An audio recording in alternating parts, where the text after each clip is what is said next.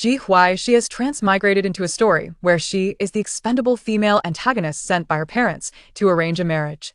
Due to her participation in a variety show, she becomes the victim of the female protagonist's scheme, accused of mistreating her stepson, ultimately meeting a gruesome demise as the true heiress. Ji Huaixi finds herself unexpectedly transported into a book, and the fact that she embodies an undesirable character only adds to her vexation. Given this predicament, she resolves to overturn the table. If she must suffer, then everyone shall share in her misfortune. When the female protagonist plots against her, she installs 360-degree cameras throughout the house, boldly declaring, "Darling, scheming carries risks. The prison awaits you." With her biased parents favoring the false heiress, she tirelessly composes a 3,000-word essay overnight, printing it into flyers to distribute door to door, proclaiming, "Family scandals, free publicity." Her biological brother seeks justice for the false heiress, and she delivers 2 sharp slaps, asserting, "An elder sister is like a mother. I shall discipline you as the head." Observing Ji Huaixi, who radiates the grievances of a beleaguered worker, netizens find their fingers trembling above the keyboard. Ji Huaixi gazes at her ATM machine, husband and marriage facilitator, Gu Jinji, pondering why he had promised to return home daily. Chapter 1. The sudden transmigration into a book is irksome, especially when it is not even a commendable tale. Ji Huaixi stares into the mirror at a visage that, while undeniably beautiful, is entirely foreign to her, and her heart sinks into despair. The recently attained executive position has vanished just like that. For this role, she rose before dawn and retired after dusk, only for it to slip away. Her resentment now runs deeper than that of a vengeful spirit. Whether high-ranking or not, what truly matters is that she is not cast in a favorable role. After 2 decades of being neglected and unloved, with a brother akin to a grotesque figure, she finds herself thrust into a marriage for utility, where her husband hides from their son, rendering the situation absurd and devoid of affection. Forced to bring her child onto a variety show, she becomes the target of online vitriol, blamed for the female protagonist's plight and her subsequent demise. This encapsulates the life of the expendable female antagonist in The Emperor's Heartfelt Darling. Was the original character truly so despicable? She had committed no heinous acts, yet became the stepping stone for the false heiress protagonist in this sweet romance narrative.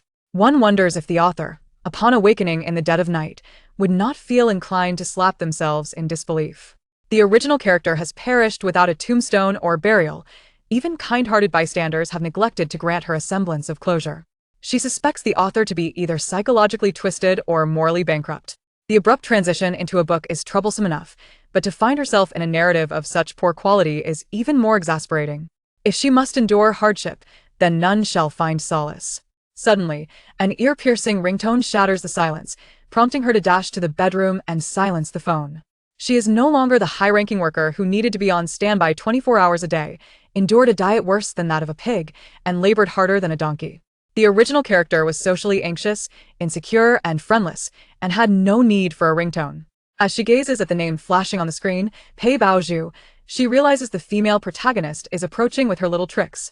Ji Huaixi descends the stairs, phone in hand, seeking the ever-resourceful butler. "Butler, please fetch me a voice recorder or find me a mobile phone." The butler pauses momentarily, then quickly comprehends her request, producing a voice recorder from an unknown location and handing it to Ji Huaixi.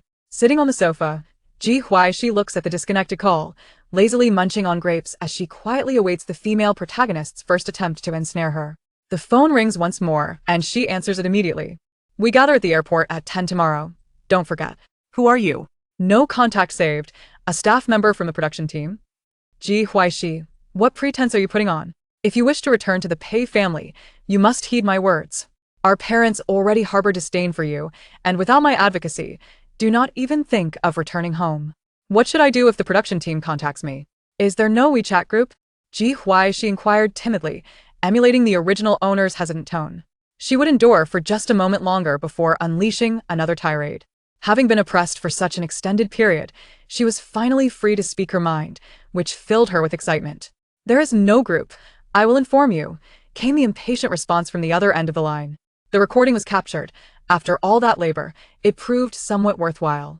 At the very least, she now recognized the value of a voice recorder. "No wonder you excel in acting. You are truly a paragon of shamelessness. What gives you, the interloper posing as the legitimate daughter, the audacity to be so arrogant in front of the true heiress?" Is it the confidence bestowed upon you by your criminal mother, the leader of the underworld? She exchanged her own daughter for the daughter of a wealthy family. Your mother committed a crime, and you bask in the spoils. How utterly impressive. Pei Baozhu stared at the disconnected call, momentarily stunned. Ji Huaixi actually dared to insult her. After venting her frustrations, Ji Huaixi reclined languidly on the sofa, feeling invigorated. She wished she could maintain a semblance of civility, but alas, her mental state did not permit it. In the book, when the original owner took her stepson to the airport, the plane had already departed. Internet users criticized her for lacking status and behaving arrogantly, while the staff found her difficult to deal with, looking down on her and refusing to add her to the WeChat group. Fortunately, she was a mature worker. With the evidence in hand, she wouldn't have to rise early the next day. A twofold benefit, a dual achievement. Madam, the young master has arrived, the butler announced. Ji Huaixi lifted her gaze towards the child, Gu Tingzhou, whom the butler guided. His eyes were like crystal-clear lakes, with long eyelashes fluttering gently like the wings of delicate butterflies. His curly hair indicated he was a child born from wealth. As for the timid little boy in the book, who feared his stepmother, she held no strong opinions yet. It was entirely normal to dislike a stepmother. After all, everyone has read tales of Snow White and Cinderella. Ji Huaixi instructed coolly, "Kindly have the butler arrange for someone to care for him. We depart at 9:20. I only need to see him at that time." The original owner had only met the child's father on the day of their wedding and thereafter lived alone in the expansive manor. This child had always resided with his grandparents, and today marked their first encounter. Had it not been for the Pei family's insistence that the original owner could bring the child onto the variety show to foster their relationship, this child would likely never have crossed paths with her. The butler was momentarily taken aback. He sensed something was amiss with the madam. Previously, she preferred to remain alone in her room, speaking softly. However, now things were different. Were it not for the fact that the madam had been home recently, he might have suspected she was an entirely different person. The butler tentatively asked, "Madam, do you not wish to cultivate a bond with the young master?" Ji Huaixi glanced at Gu Tingzhou. As an unmarried and childless worker, how was she to know how to build a relationship with a child? The original owner, a socially anxious individual who is also unmarried and childless, would know even less. "Do you want to be with me?" No, I suppose. "Then I shall take a nap." Ji Huaixi mused aloud, ascending the stairs, leaving the elder and the young one in a state of bewildered silence. Gu Tingzhou pouted. He had yet to respond. After Ji Huaixi went upstairs, she plopped down to sleep, intending to catch up on all the rest she had previously missed. Having traversed into a book, she figured she would not attempt any of the numerous unfeasible methods validated by predecessors, such as jumping into the sea or self-harm. Instead, she would simply lay back and accept her fate. If a socially anxious girl had inhabited her body, her savings would have sufficed to ensure a lifetime of comfort. As Ji Huaixi pondered this, she drifted off to sleep, awakening to find it was already 9 o'clock in the evening. She descended to seek sustenance, only to discover the little boy still in the living room. Ji Huaixi looked at the butler beside him and inquired, "Why is he not asleep yet?" The butler, with a perplexed expression, replied, "The young master likely yearns for his parents' companionship." Ji Huaixi retorted bluntly, "Where am I to find his father and mother?" She had neither the father's contact information nor any knowledge of who the mother was. The butler stood silent, and upon observing the change in the butler's expression, Ji Huaixi suddenly grasped his intentions. The steward was undoubtedly consumed with concern, devising various strategies to foster a bond between her and the young child. The narrative describes the original protagonist's discomfort in interacting with a young boy. The socially anxious stepmother and the introverted son make it quite remarkable if any emotional breakthrough occurs between them. Ji Huaixi hesitated for a moment before approaching the young child. She would soon take him to record a program, and if fostering a relationship was necessary, so be it. Gu Tingzhou did not even lift his head, continuing to manipulate the Rubik's Cube in his hands. "Shall we have a midnight snack?" I'll eat while you watch. Gu Tingzhou finally raised his gaze, scrutinizing Ji Huaixi for an extended period before descending from the sofa and making his way to the dining room. Ji Huaixi observed the silhouette of the young boy, a faint smile appearing at the corners of her lips. It wasn't as challenging as she had envisioned. Chapter 2. Justice has its roots. Debts have their owners. If you must blame, direct it toward the true culprit. The following morning, at 20 minutes past 9, Ji Huaixi, accompanied by her introverted son, stepped into a sleek black Alphard en route to the airport. Gu Tingzhou sat quietly beside her, engrossed in his book, while Ji Huaixi busied herself with her phone, entering the live stream of the wildly popular variety show. country, parent-child journey. Apart from herself and Gu Tingzhou, the other 4 groups of guests had already arrived. The barrage of comments flooded the screen, with praises directed at other families, while the remainder was a torrent of insults aimed at her. Feeling a surge of defiance, she logged onto Weibo, her expression unwavering as she observed the incessant vitriol in her private messages and comment sections.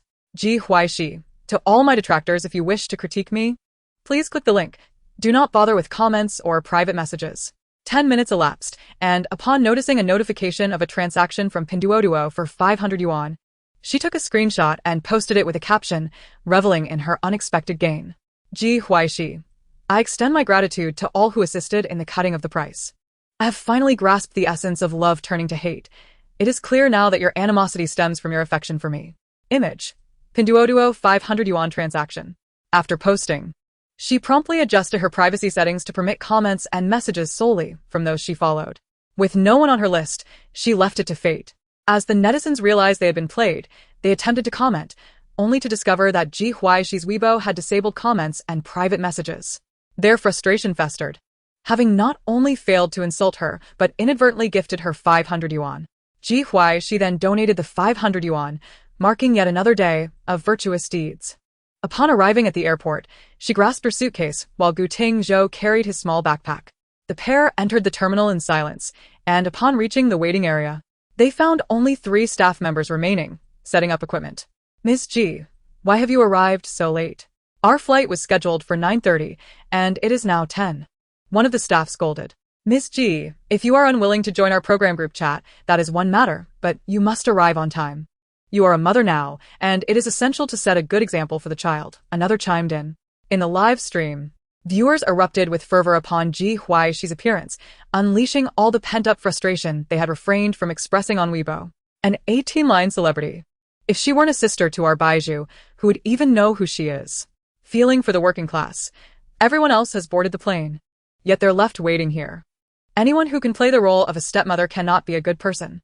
Even as a foster daughter of the Pei family, she still looks pitiful. That 500 yuan was merely a down payment for Ji Huaixi's coffin. Ji Huaixi chose not to respond, instead retrieving a mini Bluetooth speaker from Gu Tingzhou's backpack. Bluetooth connection successful. With a smile, she cranked the volume to its maximum. Ji Huaixi, remember to gather at the airport at 10 tomorrow, a voice echoed. Who are you? No notes. Just a staff member from the program? What if the program group needs to contact me? Is there no group chat? The speaker's impeccable sound quality rendered yesterday's conversation crystal clear. The viewers in the live stream were momentarily entranced. Ji Huaixi leaned closer to the camera with a playful grin, stating, Justice has its roots, debts have their owners. If you must blame, direct it toward the true culprit.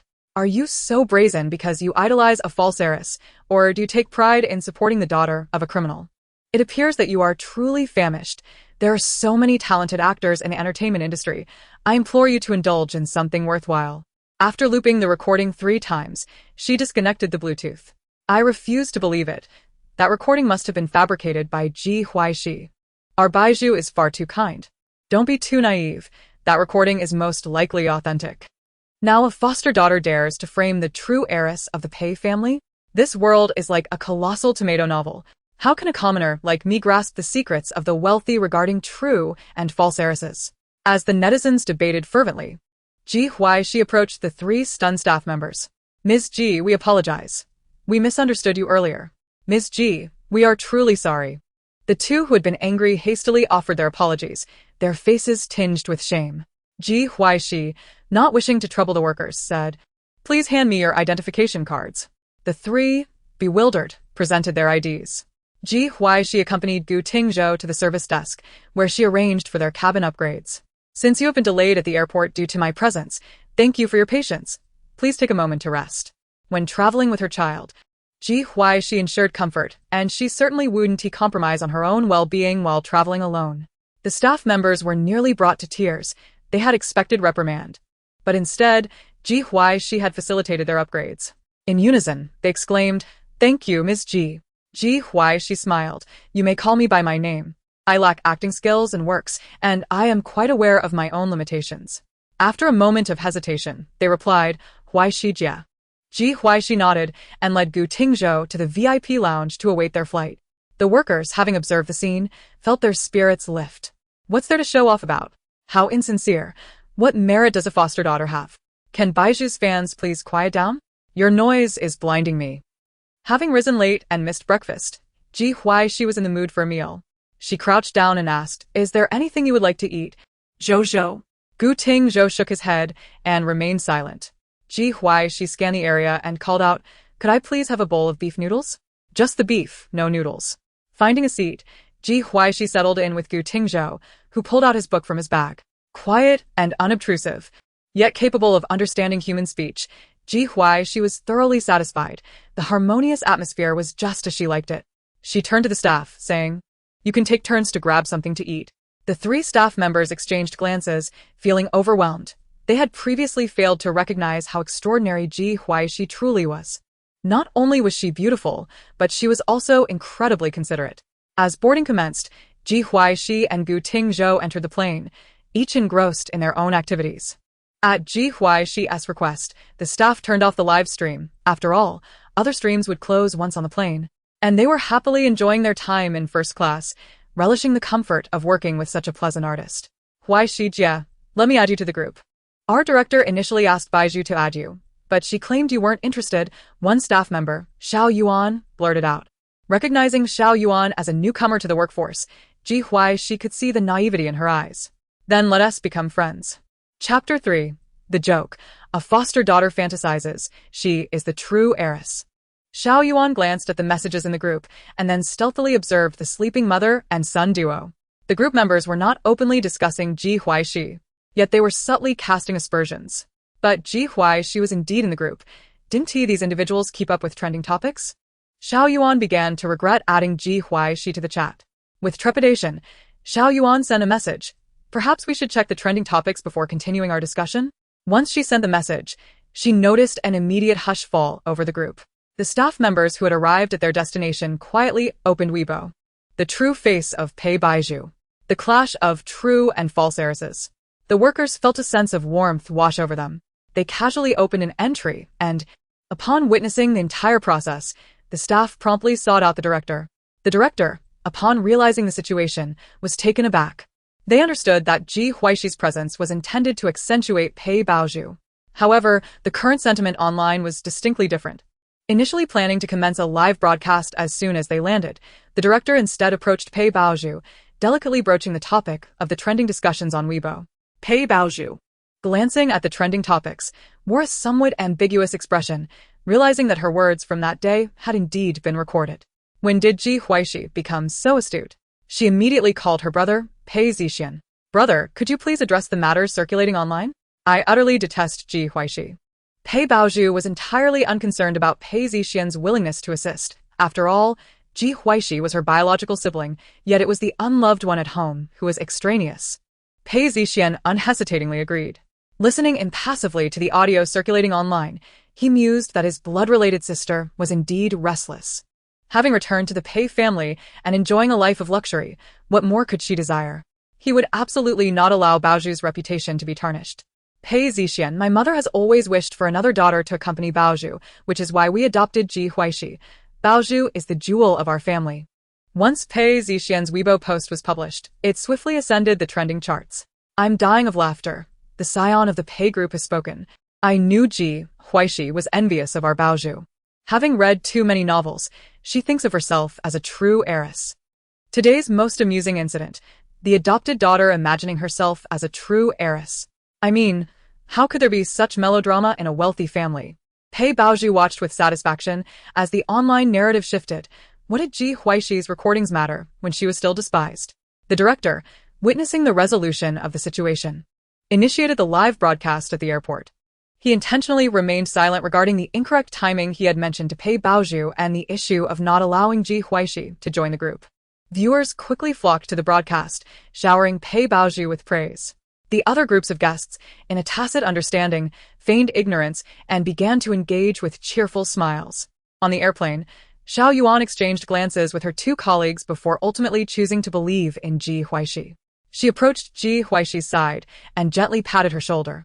Upon meeting Ji Huaixi's elongated phoenix eyes, her breath momentarily caught.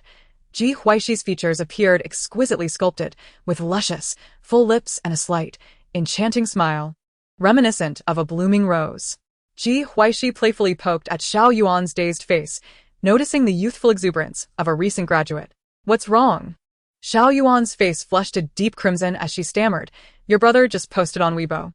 With that, she scurried back to her seat as if fleeing, her heart racing at the breathtaking beauty of Ji Huaixi.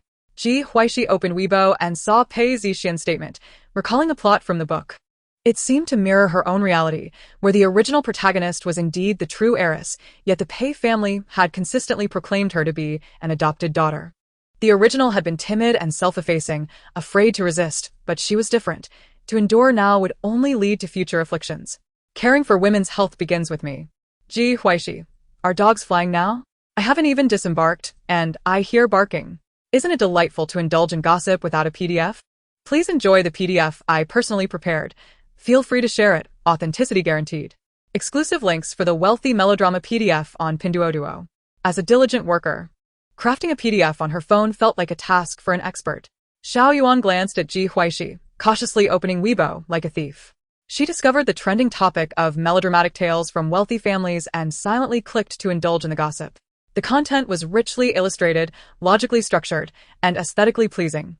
Truly a remarkable feat for a worker. Can I mention that this PDF has appeared in my workgroup? My boss remarked, look at the PDFs produced by vase celebrities. And then compare them to the professionals among you. Wait, isn't this about gossiping? Ji Huaixi's paternity test with Pei father, Pei Baoju's paternity test with Pei father, family photographs. Filing receipts. There's so much to consume, I could easily weave a novel from it. Has Ji Huaixi lost her mind? A sister. You will be my connection in high society. Keep sharing PDFs. Ji Huaixi noticed an influx of mentions, feeling somewhat exasperated.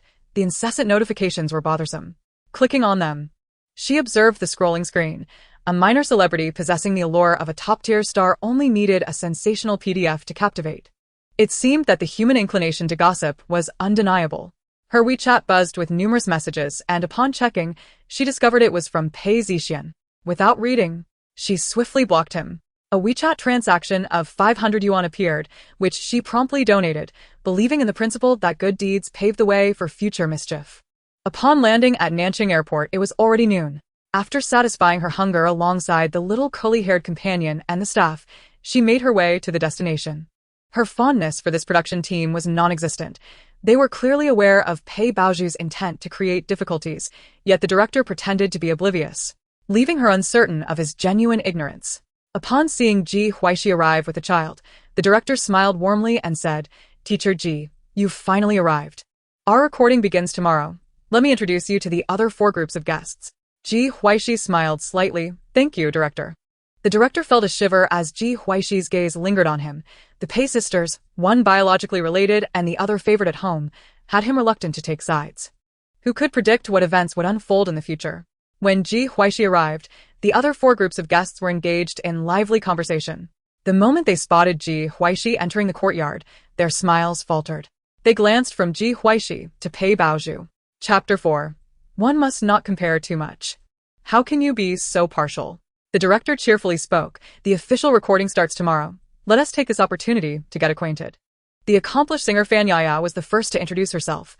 I am the singer Fan Yaya. My son's name is Li Xian, nickname Li Dazhuang. And he is 5 years old. The film queen Lu Yi spoke softly. I am Lu Yi, and this is my daughter Lu Jiaojiao, also 5 years old. The actor Qian Li followed suit. I am Qian Li, and my son is Li Guang, 4 years old. Just as Pei Baoju was about to speak, she was interrupted by Ji Huaixi. I know who you are, the daughter who usurped another's place. Hello everyone, I am Ji Huaixi, and this is my son Gu Tingzhou, who is 4 years old. Hearing this, Gu Tingzhou looked up at Ji Huaixi before lowering his head again. Pei Baoju's expression fluctuated between green and white, her eyes reddening as if she had suffered a grave injustice. Sister, I know you resent me for taking your identity, but I am innocent. My parents have raised me for over 20 years. Is it wrong for me to wish to honor them? Even a dog forms attachments over the years. How could one not empathize with a person? What does this have to do with our Baoju? We were all infants back then.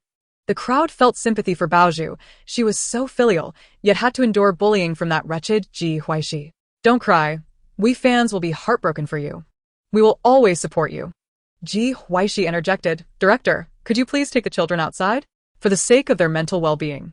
The director paused for a moment before nodding, prompting the staff to swiftly escort the young child outside. Gu Tingzhou tightened his grip on Ji Huaixi sleeve. Wait for me for 5 minutes.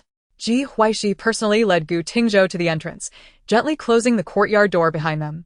She rolled up her sleeves and dashed directly towards Pei Baozhu. The cameraman, reacting swiftly, moved the camera away just a second before Ji Huaixi unleashed her fury, feigning innocence in front of the victim, who could possibly outdo her in such a charade.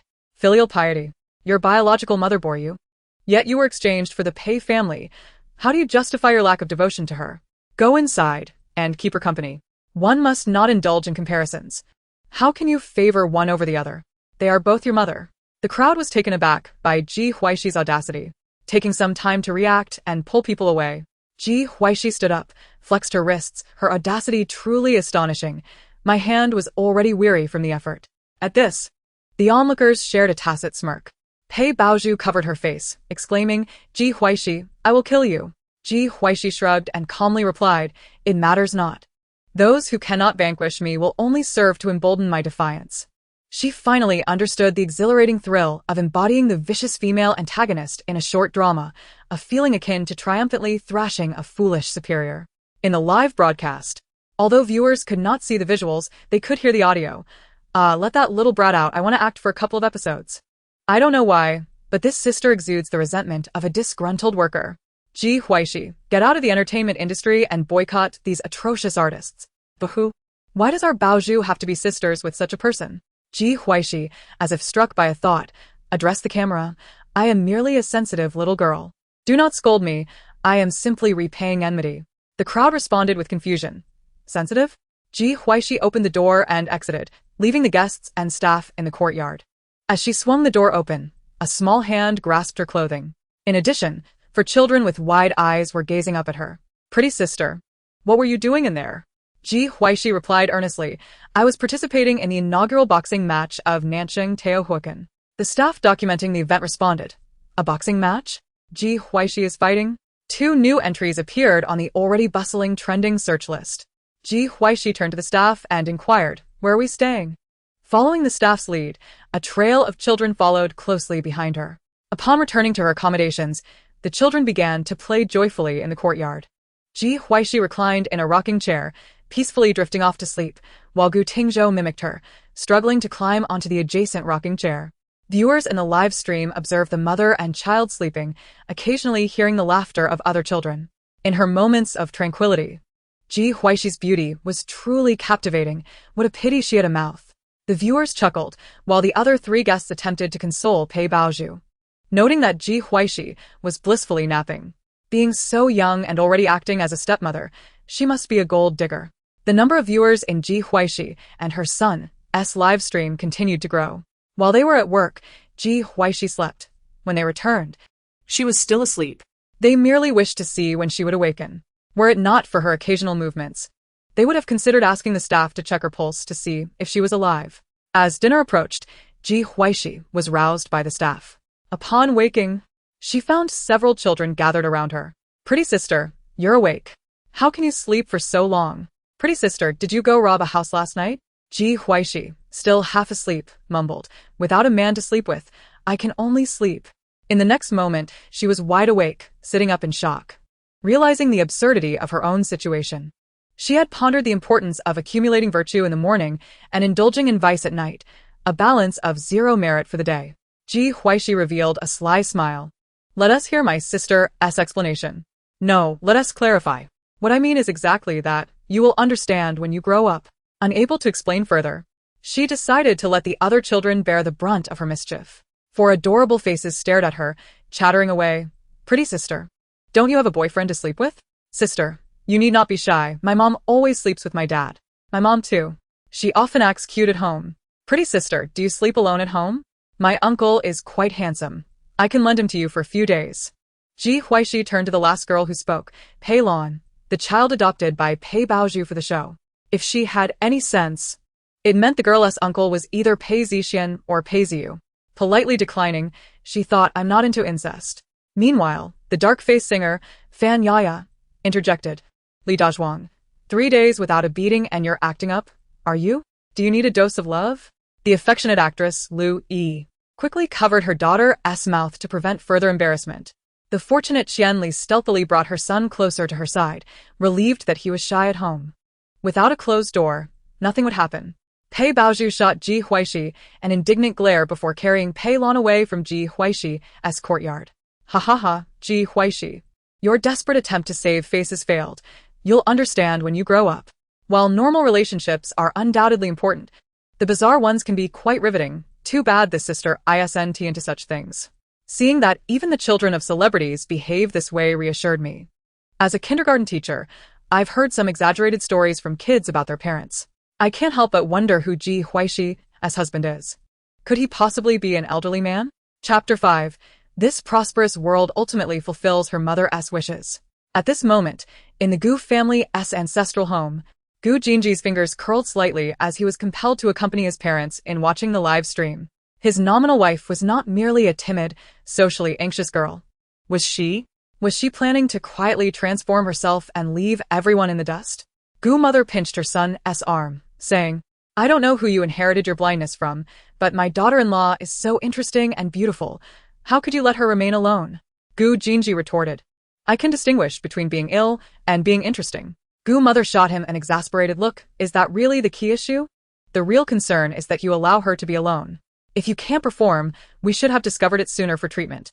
Gu father chimed in. Exactly. Listen to your mother. Gu Jinji replied, Ji Huaixi, adhering to her principle that if she is not embarrassed, it is others who should be. Sent off several groups of guests. She turned to the staff and inquired, how do we handle dinner? Sister Huai, the ingredients are already in the kitchen. Ji Huaixi walked into the kitchen and surveyed the ingredients laid out on the counter, pondering if she could prepare a meal. The children have suffered enough. I cannot deprive myself. Just as Ji Huaixi prepared to take Gu Tingzhou outside, the staff reminded her, Sister Huai, we can't go over to others' houses for a meal. Ji Huaixi replied, is it not permissible for me to take a stroll? The staff responded, that is fine. The mother and son stepped outside.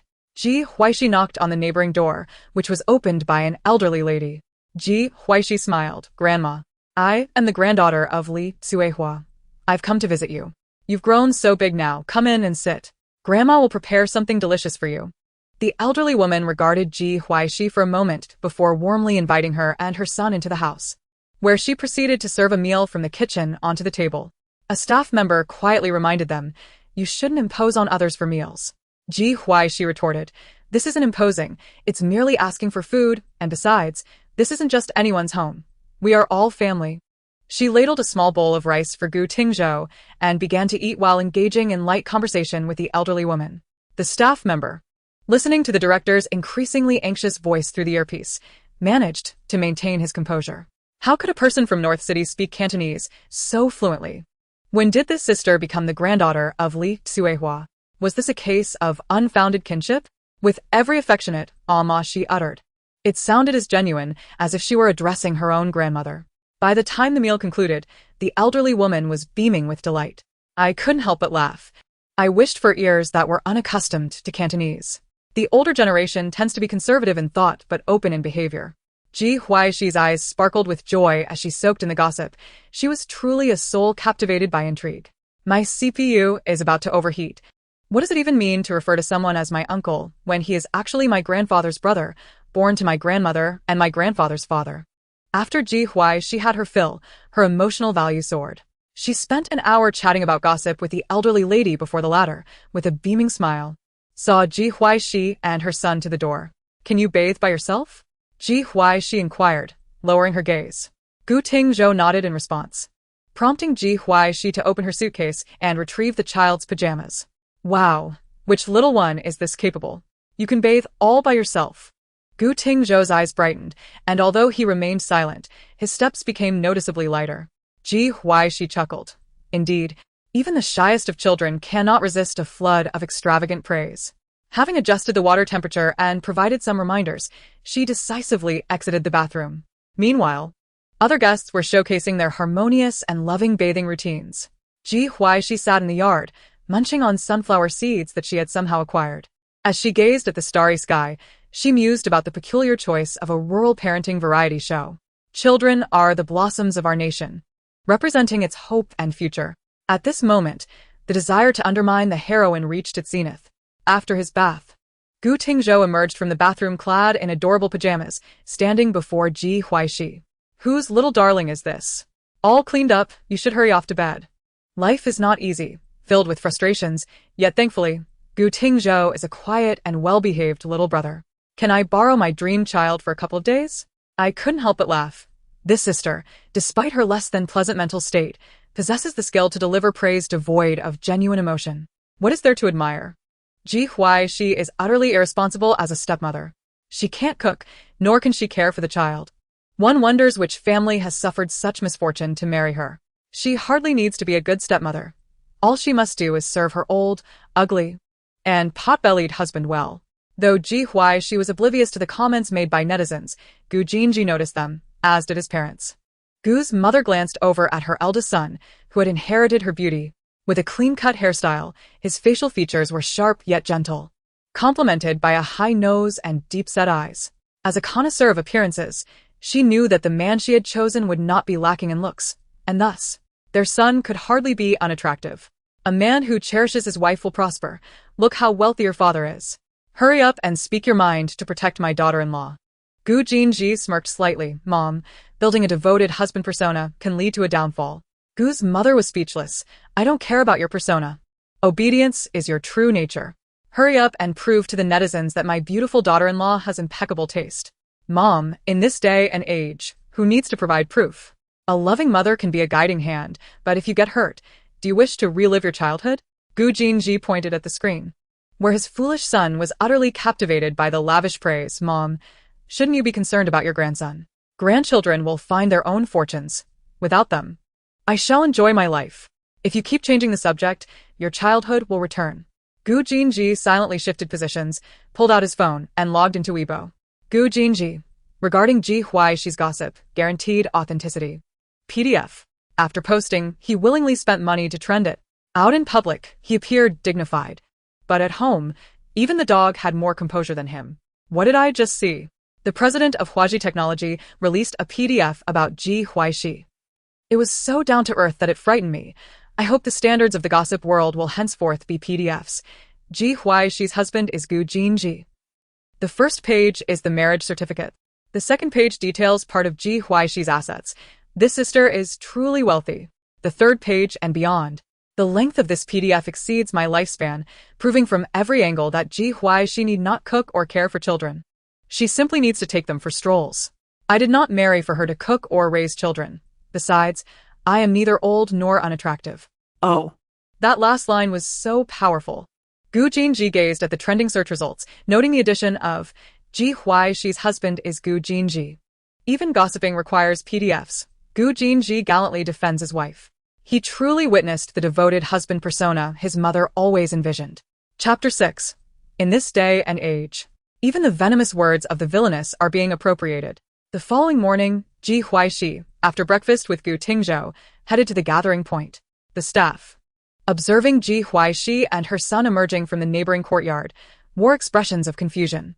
The entire production team was perplexed as to how Ji Huaixi had come to know the elderly woman living next door. Upon arriving at the meeting point, Ji Huaixi sensed an aura of hostility. She didn't need to look to know it was Pei Baozhu.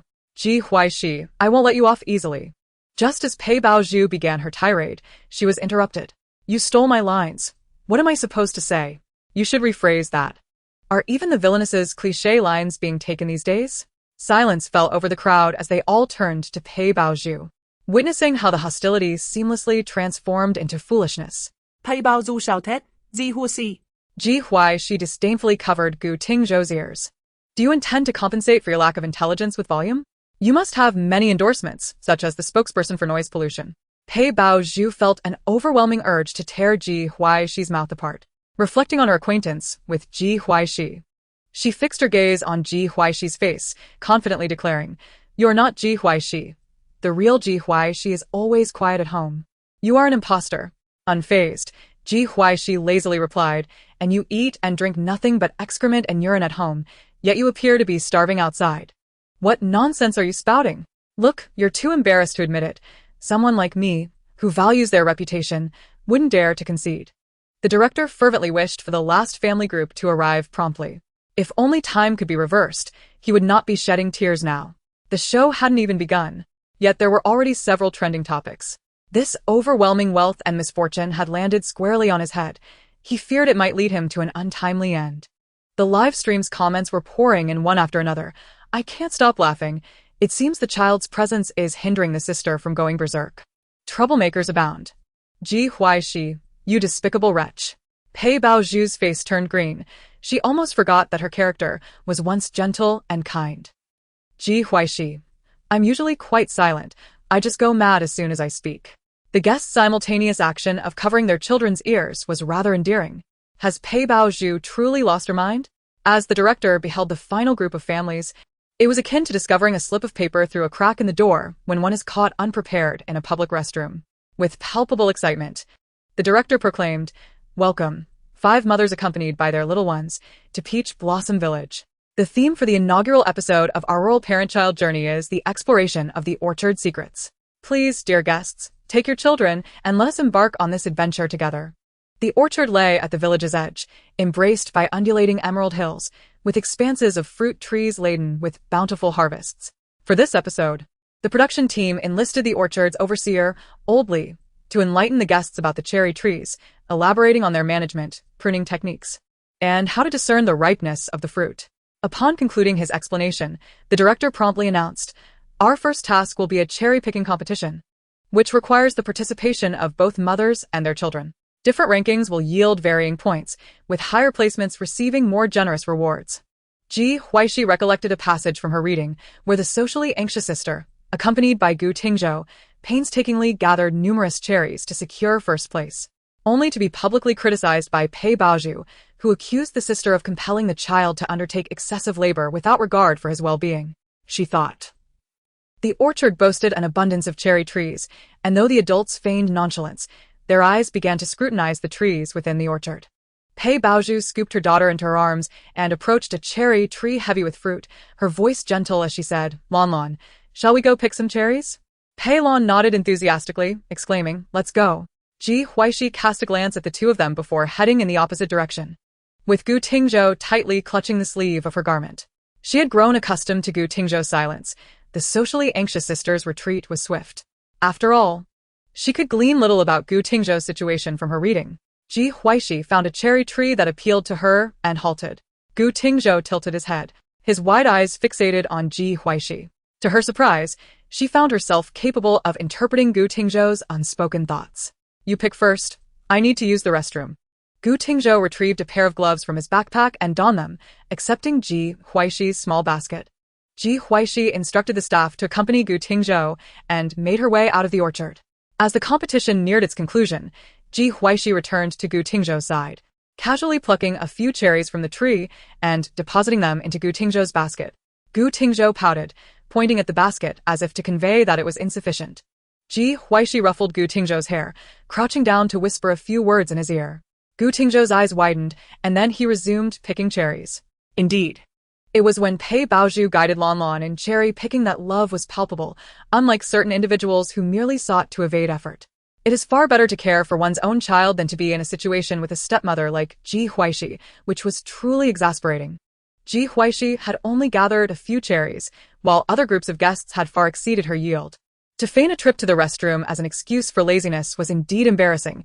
It was no wonder the Pei family held Ji Huaixi in contempt. What had Ji Huaixi said to Gu Tingzhou? I wonder if their mother-son relationship is truly as it seems.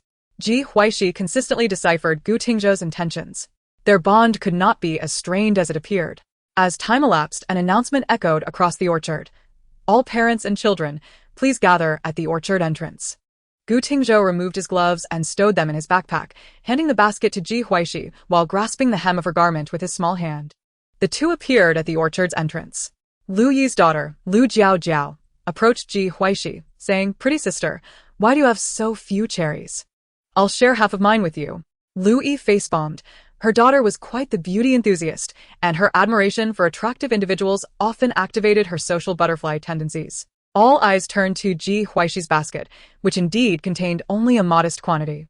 Ji Huaixi smiled, replying, "Thank you, but you can share with me after the competition ends." The results of the 5 families were evident. Pei Baozhu and Pei Lan, 1 bucket plus 1 basket. Fan Yaya and Li Xian, a little over 1 bucket. Qian Lily and Guang, 1 bucket. Lu Yi and Lu Jiao, more than half a bucket. Ji Huaixi and Gu Tingzhou, 1 basket, with Ji Huaixi occasionally indulging in a few cherries. Pei Baozhu's eyes gleamed with a hint of triumph, for Ji Huaixi remained merely her supporting character. Pei Baozhu softly remarked, "Sister, you were gone for so long, returning just as it was about to end. Letting a child like Zhou pick so many must be exhausting. We mothers ought to be more considerate of our little ones." Ji Huaixi replied coolly, "Children often tire before the cremation ceremony. I empathize with myself first, as I have lived longer than him." Upon hearing this, the viewers in the live stream erupted with laughter. Ji Huaixi quipped, "I have 20 fewer years than the child. He endures hardship while I indulge in fortune first." Haha, upon reflection, there is nothing wrong with this sentiment. Caring for oneself is more prudent than worrying for the child. This perspective resonates with me as a biological mother. Hee. While other mothers help their children gather an abundance of cherries, she accomplished nothing. Gu Jinji must have been blind to marry a woman like Ji Huaixi.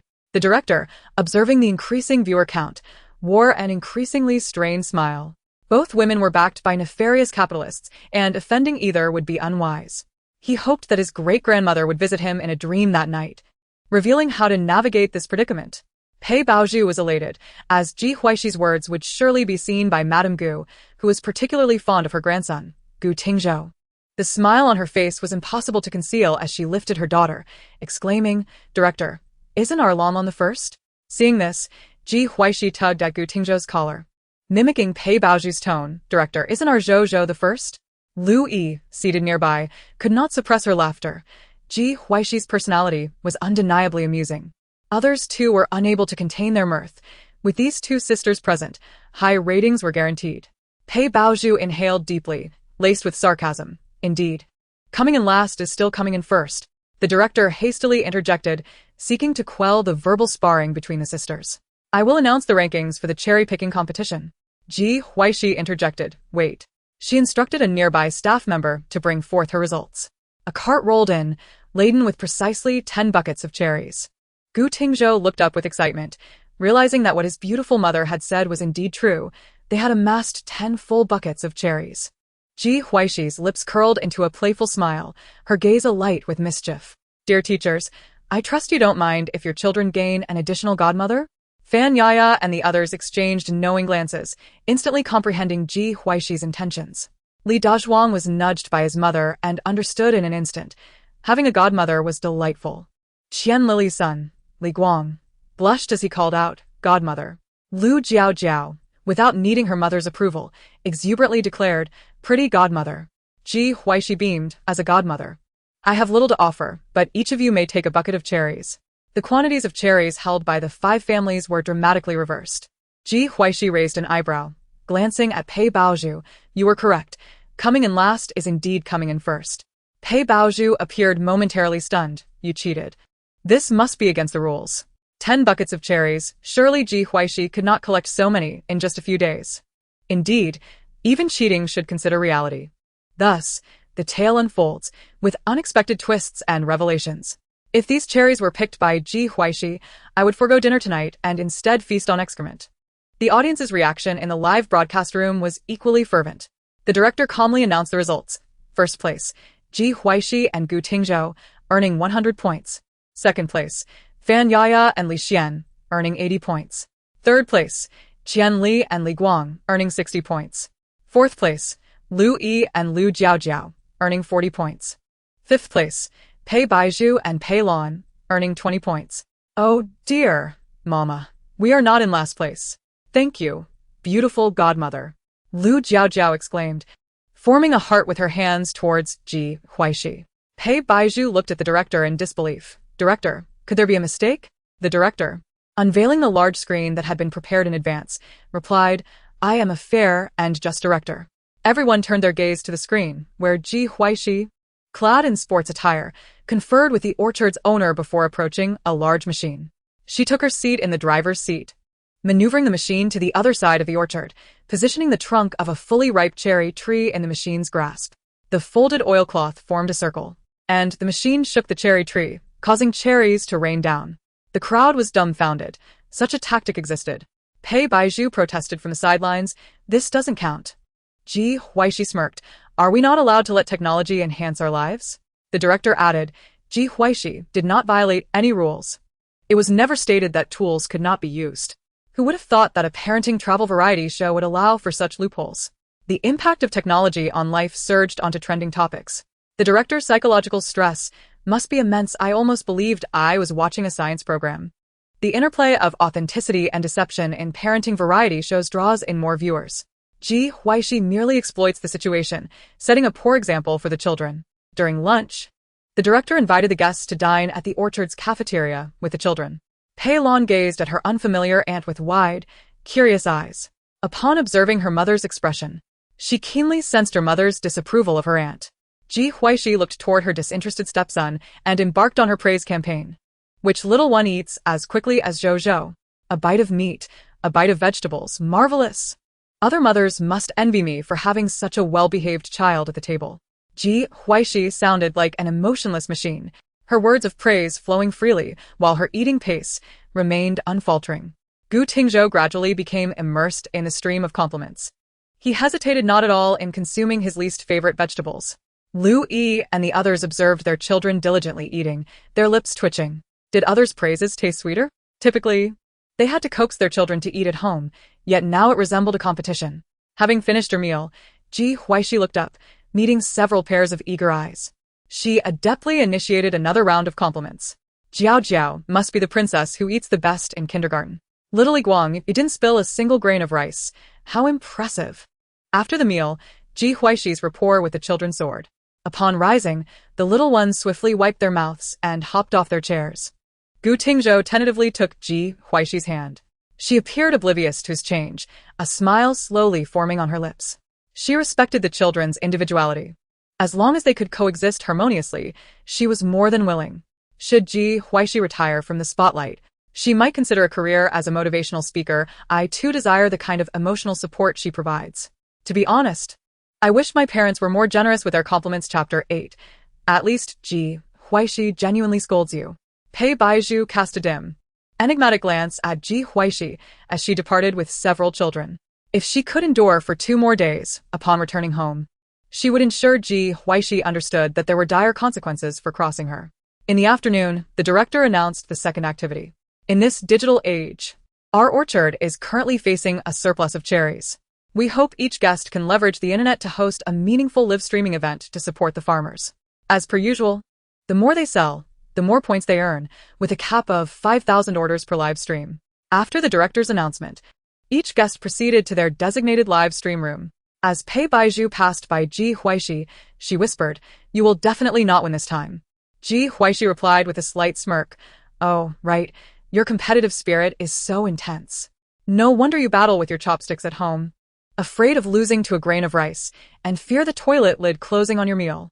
Pei Baizhu clenched her teeth, glaring at the nearby camera, suppressing her fury. Pei Lan looked curiously at the two. "Mom, you're amazing. You dare to eat excrement." Lu Jiaojiao chimed in. "Lan, your mom must be the best at eating excrement." Li Dazhuang grinned. "So adults really dare to eat excrement."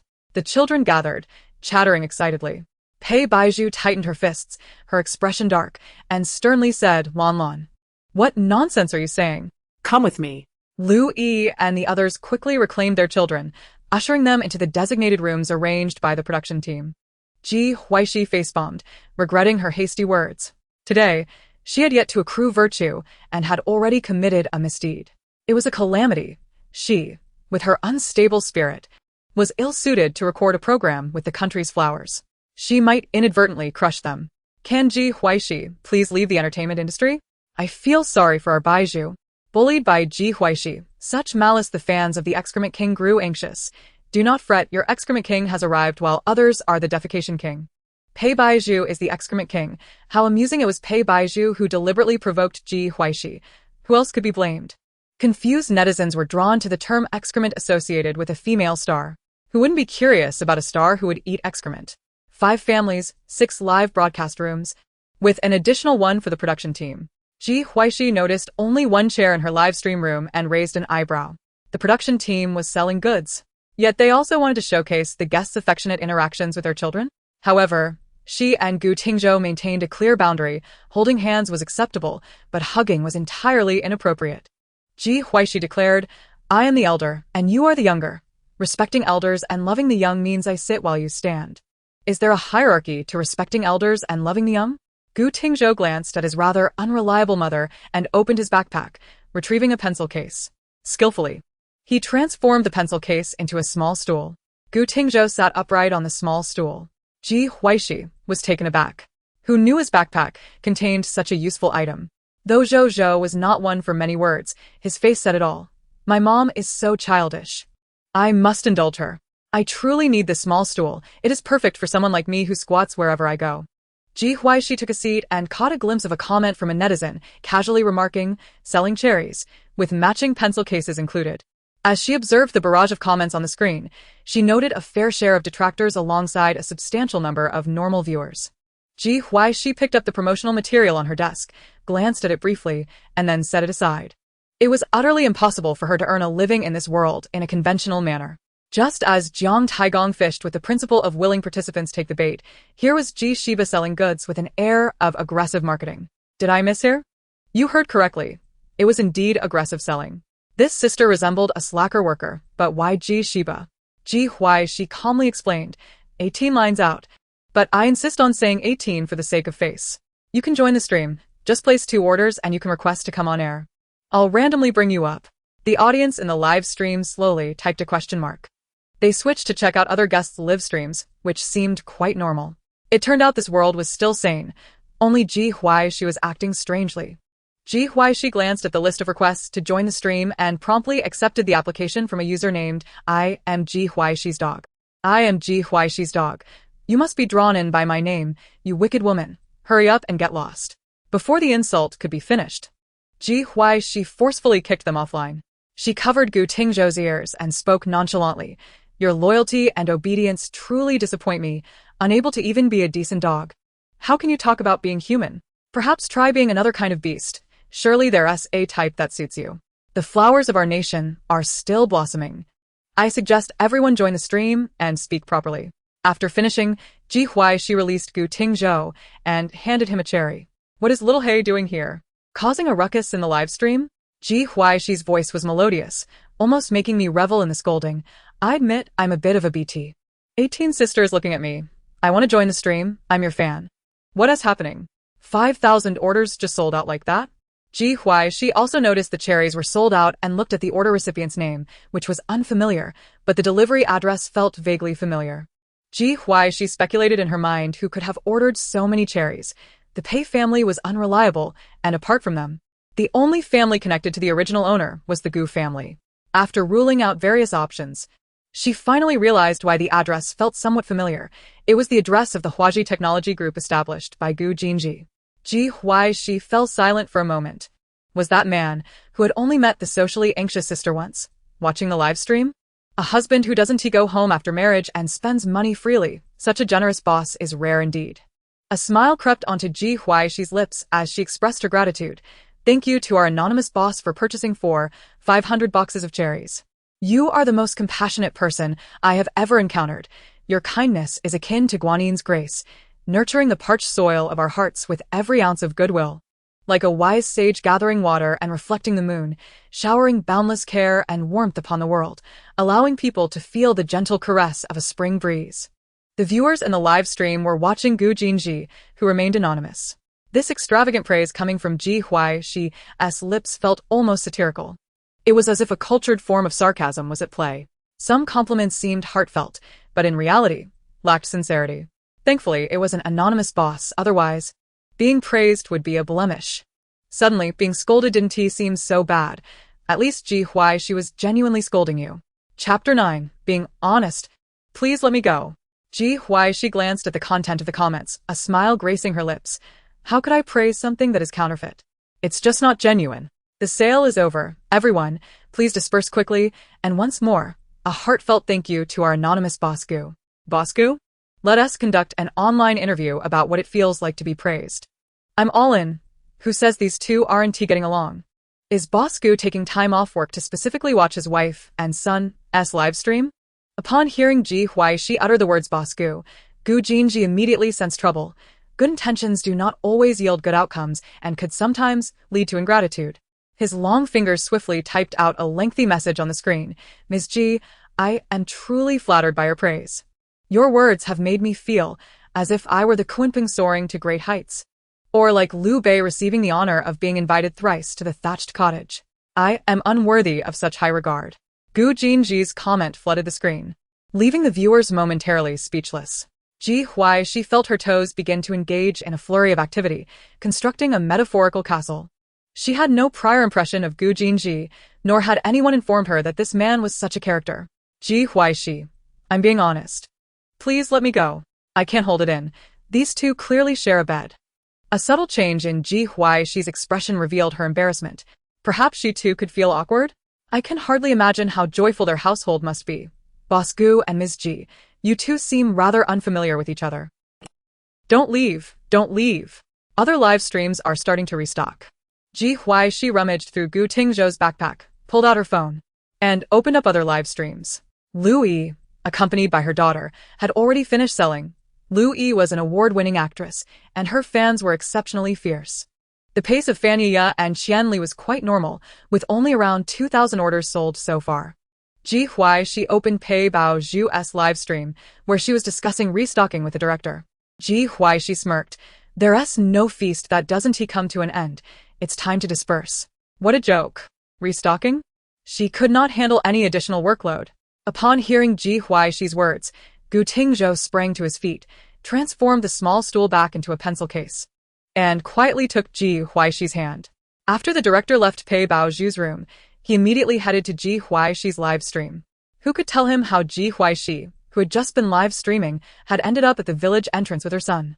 Ji Huaixi blended in seamlessly among a group of elderly men and women, exuding a sense of harmony. Speaking fluent Cantonese, she successfully integrated into the gossip circle of Peach Blossom Village. Truly, gossipers with a gossiping soul. The mother and son had just finished eating Granny Li's fruits and were now munching on Grandpa Wang's sunflower seeds, thoroughly enjoying themselves. Sister Huaixi. The cameraman felt he would burst if he didn't leave soon. He was a southerner who understood Cantonese. Fortunately, it was Cantonese. Had it been Mandarin, this live stream would have been shut down long ago. Ji Huaixi, snacking on sunflower seeds, curiously looked at the cameraman. Yes?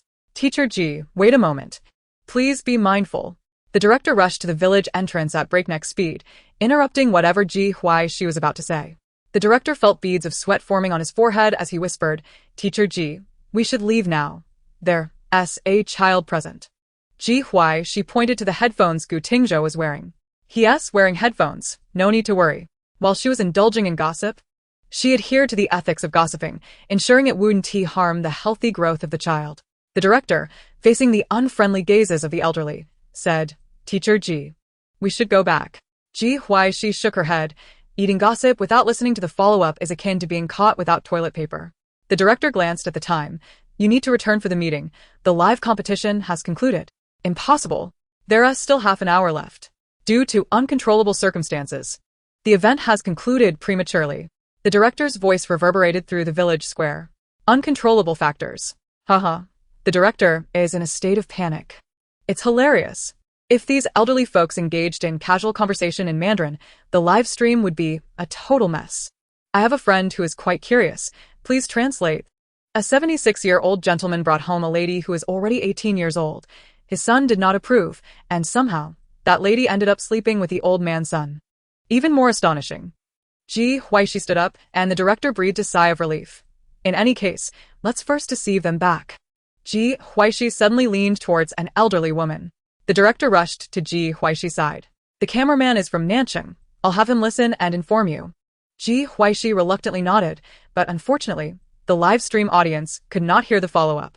The director snatched the cameraman's equipment, taking his position. Let her listen. Don't leave. I want to hear too. In the past, travel was slow, and gossip couldn't spread. I beseech you not to leave. If the live stream is sealed, then so be it. It turns out I am a giant in thought but a dwarf in action. Let me hear the follow-up. Ji Huaixi took off Gu Tingzhou's headphones and returned them to his backpack, bringing him back to the yard where they had just gathered. Gu Tingzhou took a handful of sunflower seeds from his pocket and offered them to Ji Huaixi. Ji Huaixi raised an eyebrow in surprise, a smile playing at her lips. Zhou is perhaps the most considerate little friend in the world, even knowing to bring me sunflower seeds. Gu Tingzhou beamed a gentle smile, obediently sitting beside Ji Huaixi. Ji Huaixi sat on a chair, gazing outside, still finding the village gossip more delightful. When the cameraman entered from outside, Ji Huaixi instantly stood up, urging, "Quick, tell me the follow-up." The director immediately interjected, "Do not speak." Ji Huaixi tilted her head. "Didn't you ask him to listen and inform me?" The director gritted his teeth. "I meant for him to tell you after the live stream ends." Ji Huaixi. "Our live stream won't conclude until tomorrow. Director, do you know what your behavior is called?" What? "You can't even catch the warmth of fresh excrement. Ha ha ha, you're killing me. This sister always covers the child's ears before speaking harshly. So considerate. Director, let the cameraman speak. Fresh gossip must be savored." I'm dying of laughter. I was eating and almost choked. In my mind, the word excrement is dancing. The director took a deep breath. "Teacher Ji, you've left something outside." Ji Huaixi immediately understood but pretended otherwise. "No, I haven't. Go outside and take a look." "I haven't dropped anything. I asked you to go outside to listen." The director's final shout was deafening, akin to a mountain flood. Ji Huaixi. "All right, I'll go right now. Dear viewers, the director doesn't want you to know the follow-up, so I'll be off." Director. Chapter 10. Clearly, it's a case of dead tortoise stew, harboring a belly full of malice. Director, let her return. I wish to hear too. One of my friends is on the verge of collapse. With only one wish, to listen. This sister has successfully made me fidget with anticipation. I truly need the follow-up. I feel like a rabbit in a melon field, jumping about. The audience in the live stream watched as Ji Huaixi returned, visibly satisfied. This was more agonizing than if they had been killed. After finishing her snack, Ji Huaixi quietly played with her phone. The production team observed the backstage frenzy as they tagged their audience, helplessly opening a small account unrelated to their program. This is hilarious. I can guarantee this account definitely belongs to the production staff. Explosive follow-up. The lady's 18-year-old daughter has also become involved with the old man's son, and they even have a daughter together. But the biological father of the girl is the son of the old man's son. I have no regrets. Who would have thought I could hear such explosive gossip while watching a variety show? Is Ji Huaixi playing a game? She seems so quiet, surely plotting something mischievous. Prompted by the audience, the director instructed the cameraman to capture what Ji Huaixi was doing. The cameraman hesitated. "Sister Huaixi, the viewers are curious about what you're doing. May I film it?" Ji Huaixi generously handed over her phone. The cameraman quickly directed the lens towards the phone. The crowd fell silent once more. The director, "Ask her what she's doing." The cameraman pursed his lips, stifling a laugh as he posed the director's question. Ji Huaixi replied earnestly, "I'm striking a wooden fish to accumulate merit, electronic wooden fish, enjoying a life of merit. She must accumulate some virtue. This variety show is filled with delicate blossoms of our nation. Ha ha ha ha, striking an electronic wooden fish, enjoying a life devoid of virtue. First accumulate virtue, then indulge in vice. This sister knows how to plan. I might genuinely fall for the quirky Ji Huaixi. She is clearly seeking attention. It's quite disgusting." The director observed as other guest groups gradually emerged from their rooms, silently relieved. Pei Baozhu pretended not to see Ji Huaixi, taking Pei Lan to the farthest spot from her. She had already deduced that Ji Huaixi had not secured any stock. It must be hers.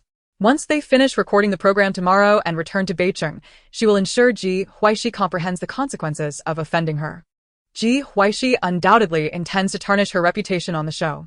The director, "Thank you to all the guests and children for participating in this agricultural assistance activity. Now I will announce the first place in this competition. Can you guess which group of guests won our first place?" The director smiled as he spoke. "Is there a prize for guessing?" The director took a deep breath. It's all about participation. He endured. "Ji Huaixi, I know who came in first. It's Pei Baozhu's group." The crowd looked at Ji Huaixi in astonishment. Pei Baozhu furrowed her brow, sensing Ji Huaixi's insincerity. Ji Huaixi clearly has a belly full of malice. I don't believe these two can coexist peacefully. Seeing everyone's gaze fixed on her, Ji Huaixi lazily reclined to her chair, recalling how Pei Baozhu said that coming in last is still a form of victory. A flicker of disgust flashed in Pei Baozhu's eyes. Why did Ji Huaixi need to be called back? Couldn't she just stay outside?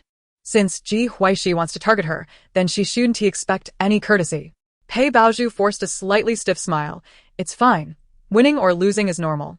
After all, she had already reviewed the sales figures of several guest groups before coming out and even added 1,000 orders. She was certain of victory. Ji Huaixi cast a knowing glance at her. As long as I'm here, you'll certainly come in last. There will be no surprises. She had struck the wooden fish for so long, just to engage in some mischievous deeds. Suddenly, it all clicked. This sister has no intention of pretending at all. Ji Huaixi. When facing someone I dislike, I can't pretend at all. Pei Baozhu suddenly spoke with a hint of calculation. Sister, since you're so confident, how about we place a bet? Ji Huaixi fell silent. Pei Baozhu lowered her voice. If I come in first this time, will you refrain from targeting me in the future? Ji Huaixi caught the fleeting glimmer of triumph in Pei Baozhu's eyes. Does the protagonist think her silence indicates fear? Are you really willing to wager? I only hope that if I win, you won't target me anymore. Gambling is permissible, but it cannot be directed at you. Ji Huaixi's response nearly caused Pei Baozhu to fracture. Sister, you can scold or hit me when we get home. But behaving like this on the show makes me fear the audience might turn against you, Pei Baozhu said with a demeanor that suggested concern for her sister. Ji Huaixi merely tugged at the corner of her mouth. Do you think today's netizens lack intelligence? The tea is fragrant. And it seems the Pei family has opened a tea garden? Pei Baozhu could no longer contain herself. Are you comparing yourself to me or not? Ji Huaixi replied. Of course I am. Who doesn't love a good battle? Does my current disdain for Ji Huaixi imply I lack intelligence? The presence of the younger generation truly had an impact on Ji Huaixi's eloquence. Can Ji Huaixi just disappear? Why does she have to target others? Is anyone nowadays allowed to participate in variety shows? The director lamented, if I had known, I wouldn't have let them guess. Let the conflict unfold. It's entertaining. The director wiped his forehead of non-existent sweat, feigning calmness as he said, Next, I will announce the transaction amounts for each group of guests. Soon, the screen displayed the order numbers of several guests. Pei Baozhu and Pei Lan, 800 orders. Lu Yi and Lu Jiaojiao, 500 orders. Ji Huaixi and Gu Tingzhou, 888 orders. Qian Lili and Guang, 600 orders. Fan Yaya and Li Xian, 500 orders. Oh yeah, our Baozhu is impressive. They triumphed. What trash is Ji Huaixi to even compare with our sister? Indeed, Ji Huaixi isn't worthy to carry our Baozhu's shoes. It's infuriating. Why did the production team invite Ji Huaixi? Pei Baozhu's expression visibly brightened as she smiled.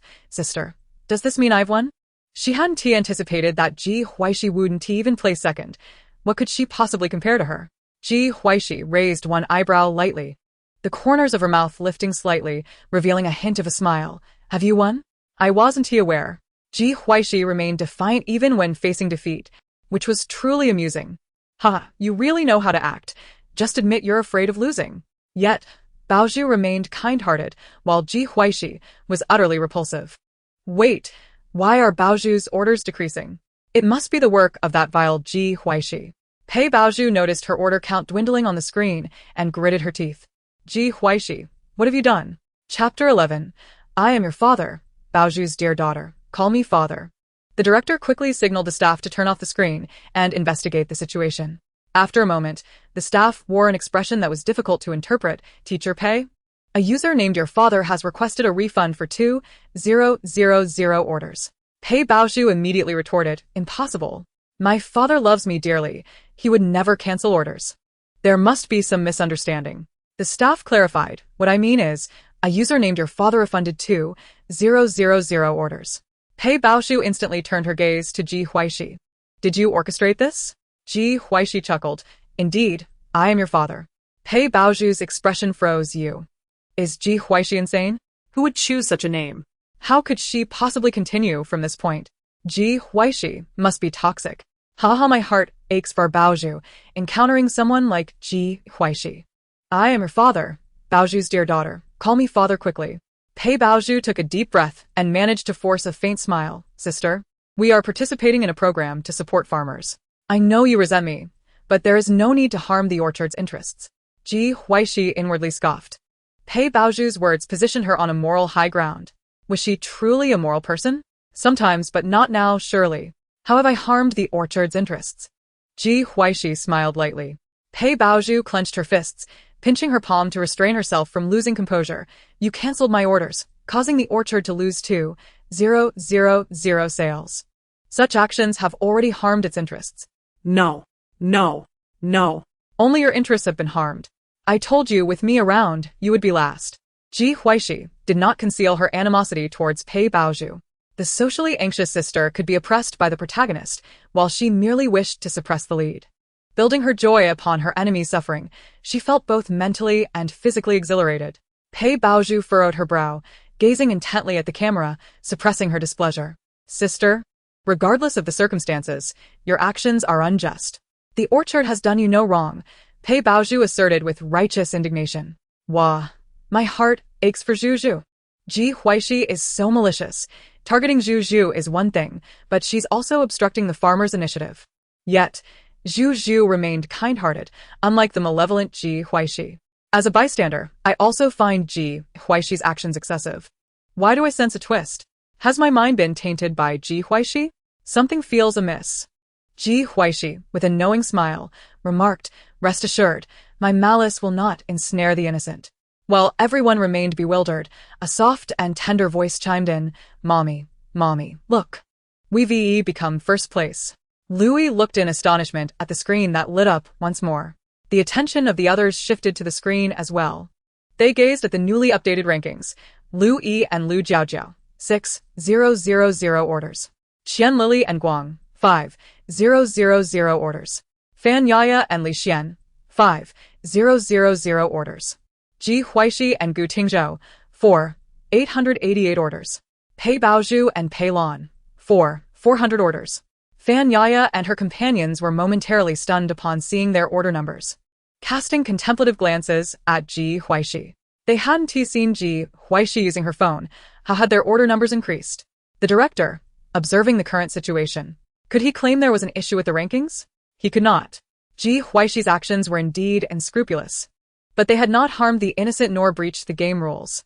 He had prohibited guests from placing orders for themselves to boost sales, never anticipating that Ji Huaixi would place orders for others. In the subsequent episodes, he would certainly not allow guests to carry their phones, eyes wide like saucers. When had Ji Huaixi placed the orders? Quite conveniently, after boosting the sales of other guests, she returned the remaining 600 orders to Pei Baozhu. Why does this toxic figure from the entertainment industry come forth to disgust everyone? Perhaps she believes that she is not disturbing humanity. Pei Baozhu, with a furrowed brow, cast a sidelong glance at the director. The director, noticing, chose to feign ignorance. What a joke. If he dared to intervene in their conflict, he would be courting disaster. Ji Huaixi clearly held grievances against him. His eyes could not always be blind. Pei Baozhu observed the unfazed director, her teeth nearly grinding to dust. She knew that once Ji Huaixi's true identity as a wealthy heiress was revealed, these lesser figures would begin to overlook her.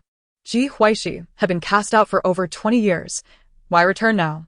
Sister, if you find joy in this, then I can only accept it. Or can you really reverse your fate? Pei Baozhu glanced at the camera, perfectly portraying her image of someone wronged. Tears seemed to shimmer in her eyes, reflecting a sense of helplessness, while her lips curled downward. Since Ji Huaixi was foolish enough to brazenly bully her in front of the production team, she could only anticipate the wrath of netizens. Ji Huaixi, may you meet your demise. Embrace our dear Zhu. How dare that wretched woman show her face on the program? Suddenly, Lu Yi, seated beside Ji Huaixi, spoke up. Director, are Ya and Qianli's group tied for second with 5,000 points? The director replied, Indeed, they are tied for second. I never expected to secure second place. Fan Yi chimed in with a smile. Everyone in the entertainment industry could easily discern Pei Baozhu's intentions. When Pei Baozhu saw the atmosphere she had painstakingly created shattered, her gaze towards Lu Yi grew increasingly hostile. A single mother who couldn't even win a man's heart was now foolishly choosing to offend her by aiding Ji Huaixi. The director, eager to avoid further complications, quickly announced, I declare the rewards for this agricultural assistance activity. First place will receive 100 points, second place 80, third place 60, and fourth place 40. To allow the children a more authentic experience of rural life, the mothers would temporarily separate from their children. The little ones would need to rely on their own abilities to communicate with the villagers of Taohua village to acquire ingredients for their dinner. Gu Tingzhou tugged at Ji Huaixi sleeve. Ji Huaixi gently patted the little one's head, turning to the director and saying, "This is the same as begging. I am quite experienced in this task. Let me handle it." It seemed a challenge for Gu Tingzhou to engage with others. Before the director could respond, Pei Baozhu nudged her companion Pei Lan, suggesting, "Director, I believe this activity is quite meaningful. Lan, would you mind chatting with the village's elders?" Pei Lan, without much thought, nodded. "I can do that, Mom." Pei Baozhu glanced at the child beside Ji Huaixi, having never witnessed Gu Tingzhou speak. A mute would certainly fail this task. Ji Huaixi could only wait for the winds of misfortune. Chapter 12. The depths of Taohua Pool are unfathomable. Yet they cannot compare to a certain pig-esque penchant for competition. Gu Tingzhou appeared incapable of speech. How would he complete this task? Whose child is Gu Tingzhou, the son of Gu Jinji, and whom? I too wish to inquire who Gu Jinji's original spouse is. Could it be that Gu Tingzhou is mute? How pitiful. The netizens in the live chat buzzed with speculation, while the atmosphere in the yard grew increasingly tense. Jiao, could you take Brother Zhou along to complete the task? Lu Yi gently inquired of her daughter. Pei Baozhu discreetly furrowed her brow. When had Lu Yi grown so close to Ji Huaixi? Always hindering her plans. Just a mere film queen daring to offend her. Once they returned to Beicheng, she would certainly have her brother deal with these nuisances. This variety show was meant to highlight her, yet now they all seemed to oppose her. Lu Jiao glanced at the adorable brother beside the beautiful sister. Such a charming little boy, she was willing to help. "Leave it to me, beautiful sister. I will take the brother to complete the task." Lu Jiao exclaimed as she hopped down from her chair and approached Ji Huaixi. Ji Huaixi, smiling, turned to Gu Tingzhou. "Do you want to go with Jiao to complete the task? If you don't wish to, just shake your head." Gu Tingzhou lowered his head in silence. This was what it felt like to have a mother. Ji Huaixi was not in a hurry. Though inexperienced with children, she respected Gu Tingzhou's wishes. After a long pause, Gu Tingzhou gently nodded. "Oh yeah, don't worry, sister. I will definitely bring Brother Zhou back safely." Lu Jiao declared excitedly. Ji Huaixi teased, "Thank you, Jiao, for bringing Zhou back in one piece." Lu Jiao responded, "If Brother Zhou loses even a hair, you want to let me off, right?" Ji Huaixi chuckled at the delightful banter, and those around her couldn't help but laugh. Lu Yi, exasperated yet amused, pulled her daughter close, explaining with a smile, she has been watching some dramas with her grandmother at home lately. The 5-year-old had transformed into a confident little leader. "If my woman loses even a hair, I won't let you off." Ha, Lu Yi isn't divorced? Sounds like she still has a decent relationship with her husband's family. Mind your own family matters. You should be glad if you can handle your own issues.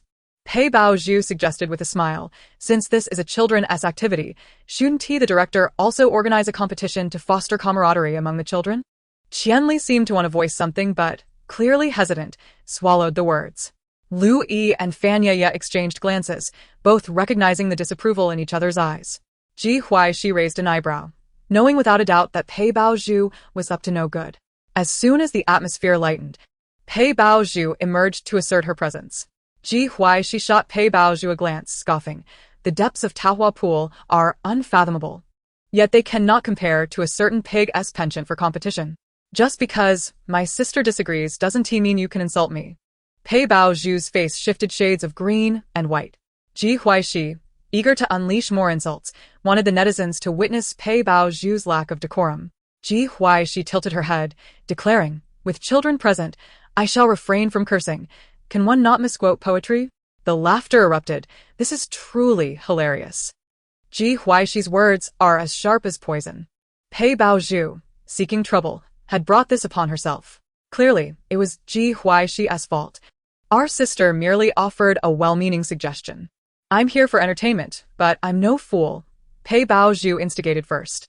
A flicker of suppressed anger and grievance crossed Pei Baozhu's eyes as she opened her mouth to speak again.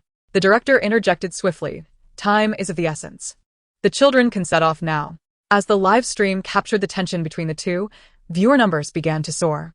This predicament was beyond his capacity to handle. Would he be able to continue his career in the entertainment industry after filming this episode? Whether from the Pei or Gu family, it would be a matter of moments to blacklist a mere director. Yet, compared to the Pei family, the Gu family was far more formidable. De Zhuang. What shall we have for dinner? I'm counting on you. Fan Jia Jia Grind. Li Xian pouted. Mom, can you call me Xian? Li, de, Zhuang doesn't suit my image.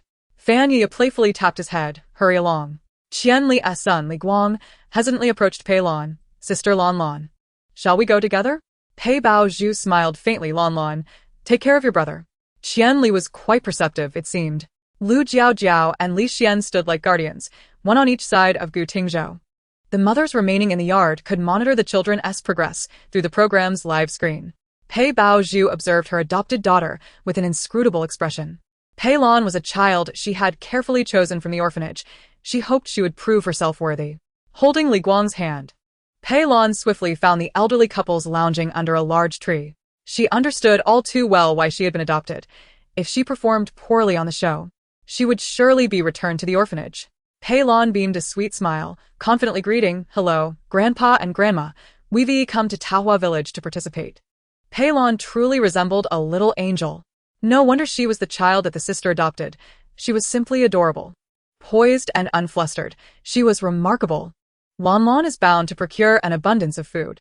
Ji Huaixi, however, remained oblivious to Pei Lan's circumstances, her gaze fixated on Gu Tingzhou.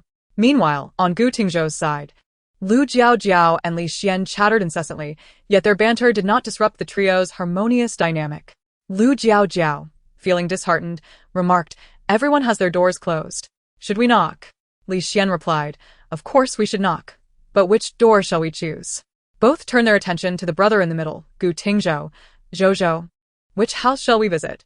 Gu Tingzhou paused momentarily, his silence punctuated by a furrowed brow, as if deep in contemplation. Pei Baozhu observed this stark contrast with a hint of secret delight. What of the true heiress? Ultimately, she too would be dispatched by her family for a strategic marriage, destined to become a stepmother to a mute. She recalled the rumor circulating within their circles, suggesting that Gu Jinji harbored a profound affection for Gu Tingzhou's mother. Yet both Gu parents had opposed the union, consenting only to allow Gu Tingzhou to reclaim his lineage. If Ji Huaixi dared to covet her man, then she would ensure Ji Huaixi wed Gu Jinji, who harbored affections for another. It was said that Gu Jinji had not returned home since his marriage. With Ji Huaixi failing to gain the Gu family's recognition, Pei Baozhu vowed not to let Ji Huaixi usurp her status within the Pei family. Pei Baozhu shook off her thoughts, feigning concern as she remarked, "Sister, it's not feasible for Zhou to remain silent indefinitely. Could it be that he is a..." Before she could finish, Ji Huaixi rose and made her way to the kitchen. Shortly thereafter, Ji Huaixi emerged, the live stream echoing with Pei Baozhu's piercing scream, as the camera operators scrambled to redirect their lenses. Chapter 13. The nauseating melons of rotten eggs, foul socks, and stagnant drains. Upon hearing the scream, Pei Baozhu's fans could no longer sit idly. What has happened to our sister? Is the production team not intervening? Why is a bully allowed to participate in the show? Hearing my sister's cries breaks my heart. I demand Ji Huaixi be expelled from the entertainment industry. Could the production team redirect the cameras? The staff, witnessing the unfolding chaos, glanced toward the director, who was equally uncertain about what could be aired. The director, with an odd expression, nodded slightly. The cameras then returned to reveal the scene in the yard.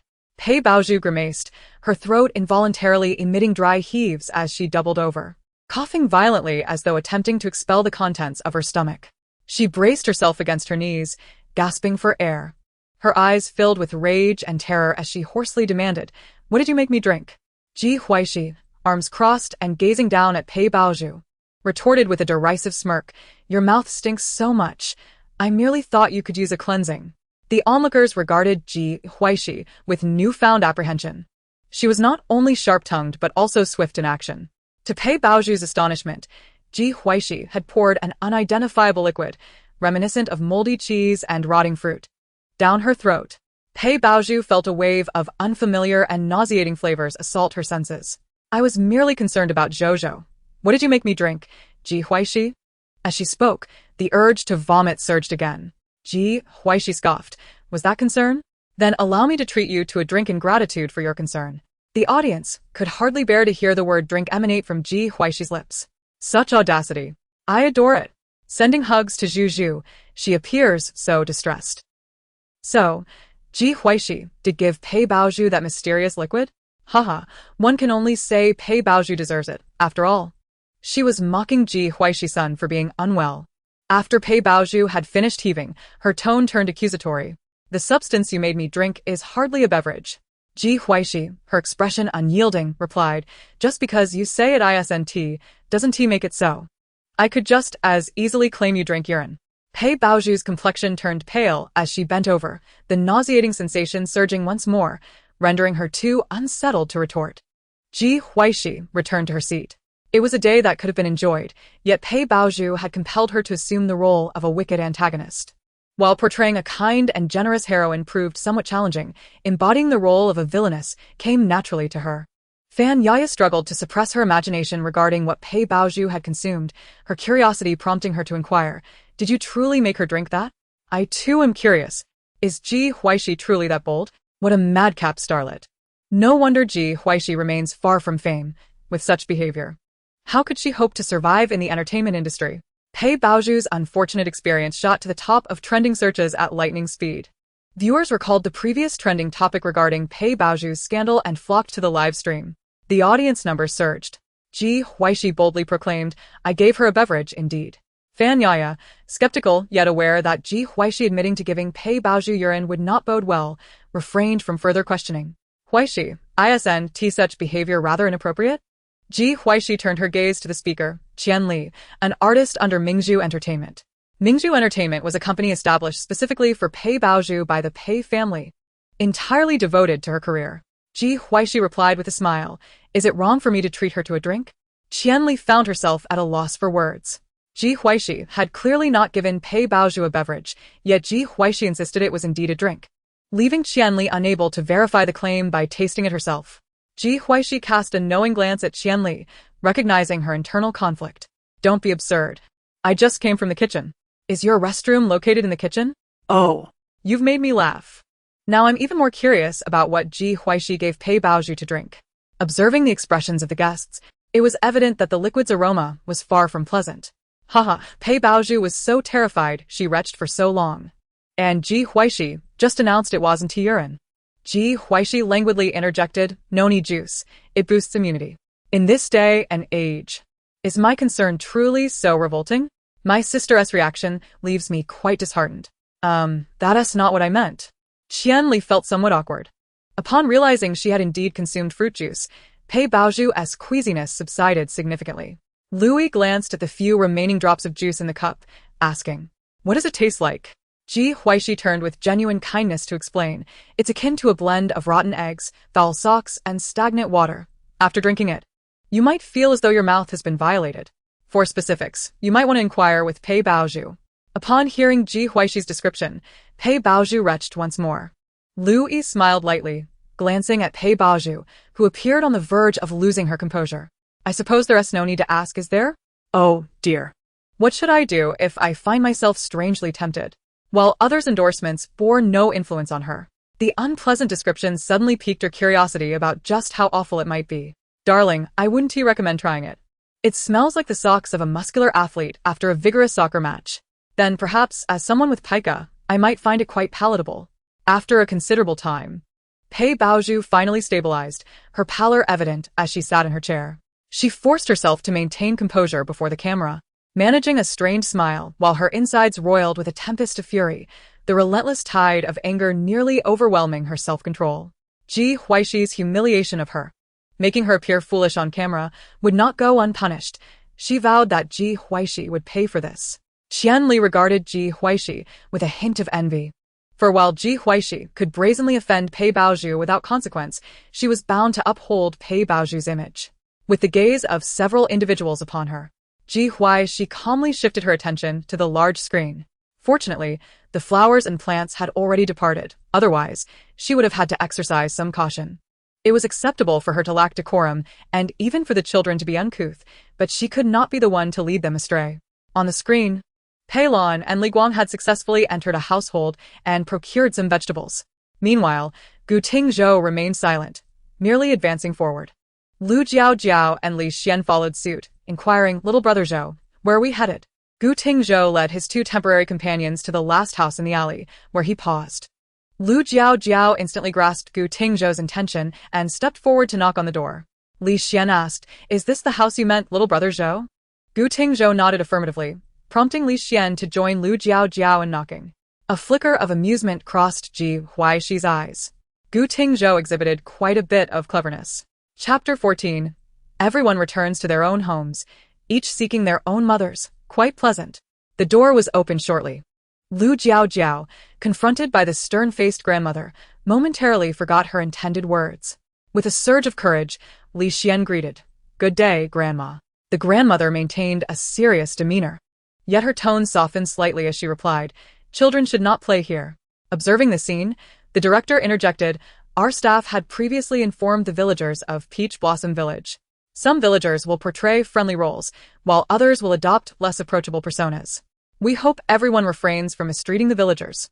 Pei Baozhu, still recovering from the previous events, felt a sense of vindication upon witnessing this moment. She desired Ji Huaixi to be inferior to her in every aspect. So this group of children was indeed rather unfortunate. Oh dear. Gu Tingzhou was merely leading the way blindly, and now they faced such a stern grandmother. When the door opened, the grandmother's serious expression nearly startled even the adults, let alone the children. Perhaps they should switch to another house. Otherwise, all three groups of guests would go hungry tonight. TSK, our Lon had already secured food from 3 households, while Gu Tingzhou was still being denied entry. At that moment, Gu Tingzhou stepped forward. Only then did the grandmother notice him, with his small backpack, and her face instantly transformed into a warm smile. Zhou, what brings you here? Where is your mother? Are you here for ingredients as well?" The rapid change in her demeanor left the onlookers momentarily speechless. What was happening? Had Zhou secured ingredients merely by virtue of his charm? Was he effortlessly garnering the bounty of the yard? This must be scripted. There was surely some underhanded maneuvering at play, and this program was designed to elevate Ji Huaixi and her son. The grandmother was exceedingly kind, even aware that Ji Huaixi could not cook and thus directly provided the ingredients. Ji Huaixi realized why this grandmother seemed familiar. She was one of those who had just been chatting with her at the village entrance. Fan Yiya, witnessing the scene, smirked. "I didn't expect our de Zhuang to win so effortlessly." "Zhou is quite remarkable," Lu Yi remarked, observing Pei Baozhu's displeased expression, turning to compliment Ji Huaixi. Among the two sisters, she favored Ji Huaixi more. Although Ji Huaixi often acted unpredictably, she remained genuine. Who wouldn't envy Ji Huaixi's ability to be herself in the entertainment industry? Ji Huaixi did not indulge in false modesty and smiled. "Zhou is indeed wonderful." The two groups of children saw Pei Lan returning first with Li Guang. Pei Lan's haul was commendable. Yet Pei Baozhu appeared less than satisfied. "Sister, you're incredible. When did you become so familiar with the villagers of Peach Blossom Village? You must have known them beforehand." Pei Baozhu remarked sarcastically. Ji Huaixi replied sincerely, "Indeed, thanks to your mother. I lived in a neighboring village for a time during my childhood. Are you envious?" Initially, she had claimed to be the granddaughter of Grandma Li without any issue. The socially anxious younger sister had been abandoned by Pei Baozhu's mother in South City, only to be picked up by Grandma Li, who lived as a scavenger. Until her passing, after which the younger sister was adopted by another family and moved to North City. Pei Baozhu chuckled awkwardly. "Sister, stop joking." Ji Huaixi retorted. "You can check with your mother for her testimony." The atmosphere in the yard suddenly became tense. However, Ji Huaixi remained unfazed, continuing to observe Gu Tingzhou's performance on the large screen. What an unexpected twist. Suddenly, it seemed there was a reason behind Ji Huaxi's apparent animosity toward Pei Baozhu. Could one truly accept another enjoying the riches and glory that belonged to them for 20 years? I certainly could not. I'm in tears. It's only natural for this sister to turn dark. After all, this was just a small village in South City. To be honest, if I were in Ji Huaixi's shoes, I would be even more unhinged. Pei Baozhu exuded an air of enjoying the luxuries that did not belong to her, while simultaneously dragging the true victim down. What did this have to do with our sister? They were all merely children back then. The principle that misfortune does not befall children hinges on the fact that fortune does not benefit them either. It wasn't until Gu Tingzhou and the other two children returned that the awkward silence in the yard was shattered. Ji Huaixi stepped forward to take the insulated container that Gu Tingzhou was cradling in his arms. Lu Jiao approached Ji Huaixi proudly, declaring, "Beautiful sister. I brought little brother Zhou back safe and sound." Ji Huaixi affectionately pinched her chubby cheek, responding, "Thank you, Jiao." Lu Yi averted her gaze, wondering from whom her daughter had inherited such boldness, as she shamelessly sought praise for a victory that was purely serendipitous. Lu Yi awkwardly added, "Huaixi. It should be Jiao thanking Zhou. Otherwise, she wouldn't have been able to gather so much food so quickly." "Oh yes. I almost forgot to thank little brother Zhou." "Thank you, little brother Zhou," Lu Jiao said earnestly to Gu Tingzhou. Ji Huaixi wore a subtle smile. "Sister Yi, there's no need for such politeness. It's evident that Lu Jiao has been well taught." Fanya chimed in cheerfully. Huaixi. "Thank you, and Zhou this time. Let us share a meal together later." Ji Huaixi politely declined. "What Zhou has brought back is more than enough for the two of us to eat. I will surely try your culinary skills next time." Gu Tingzhou quietly took Ji Huaixi's hand. The director had initially planned for all the guests to cook together and then gather for a chat. However, upon reflecting on the current tense relationship between Ji Huaixi and Pei Baozhu, he quickly abandoned that idea. Each should return to their own homes and seek their own mothers. Quite delightful. As she observed the animated conversation among several individuals, Pei Baozhu bit her lip, and the resentment within her reached a crescendo. She could not comprehend why Ji Huaixi had so abruptly changed. Was it not preferable to remain the naive person she had always been? Chapter 15. A Hidden Task. The following morning, Ji Huaixi opened her eyes to find Gu Tingzhou already awake, yet peacefully lying still, not making a sound. Such a child was difficult for her to find off-putting. Zhou. "Good morning," Ji Huaixi said with a gentle smile. Gu Tingzhou sat up, his cheeks flushed, smiling shyly in response. Seeing their interaction evoked a sense of nostalgia for Ji Huaixi's more serene days before she had become so erratic. The morning light struck her with an overwhelming beauty. Ji Huaixi's wildness often distracted from her inherent charm. After washing up and having breakfast with Gu Tingzhou, Ji Huaixi was preparing to gather when a staff member suddenly presented her with a task card. "Sister Huaixi, there's a hidden task."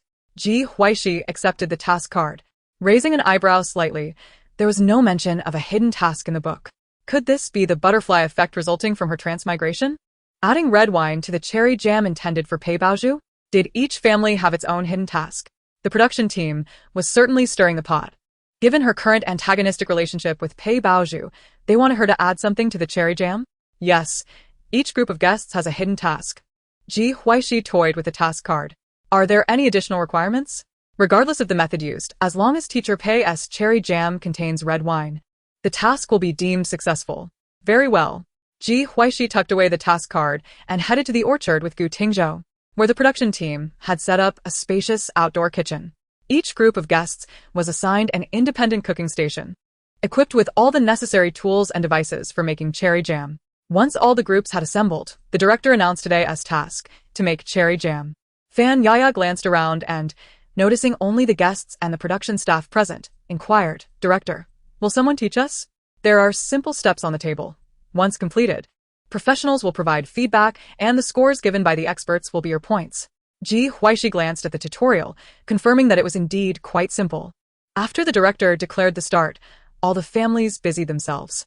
While Ji Huaixi and Gu Tingzhou were washing cherries, Lu Jiao approached. "Pretty sister, Zhou. May I help you?" Ji Huaixi did not refuse. Free labor, though a child, was quite welcome. After the three finished washing the cherries, Ji Huaixi used a pitter to remove the pits, and just then, Pei Lan trotted over. "Aunt Huaixi, my mom needs to see you." Ji Huaixi cast a glance at Pei Lan, who wore a smile tinged with an unmistakable eagerness to please. Though she held some reservations about Pei Baozhu, she would not make things difficult for a child. "I'll go take a look." Pei Lan occasionally glanced back in Ji Huaixi's direction, her face betraying a hint of anxiety and tension. Once assured that Ji Huaixi would not turn back, Pei Lan cautiously sprinkled the powder she held over the processed cherries. "Ha, Ji Huaixi has fallen into a trap, leaving Pei Lan behind. I thought she was clever, but it seems not." Louis' target was also Ji Huaixi, and this round of competition would undoubtedly result in her defeat. Upon seeing Ji Huaixi, Pei Baozhu appeared to forget their past grievances, warmly stating, "Sister, since you've lived here before, you must have experience making cherry jam. I would like to seek your advice." Ji Huaixi smiled and replied, I indeed know how to make cherry jam. Since you've asked, I shall share some secrets with you. A flicker of something unusual crossed Pei Baoju's eyes, yet she maintained her cheerful demeanor. All right. Do not add lemon juice. You may add a bit of honey. With that, Ji Huaixi departed. Pei Baoju watched Ji Huaixi's retreating figure, a cold smirk forming within her. She had suspected Ji Huaixi of harboring ill intentions. Hadn't she previously discovered that lemon juice was essential in making cherry jam? Only to be deliberately misled by Ji Huaixi? It appeared that Ji Huaixi's hidden task was to add honey to her cherry jam. The notion that Ji Huaixi could fulfill her hidden task was utterly fanciful. Returning to her cooking station, Ji Huaixi found that both Lu Jiaojiao and Pei Lan had vanished. Gu Tingzhou pointed at the prepared cherries, tilting his head as if contemplating how to express his thoughts. Adding something else to the cherries? Gu Tingzhou's eyes suddenly brightened, and he nodded vigorously. Ji Huaixi rinsed the cherries once more before proceeding with the tutorial. She actually knows. Oh dear. I can hardly wait to see what unfolds next. Surely Pei Baoju will not be in last place this time. My sister will definitely not be last. The cherry jam making concluded, and the director, accompanied by the judging experts, made their appearance.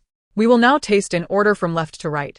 The leftmost position belonged to Pei Baoju, who, at that moment, confidently gazed at the experts behind the director. Compared to traditional cherry jam, the one I am currently tasting contains red wine, adding a layer of complex flavor with a rich purplish-red hue, quite unique. As the expert's commentary continued, Pei Baoju's expression swelled with pride. The expert tasted each jam in sequence. This one incorporates honey, very nice. The floral notes add a different flavor. This chocolate-flavored cherry jam is delightful spread on bread. When the expert reached Ji Huaixi, he remarked, a traditional cherry jam, but it lacks sufficient thickness. After the evaluations, the expert submitted his scores to the director. Without further ado, the director announced, first, congratulations to every group for successfully completing the cherry jam. I will now reveal each group's scores. Ji Huaixi and Gu Tingzhou, 60 points. Haha, Ji's score is barely passing. This is hilarious. This round, my sister will surely win. Stop constantly talking about your sister. There are other contestants too. You're just jealous. Upon hearing Ji Huaixi's score, Pei Baoju's fans grew emboldened. Lu Yi and Lu Jiaojiao, 59. Fan Yaya and Li Xian, 55. Qian Lily and Guang, 54. Pei Baoju and Pei Lan, 52. As soon as the director announced the results, Pei Baoju blurted out, Director, but before she could finish, the director interjected, congratulations to Ji Huaixi and Gu Tingzhou, as well as Fan Yaya and Li Xian, for completing the hidden tasks and earning an additional 10 points. How could this be? My cherry jam does not contain honey. However, your cherry jam contains red wine, while Teacher Ji's task was focused on red wine, not honey. Chapter 16. Someone is last again. Pei Baoju recalled her adopted daughter whispering to her, and only then did she realize Ji Huaixi had schemed against her child. The red wine was something she had willingly added herself. She felt like a fool, completely ensnared by Ji Huaixi's machinations. Pei Baoju suppressed her indignation, vowing that once the recording concluded, she would not let Ji Huaixi off the hook. Someone has yet again come in last. Ji Huaixi, with me around, you'll definitely come in last. I suddenly feel that the recording time for this show is a bit short. Can't we just finish recording all 10 episodes at once? The director secretly breathed a sigh of relief upon noticing that the Pei sisters did not create a scene. As the production team announced the conclusion of the first episode, they also revealed that for the second episode, each family group would need to invite a child's family member to participate in the show. Ji Huaixi lowered her gaze, realizing that the second episode marked the beginning of the original protagonist's misfortune. In the book, the protagonist's brother, Pei Zixian, had proactively mentioned accompanying her to the recording, yet he would intentionally belittle her to highlight Pei Baoju. Pei Baoju even deliberately invited the male lead, Ji Jianyu, who was supposed to be the original protagonist's betrothed. The various antics of these individuals during the show led the protagonist to be perceived online as a shameless woman attempting to seduce her brother-in-law. Regardless of how the protagonist tried to explain herself, it was of no avail. Now, she found herself somewhat anticipating the recording of the second episode. Once the recording concluded, Ji Huaixi took Gu Tingzhou on the nearest flight back to Beicheng. Upon returning to the estate, Ji Huaixi entered the living room to find a handsome man in a casual shirt lounging on the sofa. Ji Huaixi remarked, the elusive Mr. Gu. Aside from the brief encounter when he registered his marriage with the protagonist, Gu Jinji only appeared in the book during a scene where the protagonist was wronged and mistreated by the female lead. Yet now, he was unexpectedly present in the living room. Gu Jinji raised an eyebrow and, with his lips slightly parted, inquired, "Are you the socially anxious and introverted Miss Ji? Or the mentally unstable one?" Gu Tingzhou glanced at his beautiful mother and then at his father on the sofa, understandingly ascended the stairs to wait with the butler. The adult world is truly complex, and he didn't comprehend it. After Gu Tingzhou went upstairs, Ji Huaixi took a seat opposite Gu Jinji. Calmly, she replied, "Social anxiety and introversion are merely my facade. Madness is my true nature." A flicker of amusement crossed Gu Jinji's eyes, suggesting that he had previously failed to see beyond the surface. "Are you here to discuss the dialectical relationship between phenomenon and essence?" Gu Jinji shook his head and directly asked, "Who do you plan to invite as a guest for the second episode? Do you wish to come? My mother has instructed me to accompany you for the second episode's recording." Ji Huaixi was somewhat taken aback. It seemed her transmigration had caused quite the butterfly effect. She hadn't discovered any details regarding Gu Jinji's parents in the original protagonist's memories. Seeing Ji Huaixi in silence, Gu Jinji added, "If it's inconvenient for you, then forget it." Ji Huaixi snapped back to reality. "Not at all. You are Zhou Zhou's father, making your participation entirely appropriate." Gu Jinji attending the second episode would certainly make things intriguing. Observing Ji Huaixi's expectant demeanor, he felt a twinge of confusion. Yet he surmised that even if he asked, she would not provide clarity. "Then I'll take Zhou Zhou back to the old residence." Ji Huaixi gently nodded. "All right." Watching the pair of father and son depart, she mused that this marked her first encounter with Gu Jinji, and it seemed to have been a cordial one. Just as she ascended the stairs to rest, her phone vibrated. Upon seeing the caller ID, her eyes darkened. It appeared trouble was brewing. The original protagonist's mother, Lu Haqin, was a quintessential wealthy lady. After the protagonist was brought back, Lu Haqin, rather than expressing concern for her, felt that her daughter was too submissive and unpresentable, fearing that the protagonist would bring her shame. Upon returning to the Pei family, the protagonist experienced no maternal love, but witnessed the affectionate bond between Lu Haqin and Pei Baozhu. Lu Haqin dreaded that the protagonist would make her beloved daughter feel slighted. Ji Huaixi suppressed her emotions before answering the call. "Why does it take you so long to answer a phone call? Come home at once." Hearing the slightly disgruntled tone on the other end, Ji Huaixi replied nonchalantly. As a person from the mortal realm answering a call from the underworld, it's only natural that it takes a bit longer. Lu Haqin's expression shifted slightly. "Do you have no manners? I am your mother, and you dare to curse me. Truly, a country bumpkin with no refinement." Ji Huaixi retorted. "Isn't it normal for someone raised without a mother to lack manners?"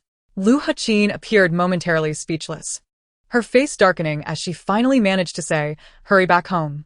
With that, she hung up, fearing that this rebellious daughter might utter something even more unpleasant. She could hardly accept that such a rude girl was her own flesh and blood. If only Baozhu were her biological daughter, so poised and talented, she would uphold her dignity in society and never bring her shame. Leaning on Lu Haqin's shoulder, Pei Baozhu's eyes glimmered with cunning.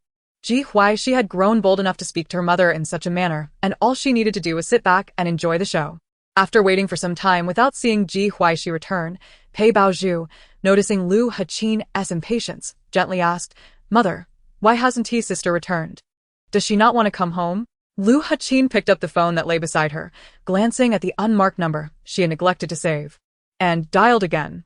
At that moment, Ji Huaixi had already laid down on her bed, deep in slumber. Lu Haqin watched as the call went unanswered, her fury simmering as she dialed repeatedly, only to find each call met with silence.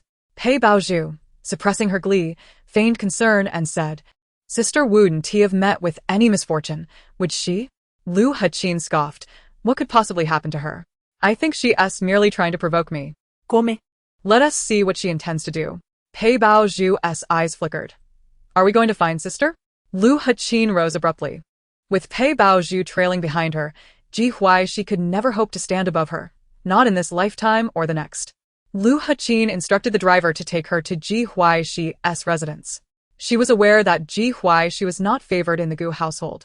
Unable to reside in the main estate, a woman who could not even capture a man's heart was truly worthless. Were it not for Ji Huaixi's potential in terms of a marriage alliance, Lu Haqin would prefer her to remain away from the Pei family. Standing at the entrance of the estate, Lu Haqin and Pei Baozhu were met with a polite refusal from the butler to enter. Lu Haqin's voice rose uncontrollably. How is this possible? I am her mother. The butler maintained a professional smile and replied, Madam, please observe. Lu Haqin followed the butler's gaze, her fury reaching its peak. Chapter 17. Dogs Allowed. Pei Family Prohibited. Beside the entrance stood a sign, boldly inscribed, Dogs Allowed. Pei Family Prohibited. The butler smiled politely, having already warned them discreetly, yet some people were simply obstinate. Lu Haqin felt her breath quicken. How dare Ji Huaixi? She pointed at the sign, demanding, What does Ji Huaixi mean by this? A man standing beside the butler responded with calm assertiveness. It is as follows. Our madam finds dogs quite adorable, and the Pei family, being inferior even to dogs, renders any comparison an insult to dogs. Our madam is currently engaged in penance for having offended dogs. The butler nodded in agreement. Ladies, please take your leave. If you wish to serve as door attendants, you are free to do so. Lu Haqin turned back to the car, her chest rising and falling, her mind flashing to the image of a meek figure standing in the living room, so anxious that she could barely articulate her words. It is difficult for her to associate that timid girl with the events of today. Mom, please don't be upset. Take care of your health. Lu Haqin remarked. You are rather sensible. Do you know what has been happening with your sister lately? Pei Baozhu hesitated before speaking. Sister might simply not want to enter into a marriage alliance. She has feelings for brother Jinyu. What more could she desire if she were to marry Gu Jinji? With the Gu family status and position, if she does not agree to the union, who knows where she might find a means of survival? Jinyu is your fiancé. She shouldn't be harboring such thoughts. Lu Haqin's tone bore a hint of confusion, as if she had forgotten that Ji Huaixi was supposed to be Jinyu's fiancé. Pei Baozhu smiled slightly, recalling Ji Huaixi's gaze towards Ji Jinyu, a peculiar thought blossoming in her mind. Yet, she felt that such behavior would only distress her sister, and in truth, it seemed inappropriate for her sister to still be fixated on brother Jinyu considering she was already married. Lu Haqin furrowed her brow, contemplating for a moment before suggesting, Why not ask Jinyu if he has time to accompany you to the second round of recording? It might help your sister to let go. Pei Baozhu obediently agreed. Recognizing that her mother was right, her sister, Ji Huaixi, was unworthy of such affection towards her man. Upon returning home, Lu Haqin, seeing her husband who had just finished work, unleashed her pent-up frustrations. Darling, do you know how outrageous Ji Huaixi has been? Had I known, I would never have brought her back. Pei Qilin listened to his wife for half an hour, finally discerning the situation. Yet he harbored doubts regarding the truth of her words. That child is introverted. How could she have acted so audaciously? Noting her husband's expression, Lu Haqin retorted, Are you doubting that I'm wronging her? If you don't believe me, just call her. Pei Qilin pressed his lips together, attempting to soothe her. I am not doubting you. I am merely surprised. Dinner time is approaching. Let the housekeeper call Huaixi and ask her to come home for dinner. She is your biological daughter. Any misunderstandings should be clarified in person. Lu Haqin scoffed. Such a daughter, I cannot bear to have. Pei Qilin wrapped his arm around his wife's shoulders, and the housekeeper, receiving his directive, promptly dialed Ji Huaixi's number. Having awakened from a nap, Ji Huaixi was in the living room listening to the housekeeper recount the events that transpired during Lu Haqin's visit. As her phone vibrated, Ji Huaixi, munching on a pear, answered, Return to the Pei residence for dinner? After a good rest, stirring up some trouble might not be a bad idea. Ji Huaixi instructed her driver to take her to the Pei house. Upon entering the living room, she was greeted by a scene of maternal affection. The moment Lu Haqin laid eyes on Ji Huaixi, the smile on her face faded. I have seen your actions on the show. Hurry and apologize to Baozhu. Ji Huaixi seated herself on the sofa and responded, Why should I apologize? If it is because I exposed her as a false daughter who has usurped someone else's place, and she is too ashamed to face it, then I might consider feeling remorseful for a guilty life lost. Beyond that, I cannot conceive of any reason for which I should apologize.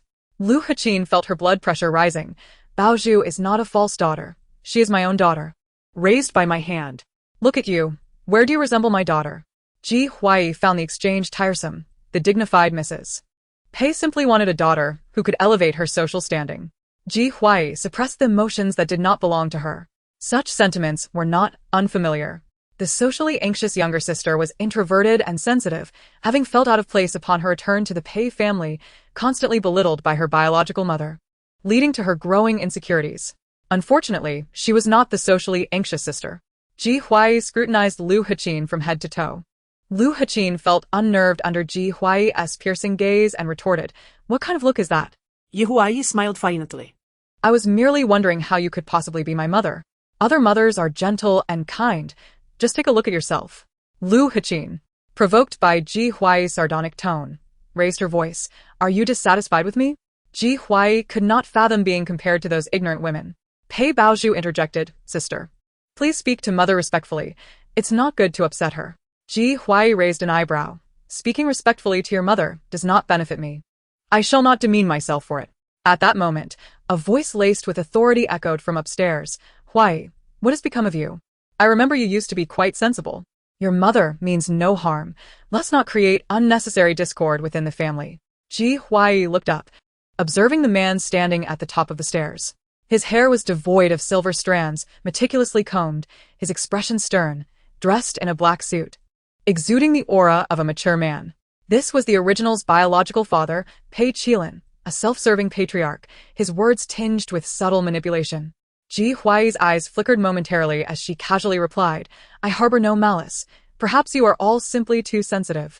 Is your entire family comprised of delicate souls?" Pei Baozhu was taken aback by Ji Huaixi's audacity upon returning home. Perhaps she intended to provoke her parents' attention in such a manner? That could only mean Ji Huaixi had chosen the wrong approach. "Sister, please do not let our quarrel affect Mom and Dad." Pei Baozhu's tone resembled that of coaxing a petulant child. Pei Qilin's expression remained unchanged, yet his gaze deepened with scrutiny. This was the first time he had closely observed his biological daughter's appearance. She had always kept her head down at home. Previously, he had doubted his wife's words. But now he realized he had not understood his own daughter well enough. Pei Qilin descended the stairs, as if nothing had transpired, and said, "Let us eat first. If you have grievances, come to the study after dinner and discuss them with your father." Ji Huaixi raised an eyebrow, amused by his pretense. Chapter 18. Can you cosplay as Yama and have him die at midnight tonight? At the dining table, only the four of them were present, as Pei Zixian and Pei Ziyu were not home. Ji Huaixi surveyed the dishes on the table, aside from the absence of her favorite foods. The three Peis each had one or two dishes they favored. It was quite amusing how the Pei family, from top to bottom, could disregard her existence. The root of the problem ultimately lay with the Pei family members. Pei Qilin, seated at the head of the table, noticed Ji Huaixi sitting far from them and said, "Huaixi, come sit closer. Let us have a good conversation, father and daughter." Ji Huaixi replied, "We should not speak while eating. Shouldn't wealthy families like yours place greater emphasis on etiquette?" Pei Qilin's expression hardened. His patience was limited. This biological daughter repeatedly challenged his authority as the head of the family, showing a lack of understanding. Pei Baozhu chuckled inwardly, recognizing that Ji Huaixi had initially garnered her father's attention but failed to know when to stop, thinking she had become clever, yet she remained foolish. There were only 3 bowls of soup on the table, clearly not enough for her. Ji Huaixi stood up and, under the watchful eyes of the Pei family, walked behind Pei Baozhu and took the bowl of soup placed before her. Lu Haqin scolded, "Ji Huaixi, what do you think you're doing with Baozhu's soup? Why do you insist on doing such shameless things? Are you a starving ghost reincarnated?" Ji Huaixi lifted a spoonful of the soup she had seized and savored it, finding it surprisingly delightful. Perhaps it was true that others' belongings always seemed more appealing. Pei Qilin frowned and remarked, "What is going on in the kitchen? How can there be only 3 servings of soup for 4 people?" Upon hearing her husband's words, Lu Haqin's face changed slightly. Finally realizing that Ji Huaixi had no soup before her, she, adhering to her usual practice, instructed the kitchen to prepare yam and pigeon soup for her husband, a nourishing black carp and goji berry soup for her daughter to alleviate fatigue, and a soup of pork ribs with angelica and red dates for herself to replenish her vitality. It was all the fault of Ji Huaixi's unexpected return for dinner, which made her appear biased. Lu Haqin gently suggested, "Zhu, why not have my portion? It's no big deal. I'll find time to speak with the kitchen about it." Pei Baozhu's fingers, which had been resting beneath the table, subtly contracted, yet she wore a smile as she replied, "Mom, you have it. I'm just not in the mood for soup today." Lu Haqin felt a wave of satisfaction. After all, her daughter was truly understanding. Pei Qilin glanced at his wife and echoed her sentiment, "Then let us eat." Ji Huaixi, sipping her soup, observed this harmonious family tableau. Such scenes were not unfamiliar to her. The dining table lacked the dishes favored by the socially anxious younger sister, and the individual portions of soup did not include hers. Just as Pei Qilin raised his chopsticks to pick up some food, he realized that the dish in front of him had been moved away. His chopsticks hovered in midair. Ji Huaixi had shifted the food to her own side, her space brimming with the Pei family's preferred dishes, while theirs remained barren. It seemed that in affluent households, the spacious round dining tables had their advantages. Otherwise, it would be impossible for her to relish the 3 dishes they adored all alone. Ji Huaixi at rapidly. Yet her dining etiquette was ingrained in her very being, blending elegance with a touch of casualness. Pei Qilin set down his chopsticks, irritated Ji Huaixi. Ji Huaixi, too preoccupied to even cast a glance at the patriarch seated at the head of the table, continued to consume her meal. In the past, her work had demanded such intensity that her mealtimes were forcibly carved out amidst social obligations. Now, as she sought to slow down, it required a period of adjustment. Whether it was shock or indignation, the trio from the Pei family could only watch in disbelief as Ji Huaixi devoured her food. After finishing her meal, she kindly returned the dishes to the Pei family, saying, "I'm done. You may eat now." The expressions on their faces were a mix of exasperation. Who would want to eat leftovers? Pei Qilin slammed his chopsticks down on the table. "Come with me to the study." Ji Huaixi remained seated, observing their reluctance to eat her leftovers. "If you have something to say, feel free to do it here.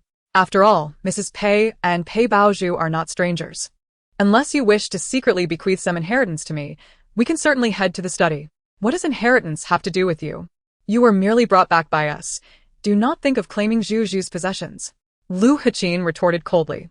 Hearing Lu Haqin's baffling remarks, Ji Huaixi's lips curled into a smirk. "So, you two are hoping for Pei Qilin's demise to divide the inheritance? Could you perhaps play the role of the underworld king and ensure he meets his end at the stroke of midnight? Then we could claim the inheritance at dawn." "What nonsense are you spouting?" "Darling, I meant no such thing." Pei Baozhu, witnessing the chaotic scene, felt a surge of satisfaction. Yet she knew precisely what she should say at that moment. "Sister, how can you curse Dad? Everything in this household belongs to him. We shouldn't covet his belongings."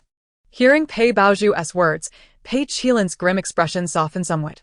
Although blood ties were significant, they seemed less so in this moment. It was preferable for his daughter to be less of a worry. Ji Huaixi spoke in a cold tone laced with seduction. "Shouldn't and can't are 2 different things. Just think, if you were to inherit the Pei family's fortune, would it matter whether you were a true heiress? In the entertainment industry, who would dare to look down upon you for not being a genuine heiress? You could do as you please, without any constraints. How wonderful." Pei Baozhu, fully aware of Ji Huaixi's ulterior motives, found herself unable to resist the allure of her cold voice, allowing her imagination to wander. Ji Huaixi's words seemed to hold some merit. However, upon meeting her father's gaze, she instantly regained her clarity. Ji Huaixi intended to harm her. "Sister, I already have more than enough. I will not take what is not mine." Pei Baozhu's voice was firm, her expression serious. Pei Qilin's face hardened. "Enough. I once thought you were well behaved. It appears I was mistaken. Since you are my biological daughter, then behave properly with Zhu in the program and refrain from actions that would tarnish the Pei family name." Ji Huaixi picked up a napkin to dab at her mouth. Pei Qilin's purpose in summoning her for dinner had finally been unveiled. If they wanted her to play along in their family charade, they would have to pay a hefty price. She mused that if they begged her on their knees, she might consider it. Ji Huaixi deliberately uttered words that further darkened Pei Qilin's countenance. The Pei parents valued their reputation above all, and her words were undoubtedly a direct affront. Yet what did it matter? As long as she felt content, that was sufficient. Pei Qilin slammed his hand on the table. "You've learned bad habits outside. Since you lack understanding, you'll learn some decorum at home. Butler, take the second young lady to the attic for reflection." Pei Baozhu trembled slightly at the mention of learning decorum, but the thought of Ji Huaixi being punished filled her with anticipation. It was indeed time for her to learn some manners, otherwise, she would only embarrass herself outside. Lu Haqin coldly concurred. Ji Huaixi, seeing several maids following the butler, remained undaunted. If they intended to resort to force, they should not blame her for her lack of civility. Chapter 19. Gu Jinji shattered her preconceived notions of domineering male leads in novels. Ji Huaixi observed the approaching figures and swiftly darted behind Lu Haqin. seizing a plate of braised ribs from the table and poured it over Pei Qilin's meticulously styled hair. The viscous red liquid cascaded over his well-groomed locks, and the dining room fell into a stunned silence. The butler and maids froze in confusion. Ah! Lu Huaixin's shriek pierced the air. The curry sauce dripped down her head, its repugnant color and texture rendering her utterly unable to cope. Pei Qilin exploded in fury. What are you standing there for? Seize her. The butler and maids wasted no time, rushing towards Ji Huaixi. Just as Pei Baozhu thought she had narrowly escaped disaster, she sensed the danger as Ji Huaixi, clutching a bottle of red wine, swiftly maneuvered behind her. Ji Huaixi gripped Pei Baozhu by the neck, declaring, "If you come any closer, I might just try opening this wine bottle with your head." Pei Baozhu froze in place, terrified of Ji Huaixi's madness. The butler and maids found themselves in a quandary, hesitating at a distance. Ji Huaixi, what do you intend to do? Pei Qilin ground his teeth, his face as dark as the bottom of a pan. Nothing much. My life feels threatened. Is it unreasonable to resist? I understand that weakness invites punishment. Let go of Zhu Zhu. She is your sister. Lu Huaixin, battling her own nausea, glared fiercely at Ji Huaixi. Ji Huaixi scoffed. Do you think I'm a fool? Release her, so you can take her place as a hostage? Pei Qilin's expression turned frigid. Seize her, and take her to the attic. If you dare harm Zhu Zhu, I won't hesitate to turn against my own kin and send you to prison. Receiving clear orders, the butler and maids advanced. Bang! The wine bottle crashed onto the glass turntable, shattering and sending red wine splattering like blood. The table, chairs, floor, and the terrified Pei couple were all flecked with crimson. Aya! A terrified scream drew everyone's attention. Pei Baozhu, witnessing shards of glass flying towards her, struggled desperately. She did not want to be disfigured. Ji Huaixi calmly picked up a plate to shield herself from the fragments. Pei Baozhu had just begun to relax when the damp sensation in her trousers jolted her back to reality. Ji Huaixi had spilled food all over her. Oh, dear. A grown adult wetting their pants. Ji Huaixi scoffed. The restaurant lay in disarray. Pei Qilin could no longer contain his frustration. Is it really so difficult to capture a single person? Just as the butler and others were about to take action, a magnetic voice resonated from the doorway. I suggest you refrain from making any moves. The newcomer, clad in casual attire, possessed high cheekbones and a sharply defined jawline. His forehead was smooth and full, while his deep-set eyes were perfectly proportioned to his face. With lips of moderate fullness, the corners of his mouth curled slightly, exuding a hint of mockery. Ji Huaixi turned, her brows arching in surprise. What brings Gu Jinji here? She pondered. Where had the 20 capable bodyguards she arranged, all standing at 185 centimeters, disappeared to? Gu Jinji, assuming Ji was at a disadvantage, surveyed the scene and realized his presumption was misguided. Which red-haired character is Mr. Pei portraying? My apologies, but I hardly recognize him. And Mrs. Pei, does your head also suffer from diarrhea? It appears rather unpleasant. I've heard that your Miss Pei has a penchant for filth. Perhaps she could assist you in tidying up, achieving two objectives with one effort. Ji Huaixi couldn't help but laugh, suppressing her amusement unless she absolutely couldn't. Gu Jinji shattered her stereotypical image of a domineering character from a novel. Pei Qilin's expression darkened, yet he was compelled to respond politely. Jinji is jesting. Our family has encountered a minor mishap. Gu Jinji shot him a glance. Ah, a mishap? I had thought your tastes were rather unique. Observing the unfolding drama, Ji Huaixi interjected, we won't judge your sordid preferences. Don't hide behind the guise of a mishap. Just admit it boldly. Gu Jinji subtly smirked, as Ji seemed to stoke the flames, as if eager to incite Pei's family further. Pei Qilin felt as though he had exhausted his patience for a lifetime in just one day. If he could, he would have preferred not to have invited Ji Huaixi for dinner. Mr. Pei, is there anything else? If not, I shall take my wife home. Pei Qilin replied. You are my son-in-law, Jinji. There's no need for such formality. You may address me as Dad as Ji does. Ji Huaixi nearly regurgitated her meal at the sight of Pei Qilin's sycophantic demeanor. Releasing Pei Baozhu, she strolled leisurely towards Gu Jinji. Only when she reached his side did he speak. When has my wife ever called you father? You are not even on the same household register. The head of the Pei family held a respectable position. He should not assume he could claim my wife as his daughter simply because I am a powerful husband. After Gu Jinji finished speaking, he sauntered outside. Ji Huaixi needed no prompting from him. She naturally walked alongside him. The Pei family watched the pair depart, and Pei Qilin's anger could no longer be contained. How could Gu Jinji have arrived? When had his relationship with Ji Huaixi become so amicable? As his words hung in the air, Lu Haqin and Pei Baozhu were equally bewildered. They too were in the dark. Pei Qilin glared at his wife. You must not show such favoritism. Ji Huaixi is your biological daughter. I expect you to manage this household properly, rather than allowing it to descend into chaos. Husband, I will treat Huaixi well. Do not be angry. You go upstairs and take a shower, and I will tidy up the dining room, Lu Haqin said, her tone softening. Having been the Pei matriarch for decades, she understood her husband's temperament. He could tolerate minor foolishness, but when it came to interests, her good husband was capable of any deed.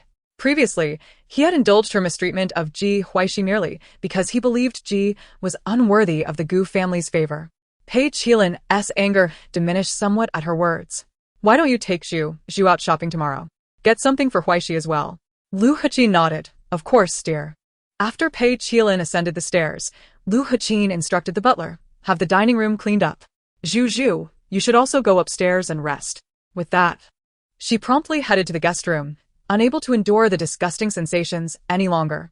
After marrying Pei Qilin, she had lived in luxury for decades. This was her first experience of such disgrace. Ji Huaixi bore no resemblance to her daughter. She felt more like a debt collector. The thought of having to appease Ji Huaixi was even more distressing. How could Gu Jinji support a rural girl? There had to be something amiss. Chapter 20. That dreadful flyer that dims one's vision? Pei Baozhu observed the dining room, left in chaos with only the busy servants remaining, and felt a surge of crisis as she recalled the earlier events. Her father had started to pay attention to Ji Huaixi due to Gu Jinji's arrival. Did that mean her scheme to marry Ji Huaixi off would ultimately benefit Ji? She was equally perplexed as to why Gu Jinji would come to the Pei household for Ji Huaixi. Did Ji Huaixi no longer harbor feelings for brother Jinyu? With a heavy heart, Pei Baozhu returned to her room. After some contemplation, she dialed a video call.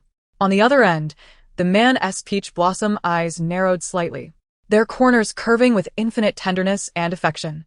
His gaze sparkled like the surface of a spring lake, deeply fixated on the girl on the other side of the screen, as if all the beauty of the world converged in that moment. Zhu, what has happened? You look quite unhappy. Feel free to share with me, he said, his voice warm, laced with concern. Pei Baozhu gazed at the man who still captivated her heart, her grievances spilling forth. Brother Jinyu, I miss you so much. When will you return to the country? My sister despises me for taking you. It's all my fault.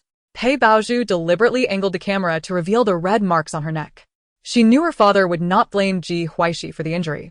Not unless there was evidence proving Ji was not valued in the Gu household.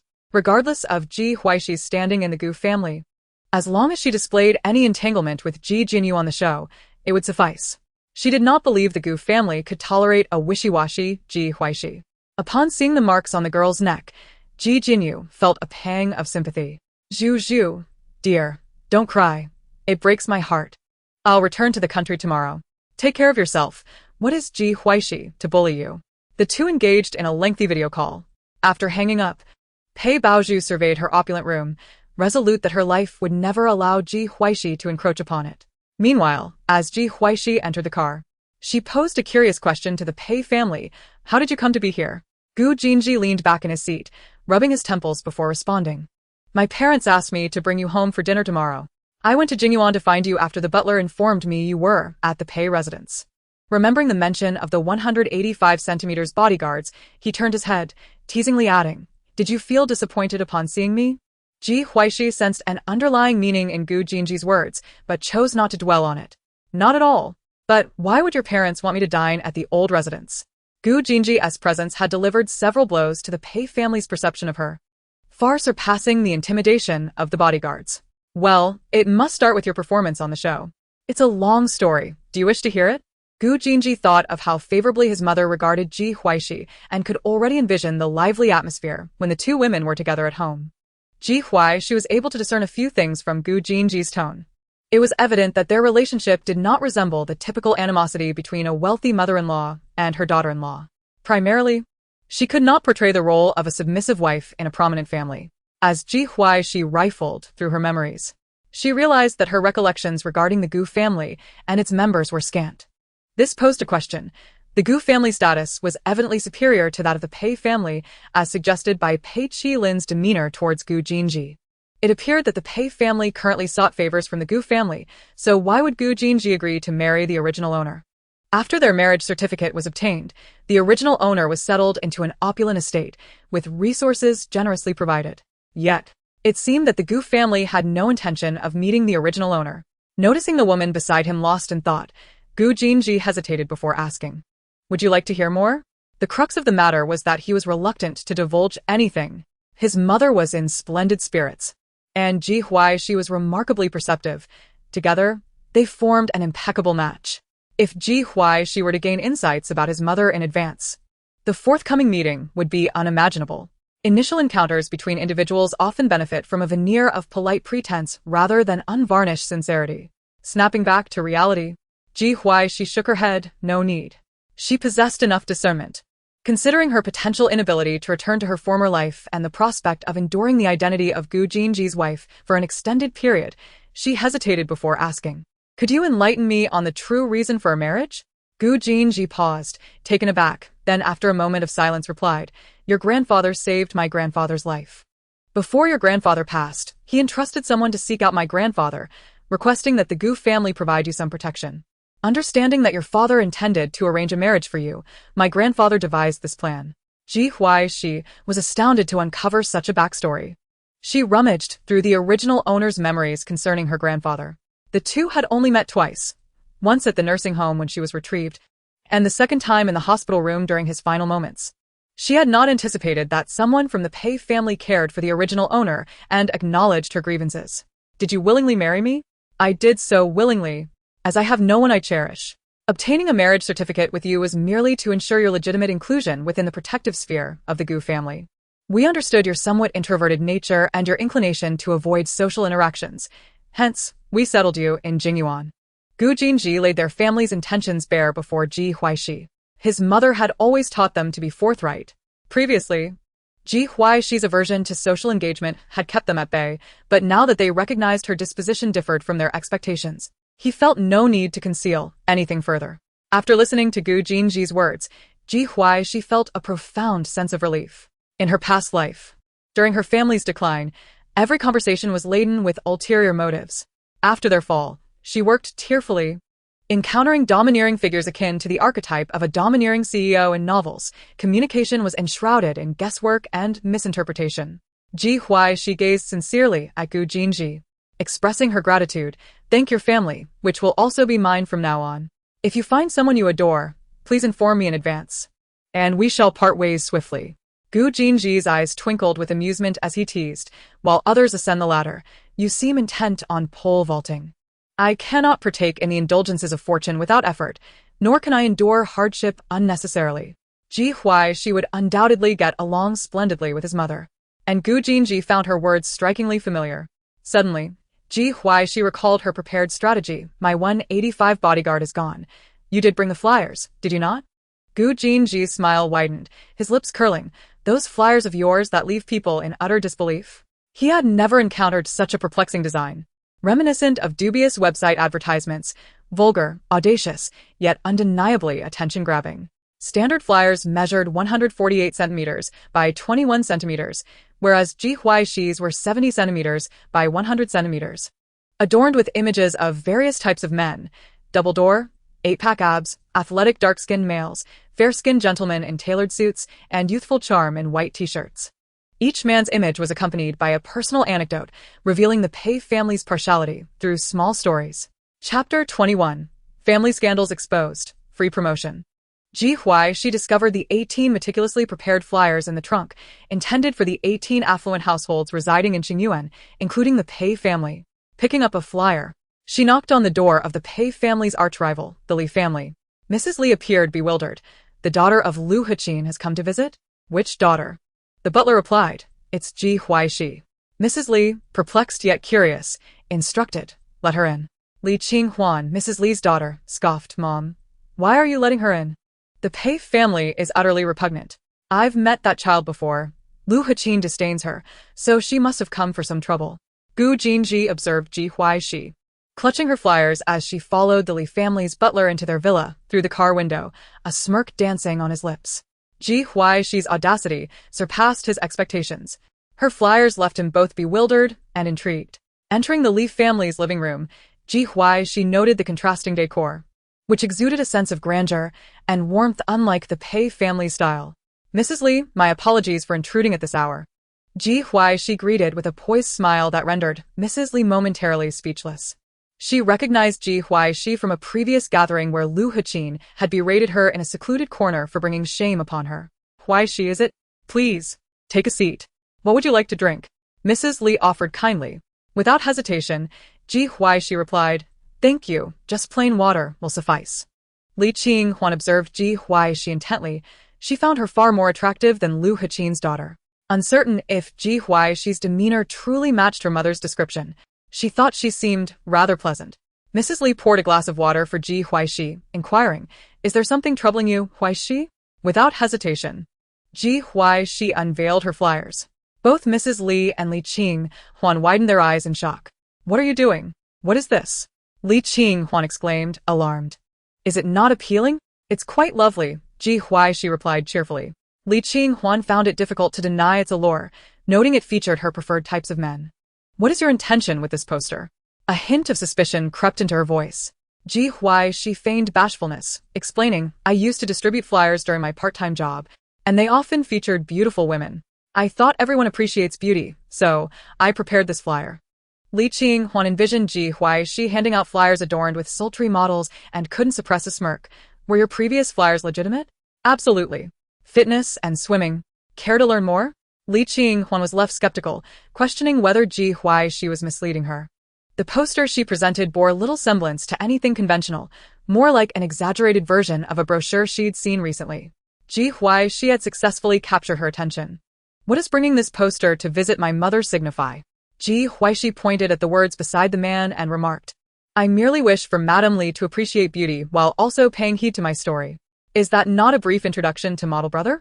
Li Qinghuan blurted out before quickly retracting, realizing her mother was seated nearby. "Mom, did you hear my feeble defense?" She truly had not clicked on Model Brother's profile and was unfamiliar with such matters. Madame Li squinted her eyes slightly and gently said, "Darling, we shall discuss life later." Li Qinghuan's smile stiffened, conveying that some aspects of life need not be discussed, as they had already reached their conclusion. Mommy. "Let's delve into the story that sister, Huaixi, mentioned." Madame Li cast a sidelong glance at her meek daughter and accepted the poster from Ji Huaixi's hands. Li Qinghuan leaned in closer. After the mother-daughter duo finished reading the first short story, Madame Li's eyes grew misty. "My dear child, you have truly suffered." Li Qinghuan, Filled with indignation, clenched her fists, expressing her disdain for the Pei family, except for her mother. How could one deny their own biological daughter a household registration just to provide for an adopted child? Moreover, one would go so far as to humiliate their own flesh and blood, promoting their biological daughter as merely an adopted child. Ji Huaixi lowered her head, wiping away non-existent tears of sorrow. "I did not intend to disturb you. It was merely that my father orchestrated a marriage alliance that ensnared the Gu family. Yet, I am aware I cannot proceed in such a manner. To prevent others from perceiving me as ungrateful for turning against my family, I must convey my story in this manner. Today, upon returning home, the kitchen would not even grant me a sip of soup, which I had hoped would satiate my hunger." To the ears of Madame Li and her daughter, this implied that the Pei family was coercing Ji Huaixi into unsavory actions, and upon her refusal, they intended to deprive her of sustenance. Madame Li's eyes reddened further. "Good child, in the future, if you wish for anything to eat, just tell Auntie. While I may not be able to cook, I can certainly have the kitchen prepare something for you." Li Qinghuan interjected, "The Pei family is utterly excessive. Pei Baozhu has usurped your identity and flaunts it daily, shamelessly." Even the usually good-natured Madame Li could not help but agree. "Indeed, that child is excessively outrageous." Ji Huaixi softly replied, "You need not feel sorrow for me. Your kindness overwhelms me, making me uneasy. I do not wish for anyone to misunderstand my intentions. Nor do I wish to engage in actions that would betray the Gu family merely to gain my parents' affection." Madame Li spoke tenderly. "Silly child. How can you be so understanding, especially when your parents treat you this way?" The tactics of the green tea BTCH were both effective and useful. She transcribed all the grievances endured by the original owner. If the Pei family sought to manipulate her, they would only find themselves grasping at loneliness. In the future, when she retaliated against the Pei family, others would merely perceive it as a response to her past suffering, thus rendering her reputation intact. Every household has its own share of grievances. Affluent families are not exempt from disputes and enmities, yet they prefer to handle their affairs behind closed doors. By airing her family's dirty laundry publicly, she provided free publicity that might provoke the Pei parents into a fit of rage, potentially leading to dire consequences. After exiting the Li household, Ji Huaixi continued her visits to the residence of Qingyuan. Once concluded, she hastened back to the car. Gu Jinji, who preferred to accompany her rather than watch the drama unfold, handed Ji Huaixi a bottle of opened mineral water. Is it over? Are you planning to sever ties with the Pei family completely? Ji Huaixi, parched and grateful, accepted the life-giving water from Gu Jinji's hand and drank half the bottle in one go. It's merely about tearing apart the Pei family's hypocritical facade. Chapter 22. Such a hard mouth, it should be soft when kissed. After several washes, the Pei couple finally found themselves in bed together. Just as they prepared to sleep, they simultaneously received messages from friends. How is it that your family's affairs have become common knowledge both inside and outside the circle? You let the child you retrieved enter into a marriage alliance, and now you expect her to ensnare the Gu family? The Gu family is not to be trifled with. Mrs. Pei, tomorrow's gathering is cancelled. In families like ours, even if we dislike a child, we must maintain appearances. It is not as if we cannot afford to. Both spouses felt puzzled upon reading the messages, but instinctively thought of Ji Huaixi. Sir, madam, Miss Ji has something she wishes to present to you now, the butler said nervously as he knocked on the door. The events of the day had been overwhelming, leaving even him, the steward, feeling anxious. Lu Haqin exchanged glances with her husband, rose to open the door, and accepted the package from the butler's hands. Pei Qilin furrowed his brow. What does Ji Huaixi want to send us a poster for? What trickery is she up to now? Suddenly recalling his friend's warning, he opened it to take a look. Initially, both were captivated by the array of handsome men depicted, but soon their expressions darkened as they read the accompanying text. As their faces grew increasingly grim, Pei Qilin ordered someone to investigate what had transpired. Upon receiving the results, Pei Qilin's countenance darkened to an extreme. When did I instruct her to target the Gu family? This ungrateful daughter intends to ruin me? Lu Haqin, recalling how the socialites would now regard her with judgmental eyes, began to feel ill at ease. Before Ji Huaixi returned, her family had been harmonious, with her eldest son thriving and her youngest, though a bit unruly, being quite considerate. Their only daughter excelled in the arts and was very thoughtful. These attributes had been her pride within the social circle. And now they had all been shattered by Ji Huaixi. Darling, why did you bring her back? How much better it would have been if we had not. Lu Haqin's words dripped with resentment. At that moment, Pei Qilin began to question whether his decision to retrieve Ji Huaixi upon discovering that Pei Baozhu was not his biological daughter had been wise. He had believed Ji Huaixi to be easily manageable, perfect for a marriage alliance, only to realize he had misjudged her. You need not concern yourself with Ji Huaixi tomorrow. I am quite curious to see how she fares against the Gu family without her maternal family's support, Pei Qilin stated coldly. Lu Haqin was more than willing to avoid the need to appease Ji Huaixi and nodded in agreement with her husband. The Gu family would surely not favor a rural girl like Ji Huaixi who lacked any semblance of refinement. The following morning, Ji Huaixi boarded a car heading to the Gu family's ancestral home. She observed Gu Jinji, who was driving, feeling a hint of excitement. I think I should buy some gifts to present to our parents. What do you think? Gu Jinji glanced at her with a hint of amusement in his eyes and remarked, Isn't it typical for an ugly daughter-in-law to feel nervous when meeting her in-laws? Has your nervousness been devoured by a dog? Ji Huaixi flashed a bright smile. My mom is just as cheerful at home. We haven't even met yet. Yet this uncanny rapport between us sends chills down my spine. Aren't mother-in-law and daughter-in-law supposed to be natural adversaries? Ji Huaixi smirked. Firstly, I am not ugly, and secondly, I believe our mother will surely cherish me. Gu Jinji replied, That is merely your illusion, a figment of your imagination. It is certainly not your intuition. Ji Huaixi turned to look at the driving Gu Jinji, who, with his buzz cut, epitomized the standard of a handsome man. His looks would rank amongst the best in the entertainment industry. However, he had a hard mouth. It should be soft when kissed. What is our grandfather like? What does our mother appreciate? What does our father enjoy? How many of us are there in the family? Ji Huaixi felt a surge of fondness for the Gu family members who were willing to rescue the original owner. The original owner's grandfather had merely requested the Gu family to watch over her, and for the Gu family to extend such kindness was indeed remarkable. Gu Jinzes lazily smiled. I've placed the gift in the trunk. Your grandfather isn't home. He left for a trip a month ago. Your return was a spontaneous decision arranged by your mother. And your grandfather won't be back in time. The Jingyuan is a meeting gift from him. Your father enjoys playing chess, while your mother has a plethora of interests. Possessing the same discerning eye for beauty as you do. You have 3 elder brothers. The eldest, Gu Tingji, is married and widowed due to a secret mission. He is the biological father of our son. The second brother, Gu Yiji, resides abroad, proficient in making money, but is married and childless. The youngest, Gu Yenji, is also overseas, dabbling in the entertainment industry, remaining unmarried and without children. After listening to the circumstances of the Gu family, Ji Huaixi slowly remarked, You are indeed going to introduce them. Is being childless as I envision it? You can be entirely confident in your imagination, Ji Huaixi replied. This shouldn't require much imagination. The distinction between childless and not yet pregnant in Chinese is quite clear. At the Gu family's ancestral home, Gu Mu's eyes sparkled with astonishment as she beheld the girl stepping out of the car. Dressed in a light green qipao, the girl possessed striking phoenix eyes, exquisite features. And her long black hair was styled into a floral bun, with a few stray locks adding a touch of effortless beauty. The upturned corners of her mouth radiated warmth, making it difficult for anyone to look away. Gu Jinzes exited the vehicle, retrieving the prepared gift from the trunk. Approaching Ji Huaixi. He intended to play the role of the introducer, only to find the 2 women already embraced.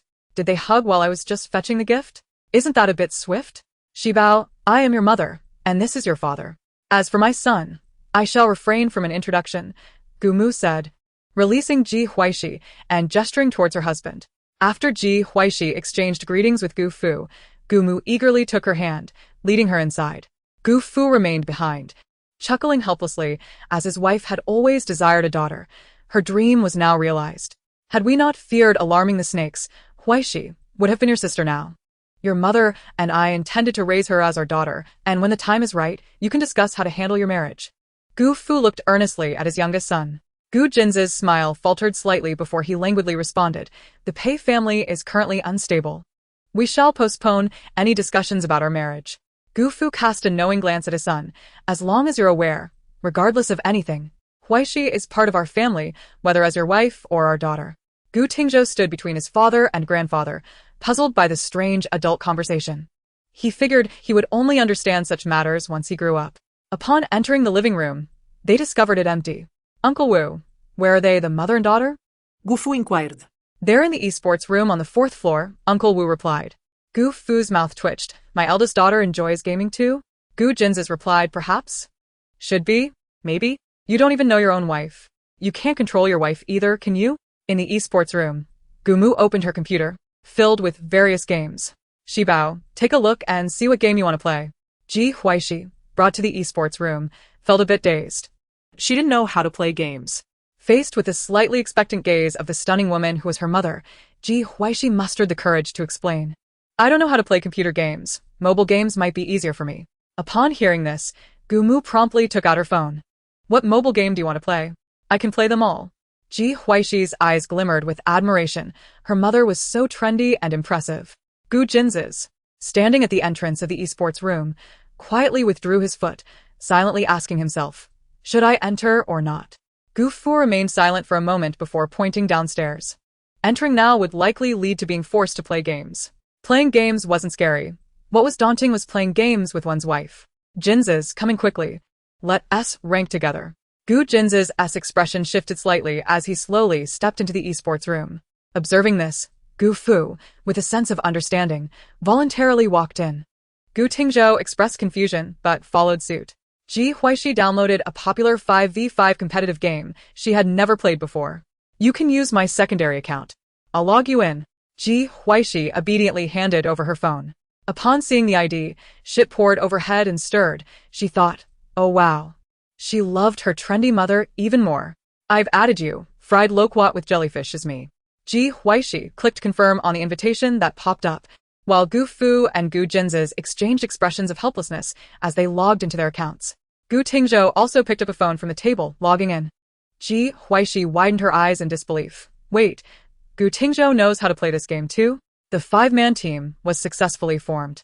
Ji Huaixi observed the usernames AAA Fruit Wholesale Boss, AAA Building Materials Wholesale Old Goo, and AAA Cool since age 4. Well, Isn't this a case of birds of a feather flock together? Gu Jinzes smiled faintly, gently explaining, our mother prefers names that are excessively trendy. Gu Mu cast a sidelong glance at her youngest son. Don't think I don't know that excessively trendy means tacky. Hurry up and start. Xiao Zhou can only play for an hour, so let us not waste my precious time with idle chatter. Mom, you're the host. Oh, I forgot.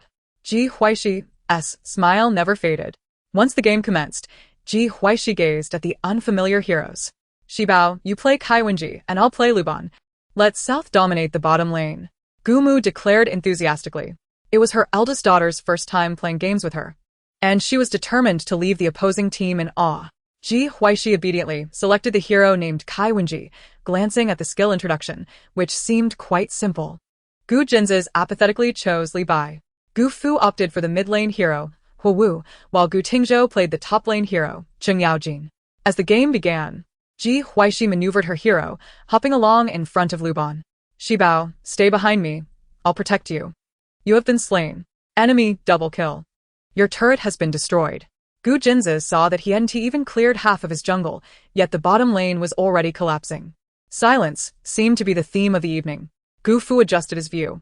His wife hadn't even cleared any minions, charging headlong with their daughter. It perfectly illustrated the idea of wanting to fight but only receiving blows. Shibao, run. I'll cover you with my life. I can die, but you must live. I can choose to die with you, Ji Huaixi murmured as the screen turned black. Can you three AAA come to assist? Mom. Even the fishmonger in the market can kill better than us. At 10:15, both mothers had died 5 times each, while the 3 AAA players had each slain the enemy 5 times. Gu Jinzes watched his mother, who had wandered off, feeding a jungle monster with Kaiwenji. Unable to suppress his urge to speak, feeding a monster is its blessing. Ji Huaixi felt a bit embarrassed, but pretended not to hear.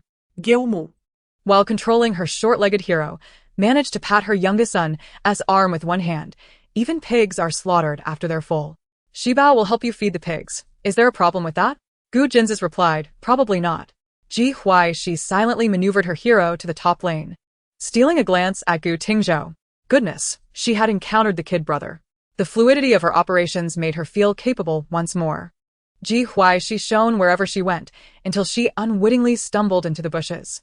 Gu Tingzhou looked up at his stunning mother, who wore an expression of resignation, as if prepared for death. It turned out that his beautiful mother, like his grandmother, was both inexperienced and eager to play. What was this? Was Kaiwenji hiding in the grass, observing the enemy jungle, marksman, and mage engaging in a dragon fight? Could it be that his beautiful mother harbored intentions of stealing the dragon? Gu Jinji noticed too, and was eager to caution her, but feared that his reminder would provoke Ji Huaixi to emerge. Unbeknownst to Ji Huaixi, the dragon's health was dwindling.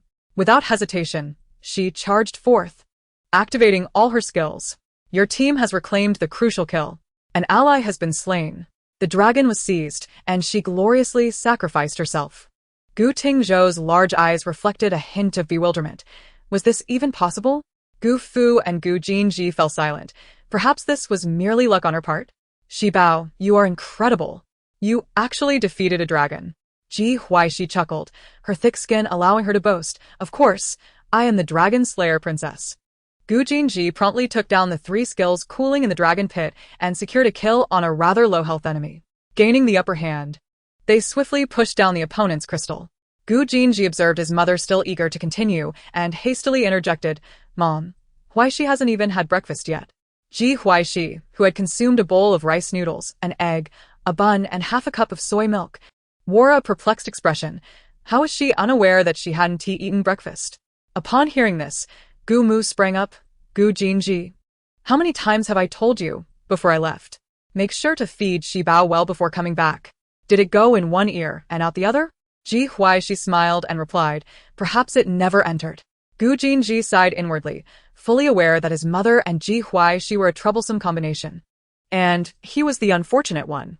Take Shibao around the house while I prepare something to eat, Gu Mu instructed, pulling Gu Tingzhou and Gu Fu to assist her.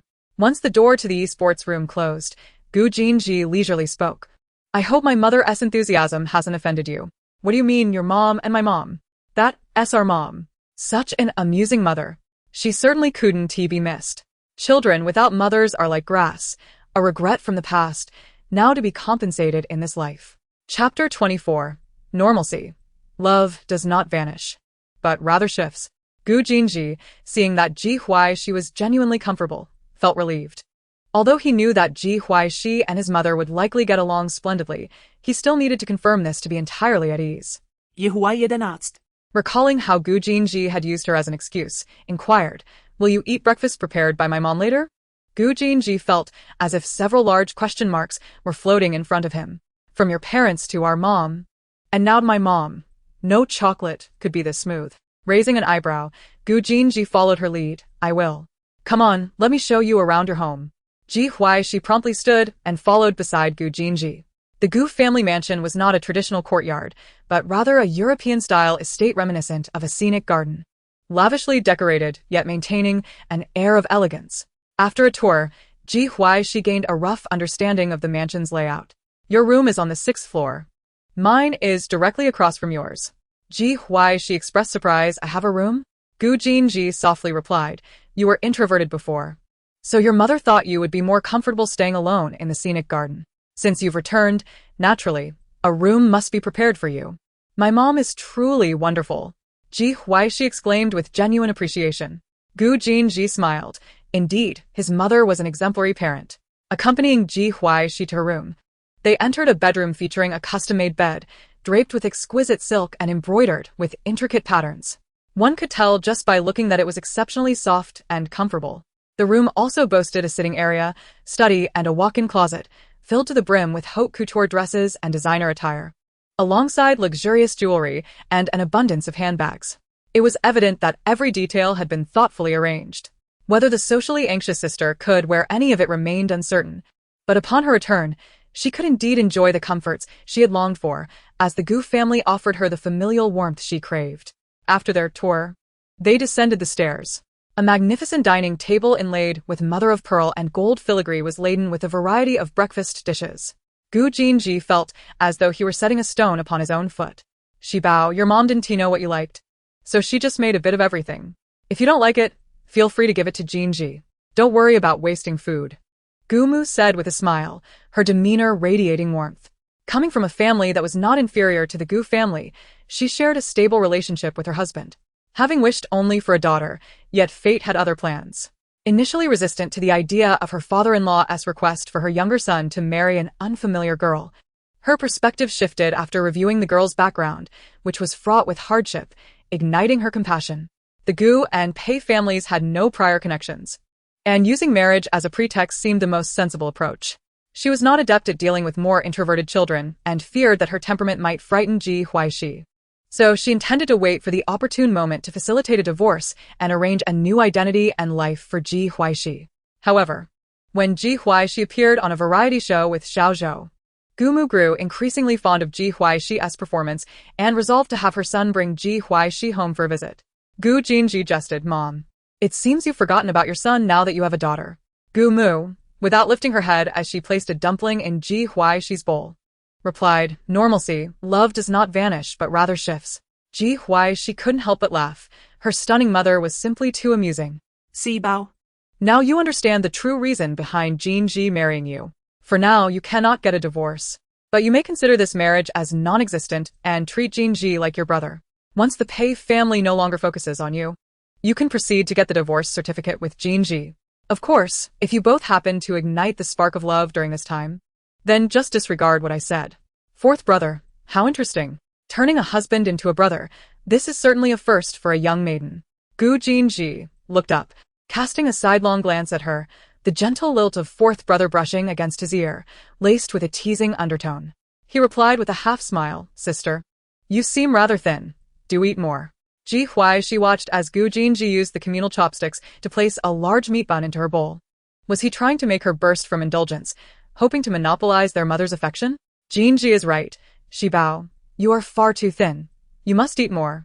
Thank you, fourth brother.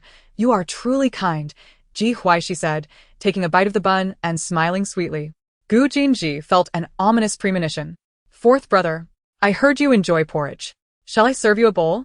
Fourth brother, This bun is delightful. Mom, your culinary skills are exceptional. Fourth brother, you should try it too. Fourth brother, would you like to try fried dough sticks with porridge? I had it in South City. It was quite good. Let me serve you some. Gu Jinji observed the table overflowing with dishes before him. He felt as though Ji Huaixi wasn't he calling him fourth brother, but rather wishing for a brother who no longer existed. Noting Gu Jinji's silence, Ji Huaixi softly asked, Mom, does my brother not like the breakfast I served? But truly, Mom's cooking is fantastic. Oh dear, if my brother doesn't eat, I suppose I wouldn't feel sad, would I? As Gu's mother listened, she increasingly felt that this tactic was familiar. After all, her eldest daughter employed methods strikingly similar to her own. Jinji, you wouldn't want your sister's moment of initiative to result in a lifetime of introversion, would you? Do eat more. It seems breakfast was prepared in excess. My eldest daughter's appetite is truly minuscule, as she is sated after just a few bites. Gu Jinji's lips curled into a slight smile, a flicker of helplessness dancing in his eyes. Ever since his mother had a daughter, she had seemingly let herself go, disregarding her son's well-being. Ultimately, Gu Jinji consumed the majority of the breakfast spread. Approaching lunchtime, Ji Huaixi felt as though she could forgo lunch altogether after such a hearty breakfast. Feeling drowsy from her meal, Ji Huaixi discreetly stifled a yawn. However, Gu's mother immediately took notice, commenting, You must have risen too early. Why not lie down for a while? If you miss lunch, I shall take you out for afternoon tea once you awaken. Oh, how wonderful mother is. There is truly no one like a mother. Ji Huaixi obediently nodded and ascended the stairs without a trace of guilt. As a pampered daughter, she naturally adhered to her mother's wishes. Gu Jinji leaned back in his chair, feeling uncomfortably full in his own home, wishing he could blame someone. The true instigator, however, had charmed their mother into a state of blissful oblivion. Noticing her younger son still lingering in the dining room, Gu's mother remarked with mild disdain, Your father has taken your son to work. You ought to hurry to your own job as well. Gu Jinji merely sighed. Upon returning to her room, Ji Huaixi reclined on the plush bed, enveloped in a sensation akin to floating on clouds. Although sleeping after a meal is not advisable for health, it was undeniably kind to her spirit. Gradually, the girl on the bed drifted into slumber. Sister Shi, are you here to resign? Perhaps you should reconsider? No, I will not reconsider. You dare to resign? Who permitted you to do so? Why are you crying? I command you to immediately retract your tears and your resignation. How on earth did she find herself entangled with a mad, tyrannical CEO? Chapter 25. An unconscious, one-sided transmigration. Ji Huaixi observed the scene of herself resigning and the deranged CEO's furious reaction from midair. Had her socially anxious sister swapped bodies with her? Her previous appearance easily evoked sympathy and stirred a protective instinct in men. Yet, she habitually donned black-rimmed glasses, her sharp demeanor concealing any semblance of fragility. Now, witnessing her own delicately vulnerable self, she felt a twinge of discomfort. Ji Huaixi floated back to the familiar grand villa. What are you doing here? The stammering voice conveyed shock. The socially anxious sister, brazenly scrutinizing her, was taken aback. Could her introverted sister see her? Are you adapting to my world? Ji Huaixi inquired after a prolonged silence. The girl froze, her head bowed, reluctant to meet her gaze. Time passed until Ji Huaixi finally heard the girl's soft voice. I am sorry. The tone sounded nothing like her own. Ji Huaixi observed her former self with a sense of awkwardness. The socially anxious sister's demeanor seemed peculiar. She did not appear surprised by Ji Huaixi's presence, leading Ji Huaixi to harbor a faint suspicion. Can you share your thoughts with me? Ji Huaixi longed to vent her frustrations but restrained herself upon seeing the girl's head bowed in submission. I did not intend to occupy your body, causing your disappearance. Initially, I wished to escape home and did not want to be a pawn in a marriage alliance. I prayed fervently to escape that world. One day, a voice suddenly told me I could flee, and I dismissed it. Yet, upon awakening, I found myself as you. Thankfully, you are still alive, otherwise. She desired to escape, but not at the cost of usurping another's life and disrupting their existence. However, that voice had informed her she could not return. Ji Huaixi regarded her socially anxious sister, capable of discerning truth from falsehood, knowing the girl was not lying. Can we swap back? Ji Huaixi posed a crucial question. No. I'm afraid not. I'm sorry for making you endure my unfortunate existence, experiencing a troubled family and the shackles of an unfree marriage.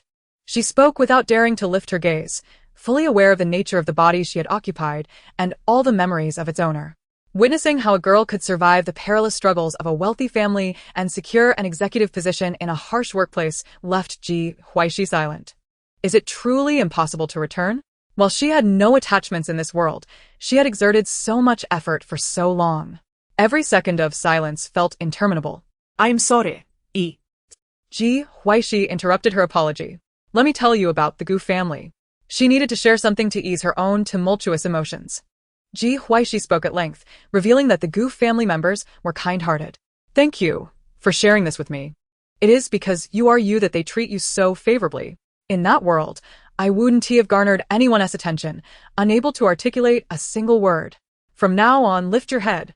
In a world where you bow, you will miss many beautiful sights.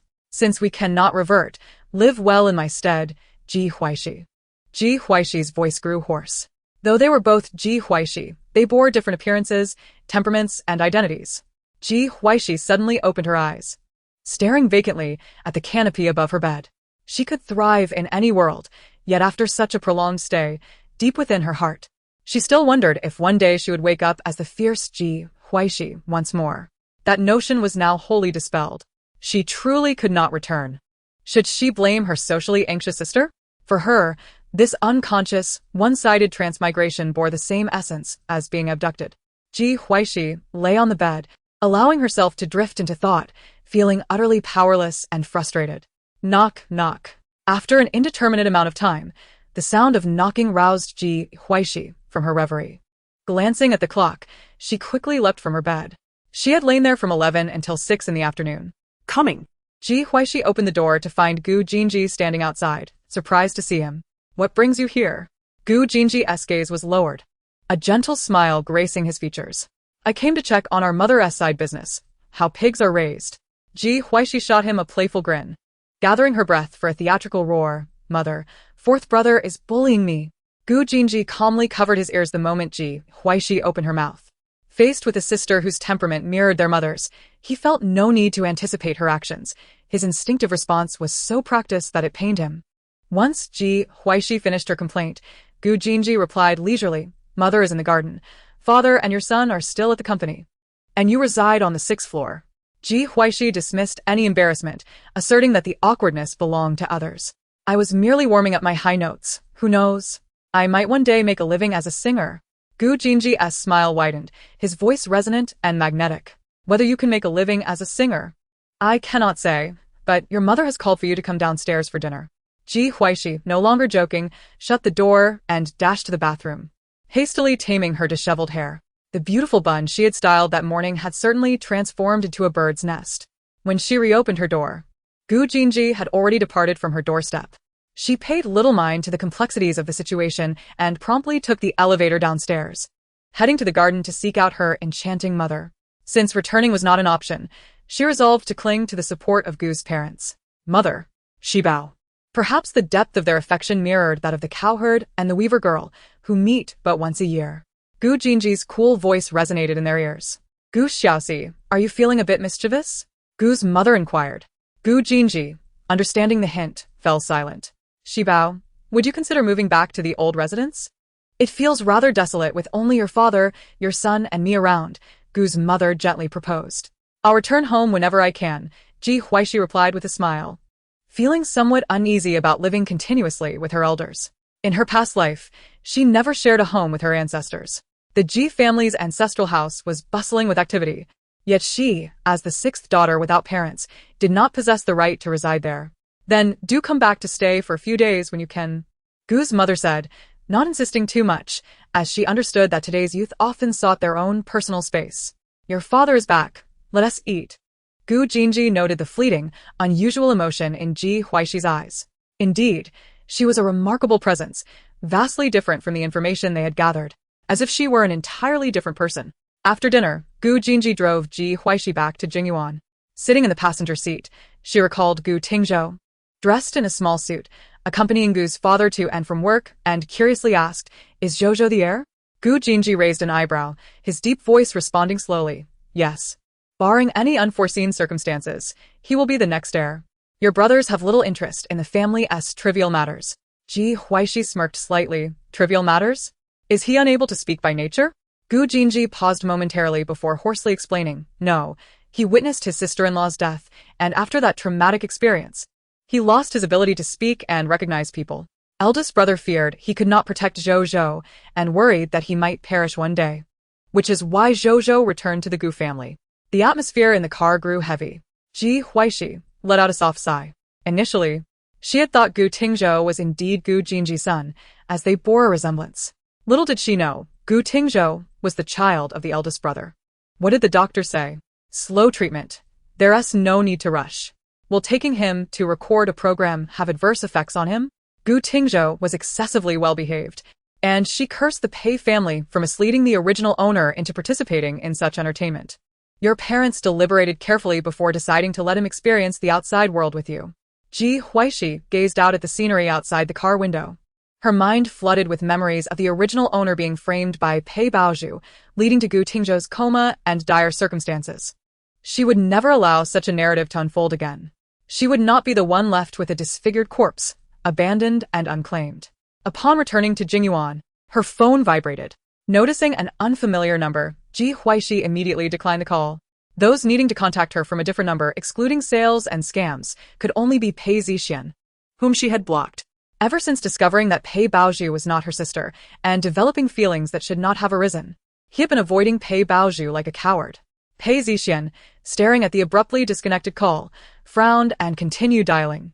If it weren't for Zhu wanting him to accompany her to the program, he would never have reached out to a woman as troublesome as Ji Huaixi.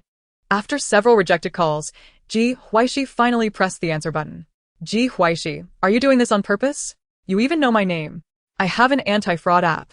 So, if you're trying to scam me for money or something else, it's not going to work, she quipped, putting the call on speaker to amuse herself at the expense of the Pei family.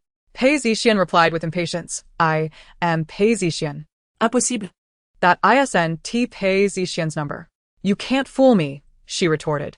Pei Zixian, slightly disgusted, said, you blocked me, so I had to call you from another number. Then prove you are Pei Zixian. There are many scammers these days. Stop playing dumb. You wouldn't mistake my voice. I'm not holding a grudge against you for what you did to Zhu, but don't push your luck. Has your voice become so unpleasant that people remember it instantly? You claim you're Pei Zixian, yet offer no proof. Go ahead and scam someone else. I have no money. I'm not a scammer. I really am Pei Zixian. What do you want me to do to prove it? His voice grew increasingly agitated. Asking him to validate his identity over the phone was absurd. Ji Huaixi casually remarked, I heard Pei Zixian has feelings for Pei Baozhu. Do you? Pei Zixian, taken aback, abruptly hung up. How did Ji Huaixi know? Would she tell Zhu? He could not fathom the expression Zhu would wear upon learning this. Ji Huaixi scoffed, obsessed.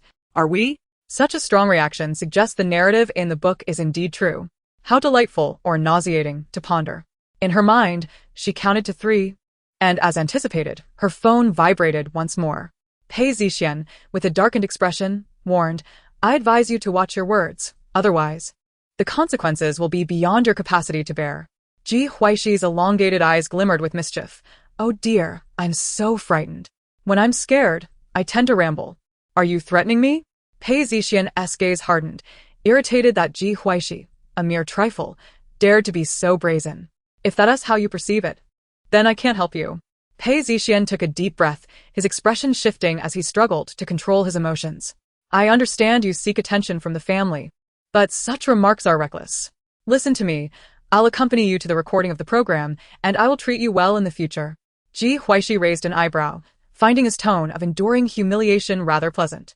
Previously, she had been cautious in her actions. Now that she could not return, the consequences of her actions would be hers to bear alone, allowing her to act freely based on her whims. Will you truly accompany me to record the program? Pei Zixian smirked derisively, realizing that Ji Huaixi's little antics were merely to garner his attention. For Zhu's sake, he was willing to swallow his disgust and humor her. Of course. However, you're no longer a child and a public figure. You must tread carefully. This is for your own good. Both you and Zhu are my sisters. I've lived with her for over 20 years. So, I'll naturally be more affectionate towards her. You've misunderstood. Is that so? Then those photos from Zishan apartment are quite lovely. I wonder who the pervert is that took pictures of Pei Baozhu. Certain plotlines from the original book were indeed amusing. Pei Zixian loved returning to Zishan upon seeing his beloved with the male lead, expressing his fervent emotions before the wall adorned with photos of Zhu Zhu. Pei Zixian's eyes widened in horror, nearly throwing his phone away. Zishan apartment was his private residence. No one had ever been there. He personally maintained its cleanliness, and it was impossible for anyone to know that it was filled with pictures of Zhu Zhu. Ji Huaixi, what nonsense are you spouting? What Purple Mountain apartment? Pei Zixian ground his teeth in frustration. While making a phone call, he seized the car keys from the table, determined to gather every item from Purple Mountain. Ji Huaixi lounged on the sofa, her tone laced with nonchalance. I'm just rambling. Why are you so anxious? Before Pei Zixian could respond, Ji Huaixi had already hung up the phone. It was amusing to observe others in a state of trepidation. Pei Zixian dialed several numbers in succession, only to have each call rejected.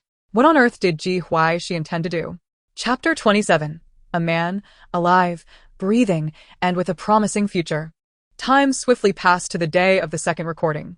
At 7 in the morning, Ji Huaixi descended the stairs to find Gu Jinji and Zhou Zhou waiting for her in the living room of Jingyuan. Upon seeing Ji Huaixi, Zhou Zhou scampered over, looking up at her with wide eyes. Have you eaten breakfast? Unable to resist the adorable little face, Ji Huaixi playfully pinched Zhou Zhou's cheeks. Indeed, children had such delightful hands. Zhou Zhou nodded, tugging at her clothing.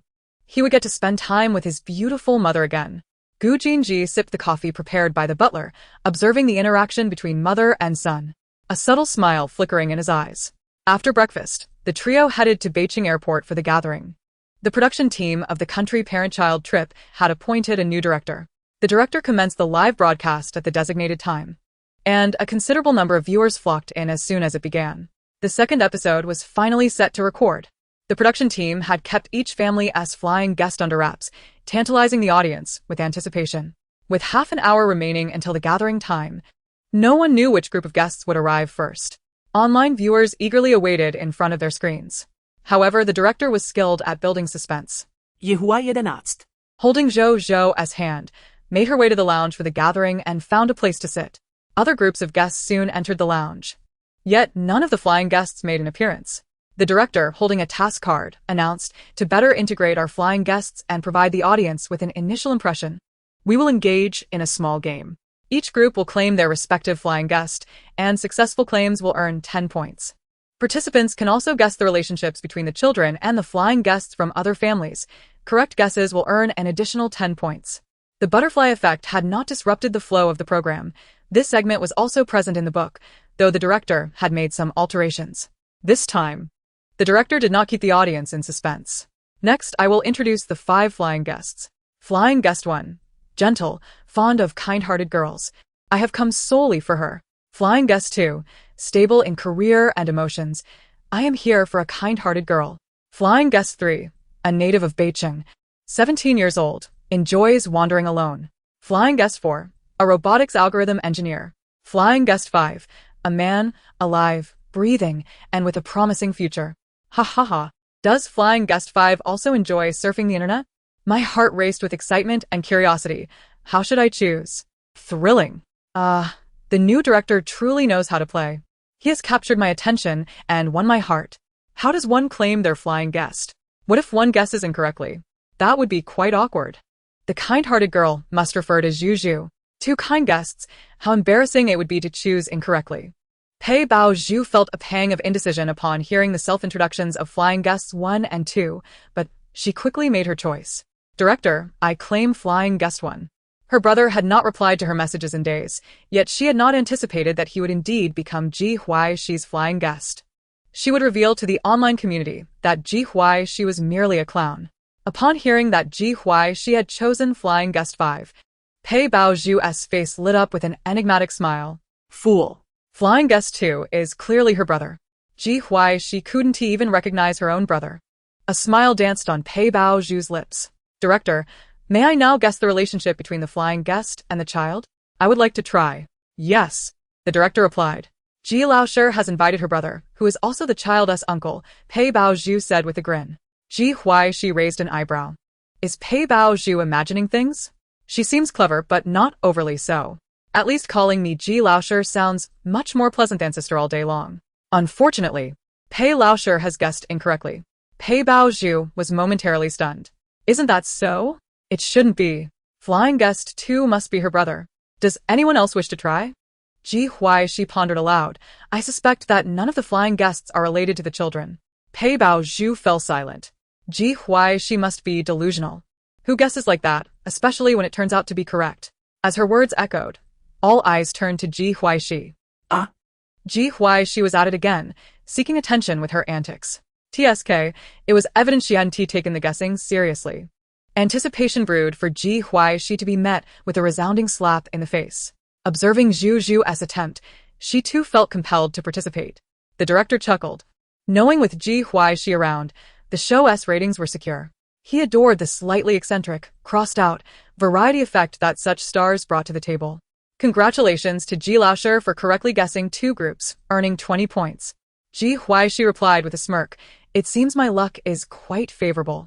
Soon, Pei Zixian arrived, indeed a good brother who could not refuse his beloved sister's request. Congratulations to all guests for successfully claiming their respective flying guests and earning 10 points. Now, let us welcome the first flying guest to the stage. As the director's words faded, the door to the VIP lounge swung open.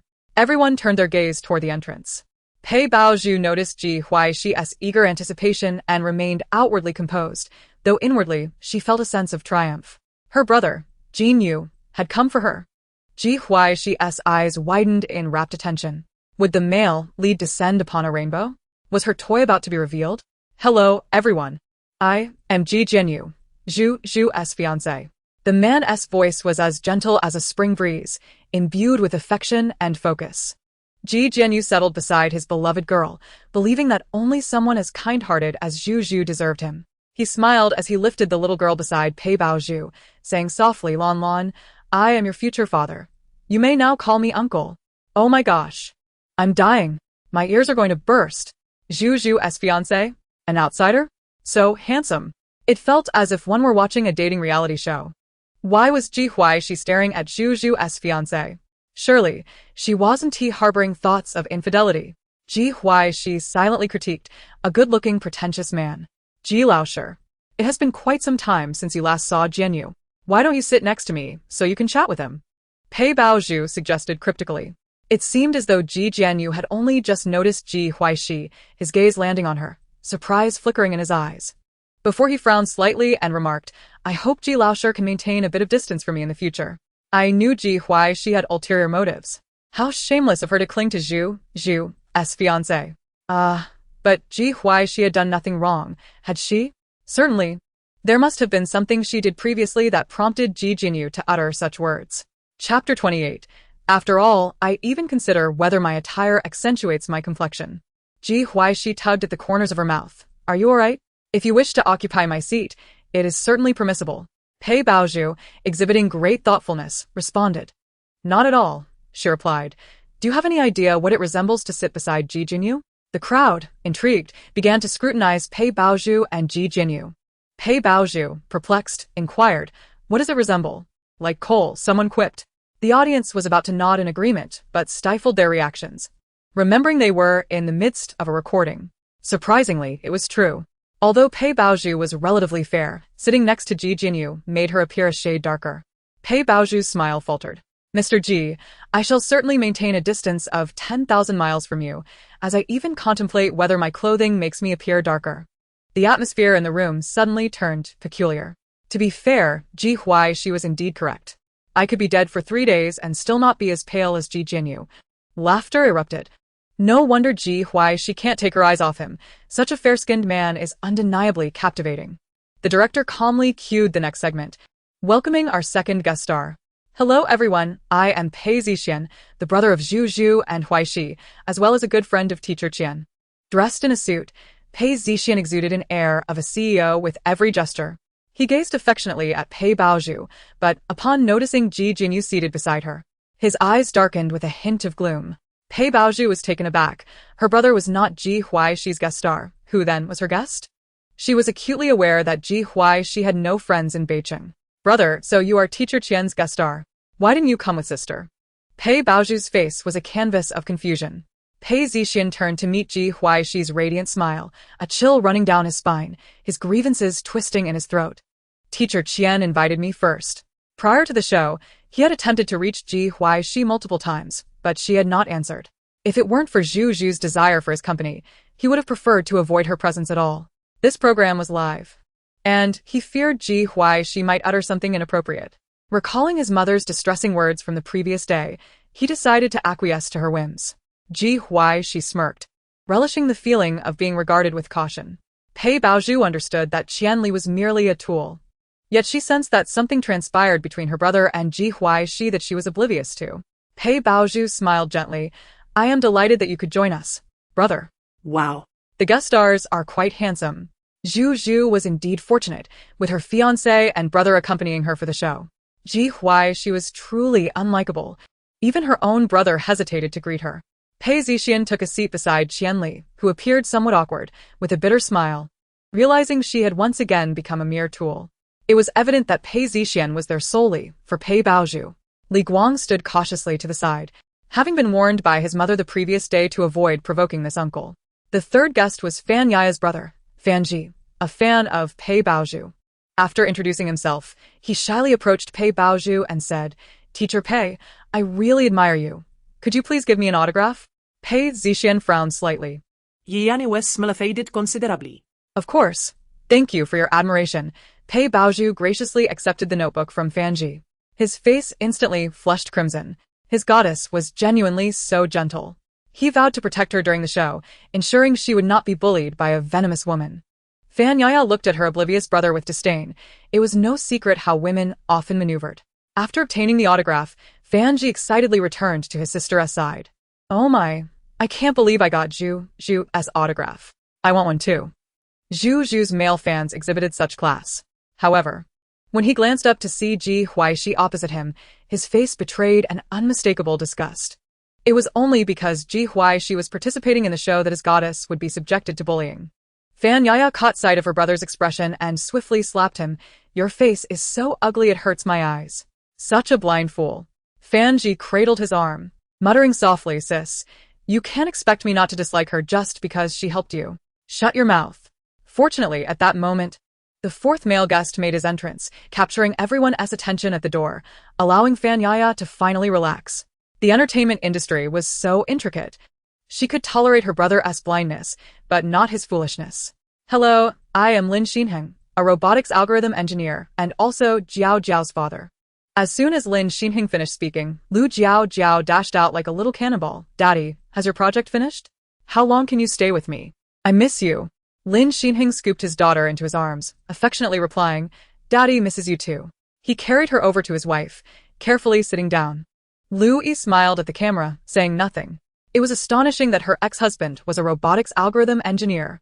Initially, detractors had claimed she was merely supported by a wealthy benefactor. Lin Yi's ex-husband looked at her with longing. Did these two truly have no lingering feelings? The reasons for their divorce were a subject of curiosity. A gentle film queen and an engineer certainly made for an intriguing story. The director then announced, Please welcome our final guest star, Gu Jinji. It was unexpected that Gu Jinji would agree to participate in the variety show, indicating Ji Huaixi held significant sway within the Gu family. This program had its share of popularity and viewership, yet it was fraught with potential pitfalls. Many directors were tempted but hesitated to act, which was why the company ultimately sought him out.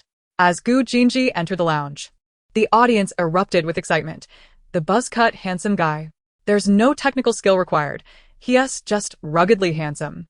Gu Jinji was 100 times more attractive in person than in photographs. The photographer had lacked skill. Early marriage. They're flaunting their relationship right in front of me. Gu Jinji and Ji Huaixi whispering together seemed like a plot to kill me. So enticing. Pei Baozhu was not particularly surprised to see Gu Jinji as Ji Huaixi's guest star, though it was somewhat difficult to accept. Had Ji Huaixi truly established herself in the Gu family? Pei Baozhu lowered her gaze. Whether Gu Jinji was present or not, nothing was more stimulating than witnessing Ji Huaixi's infidelity firsthand. Ji Jinyu observed the family of 3 across from him, his fingers twitching slightly. Wasn't he Zhu the one who claimed Ji Huaixi was indispensable to him? Could it be that Ji Huaixi was employing a strategy of feigned distance to capture his attention? Gu Jinji smiled, his gaze meeting Ji Jinyu's seething eyes. Mr. Ji, could you maintain a respectful distance? Upon hearing this, everyone's attention immediately shifted to Ji Jinyu. Chapter 29. What is this? A sensational revelation? The crowd noticed that Ji Jinyu's gaze indeed lingered on Ji Huaixi, their minds swirling with confusion. What is the situation now? Ji Jinyu warned others to keep their distance, yet he himself was fixated on someone else. Gu Jinji had certainly overheard Ji Jinyu's earlier remarks. Mr. Gu is fiercely protective of his wife. This is delightful, truly delightful. The tension among the group suggested there might be some underlying love-hate dynamics at play. Ji Jinyu calmly retracted his gaze, a gentle smile gracing his lips as he remarked, Mr. Gu's Huaji technology has recently launched numerous new products, which I greatly admire. Upon hearing this, the crowd suddenly realized that Ji Jinyu had been looking at Gu Jinji rather than Ji Huaixi. Gu Jinji nonchalantly replied, I figured that out. Ji Jinyu's smile faltered slightly. He had not anticipated Gu Jinji's response. Beside them, Ji Huaixi chuckled, So you admire my husband, gazing at him with such tender eyes. I almost thought you had taken a liking to him. Gu Jinji, with a tone of disdain, retorted, Please don't. I am a married man. A grown man receiving such clingy looks would give me nightmares. Ji Huaixi nearly burst into laughter. Gu Jinji was remarkably quick-witted. A rather agreeable male companion chimed in, almost causing Ji Jinyu to lose his composure, though his expression remained less than favorable. Throughout his life, no one had ever put him in such an awkward position. Ha ha ha. That almost made me die of laughter. The wit of the Huai couple is simply extraordinary. Ha ha ha, those peach blossom eyes can be so soulful. There's indeed truth to that saying. Ji Huaixi interjected, Don't be excessive. What's wrong with Ji Jinyu looking at someone? Must you embarrass him so? Those glances lingered for quite a while. Is this a case of a glance lasting a millennium? Pei Baozhu, witnessing her beloved being teased, softly said, Sister, even if brother Jinyu doesn't tea like you shouldn't let love turn to hate. Fan Ji, seeing his goddess distressed, couldn't he help but passionately speak up. Teacher Ji, your husband is right beside you. How can you covet someone else's fiancé? Fan Yaya promptly smacked her brother's head, stating, My brother must have eaten some poisonous mushrooms before leaving. He's just babbling nonsense. Let us pretend we didn't hear that. How could her brother be so thoughtless? What gossip? An earth-shattering revelation? But isn't Ji Huaixi married? Is this infidelity? Please elaborate. Gu Jinji furrowed his brows slightly. And upon noticing this, Pei Baozhu lowered her gaze to conceal her inner delight. The crowd held their breath, forcibly silencing the noisy children. The atmosphere felt as if the world had been muted. It seemed they were filming a family variety show but had stumbled into a scene of chaos. Ji Huaixi pursed her lips and declared, There are many who do not like me. He is no one special, though I do harbor a certain disdain for him. Lu Yi, seated next to Ji Huaixi and possessing formidable composure, felt a twinge of anxiety. She gently nudged Ji Huaixi's arm, cautioning, Don't fall into someone else's trap. The cameras are watching us. I knew Ji Huaixi was fickle and indecisive. Mr. Gu is such a wonderful person. How could Ji Huaixi possibly deserve him? Divorce. It's no wonder Mr. Ji initially advised Ji Huaixi to keep her distance. I can't believe what Pei Baozhu said is true. I feel for her. Her fiancé is being coveted by others. Pei Baozhu never expected Ji Huaixi to be so thoughtless as to admit such things on camera. Don't you all resent men who covet your husbands? You are truly magnanimous. As a jealous person, I could never be so generous. Ji Jinyu, I never imagined you to be this kind of person. The engagement between the Pei and Ji families was arranged by our elders. I am Pei's biological daughter, and that engagement was rightfully ours. Yet, seeing you get along so well with Pei Baozhu, I decided to let you go. Who would have thought you would change your heart so swiftly? Truly, one should not judge by appearances. Ji Huaixi displayed a look of disappointment, leaving everyone in stunned silence. The barrage of insults towards Ji Huaixi suddenly paused for a moment. Gu Jinji smirked, Don't covet. It leads nowhere. Huh? Ji Jinyu's original fiancé was Ji Huaixi? Those who didn't scold Ji Huaixi must have better manners than 80% of the audience. I knew teacher Ji wouldn't play by the rules. A male third party? Quite despicable, haha. Ji Jinyu could no longer maintain his gentle image, gritting his teeth. Ji Huaixi, I shall love only Baozhu in this lifetime. Please refrain from saying things that could lead to misunderstandings. Ji Huaixi remained undeterred, retorting, if you wish for others not to say things that cause misunderstandings, then don't act in ways that lead to them. Ji Jinyu, irritable, replied, I haven't done anything to cause misunderstandings. Ji Huaixi was indeed impressive, showcasing a sharp tongue. As it turned out, it was all a misunderstanding. Once clarified, there was no need for resentment. Liu Yi, noticing that Ji Huaixi had not been wronged, chuckled to ease the tension.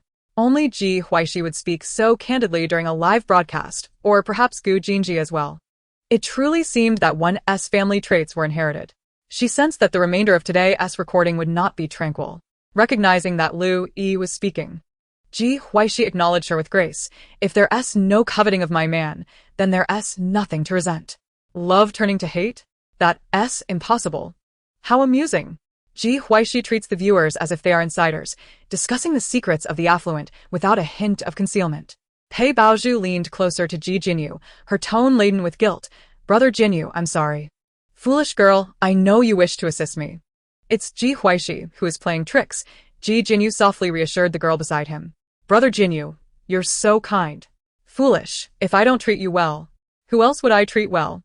Pei Zixian silently observed the shy interaction, feeling increasingly irked. Perhaps he shouldn't have come. Even before things had begun, it was already becoming unbearable.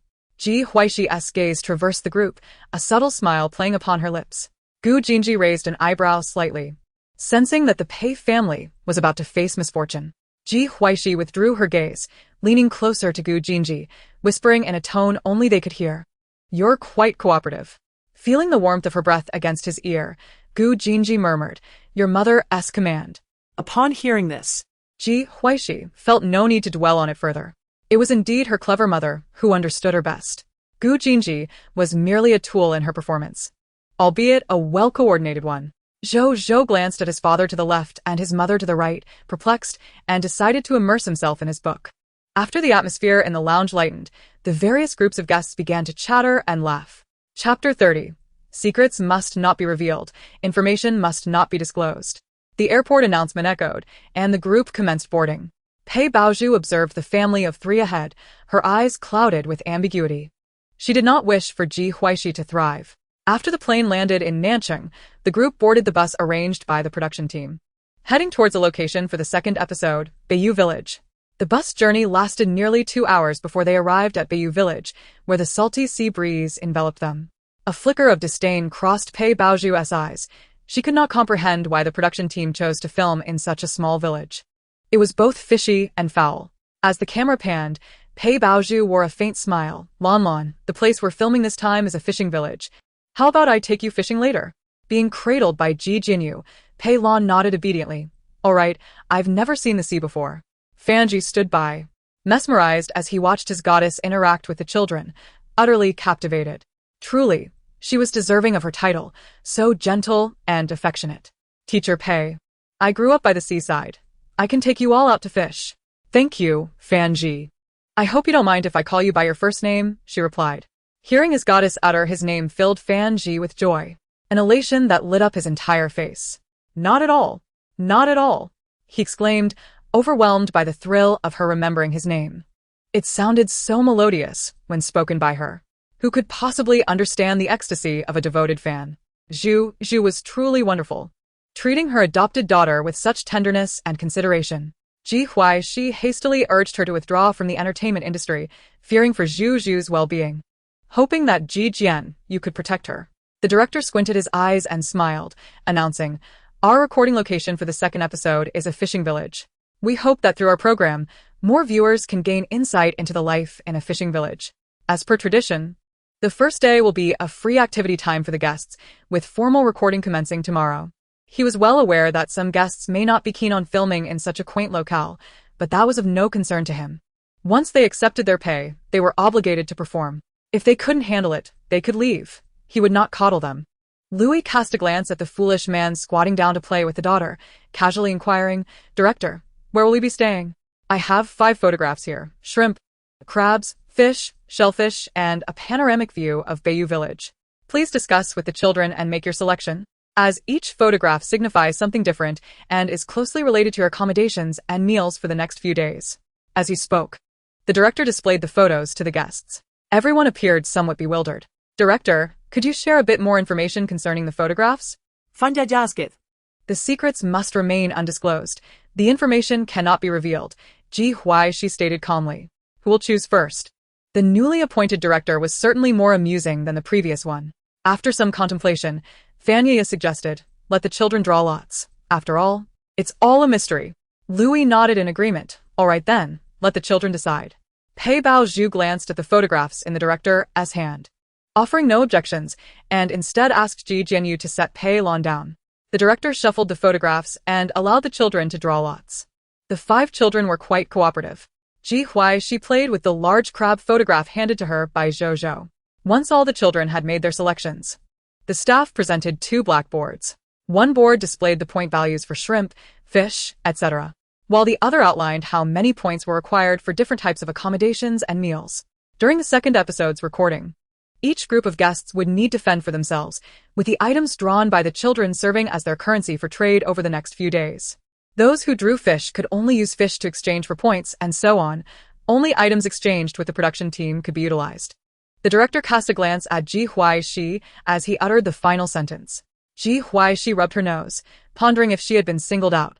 Pei Baozhu, holding up the photograph given to her by Pei Lan, inquired, what if we draw the panoramic view of Beiyu village? Then you can exchange any seafood. Pei Baozhu discreetly glanced at Ji Huaixi, feeling rather content. It seems our luck is quite favorable. Ji Huaixi smirked slightly, wondering why her expression seemed so foolish. Was it a natural enmity between the heroine and the supporting characters? Brother Jianyu, let us go find some seafood. My points are insufficient. Pei Baozhu looked up at Ji Jianyu standing beside her, shyly smiling. The best accommodation required 250 points, while the most basic required 150. And she only had 122 points. Ji Jianyu was momentarily dazzled by the girl's smile, taken aback for a couple of seconds before replying with a grin. All right. Zhu Zhu, you can rest with Lan Lan, Jianyu, and I will help you find some. Pei Zixian suppressed the pang of jealousy in his heart, gazing at the sun above with a twinge of sorrow. Qian Li's smile was somewhat strained. She knew that Pei was here solely for Pei Baozhu. Yet he was still part of her group. Fan Ji, goddess, you should just rest. I'll help you. Pei Baozhu blushed, her voice soft. I couldn't possibly trouble you. I can manage. Just let Lan Lan rest in the shade. It's no trouble at all. Fan Ji quickly waved his hands, insisting that assisting his goddess could never be a burden. Zhu Zhu was truly the beloved of the group.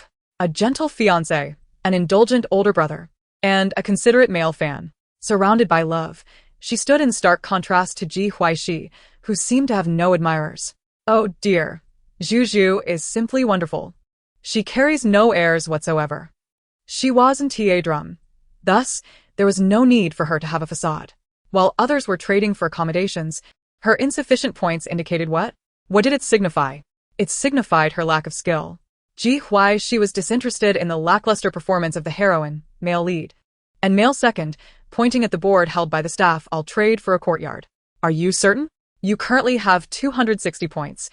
If you exchange for a courtyard, you'll only have 10 points left, the staff member asked incredulously. Seeing Ji Huaixi look as if she could fall asleep at any moment, Gu Jinji softly responded, I'm sure. Please provide me with the address. The staff respectfully directed Gu Jinji. After all, he was the CEO of Huaji Technology. If it weren't for the show, he would hardly encounter such a high-profile boss in real life. Gu Jinji pulled along 2 suitcases, while Zhou Zhou, being quite understanding, carried her little backpack and held Ji Huaxi's hand as they walked ahead. Pei Baozhu watched the harmonious silhouette of the family, pursing her lips once more. It was quite an eyesore. Viewers in the live stream were fervently posting comments. For the Huaijin couple, we raise our banners. A true couple is sweet. Who knew the CEO could be so down-to-earth? I thought such high-end individuals required constant service. Has Ji Huaixi lost her mind? A meal costs at least 10 points, and she traded for such an excellent courtyard. How will she manage meals? Chapter 31. A weasel wishing a chicken Happy New Year. What good intentions could there be? The viewer's concerns did not deter Ji Huaixi from slipping into slumber. The 250-point courtyard featured 2 rooms.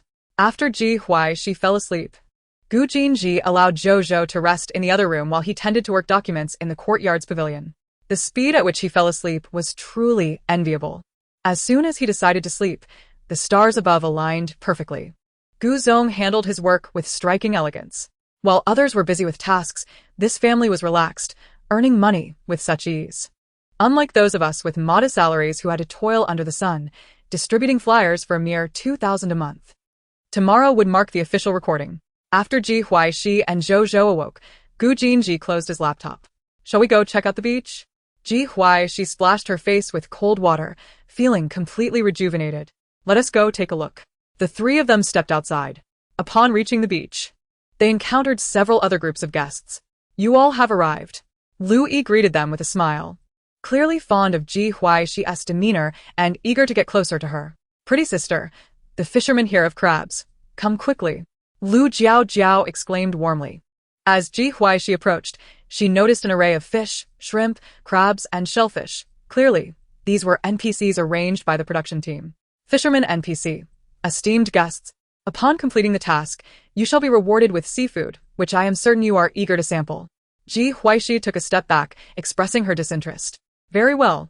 I kindly ask all guests to accompany the little ones to the beach to embark on a treasure hunt. The crowd. Are they being compelled to love this? Everyone followed the staff to the beach. The treasure hunt task. Excavate treasures from the sand. Time limit. 90 minutes. Each family received 3 toy plastic shovels and a wooden bucket. The sand on the beach appeared as though it had been born from the embrace of 2 parents. There were no hints, nor any special markings. Ha. The guests' expressions reflected profound skepticism about life. A treasure hunting mission involving sand? Oh dear. Fate is indeed strange. Some are destined to unearth treasures, while others are fated to dig in the sand. One wonders what curious finds the guests might uncover. Ji Huaixi handed a small shovel to Zhou, commenting, You must not have played in the sand before. A joyful childhood begins with such simple pleasures. Zhou looked utterly bewildered. Ji Huaixi then passed another small shovel to Gu Jinji, saying, Here, let me restore some joy to your childhood. Sister, both Zhou and my brother-in-law belong to the Gu family. It may not be appropriate for you to have them digging in the sand.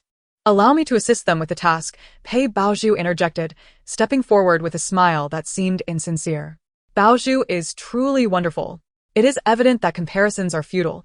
Ji Huaixi could not even measure up to a single toe of Baozhu's foot. Even after marrying into wealth, Ji Huaixi still came across as rather lowly. It is indeed inappropriate for the privileged to engage in such trivialities as playing in the sand. Gu Jinji furrowed his brow slightly, his gaze implying he was observing a fool. My words may seem harsh, but I advise you to keep your distance. Pei Baozhu met his deep, penetrating gaze and felt her heart race, as though he could see straight through her. Ji Huaixi remarked, They are wealthy, not unwell. I apologize for intruding. I merely wished to lend a helping hand. Pei Baozhu's delicate form trembled like a leaf caught in the wind, her bright eyes now veiled with a thin layer of mist, appearing somewhat hollow. Gu Zong is not at all chivalrous, his lack of decorum is quite evident. Pei Baozhu merely intended to assist him. Is it not excessive for a grown man to bully a young woman? Poor Baozhu is on the verge of tears. My heart aches for her. Are all of them in the same circle, yet Gu Jinji offers no courtesy to the girl? Gu Jinji's voice was flat, and he remarked, Your body trembles excessively. Are you performing as a weeble wobble? The time required for those tears to form from the mist in your eyes is far too long. I presume your talent for feigning distress was taught by your physical education teacher. Pei Baozhu's expression froze instantly. Several groups of guests were not far away, and Gu Jinji's honest evaluation was clearly heard by them all. This was undoubtedly a test of the guests' ability to suppress laughter in front of the cameras. Ji Huaixi, observing from the side, remarked with a hint of amusement, I had thought that physical education teachers only taught mathematics. I did not realize they also taught acting. Ji Huaixi. Baozhu is your sister. Do you not understand that Gu Zong has misunderstood her? She is simply kind-hearted and wishes to help. Ji Jian approached Pei Baozhu, unable to restrain himself upon witnessing her distress. He did not dare to cast his gaze upon Gu Jinji, instead fixing his eyes on Ji Huaixi, his tone laden with reproach. Ji Huaixi is bullying Baozhu even before the cameras. I cannot imagine how much distress she must endure at home. Ji Huaixi, taken aback, shook her head and said, I do not understand. Is her kindness akin to that of a donkey's liver and lungs? You. Ji Jian began to speak but was softly interrupted by Gu Jinji, a weasel wishing a hen a happy new year. What good intentions could possibly arise from that? Baozhu. The sand is here. Ji Huaixi's eyes sparkled with mischief as she swiftly scooped up sand and flung it towards Pei Baozhu. A single scoop is far more effective than endless chatter. The sand, damp with seawater, clung unpleasantly to her hands, arms, and clothing. Pei Baozhu opened her mouth to scream, but quickly shut it upon seeing Ji Huaixi prepare to dump more sand upon her. However, the sand merely settled in her hands. I understand your childhood lacked sand play, which is indeed regrettable, but you cannot deprive my husband and child of their joy. You may play with the sand for now, and should you require more, I shall gladly provide it, Ji Huaixi said, her smile genuine. Pei Zixian frowned. His demeanor serious as he remarked, Huaixi, Baozhu is our sister. You mustn't bully her. Ji Huaixi interrupted with a playful grin. Choose your words wisely. Harsh words dampen my spirits, and I may then feel compelled to air some of your unspeakable truths. Pei Zixian's words faltered, swallowed back down. Ji Huaixi. What does she truly desire? Pei Baozhu, witnessing her typically doting brother capitulate, looked on in disbelief. Has my brother changed too? Baozhu, let us proceed with the treasure hunt. Time is of the essence, Pei Zixian said, guilt-ridden as he produced a tissue to carefully wipe Baozhu's hands. As the various groups of guests began their treasure hunt, the comment section erupted. Ha ha ha ha. Gu Jinji is quite the commentator. This is killing me with laughter. Upon hearing Gu Jinji's assessment, I must concede that Pei Baozhu does exhibit some theatricality. Baozhu indeed resembles a weasel wishing a hen well. Those unaware would think their relationship is quite amicable, even offering assistance. Clearly, it is Gu Jinji who is bullying our Baozhu. Are your eyes deceiving you? Hee, it seems some people are fond of women like Ji Huaixi. I can't help but wonder what Pei Dasha's unspeakable truth might be. Otherwise, I might be led to stereotype him. Could it be something insurmountable? Ji Laoshi is extraordinary. Wishing to play in the sand? Well, then I shall toss some your way. Chapter 32. What use is your height besides being tall? Pei Laoshi. Please accept these. I hope you do not find them lacking, Fanji said, offering some small seafood he had dug up from the beach to Pei Baozhu. Having grown up by the sea, he was well aware that this was the perfect time for gathering seafood. Director, you don't mean that the treasure hunt is about gathering seafood, do you? Qianli had initially pondered what props the staff had buried beneath the sand, but upon seeing the seafood in Fanji's bucket, he suddenly realized. Everyone, let us drive on. We have 60 minutes remaining. The director neither confirmed nor denied. Pei Baozhu cast her gaze downward at the bucket smeared with mud and sand, feeling reluctant to reach out for it, yet the seafood was indeed what she needed. Thank you, Fanji. It is inappropriate for you to give these to me. You should take them to exchange for points, she replied. No worries. Our group can only use fish for points, and these are of no use to us. Pei Laoshi. Please accept them. I am exceedingly grateful to you. Pei Baozhu took the seafood and immediately exchanged it with the production team for points. After the exchange, she found herself with only 150 points, needing another 100 to reside in the same quarters as Ji Huaixi. Fanya frowned as she watched her brother return with an empty bucket. Had she known, she would have preferred to let this fool starve rather than bring him on the show. My 3 great obsessions: gathering seafood, digging bamboo shoots, and foraging for mushrooms. Aside from the Pei siblings, the other guests' spoils seemed rather meager. TSK, with such a paltry amount of seafood. I wonder if these guests will be able to sleep well tonight. What are Ji Huaixi and her family doing? While the other guests searched high and low for treasures, Ji Huaixi and her family were diligently constructing a sandcastle. Zhou piled the sand layer upon layer, building it ever higher. Gu Jinji and Ji Huaixi assisted in carving doors and windows nearby. Soon, Lu Jiaojiao and Li Xian rushed over. Sister, are you not calling Li Xian back? Fanji exclaimed in concern upon observing his nephew, so close to Ji Huaixi. He certainly does not wish for his little nephew to associate with a woman as malicious as Ji Huaixi. Fan Yaya is tempted to dissect her own brother's head to examine the development of his intellect. With a tone laced with disdain, she admonishes, mind your own business and close your mouth. Fanji, noticing the camera drawing nearer, reluctantly complies and shuts his lips. Pretty sister, aren't you searching for crabs? Lu Jiaojiao inquires while digging a pit.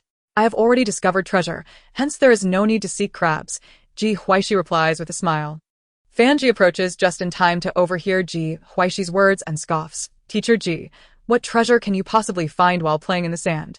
It's rather deceitful to mislead children, don't you think? Gu Jinji casts a sidelong glance at the newcomer, his gaze imbued with a hint of chill. It seems you are lacking in wit.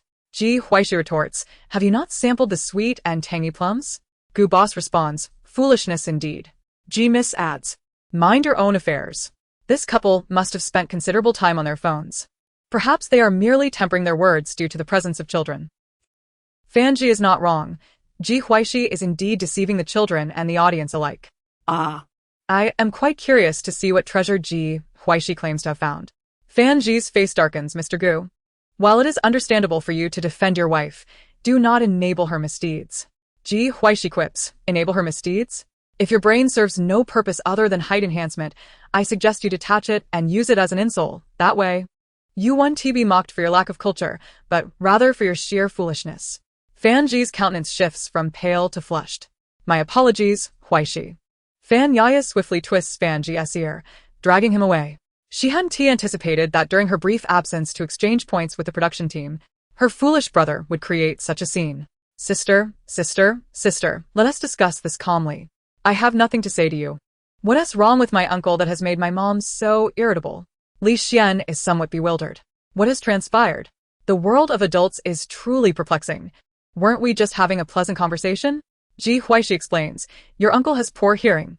Your mother is merely helping him relax. Li Xian responds, in that case, I thought my uncle was just as disobedient as I am and was being punished.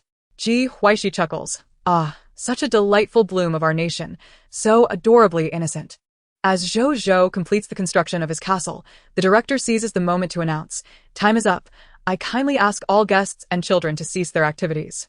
Pei Baozhu notices Ji Huaixi*s empty bucket, a smile dancing in her eyes. She relishes in the allure of an unconventional persona, curious about the consequences of its collapse. It's evident that everyone has garnered a bountiful harvest. Each group of guests should now approach the staff for point redemption. Lu Yi submits the shells her group has collected, sensing a hint of malice in the director's smile.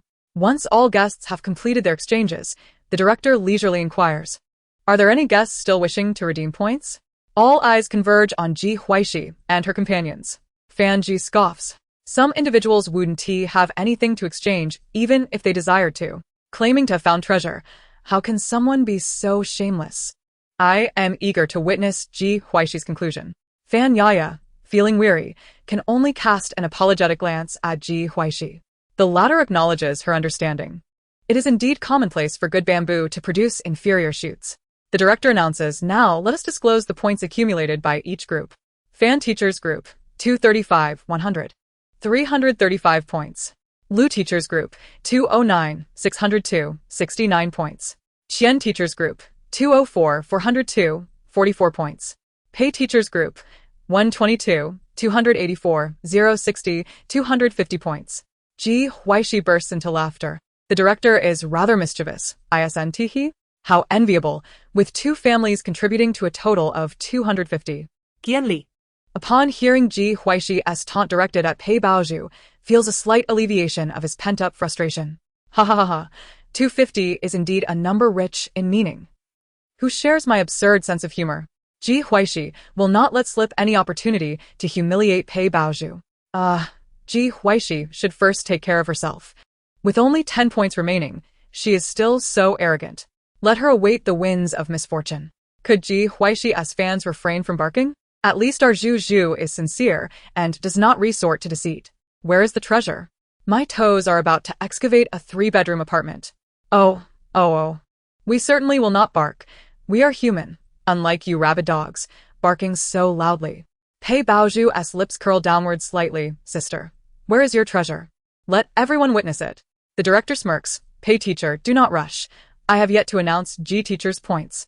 Ji Teacher's Group, 0, 200, 200 points. Pei Baozhu is incredulous, her fingers widening from the grip. Where did Ji Huaixi find 200 points? Impossible. Is this a rigged game? How could it be 200 points? This must be scripted. Ji Huaixi*s family of 3 has merely been constructing a castle. Where could 200 points have come from? Surely the production team wouldn't be that blatant in their manipulation. They are not fools. It must be that Ji Huaixi has outdone herself once more. And what of the vanished 10 points? I distinctly recall that Ji Huaixi had 10 points remaining after redeeming her garden. Chapter 33. Since you do not fall for this ruse, I shall not exchange for another. Our task is to treasure hunt on the beach. The seafood collected during the tide is one form of treasure, as is the treasure buried by our production team. Director, you are rather cunning, aren't you? What treasure does Teacher Ji possess? That castle. Ah? How can a castle they built themselves be considered treasure? Ji Huaixi kindly explains. The task card I unearthed entails constructing a castle from sand, showcasing to our audience the simple joys of life by the sea. Fan Ji still suspects foul play, but, under the piercing gaze of his sister, manages to speak in a more measured tone. But how did you uncover the task card? Money can buy influence. Surely it wouldn't be unreasonable to exchange the missing 10 points for a clue? Ji Huaixi insists she does not need to exchange for clues. She merely spent 10 points to rationalize her fortune. The director clarifies, since Teacher Ji ranked first in points at the conclusion of the first episode, she will enjoy a small privilege in the second episode, allowing her to exchange points for a clue. Digging deep near the rocks will yield task cards. It is not difficult, it's just that everyone is more intrigued by the ocean's bounty. It is getting late. You may now use your points to redeem food and accommodations. Today's filming concludes here, and after dinner, you may familiarize yourselves with Bayou Village. With the director's dismissal, the workday ends. If these guests were ordinary individuals or lacked significance, he could have continued the live broadcast indefinitely. However, these groups are clearly not to be trifled with. Ji Huaixi lowers her gaze, realizing that history will not change. She, the expendable pawn, will ultimately be ensnared. Ah? I see. Someone's face has been metaphorically smashed. How amusing. Ah? Is it over? Why is it not like the first episode, with continuous broadcasting? I need a supplement. My electronic pickled vegetables. Yet, as the screen dims, it simply dims. Ji Huaixi, with a flourish, exchanges 60 points for 3 meals. The trio returns to the courtyard, where the cameras cease their operations. In the brief moment Zhou steps away to the restroom, Ji Huaixi slightly lifts her chin, biting her lip in a sweet and soft manner. Fourth brother. Gu Jinji glances at her, an increasing warmth in his gaze. Do not pinch. Ji Huaixi deliberately sways the hem of her clothing, attempting to adopt the demeanor of a little girl. Fourth brother, how can you accuse me of pinching? Gu Jinji calmly narrated, well, you are not being pinched. Rather, you are merely caught in a rat trap around her throat, unable to loosen it. Ji Huaixi tugged at the corner of her mouth. Since you are not swayed by this, I shall refrain from offering an alternative. If I have something to request, once accomplished, I assure you that I will not repay kindness with enmity. Gu Jinji raised an eyebrow in confusion. Ji Huaixi, undeterred by his reaction, leaned closer to whisper in his ear. Gu Jinji silently lit a candle for Ji Jinyu in his heart. How could I turn a blind eye to the performance I am obliged to partake in? Of course. You cannot, Ji Huaixi replied. Zhou emerged from washing his hands, sensing something was amiss, but unable to pinpoint the source of his discomfort. The family of 3 settled in a small pavilion in the courtyard, preparing to dine. 1 children's meal and 2 takeout boxes were present. Ji Huaixi opened her box to find stir-fried bitter melon with shrimp, stir-fried bitter melon with meat, and bitter melon rib soup. Should she put on a bitter melon face for the occasion? Gu Jinji opened his meal to reveal braised pork, stir-fried cabbage, and shrimp and egg stir-fry, looking quite appetizing. Ji Huaixi felt a pang of envy. Fourth brother, you should eat this portion. I specially prepared a heart-calming, fire-reducing meal for you. Care to swap? She eagerly nodded, determined to banish bitter melon from the earth. The smile at Gu Jinji's lips was barely concealed as he observed her clawing at the other side of his box. Bitter melon is beneficial for the body. Beneficial for the body, but detrimental for me.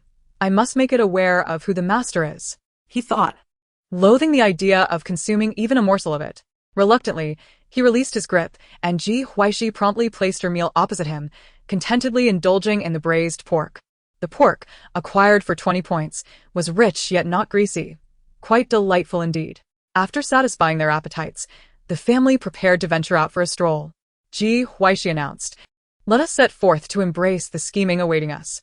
Approaching them with a beaming smile, Pei Baozhu, with ulterior motives, said, Sister, I have something very important to discuss with you. Could you come to my courtyard? We need to have a proper chat. Gu Jinji raised an eyebrow, recalling Ji Huaixi's earlier request, and shot her a meaningful glance. Huh?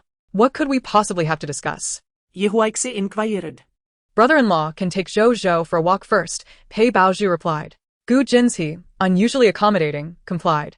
Pei Baozhu sighed in relief, as she had initially thought it would be difficult to send him away. Ji Huaixi smirked, let it all out quickly. Sister, actually, it is Brother Jinyu who is looking for you. Since brother-in-law was present, I felt hesitant to be direct. Please hurry to my courtyard. Your fiancé is seeking me. And you harbor no jealousy? It seems you do not love him as much as you claim. Ji Huaixi leaned against the wall, feeling drowsy after a satisfying meal, genuinely uninterested in participating in this charade. Reflecting on the storyline within the book, the original protagonist was elated upon learning that Ji Jinyu sought her out, oblivious to the trap meticulously laid for her. Pei Baozhu's scheme was straightforward, presumably believing the original protagonist to be hopelessly foolish, requiring little effort to ensnare. Pei Baozhu's smile faltered slightly. Sister, I know you harbor feelings for Brother Jinyu. I hope that whatever needs to be said between you two is clarified today, as we shall all be family henceforth, thus avoiding future misunderstandings. Feigning sentimentality, Ji Huaixi responded, so you are not entirely wicked, are you? Very well. I shall go seek him. Pei Baozhu, suppressing her impatience, replied, indeed. Watching Ji Huaixi's excited demeanor, a trace of sarcasm flickered in Pei Baozhu's eyes. Though she professed disinterest, she was clearly still invested. How utterly shameless. Ji Huaixi calmly entered Pei Baozhu's courtyard, a modest space acquired for 200 points. Pei Baozhu positioned herself behind a tree, observing Ji Huaixi as she stealthily closed the door, unable to conceal the derision in her gaze. This duplicitous woman would surely suffer a downfall this time. Ji Huaixi spotted Gu Jinzhe standing in the courtyard, a shopping bag in hand, his eyes twinkling with amusement. TSK, who is taking care of my son? Gu Jinzhe replied. My assistant has arrived. Pray tell, what do you require of me? Ji Huaixi, donning gloves. Pushed open one of the bedroom doors to find Ji Jinyu leaning against the bed, disheveled, and exuding an unsettling aura. Upon noticing her entrance, Ji Jinyu sprang to his feet and rushed toward Ji Huaixi. Gu Jinzhe's expression darkened at the sight. He swiftly kicked Ji Jinyu to the ground. You know he has been compromised, yet you still approach? Ji Huaixi chuckled. But you are here, are you not? I am not foolish. Gu Jinzhe refrained from questioning her knowledge of Pei Baozhu's scheme, merely fixing his gaze upon her. Ji Huaixi felt a twinge of guilt, awkwardly grinning. Chapter 34. Do not place every blame upon my head. Gu Jinzhe, in reluctant concession, raised the shopping bag. Should I change his clothes? Ji Huaixi nodded. Retrieving another pair of gloves from her pocket to hand to him. Remember to wear gloves. It's rather disgusting. Gu Jinzhe replied, get out. Do you expect me to let you watch as I change him? Ji Huaixi's eyes lit up. Is that permitted? Ji Jinyu is so fair. It should look quite appealing. Right? The clothes I meticulously prepared for him will surely be enticing. What do you think? Of course not. I am leaving immediately. Ji Huaixi, consider it. Closed the door behind her. She was not being cowardly, merely recognizing the wisdom and discretion. Meanwhile, Pei Baozhu searched high and low for Gu Jinzhe, only to come up empty-handed. Glancing at the time, she reluctantly gave up. While it was unfortunate Gu Jinzhe could not witness Ji Huaixi's scandalous behavior firsthand, it mattered little. Many others would bear witness to the unfolding drama. Fan Yaya approached Lu Yi, lowering her voice. What scheme is she concocting now? Lu Yi surveyed the area but did not see Ji Huaixi, expressing concern. Where's Huaixi? You should handle her. I will send someone to remind her. Ji Huaixi was clever. The likelihood of her being ensnared was slim, yet it was better to be cautious. Fan Yaya nodded and approached Pei Baozhu, inquiring, what brings you to us? Pei Baozhu smiled. I thought it was still early, so I would chat with all the sisters. Qian Li, bringing up the rear, observed the expressions of the group. The entertainment industry was rife with sordid affairs. She wondered which of Pei Baozhu or Ji Huaixi would be the unfortunate one this time. Regardless, she was keen to watch the spectacle unfold. Pei Baozhu led the group to her courtyard, where she encountered Pei Zixian and Fan Ji approaching. A glimmer of delight flickered in her eyes. Ji Huaixi, you can only blame yourself for obstructing my path. The Pei family requires but one eldest daughter, not a genuine heiress. Brother, you have come too. Please come in and sit. Brother Jinyu just mentioned you. Pei Baozhu calmly pushed open the courtyard door. The crowd entered, each with their own thoughts.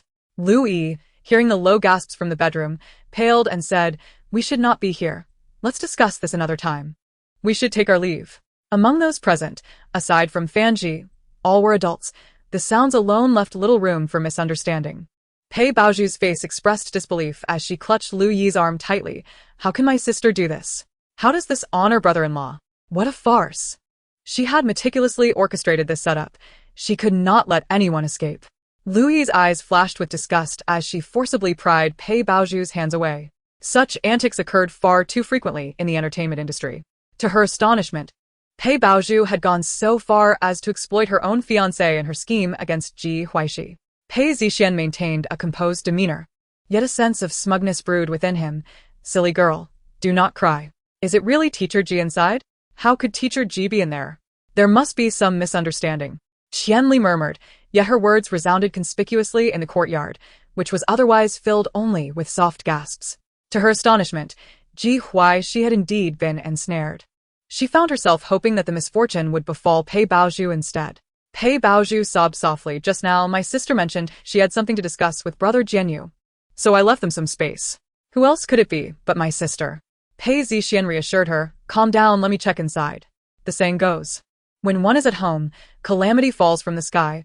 Your fiancé's infidelity is of no concern to me, so do not cast any filth upon me. Upon hearing Ji Huaixi's voice, everyone turned in unison. At the entrance stood Ji Huaixi, casually cracking sunflower seeds, while Gu Jinji beside her held a trash bag in one hand and an open packet of sunflower seeds in the other.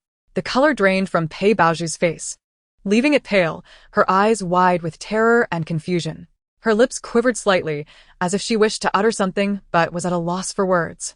Huaixi, what kind of sunflower seeds smell so delightful? Lu Yi sighed in relief. It was a comfort that Ji Huaixi was unharmed. Caramel flavored. Would you like some? Sure. I'll take a bit, came the response. Watching a show without sunflower seeds is half the fun. Yeah, do give me some as well. After distributing the seeds, Ji Huaixi ambled over to Pei Baoju, lifting her chin to force their eyes to meet, and declared, should you ever attempt to dump such a scandal upon my head again, I shall ensure you eat excrement from the toilet. Pei Zixian interjected coldly. Ji Huaixi asked. Zhu is merely speculating. Ji Huaixi elongated her tone playfully. You enjoy it. Pei Zixian hastily interrupted. This isn't the time for such remarks. Ji Huaixi teased. Pei Baoju, your tears are truly captivating. Infidelity is quite normal among men, is it not? Fan Ji approached, and upon hearing Ji Huaixi's words, surprisingly agreed. Teacher Pei, there are plenty of men in the world. Do not be disheartened. Louis nudged Fan Yaya. Is he really your biological brother? Fan Yaya grit her teeth. Let's not talk about him. Mentioning him irks me.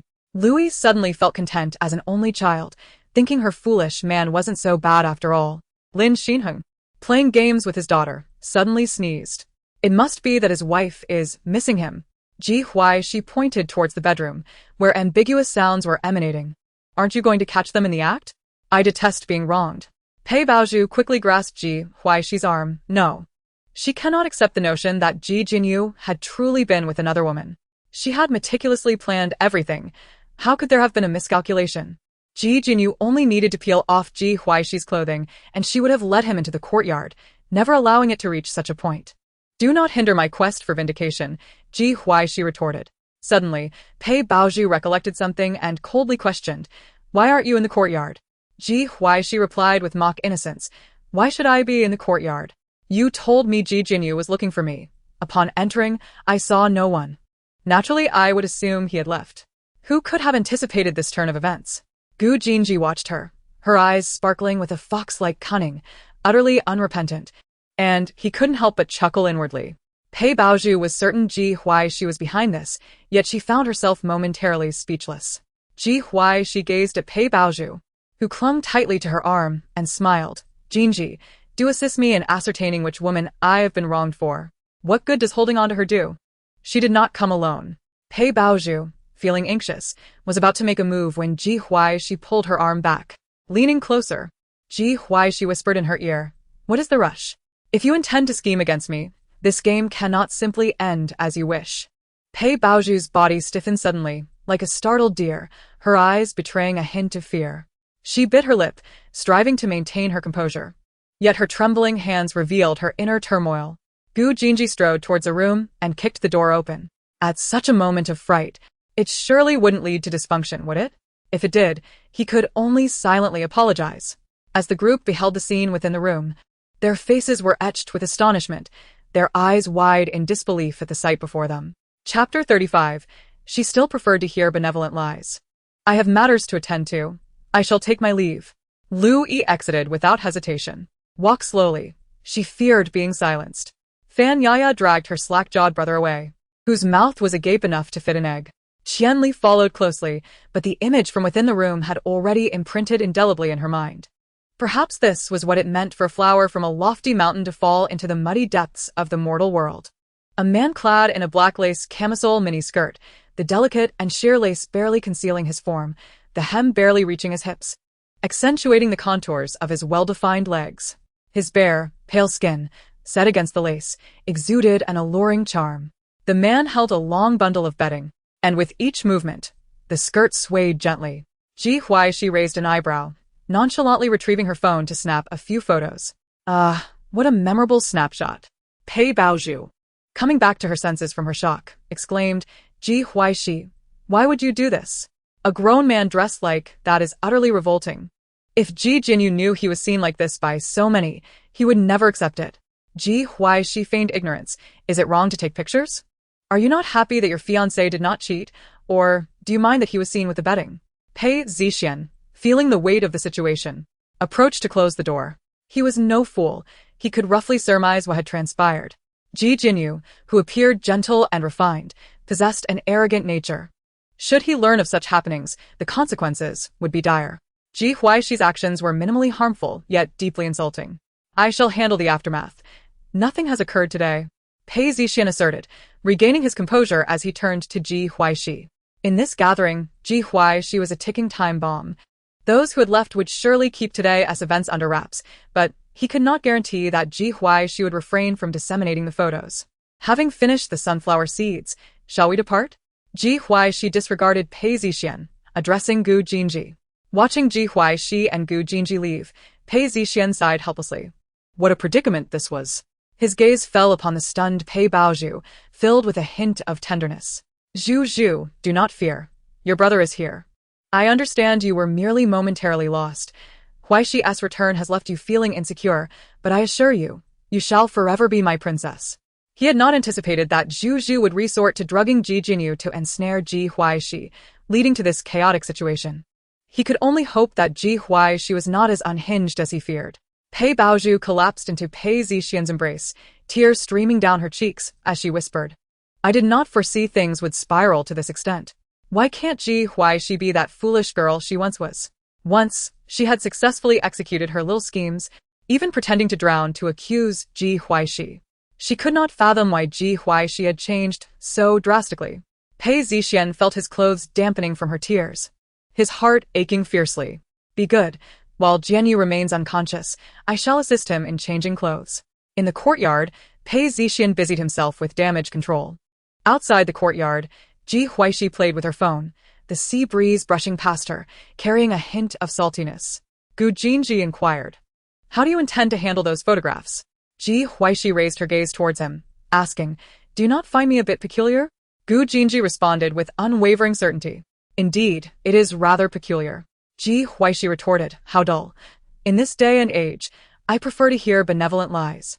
She reasoned that keeping the photographs might prove beneficial someday. Noticing her reluctance to elaborate, Gu Jinji refrained from pressing further.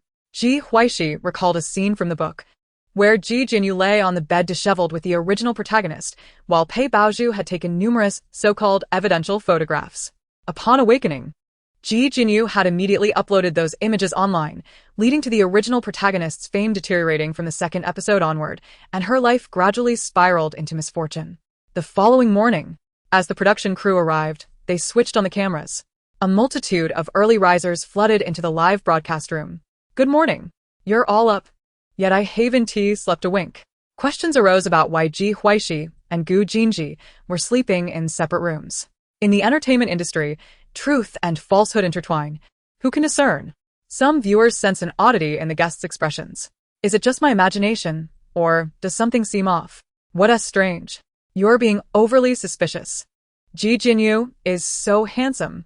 Baozhu is stunning. Together, they resemble the leads in a romantic drama. Before dawn, The director gathered all the guests at the dock to announce the day's task, selling seafood. Those who drew fish could only sell fish, while those who drew shrimp were limited to shrimp. They were to sell as much as they could, bearing all profits and losses themselves. The point system remained unchanged, based on their rankings. Brother Jinyu, what do you wish to sell? Pei Baozhu, dressed in a white dress, absent-mindedly asked as she held Pei Lan's hand. Fish. I suppose, Ji Jinyu replied, clad in casual white attire that gently hugged his form, accentuating his tall and elegant silhouette. The simple neckline revealed a hint of his fair skin, and his sleeves were casually rolled up, showcasing a watch worth millions. In the past, they would have perceived Ji Jinyu as a noble young master, but now, the image of a softly swaying black skirt often came to mind upon seeing him. Ji Jinyu sensed that the gazes directed at him were somewhat peculiar. Was there something amiss with his attire today? Pei Baozhu discreetly surveyed the crowd before her gaze landed on Ji Huaixi, who was dressed in a black t-shirt and jeans. If it weren't for Ji Huaixi taking the photographs, she wouldn't currently feel so apprehensive. Shall we proceed? She suggested, not yet ready to confront Ji Huaixi. With a semblance of a smirk, Ji Huaixi observed the lead silhouettes, feeling as though she were the formidable antagonist, suppressing the protagonists. The transformation of a supporting character into a major villain was underway. Ji Huaixi redirected her attention, pointing at the baskets of crabs on the dock, and inquired, Boss Gu, what do you think? Let us take it all, he replied. Really? You trust me that much? Gu Jinji raised an eyebrow. He approached the owner to negotiate, while Ji Huaixi squatted beside her son, stifling yawns. The synchronized movements of the mother and child were oddly amusing. When Fanji heard that Gu Jinji and Ji Huaixi intended to take everything, a smirk of sarcasm crossed his lips. Such boldness to claim everything. After Gu Jinji concluded his negotiations with the owner, he joined the mother and son on the ground. Aren't you afraid I won't be able to sell it all? Ji Huaixi challenged. If you can't sell it, I have the means to cover the loss. Gu Jinji replied, amusement glimmering in his eyes. Where shall we go to have fun later? Ji Huaixi shot him a glance. Without money, movement is futile. There's no fun to be had. In Ji Huaixi's livestream, viewers flooded the comments with remarks. What capabilities does Ji Huaixi possess to cover losses? Is she delusional? Doesn't she understand the principle of different industries are like different mountains? Perhaps she's become accustomed to her lofty position as a CEO. The seafood hasn't even sold yet, and she's already contemplating leisure activities? Unlike Ji Huaixi, Pei Zixian and Ji Jinyu exhibited a more cautious demeanor. With so many crabs, who knows how long it will take to sell them at the market? Is Ji Huaixi doing nothing at all? Lu Yi and the others have stepped up to assist. Chapter 36. You're barely managing your own affairs. Yet you have the heart to concern yourself with others. Gu Jinji stood up to negotiate the subsequent dealings with the owner. After Pei Zixian secured an agreement with the owner alongside Qianli, he approached Ji Huaixi. Upon seeing her squatting with her child, he felt a mix of emotions. The upbringing he received strictly forbade such behavior. Huaixi, isn't this a bit inappropriate? I'm not relieving myself in public. I'm merely sitting, she retorted. You're a celebrity. Shouldn't you care about your image? Soon, it won't matter. The image will lose its significance. After toiling her entire life, having been thrust into this narrative, she could neither be a beast of burden nor a mere pawn. Pei Zixian appeared taken aback. Are you considering retiring from the industry?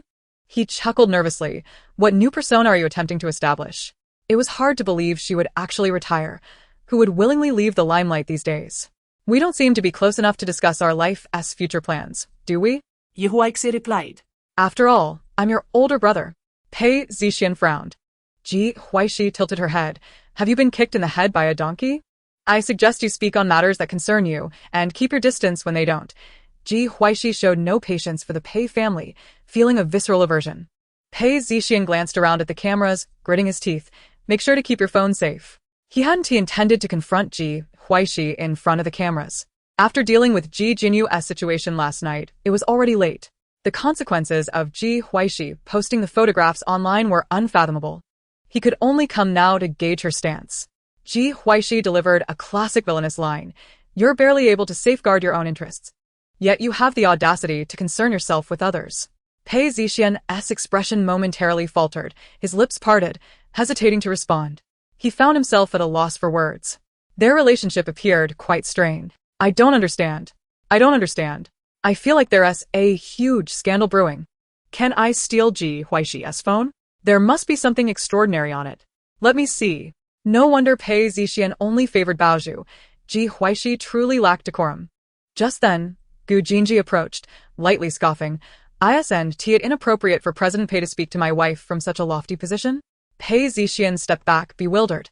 How could he be in a superior position when Ji Huaixi was squatting? I merely came over to speak with my sister. Gu Jinji, unperturbed, replied. Have you been recognizing siblings outside? Ji Huaixi rolled her eyes without an ounce of decorum. My brother doesn't share your surname. There are plenty of deceivers these days. Perhaps you should download an anti-fraud app and stop believing everything you hear. Gu Jinji's smile was unabashed as he turned to Pei Zixian. President Pei, did you catch that? Your sister is flirting with her fiancé. If your eyesight is poor, it can be treated. Just don't mistake relatives. Pei Zixian felt a jolt of surprise, casting a suspicious glance at Gu Jinji. Did he sense something? Could Ji Huaixi have divulged his matters to Gu Jinji? I shall take my leave to fulfill my task. Pei Zixian realized continuing this conversation was futile. He might inadvertently expose his own affairs. Is this the enmity of the affluent? President Pei versus President Gu, a total defeat. Are we truly better off tearing apart familial bonds? The world of the young masters eludes my understanding. While the other groups of guests departed from the dock, only Ji Huaixi and her family of 3 remained, squatting at the pier. Return and let mother nourish you, she was advised. Ji Huaixi was taken aback that Gu Jinji had even noticed such a detail. Her current physique was indeed lacking. During the original owner's time of hardship, being undernourished and inadequately clothed was a common occurrence. After being retrieved by the Pei family, nobody cared for the original owner's well-being. Could it be that I am merely lazy? I believe so, but your splendid mother has likely prepared your medicinal cuisine by now. Our mother is truly wonderful. Gu's mother, upon witnessing the scene, wore a perpetual smile. The eldest daughter indeed needs a proper replenishment. How sweet. Truly a couple in love. I hope someone can see through my Pikachu pajamas to the vulnerability within. I, too, relish in squatting casually, yet no one perceives my frail constitution. They merely deem my behavior uncouth. Teacher, may I inquire at what hour I might sleep to dream of such a boyfriend? Gu Jinji has completely overturned my preconceived notions about affluent young scions. How can so many people believe this? It's evidently a performance. Are you allergic to happiness? As netizens fervently debated, several vehicles gradually arrived at the dock. After Gu Jinji exchanged pleasantries with the newcomers, he returned to keep Ji Huaixi company. The director, witnessing baskets of crabs being carted away, felt as if he might shatter his molars in frustration. Who would play the middleman? Profiting by selling crabs to nearby seafood market proprietors? The viewers, however, were left bewildered. Are the crabs really being whisked away just like that? I haven't left the live stream. What is happening that I am unaware of? Who claimed that this family of 3 was above the fray? Here they were, squatting, while others were indulging in fries. Ji's sister was enjoying fried dough sticks at the dock. Could it be, as I suspected? What do you mean? That the crabs have been sold? The director was overwhelmed. Ji Huaixi's group had completed their task far too swiftly, leaving little for the audience to enjoy. He needed a strategy. Observing the guests' ease, he, as director, felt his composure fray. Upon receiving the director's instructions, the staff conveyed, Teacher Ji, Mr. Gu, there is an additional task. Would you care to attempt it? No. I would rather sleep. I listened to my wife outside. The director interjected, tell them it's a hidden mission. The staff relayed the message accurately. Ji Huaixi smirket. Since it was a hidden mission, let it remain concealed. Rest assured, I shall not seek unnecessary hardship. Zhou sipped her soy milk, nodding along. Though she didn't fully comprehend, for what mother said was always right. The director, observing Ji Huaixi's indifference, thought to himself that since neither softness nor firmness would work, he would have to appeal to her. Noticing the director's furtive beckoning, Ji Huaixi, intrigued by his dubious demeanor, decided to engage with him. What is Ji's sister up to? Marching forth with bravado? Abandoning husband and child? Who ventures into the world burdened with family? Ji Huaixi entered the director's makeshift office alone. The director cut to the chase. Teacher Ji, we have something to discuss. Your live stream's popularity is soaring. Can you bear to deny your fans the chance to see you? Ji Huaixi pointed at herself. Me? Fans? True. Even haters count as fans. A person may be killed but should never be humiliated. How could you suggest I appease my detractors? Chapter 37. Otherwise. I might think you're experiencing an early midlife crisis. The director's expression darkened as he seethed. Is it possible that besides your detractors, you have actual fans? There are some, but can those who support someone like me truly be considered good fans? The director took several deep breaths, exhaling in frustration. Every group of guests has a hidden task. This is yours. The door is there. I shan't see you out. Ji Huaixi regarded the task card before her, scratching her nose. Do not be vexed. The director, thinking Ji Huaixi might have a change of heart, was about to speak. If I leave, you may rage on. Otherwise, I might think you're experiencing an early midlife crisis. Ji Huaixi. If he had known better, he would have thought she had developed a conscience. Ji Huaixi snatched the task card and slipped away, closing the door behind her. She approached Gu Jinji and handed him the task card. After reading it, Gu Jinji smiled and inquired, what compelled your concession? Certainly the director's determination to drag me into this mess, disregarding the other guests, deeply moved me. At this moment, there was no hidden task in the book. Alas, being a director was no easy feat. The director, having regained his composure, was incensed by Ji Huaixi's response. Request, Director S. Psychological Trauma Surface Area? What on earth is the hidden task? So? Why are we being kept in the dark about it? We are insiders, not outsiders. Ms. Ji, Mr. Gu, please do not merely chat. Divulge some information. Is it now fashionable to conceal hidden tasks from the audience? Teacher Ji, this is your mode of transportation. The staff brought forth a seemingly dilapidated tricycle, which was, in fact, on the verge of collapse. Goodness! Is this the retribution for my 18 years of misdeeds? The staff stifled laughter. Teacher Ji, do not be deceived by the dilapidation. It is still operational. Ji Huaixi. Pointing at the tricycle, exclaimed in indignation, how can one arrive late to work, yet justice cannot arrive a tad late? Must I be penalized on this beautiful day? Gu Jinji chuckled at Ji Huaixi's theatricality, teasingly suggesting, let us dismantle this tricycle and sell it for scrap, thus achieving a small goal to soothe your wounded spirit. The staff remarked, indeed, one cannot expect two different kinds of people to emerge from the same bed. Gu Jinji pushed the tricycle, while Ji Huaixi held Zhou's hand, the three of them heading toward the market. The other four groups of guests were already selling seafood at the market, and they were certainly going to assist. They parked the tricycle outside the market and entered. Zhou looked around, filled with curiosity. Gu Jinji and Ji Huaixi exchanged glances, both intentionally slowing their pace. Zhou had suffered hardships, but had never been impoverished. The market bustled with activity, vendors enthusiastically beckoning passing customers. Navigating through stalls of vegetables and various meats, they finally reached the seafood section. Pretty sister, bald uncle, and adorable little brother, you've come. Would you like to buy some clams? They are delicious. Lu Jiao, upon spotting Ji Huaixi and the others, beamed with excitement, waving enthusiastically. Gu Jinji raised an eyebrow. Bald uncle? Lin Xianheng, standing beside Lu Jiao. Awkwardly explained Mr. Gu, I apologize. Jiao simply. Lu Jiao blinked her large, black gemstone-like eyes. Daddy, I'm just speaking the truth. As a father, he perhaps ought to clarify. Bald uncle is the most handsome uncle in the world.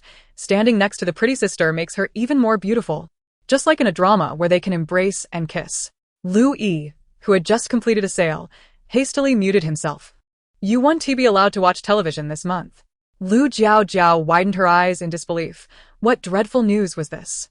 She tugged at her mother's hand, protesting. What wrong has the television done? Why can't I watch it? Ji Huaixi, beside her, was laughing so hard she nearly doubled over. One hand playfully resting on her belly, while the other affectionately tousled her son's curly hair. Oh, how she longed to steal the child away. Surely, it wouldn't be too difficult to whisk him away in a vibrant, multicolored bag, if only such a fantastical item existed. Alas, there are no such magical bags in reality. Jiao is so adorable. Is the bald uncle a handsome brother? Can I hug and kiss the old man-young wife pair? She chuckled foolishly at her phone, while her athletic boyfriend, standing at 185 centimeters, misinterpreted her amusement as a sign of impending infidelity, clinging to her chest, insisting on watching together. Drag the one upstairs out and behead him. Gu Jinji raised a subtle smile. Once Ji Huaixi ceased her laughter, he addressed Jiao. Do you wish to become a one-of-a-kind princess in this world? The innocent little girl's eyes sparkled with curiosity and eagerness. Yes. What do you think of a bald princess? Lu Jiao recoiled in terror, retreating 3 steps to hide behind her father, peeking out with just her little head visible. Bald uncle, what are you talking about? Jiao, doesn't he understand? It's too frightening. My head may be severed, blood may flow, but my hair must remain intact. Lu Yi, exasperated, said, Jiao, apologize to the uncle. It's impolite not to. Slowly, Jiao approached, her hands protectively shielding her hair, and said, Uncle, I'm sorry for giving you a nickname. Please, in light of my sincere apology, tell my mom you forgive me. After bowing at a perfect 90 degrees while cradling her hair, she gazed up at Gu Jinji with her big, innocent eyes. Lu Yi, Ji Huaixi burst into laughter, exclaiming, truly a little girl who loves watching television, so full of spirit. Gu Jinji raised an eyebrow and replied slowly, what if I do not forgive you? Then my anxious heart could cease to beat. The world's most handsome uncle, please forgive me. Gu Jinji replied, let your anxious heart remain anxious. He mused that this little girl's biological mother should not be the graceful and poised Lu Yi, but rather the somewhat unhinged Ji Huaixi. Thank you for your forgiveness, uncle.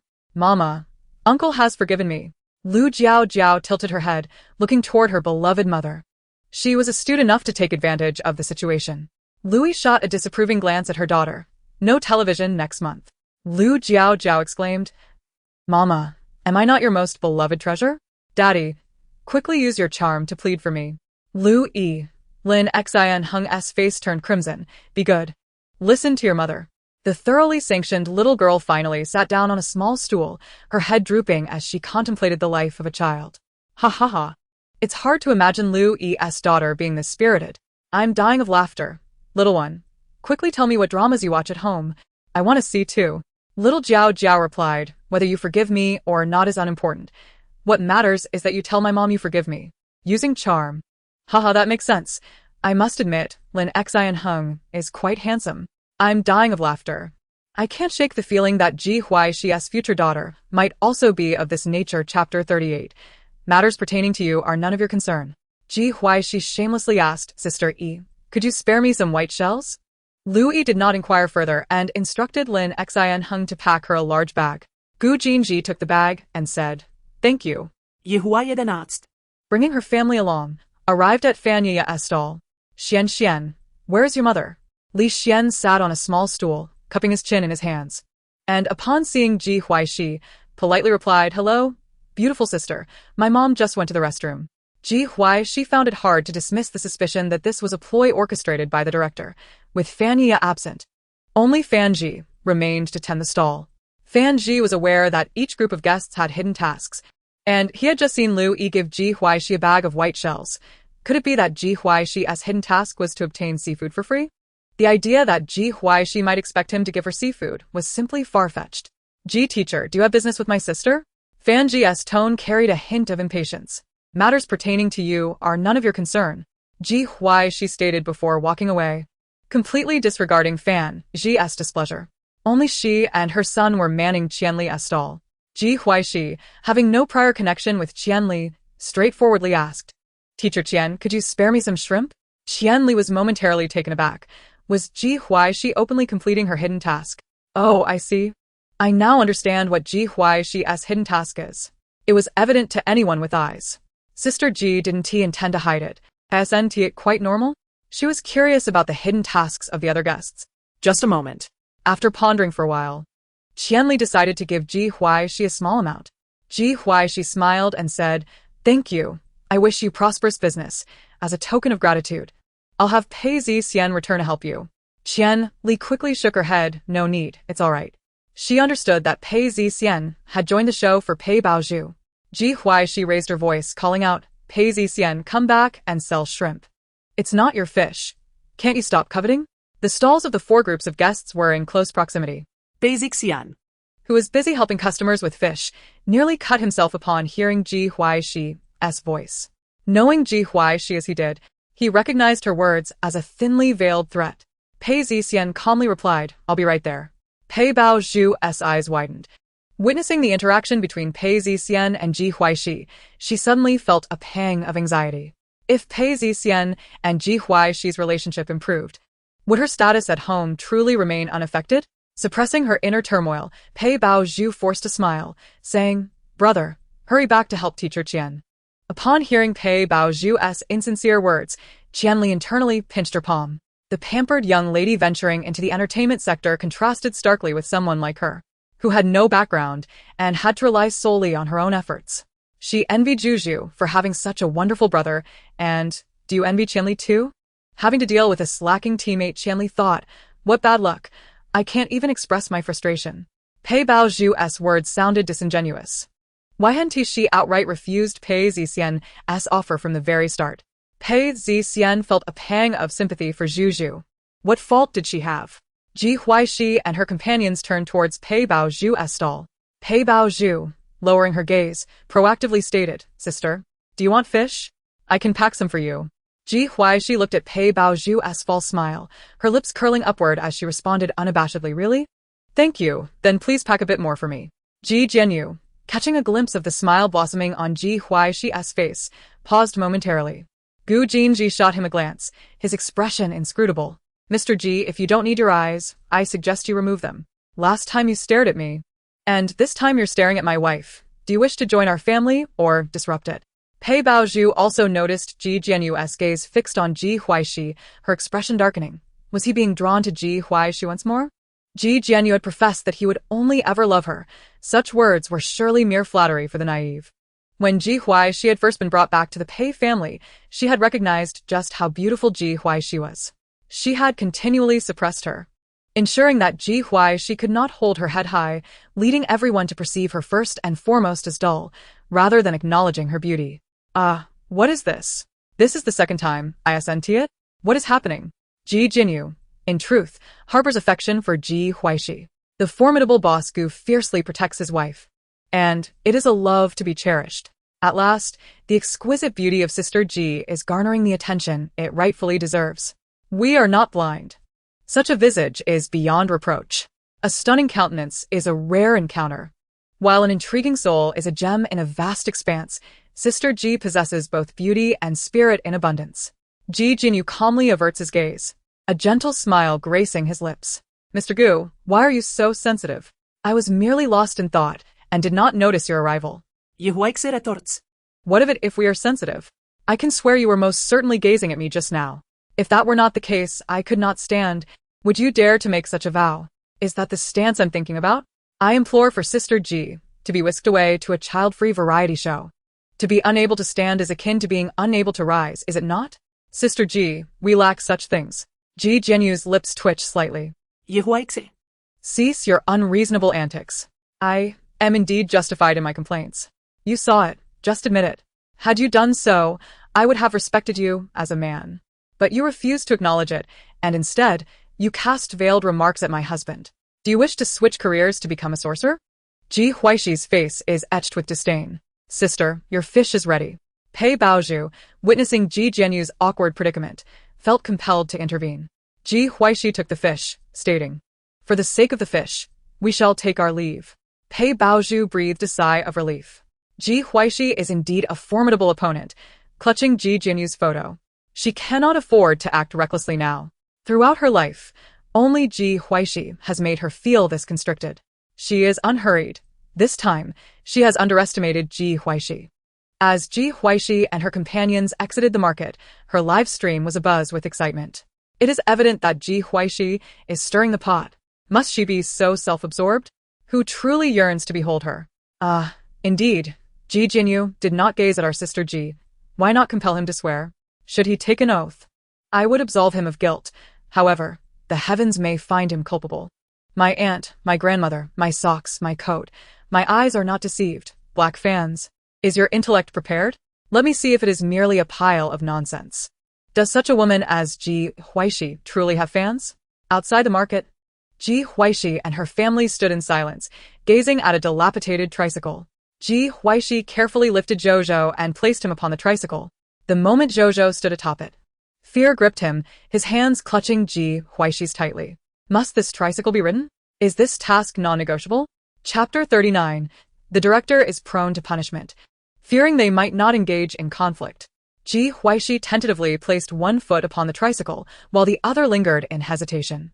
After a moment's contemplation, She ultimately chose to abandon the task. At this juncture, Gu Jinji furrowed his brow and declared, "We shall not undertake this task." Ah? Wasn't Ji Huaixi's hidden task to obtain seafood for free from other guests? It appears not. Ji Huaixi is indeed an inadequate mother, merely a stepmother. As those in the know would understand. Understand what? Have you not seen Sister Ji fiercely protecting Zhou? The director of the live stream, overhearing Gu Jinji's remarks, trembled slightly but summoned the courage to relay his message. The staff, steeling themselves, approached. "Teacher Ji, Mr. Gu, if the hidden task is not completed." Under their scrutinizing gazes, the staff's voice dwindled. Ji Huaixi set Zhou down. Fixing her gaze upon the staff, "I shall not complicate your position. Have the director ride this tricycle instead." The staff hurriedly responded, "Teacher Ji, it is possible to upgrade the tricycle using points." Ji Huaixi scoffed, "No upgrades. I forfeit the task." The director, observing the increasing popularity of Ji Huaixi's livestream, was elated and began to clap his hands. "Do not, Teacher Ji. The rewards for the hidden tasks are quite substantial, truly worth the upgrade." "Is that so?" "Indeed, it is more precious than pearls, absolutely rewarding." "Are you enticed?" "Enticed. Yet I shall take no action. The guest group that fails to complete the hidden task will face punishment." "Oh, then impose whatever penalties you wish. I hope the other group's hidden tasks also involve this wretched thing, lest my detractors drown the director in a deluge of spittle." The staff, "How can one be so impervious to reason? Haha, what on earth is this hidden task?" "Sister Ji, feel free to deceive. I am only responsible for listening, not for acting. This stubborn pig fears not the boiling water." One wonders what Ji Huaixi's fans take pride in. There is no spirit of duty whatsoever. It is permissible for the director to manipulate the guests, yet the guests are not allowed to resist. Ji Huaixi returned to the dock with Gu Jinji and Zhou. They borrowed 3 chairs from the breakfast stall owner and sat to gaze at the sea. The boundless ocean stretched before them. Fishing boats docked at the pier, the gentle waves lapping at the hull.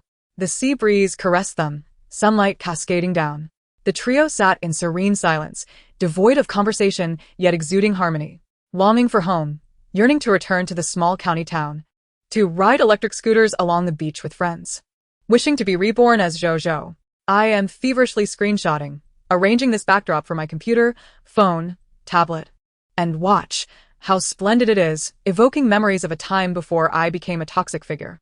Only when the assembly was called did Ji Huaixi and her companions depart from the seaside. Upon arriving at the meeting point, Ji Huaixi's eyes met the director's with a look of reproach. The director announced, "Congratulations to everyone. Your main tasks have been completed admirably. Whatever you have gathered can be sold without loss. Now, I shall reveal your achievements from this morning." First place, Teacher Ji's group garnered 100 points. How is that possible? Their group collected so many crabs yet did not sell them in the market. How could they have sold them all? Fan Ji exclaimed in disbelief. Fan Yaya interjected. Gu Jinji furrowed his brow. In this day and age, no one binds their feet, yet there are those who bind their minds. Fan Ji retorted. What right do you have to scold me? Is it not permissible for me to harbor reasonable suspicions? Ji Huaixi remarked. Child, you are projecting. She was weary. Why must there be such foolishness? Is this the world crafted by the author, a setting devoid of intellect for the canon fodder?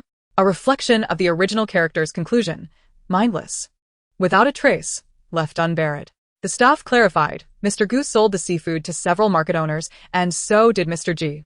Fan Ji was momentarily speechless. Fan Yaya now regretted her decision, wishing she had brought a mute instead of her brother to participate in this show.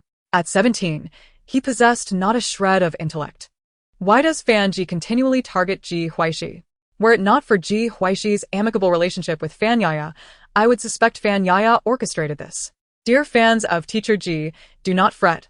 Little Yaya's brother's actions are in no way reflective of her character.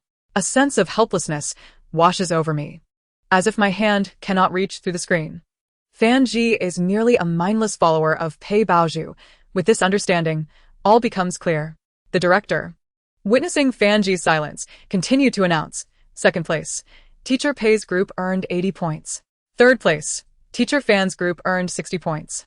Fourth place, Teacher Lu's group earned 40 points. Fifth place, Teacher Qian's group scored 20 points.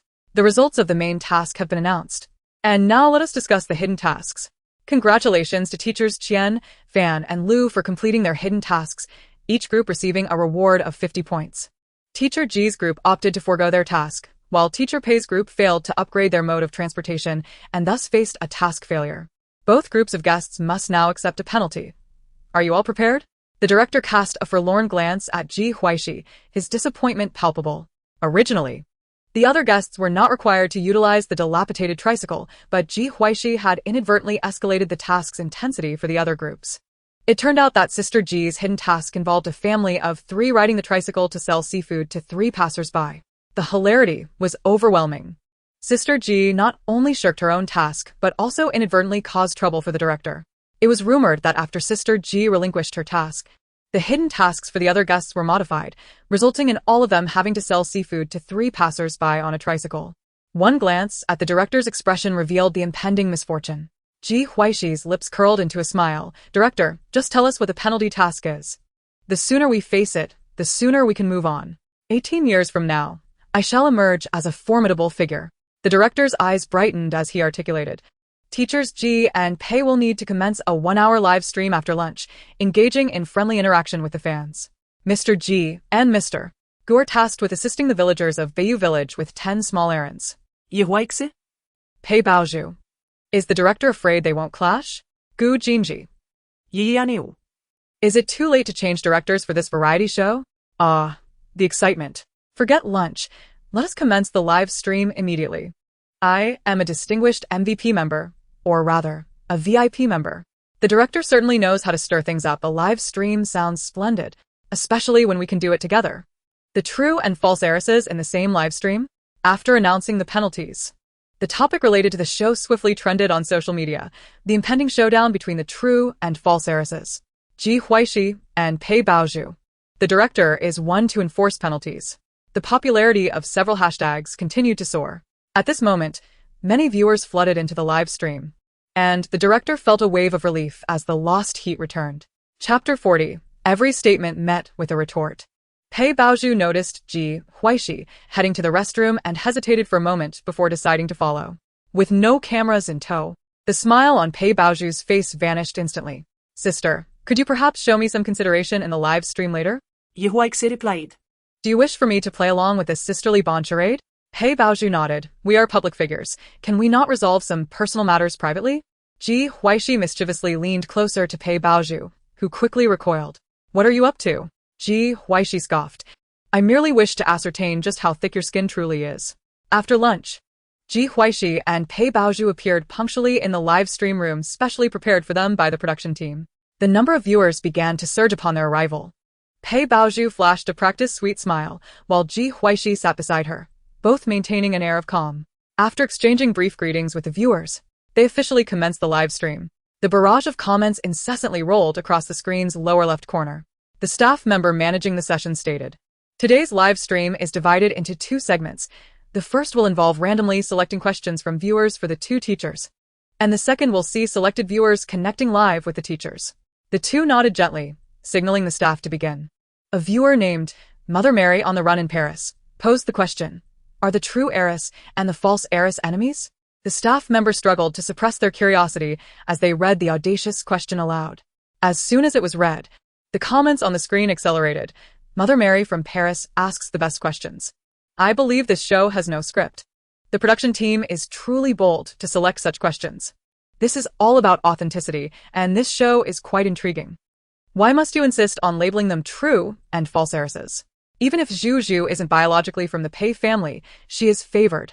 In my eyes, only those who are unlikable are the false heiresses. Pei Baozhu maintained a strained smile, seemingly calm as she replied, of course not. They can still be very good sisters. Ji Huaixi shifted slightly away from Pei Baozhu before speaking.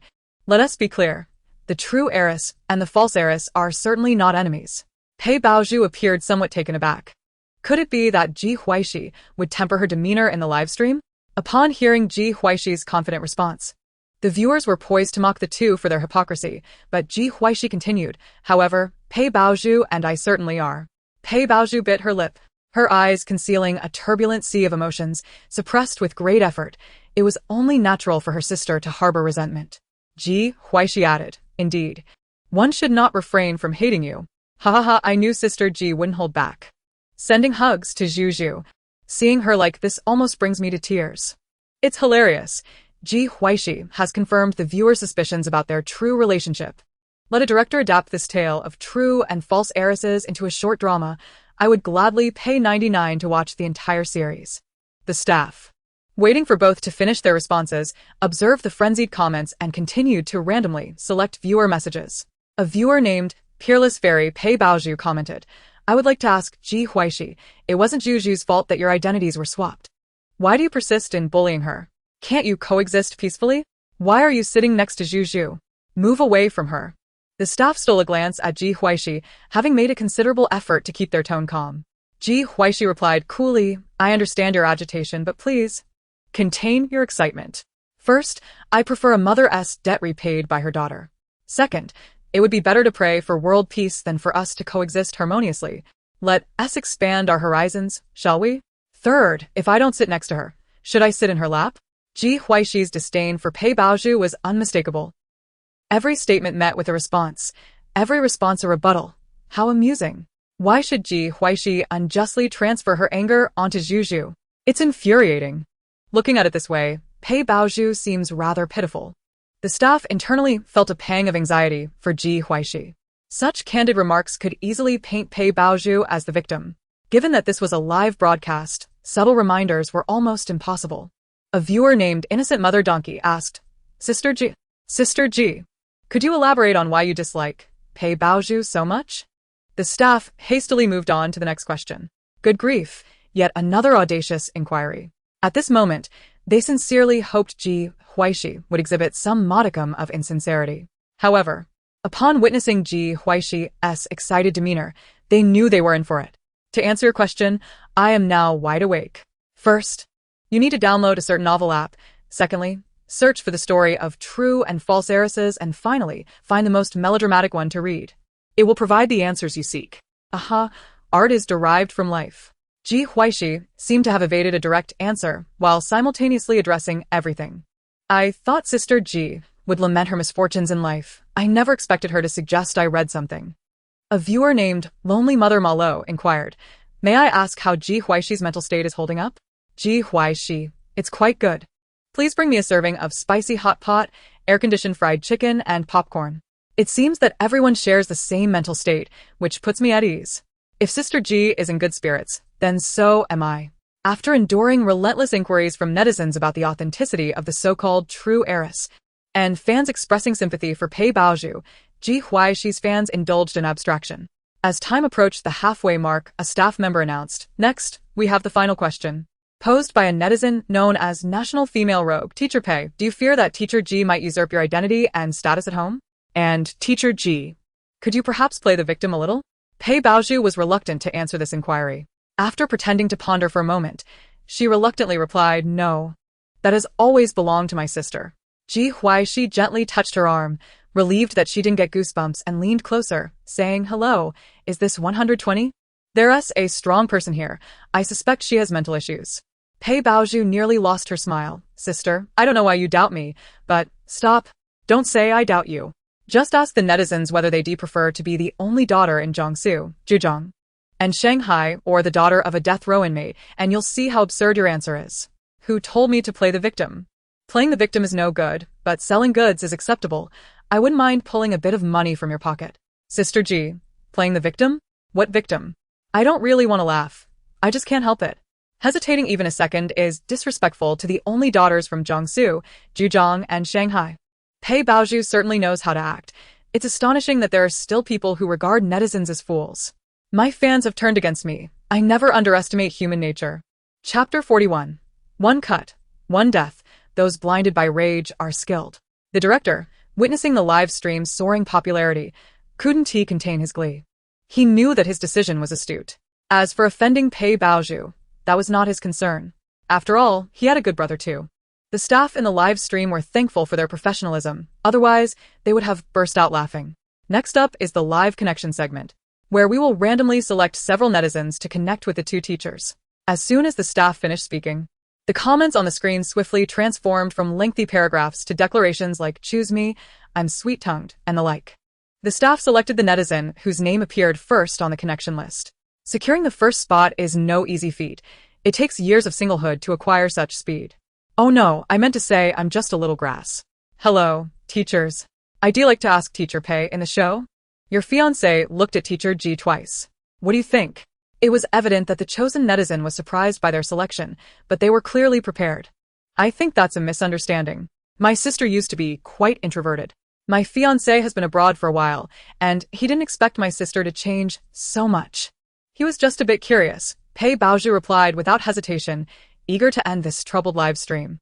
And what does teacher Ji think? Ji Huaixi, who was enjoying the spectacle and regretting not having sunflower seeds, was also called upon but remained unfazed. I observe with my eyes. But I do not gaze upon a man who is about to be married. The staff quickly interjected, both teachers have answered this question. I'll disconnect you now. Not looking at a man about to be married, doesn't he include those who are already married or unmarried, right? You little rascal. The staff was somewhat flustered, fearing Ji Huaixi might utter something explosive. Quick, connect me. Connect me. The second male netizen, as soon as he connected, professed his adoration for Pei Baozhu. Ji Huaixi couldn't help but marvel at the originality of the compliments from Pei Baozhu's male fans. The staff managed the time carefully, gently interrupting the interaction when it was nearly over, and proceeded to select the next lucky participant. Sister Ji, may I ask you a question? Of course.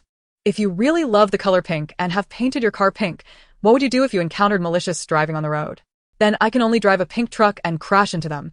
There are countless fools nowadays, and I'll crash into as many as I can. What a brutal response.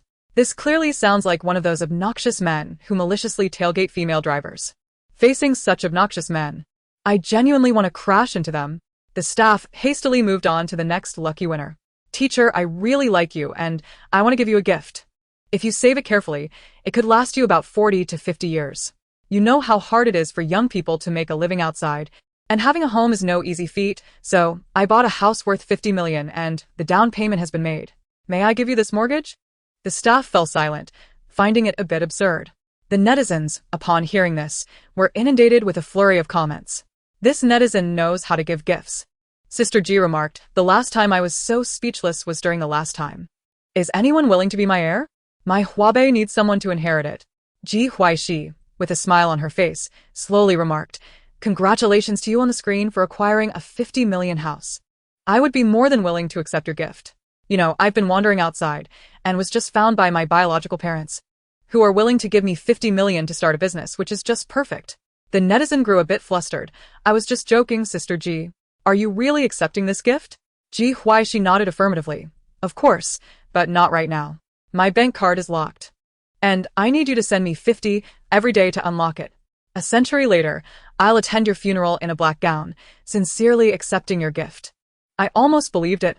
Well, that's fine, it was close. The staff, seeing this, quickly took control of the situation, as time was fleeting, and invited the next netizen for the final connection opportunity. Once the last netizen connected, he was immensely excited. Hello, teachers. Good afternoon to all the audience friends. I want to ask both teachers a question. As actors, what are you willing to give up for your craft? Just as Pei Baozhu was about to respond, Ji Huaixi interjected, wait a moment, this netizen. What's the matter? I'll introduce myself first. I don't have any representative works because I've never acted. Giving up acting means letting you all go, and I've also let myself go, so everyone is happy. Ji Huaixi expressed her self-awareness. Teacher Ji, do you mean you want to act in the future? A netizen timidly inquired. Of course not. Then how will you navigate the entertainment industry as a star without acting? Is it possible that I could exit the industry and just chill? Ji Huaixi still had a bit of self-awareness. Pei Baozhu at least had a few representative works, unlike someone who has no acting skills yet is in the entertainment industry. But she is beautiful. Sister Ji's face can be said to be that of a star among stars. What's the rush? Sister Ji is preparing to return home to inherit the family business. An hour passed swiftly, and at the moment the live stream concluded, Pei Baozhu left the room without looking back. For her, this hour had been tormenting. Meanwhile, on the other side, Ji Jianyu's ordeal was far from over. When Ji Huaixi arrived, they were engaged in their final task, helping the village chief slaughter 2 chickens. Gu Jin held a chicken tightly in one hand while wielding a sharp kitchen knife in the other, swiftly and decisively slicing a gash across the chicken's neck. Blood surged forth, cascading into the basin, its vivid crimson hue strikingly conspicuous under the sunlight. The chicken, after a brief struggle, succumbed entirely to its fate. Ji Huaixi rubbed her eyes, startled. What had she just witnessed? With a heart brimming with curiosity, she inquired, "How do you execute this so adeptly?" Gu Jinji presented her with a small stool, replying, "Friends who frequently slaughter chickens are well versed in this." Ji Huaixi mused. Is it merely a matter of experience from repeated acts of killing? Gu Jinji affirmed, one swift stroke per bird, each cut fatal. Those who are bloodied in their eyes become proficient. Were these two genuinely conversing about the act of slaughtering chickens? It felt rather peculiar, officer. I suspect Gu Jinji might have some culpability. From now on, should anyone claim Gu Jinji is above it all, I shall thrust this chicken-slaying video into their faces, a nonchalant execution indeed. After washing his hands, Gu Jinji stood up, saying, "Let us go fetch Zhou Zhou. He is observing how chickens tame humanity up close." Ji Huaixi raised an eyebrow and followed Gu Jinji to the backyard of the village chief's home. As they approached, a piercing cry reached their ears. Chapter 42. As a benevolent soul eager to lend a hand, I shall take the lead. Ji Huaixi hastened into the backyard alongside Gu Jinji. The children, Zhou Zhou and Pei Lan, were sheltered in a small house, guarded by the staff. In the courtyard, a plump little chicken aggressively pursued a fleeing man, flapping its wings, its neck extended, sharp beak poised for an imminent attack. The man's white shirt flapped wildly in the wind as the chicken emitted a cacophony of clucks while chasing him. Unable to suppress her laughter, Ji Huaixi thought, reborn as a little chicken battling a young aristocrat. Upon seeing them, Zhou Zhou scampered over and stood obediently between them. What are you two standing around for? Hurry up and come help. Ji Jianyu called out anxiously to the staff. His shins were occasionally pecked, not painfully, but certainly discomforting. The feeling of being pursued was most unpleasant. He was reluctant to appear so disheveled before Gu Jinji. This scene is utterly ridiculous. Just look at Ji Jianyu, and then at Gu Jinji. I find Gu Jinji remarkably down-to-earth. Heh? Both guests of the same show, yet neither is stepping forward to assist. Ji Huaixi subtly remarked, he must be calling for my help, right? As a benevolent soul eager to lend a hand, I shall take the lead. With a mischievous smile, Ji Huaixi rushed to the chicken coop at the village chief's residence, observing Ji Jianyu, who was in search of a place to hide. Upon noticing her actions, his pupils dilated as he shouted, Ji Huaixi, what are you planning? Having opened the chicken coop, Ji Huaixi seized the opportunity while the chicken was still bewildered. Taking her son with her left hand and leading Guofu with her right, escaping into the yard. Cluck, cluck, cluck. The affluent village chief, his yard teeming with chickens. Ji Jianyu felt as though his sanity was on the brink of collapse. The chicken brigade surged forth, launching their assault. Struggling to break free, Ji Jianyu dashed towards the yard's gate, only to find it locked. Yi. Why? See. As the flock surged towards him, he hastily ran. Ji Huaixi Peeking through the door, remarked, look, humans are leading chickens in physical exercise. Gu Jinji cast a glance at the disheveled man in the yard, perspiring profusely, with what appeared to be several chicken footprints on his white shirt. Amitba, the world has gained another man who despises chickens. I'm unsure whether to laugh or not. Ji Huaixi seems rather mischievous. Was she genuinely offering assistance? Clearly, she was up to some mischief. I wonder what animosity lies between these two. Just say whether help was given or not. Isn't causing trouble still trouble? The staff stifled their laughter, using the intercom to summon the village chief back. Upon his arrival, he finally rescued Ji Jianyu, who was cowering in the corner, hands over his head, besieged by chickens. The chickens obediently returned to their coop, while Ji Jianyu was left to slaughter chickens with a scowl. Sitting on a stool, the incessant sound of clucking echoed in his mind. Ji Huaixi and the others decided not to linger any longer and returned to their own yard to rest. When the sun's intensity waned, the director called all guests together, announcing that the final task of the day required each group to utilize their assigned seafood to prepare 2 dishes. This would serve as dinner for everyone, and whether it was delectable or not was their own concern. As the director's words settled, the staff promptly brought forth a variety of seafood.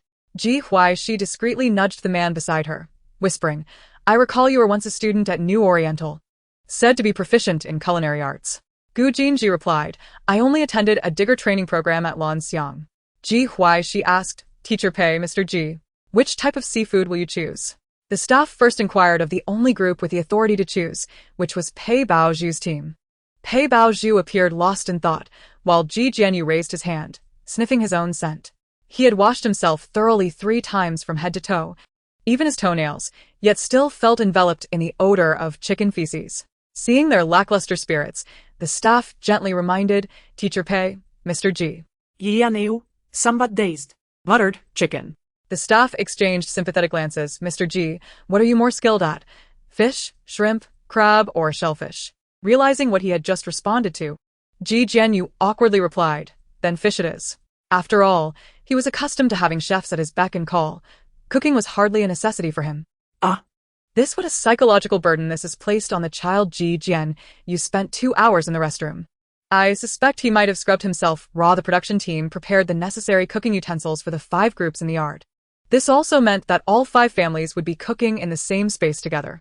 Upon observing that the siblings from the Fan family were on one side, and the male and female leads on the other, Ji Huaixi felt it was a rather deliberate arrangement.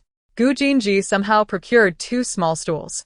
He handed one to Ji Huaixi and positioned the other for Zhou Zhou to sit before the crabs, equipping him with thick gloves and a small brush, instructing him to get to work. Zhou Zhou's little head was filled with a large question mark. Gu Jinji seized a bound crab and began brushing it, moving slowly, yet meticulously. Zhou Zhou understood and mimicked his actions. Noticing this, Fan Yiya expressed her astonishment. Is it Mr. Gu who cooks at your home? Ji Huaixi, observing the father-son duo brushing crabs, candidly replied, in my home, we have a chef who cooks. Fan Yiya realized her question was rather misplaced, having momentarily forgotten just how affluent this family was. Zhou Zhou is such a good boy. Can he come home with me? The prospect of a chef was enviable indeed. Pei Baozhu and Ji Jianyu finally regained their composure. They stared at the 2 unfamiliar fish in the bucket, momentarily unsure of where to begin. Mom. Uncle, I can help. Pei Lan, who was being held by both, perceptively offered after assessing the situation. She had cooked at the orphanage and had even killed fish before. Though not particularly skilled, she believed her efforts would surpass those of her mother and uncle. Pei Baozhu affectionately ruffled her little pigtail, saying, Lan Lan, let the grown-ups handle the cooking. Although she was not adept at cooking, it would be unthinkable to let Pei Lan take on that task. Otherwise, the viewers might have a field day with their judgments. What was the director thinking when he designed such a segment? Ji Jianyu chimed in, praising, Lan Lan is truly obedient. Little ones need not concern themselves with such chores and should simply enjoy their playtime. Oh, how fortunate it is for a child to have a father like Ji Jianyu. This serves as a glaring contrast. Zhou Zhou would undoubtedly envy Lan Lan for having nothing to do. Did you find out? Lan Lan has certainly endured hardships before reaping the rewards. Is it wrong to ask a little of her own son? Chapter 43. If the fish had known it would be treated so poorly, it would have preferred to perish in the ocean rather than at your hands. Pei Lan nodded, half comprehending. Yianeu, donning gloves. Contemplated various fish dishes and ultimately decided on something simple. We shall prepare boiled fish and braised fish. Upon hearing Ji Jianyu's choice, Ji Huaixi felt a swell of skepticism. Is it edible? Perhaps I should call a doctor to stand by. She quickly surveyed her surroundings. Lu Yi's kitchen was manned by Lin Xinheng, who seemed competent enough to distinguish between oil, salt, soy sauce, and vinegar, so the food should be palatable. One of Qian Li's dishes was boiled shrimp, which, if prepared without removing the heads and veins, would hardly be fatal. The Fan siblings, having grown up by the sea, should not falter in cooking fish, right? Perhaps she could enjoy a proper 4 dishes and a soup after all? The first dish would be steamed fish and the second, stir-fried crabs from the typhoon shelter. Would that be acceptable? Ji Huaixi nodded without hesitation. Gu Jinji placed the crabs into the steamer, adding slices of ginger and covering it with a lid, before proceeding to chop the necessary ingredients for the stir-fried crabs.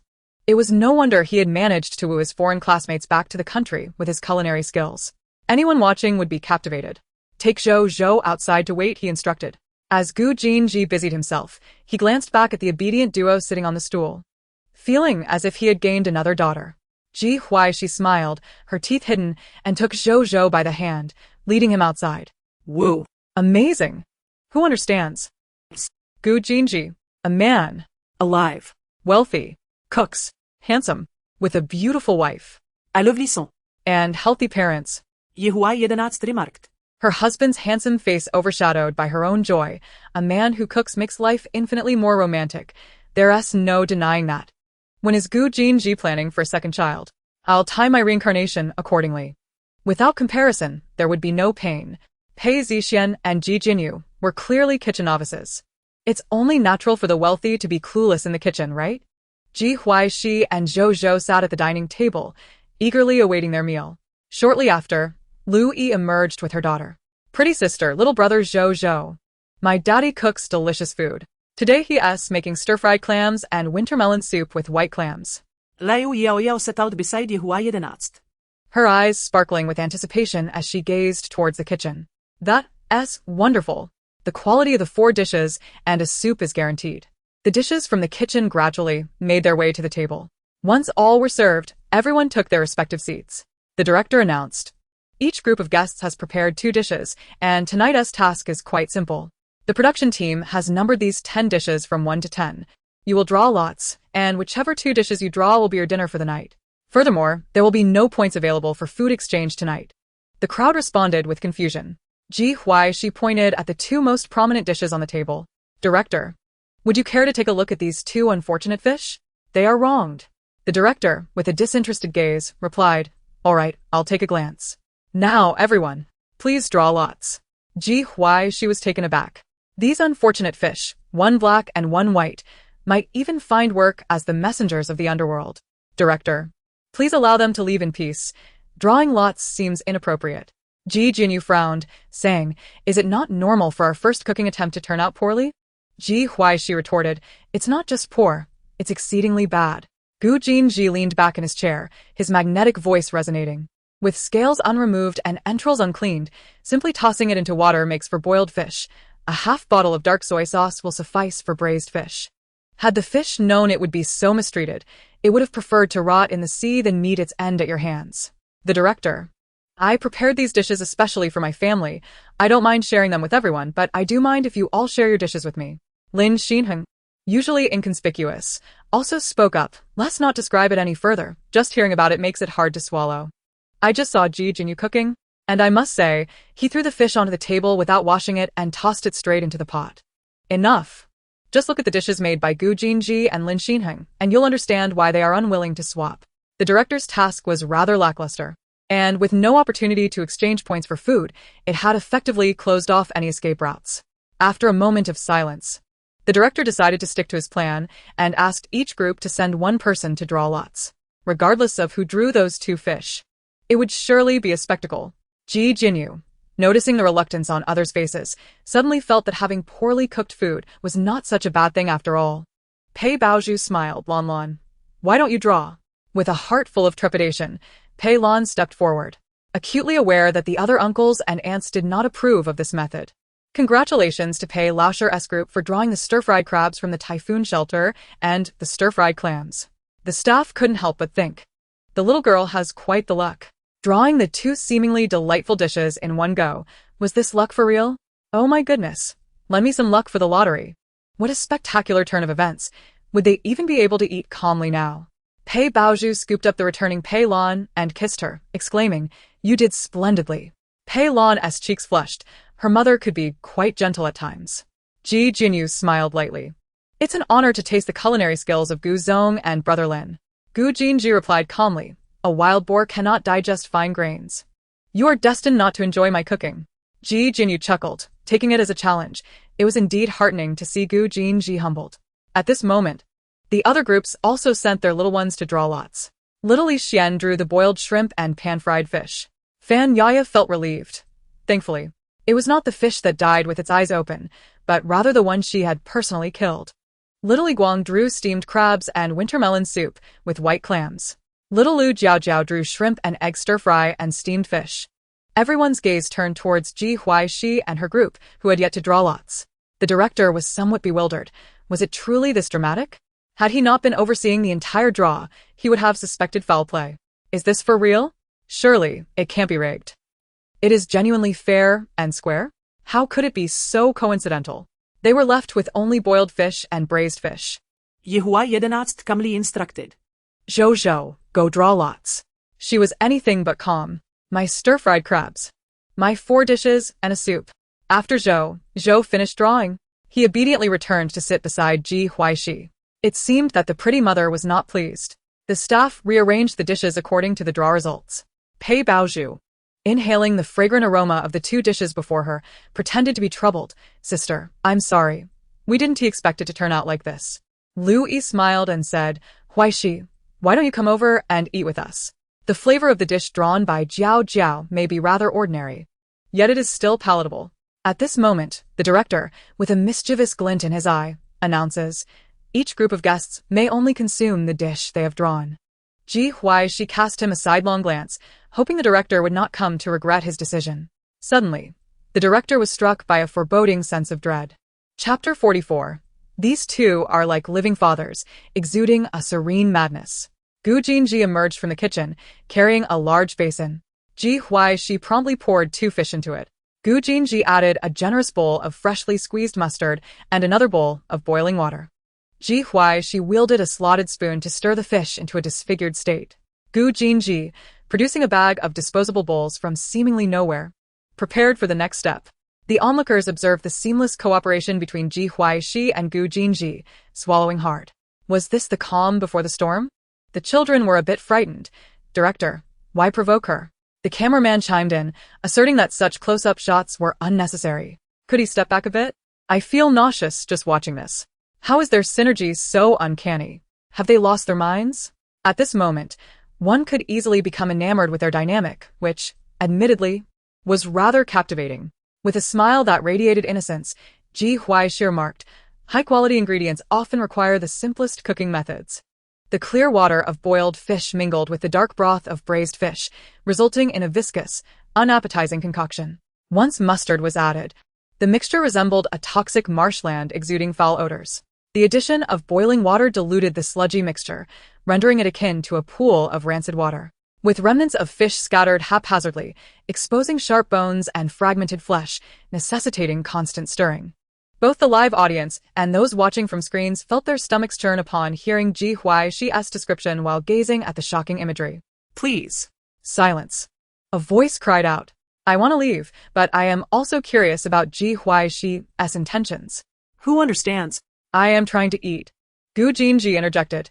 Director, we would like to exchange 50 points for a sharing tool card, allowing everyone to sample this high-end delicacy prepared in the simplest manner. The director's expressions shifted rapidly as he recognized he could not refuse. The sharing tool card permitted one to share their food with anyone who could not decline, and must finish the food as a gesture of gratitude. He was baffled as to how these two had noticed this option amidst the plethora of items available for point redemption. The staff had not listed everything on the board, opting instead to document less significant exchanges in an Excel sheet shared in the group chat.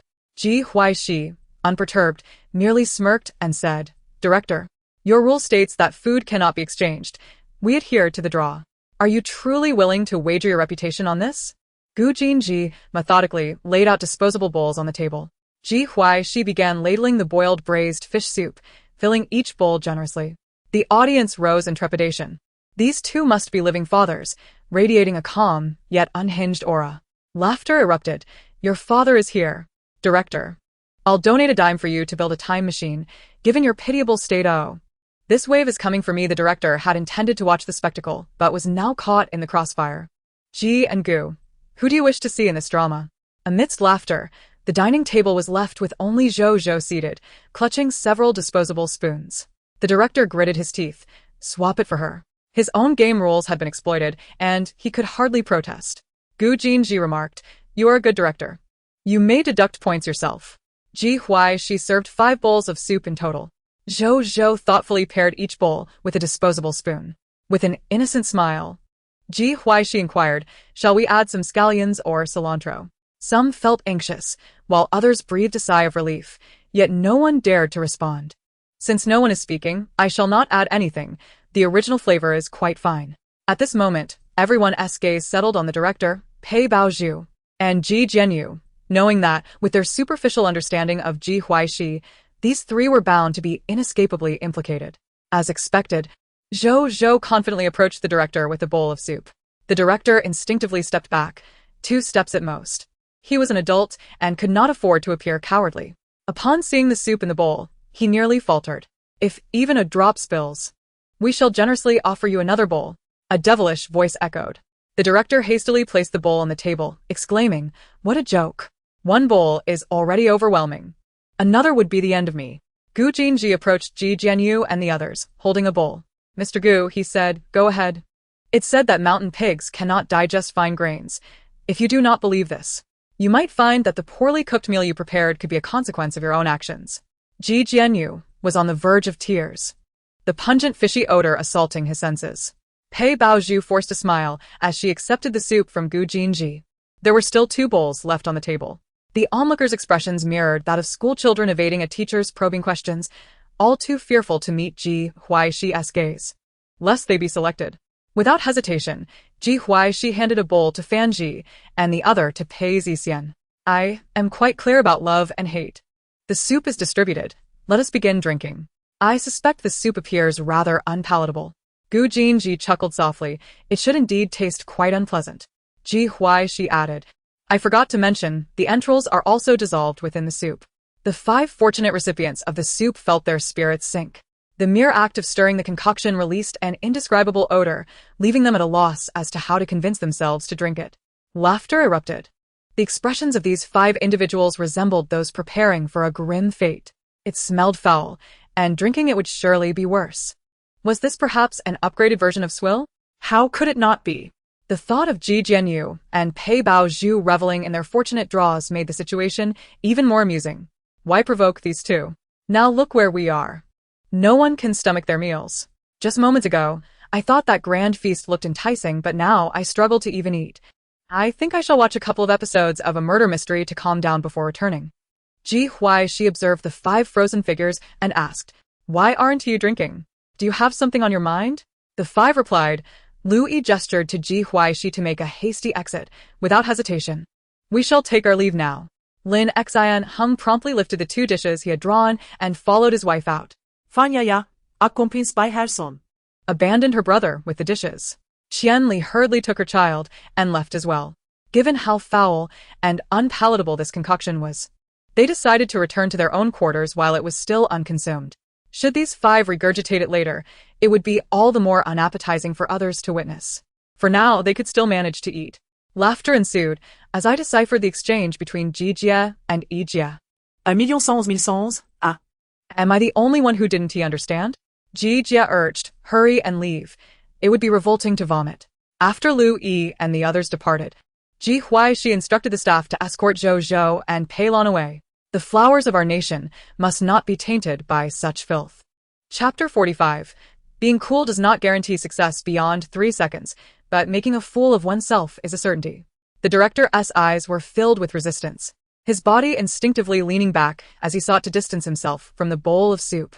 One hand clutched his nose tightly while the other reached forward, only to retract abruptly. Not far away, Ji Jinyu swallowed hard, his Adam's apple bobbing up and down, a visage steeped in reluctance. Pei Baozhu slowly closed her eyes, inhaling deeply as if to muster her courage. Pei Zixian trembled as he lifted the bowl, his lips pressed tightly together, bringing the bowl close to his mouth. He reluctantly parted his lips just a fraction, steeling himself to take a sip, and in the next moment, he vomited the soup he had just swallowed with a loud retch. The vomit splattered onto the ground, releasing a noxious odor. Those nearby, upon witnessing the scene, wore expressions of even greater distress. The remaining participants, trembling, hesitantly took a sip, and one mouthful was enough to trigger a cascade of retching, plunging the entire atmosphere into chaos. The air was thick with an unpleasant stench that made one's stomach churn. At the moment Pei Zixian heaved, Ji Huaixi took her leave with Gu Jinji. The camera operator, upon witnessing the explosive scene, quickly shifted the lens away. Although few were captured on film retching, their sounds were unmistakably clear. Ultimately, the group had only managed to consume the first mouthful of that soup. The cacophony was enough to make me feel queasy as well. I promptly hit mute, the sound of vomiting resonating, a perfect illustration of what it means to calmly go mad. What madness, you ask? Sister Ji never loses her composure. She merely crafts culinary delights to keep everyone in line. The next day, after the guests from each group exchanged points for breakfast, they gathered together. The director, sporting dark circles under his eyes, announced today's activity, the box challenge, where participants would guess the contents of a box. The items were jointly decided by the production team and the guests, with the production team selecting 2 types of seafood as props. Each group of guests could contribute one item, and the staff would randomly draw 3 items from a total of 5 to serve as props. The prop box was transparent on only one side. Participants would reach inside, and if they guessed correctly, they would earn 50 points. A wrong guess would afford them another chance, with children performing while adults guessed, earning 20 points for a correct answer. After the director explained the rules, the 5 groups of guests quietly commenced their discussions. I was eager to see what the guests would choose to place inside. Surely you're curious about what the calm, yet mad couple would contribute. Ever since the change of directors, the show has become significantly more engaging. Everyone was whispering. Could the production team allow us to hear their secrets? The director now not only kept secrets from the guests but also from the audience, creating surprises more skillfully than my boyfriend. Once the 5 groups had made their decisions, the staff began their preparations. After a short while, the director announced, "We shall commence our first round of challenges. According to the current point standings, the last place is Pei's team. You shall go first." A prop box was brought forth. 3 sides obscured, with only one side transparent. The allure of the unknown can often be the most exhilarating. Ji Jinyu stood before the prop box alongside Pei Baozhu. He grasped the girl's hand tightly, softly reassuring her, "Do not worry, I might guess it with just a touch." Pei Lan, accompanied by the staff, stood in front of the transparent side. Upon seeing the contents within, her eyes widened in shock. Ji Huaixi and the others could also discern what lay inside the box. Observing the expressions of those across from him, Ji Jianyu's heart sank, flooded with countless conjectures. However, he maintained a calm facade, rolling up his sleeves, glancing at the camera as he tilted his head slightly, seemingly unperturbed as he reached inside. Ji Huaixi remarked. "Do you think he can keep up the pretense for more than 3 seconds?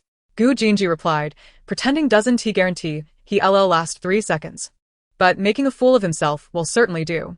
Ji Huaixi quipped, "Well, you'd better look good even if it kills you. Whatever you touch won't harm you. But a video of you embarrassing yourself will ensure social death." Ji Jinyu, "Sister G's words are quite reasonable. Thus, I shall commence recording." It was amusing. Ji Jinyu was adjusting his angle, like a peacock displaying its feathers. Why must Ji Huaixi be so annoying, always chirping about others behind their backs? Could it be she saying it to his face? As Ji Jinyu plunged his hand inside, the hairs on his arms stood on end, leaving no room for him to ponder about looking good. "I've touched something." He attempted to withdraw his hand, only to find something coiling around his arm. The icy, piercing sensation shot straight to his brain. There's a snake. There's a snake. The shrill scream heightened Pei Baozhu's anxiety to an even greater degree. "Jinyu, "Are you alright? don't scare me." Ji Jinyu was far too preoccupied to heed her concerns, shaking his hand vigorously, finally managing to pull it free. Others struggled to suppress their laughter, while Ji Huaixi erupted into guffaws. Gu Jinji couldn't help but smile at her uncontrollable mirth, his lips curling into a slight arc. "Ha ha ha." I laughed so hard I tumbled off the bed. It was utterly delightful. Class was on pause, and I was eager to play. Truly, one cannot maintain their charm for more than 3 seconds. Thankfully, he was fair-skinned. Even if his face turned pale, it wouldn't be noticeable. The thrill of it all, just as his hand plunged down, it was ensnared. Ji Jinyu's expression darkened as he asserted, "It's definitely a snake." Upon hearing this, Pei Baozhu quickly took a few steps back, fearing that the snake from the prop box might escape. Regrettably, that was incorrect. Now, we invite the little one, Pei Lan, to demonstrate what lies within the prop box, and Mr. Pei and Mr. Ji may take a guess. Ji Jinyu was taken aback. Was it not a snake? Pei Lan hesitated for a moment, then lay on the ground, raising her hands and feet, moving them through the air like a dance. Then pointing her hands to form the number 8. Ji Jinyu exchanged a bewildered glance with Pei Baozhu. Pei Lan seemed a bit anxious. "Crab?" Pei Baozhu ventured. "A fish that resembles a snake?" Ji Jianyu guessed. Pei Lan shook her head, eager to demonstrate further, but at that moment, the director declared, "Time's up."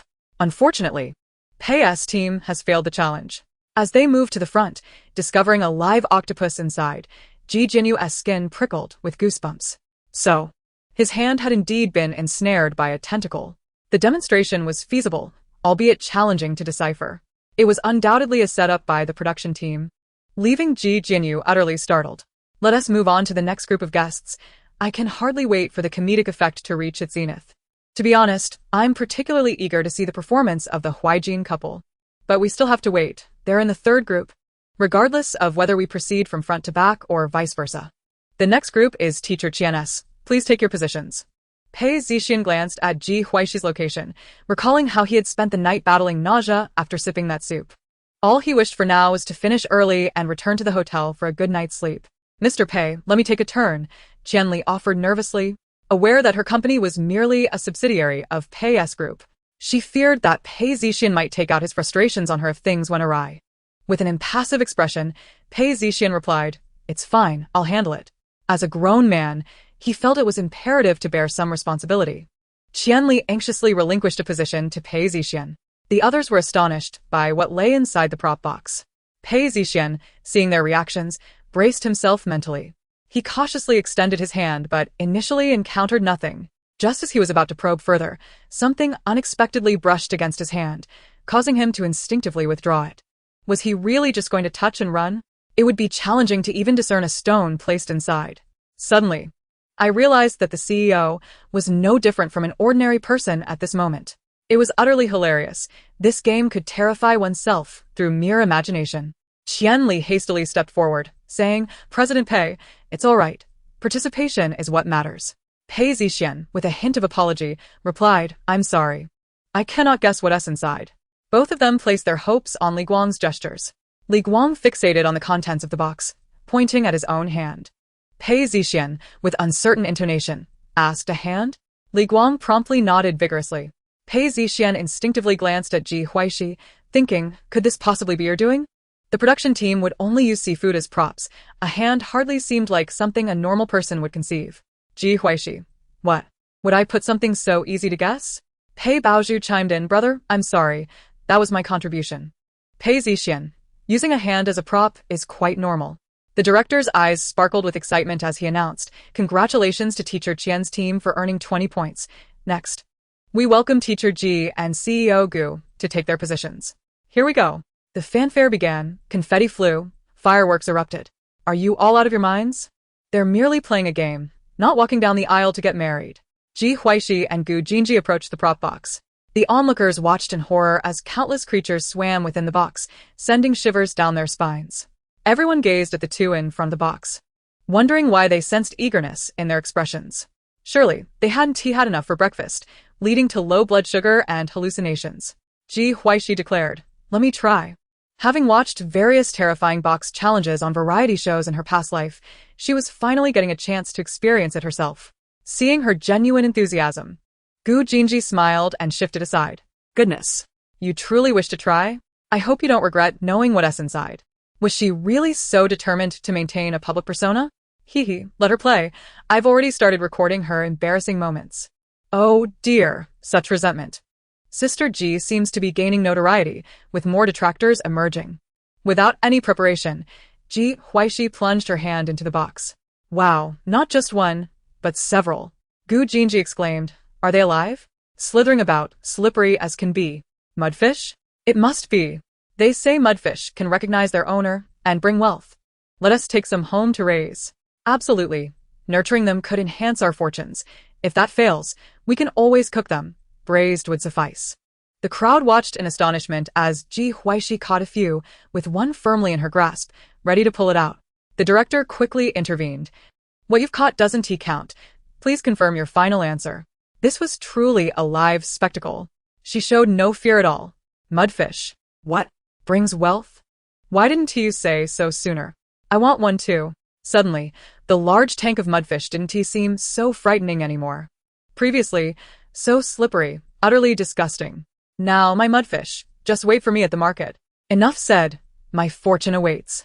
These little creatures are truly adorable, even when I find them repulsive. They're just too charming. As soon as Ji Huaixi withdrew her hand, the staff promptly moved the prop box away, fearful that one of the mudfish might be missing. Ji Huaixi. The three returned to their positions. The director, with an air of resignation, announced, "Congratulations to Teacher Ji's team for earning 50 points.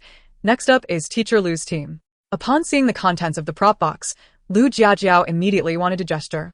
But thankfully, the staff intervened in time. Lin Xinheng, with a faint smile, reached in and, without needing half a minute, declared, "It's fish, quite a strong fishy odor." The director. So quick? Encountering such a calm person, It seems normal that there's no variety show effect. Lu Jiajiao exclaimed, Dad, you're amazing. Lu Yi subtly smirked, explaining to the viewers, he always cooks for us. I particularly enjoy fish, so he often buys it. Congratulations to Teacher Lu's team for earning 50 points. Oh. Have these two really divorced? This makes me uncontrollably curious. Goodness, my favorite two guest pairs are so sweet. Are Ji Huaixi and Gu Jinji sweet? Where's the sweetness? I've never seen a couple with a good relationship sleep in separate rooms. As long as I think it's sweet, that's enough. The barrage of comments clashed with each other. The director's gaze was firmly fixed on the card handed to him by the staff, the mere description sending shivers down his spine. The staff brought up the prop box, yet the transparent side remained unopened for quite some time. Please, Teacher Fan's team, take your positions. Fan Yaya and Fan Ji stood before the prop box. The director hesitated for a moment, stating, since your current score ranks first, we can grant you the opportunity to exchange for a new prop box at the cost of 20 points. Do you wish to exchange? Fan Yaya attempted to glean something from the director's expression, but it was evident that she couldn't discern anything. Ji Huaixi suddenly recalled what she had written on her note, her gaze shifting between the director and Fan Yaya. Suddenly she spoke, Sister Yaya, I think you should exchange. Fan Yaya, somewhat surprised, replied, all right, I'll heed your advice. No way. Why should we listen to her? Before Fan Yaya could finish, Fan Ji interrupted discontentedly. Ji Huaixi had just teased his goddess yesterday and now wanted him to switch boxes, undoubtedly with ulterior motives. Ji Huaixi merely responded with an O, disregarding the situation on stage, and leaned over to Zhou to read a comic book together. Fan Ji assumed Ji Huaixi would retort, but was taken aback by her silence, leaving him momentarily bewildered on stage. The director was speechless. That rare moment of kindness from a live spectacle was simply rejected? Teacher Fan, do you wish to change the prop box? The director asked again. Fan Ji replied, Sister, we're not changing. Anyway, I'll be the one reaching in. If I say we're not changing, then we're not. Fan Yaya's lips drooped as she gazed at her irrational brother, ultimately saying nothing. She was now uncertain whether bringing her brother onto the show for a close encounter with Pei Baozhu was right or wrong. What just happened? How did it suddenly lead to switching prop boxes? Isn't it just some people meddling in affairs? Sister Ji seems to know what's inside the prop box. Ha. Ji Huaixi deserved to be countered. She's now rendered mute. Chapter 47. The Last Supper? A decapitated feast. One should eat well to prepare for the journey ahead. The director instructed the staff to have Li Xian sit at a distance. He pulled away the cloth obscuring the transparent side of the prop box, and 3 seconds later, he covered it back up. The live chat room went silent for a few seconds. The guests nearby, not far from the box, gasped as they beheld the contents, instinctively inhaling sharply. Even Pei Baozhu and Ji Jinyu felt immeasurably grateful at that moment. Thank you, director and staff, for sparing them from the horrors Ji Huaixi might have conjured. I'm terrified. I need to find my husband for a comforting embrace. No kidding, had the director not covered it quickly, I would have thrown my phone out. My goodness, my crush, come and protect me. Sister Ji is a fierce individual. It seems Fan Ji has failed to recognize the gravity of the situation. I retract my earlier curses directed at Ji Huaixi. It appears I cannot afford to provoke her. Fan Yaya observed the expressions of the other guests, while the staff deliberately shielded the children's view, prompting her to step back quietly. Sister, why are you hiding? Fan Ji whispered. Ji Huaixi must have conspired with the production team to play tricks on us with that prop box. However, his voice was inadvertently amplified by the microphone. Fan Yaya found herself at a loss for words. Ji Huaixi. The production staff. The viewers in the live stream suddenly fell silent. The atmosphere in the room grew so tense it felt suffocating. The director, noticing the shift, said, Please proceed. Fan Ji took a deep breath, slowly raising his hand, which trembled slightly, as if it could sense the impending dread. As his hand gradually delved into the box, time seemed to freeze. Suddenly, he felt countless tiny creatures crawling on his hand. An indescribable wave of nausea surged within him. Fan Ji was on the verge of losing his composure. At that moment, Ji Huaixi wore a mischievous smile, teasingly saying, You don't intend to pull your hand out, do you? You just claimed the prop box was meant to trick you. Now that it's not being changed, you should muster some courage. Provoked Ji Huaixi. Fan Ji found a newfound resolve, retorting, who said, I wanted to pull my hand out.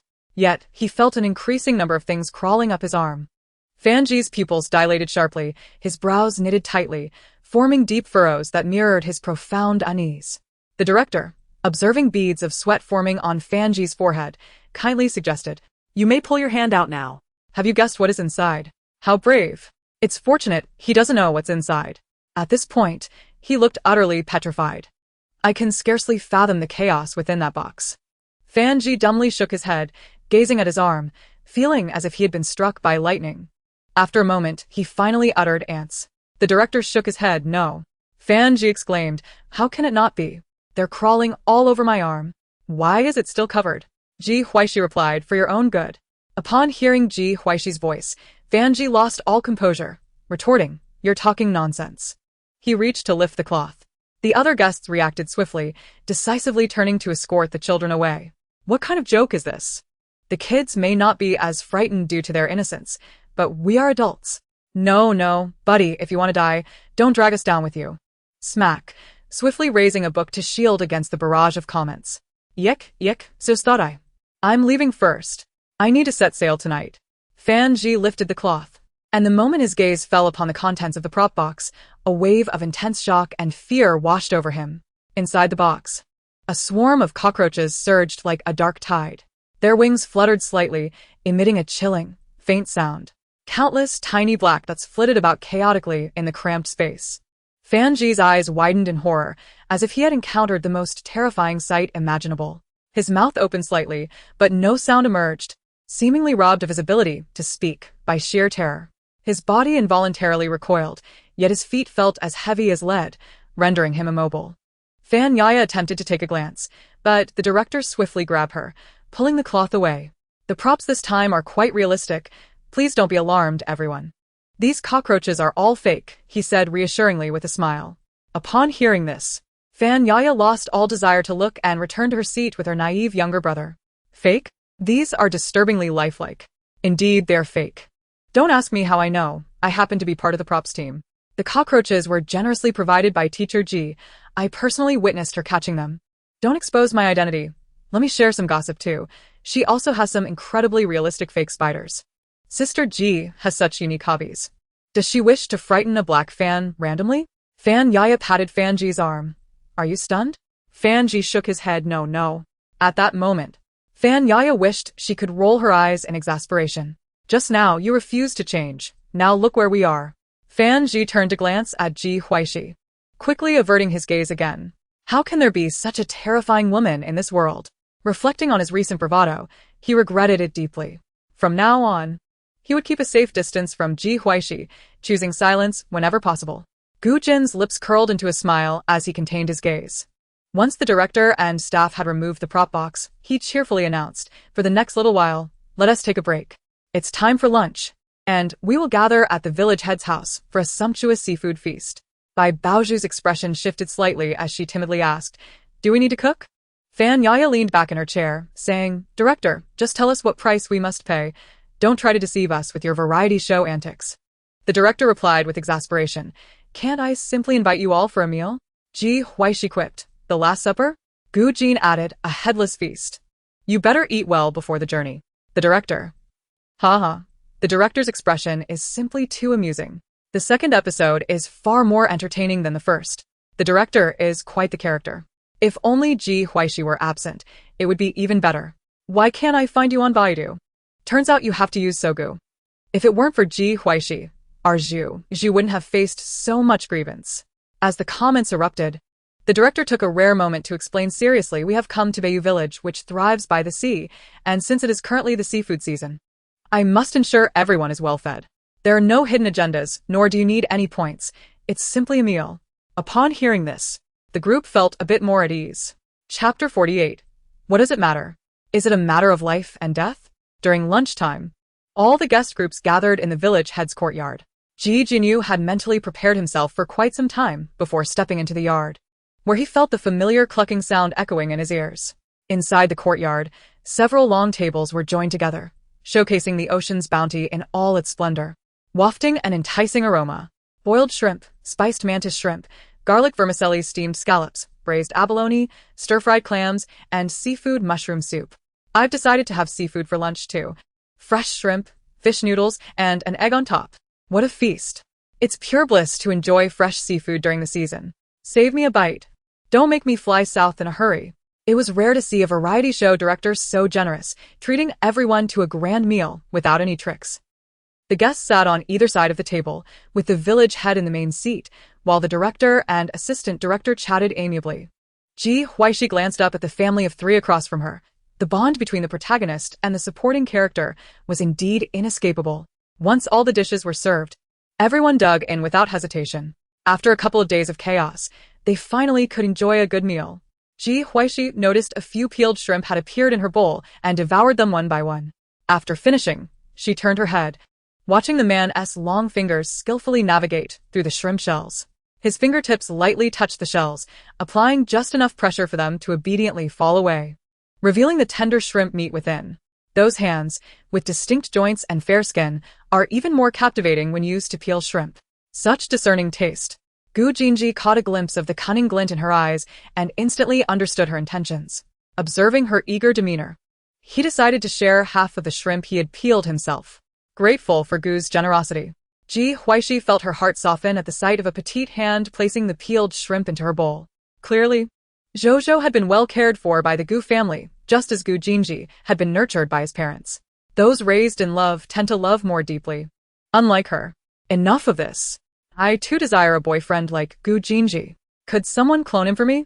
I'm in urgent need. The moment she witnessed Zhou peeling shrimp, she suddenly grasped the profound truth that for the original to be correct, the copy must also be precise. How infuriating. I recognized him at first glance as my ideal type.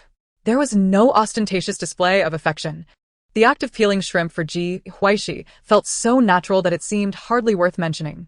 I sensed that the couple across the table was also enveloped in their own bubble of romance. Ji Jinyu was so gentle, consistently serving Zhu with food, his gaze solely fixed on her. Did he not recall the incident where he was chased by a chicken? This was also at the village chief's home. Pei Baozhu glanced at Ji Huaixi, who was deeply engrossed in her meal, and found it quite bothersome. Sister, are you coming home with me today? Just as Ji Huaixi managed to extract a morsel of shrimp meat, preparing to show off, she heard words that dampened her appetite. With a smirk, she retorted, "Don't push me to slap you during this joyful moment. Sister. A. Sell the photo to the paparazzi. B. Send it to certain individuals. C. Post it online. D. You shut up, choose one." Pei Baozhu was momentarily stunned, not daring to utter a word, casting a desperate glance toward Pei Zixian, who was not far off. She could not allow Ji Huaixi to hold her photos over her head for eternity. Ji Huaixi tilted her head in confusion. Can't decide? Even the shortest option among three choices? Pei Zixian felt a headache coming on.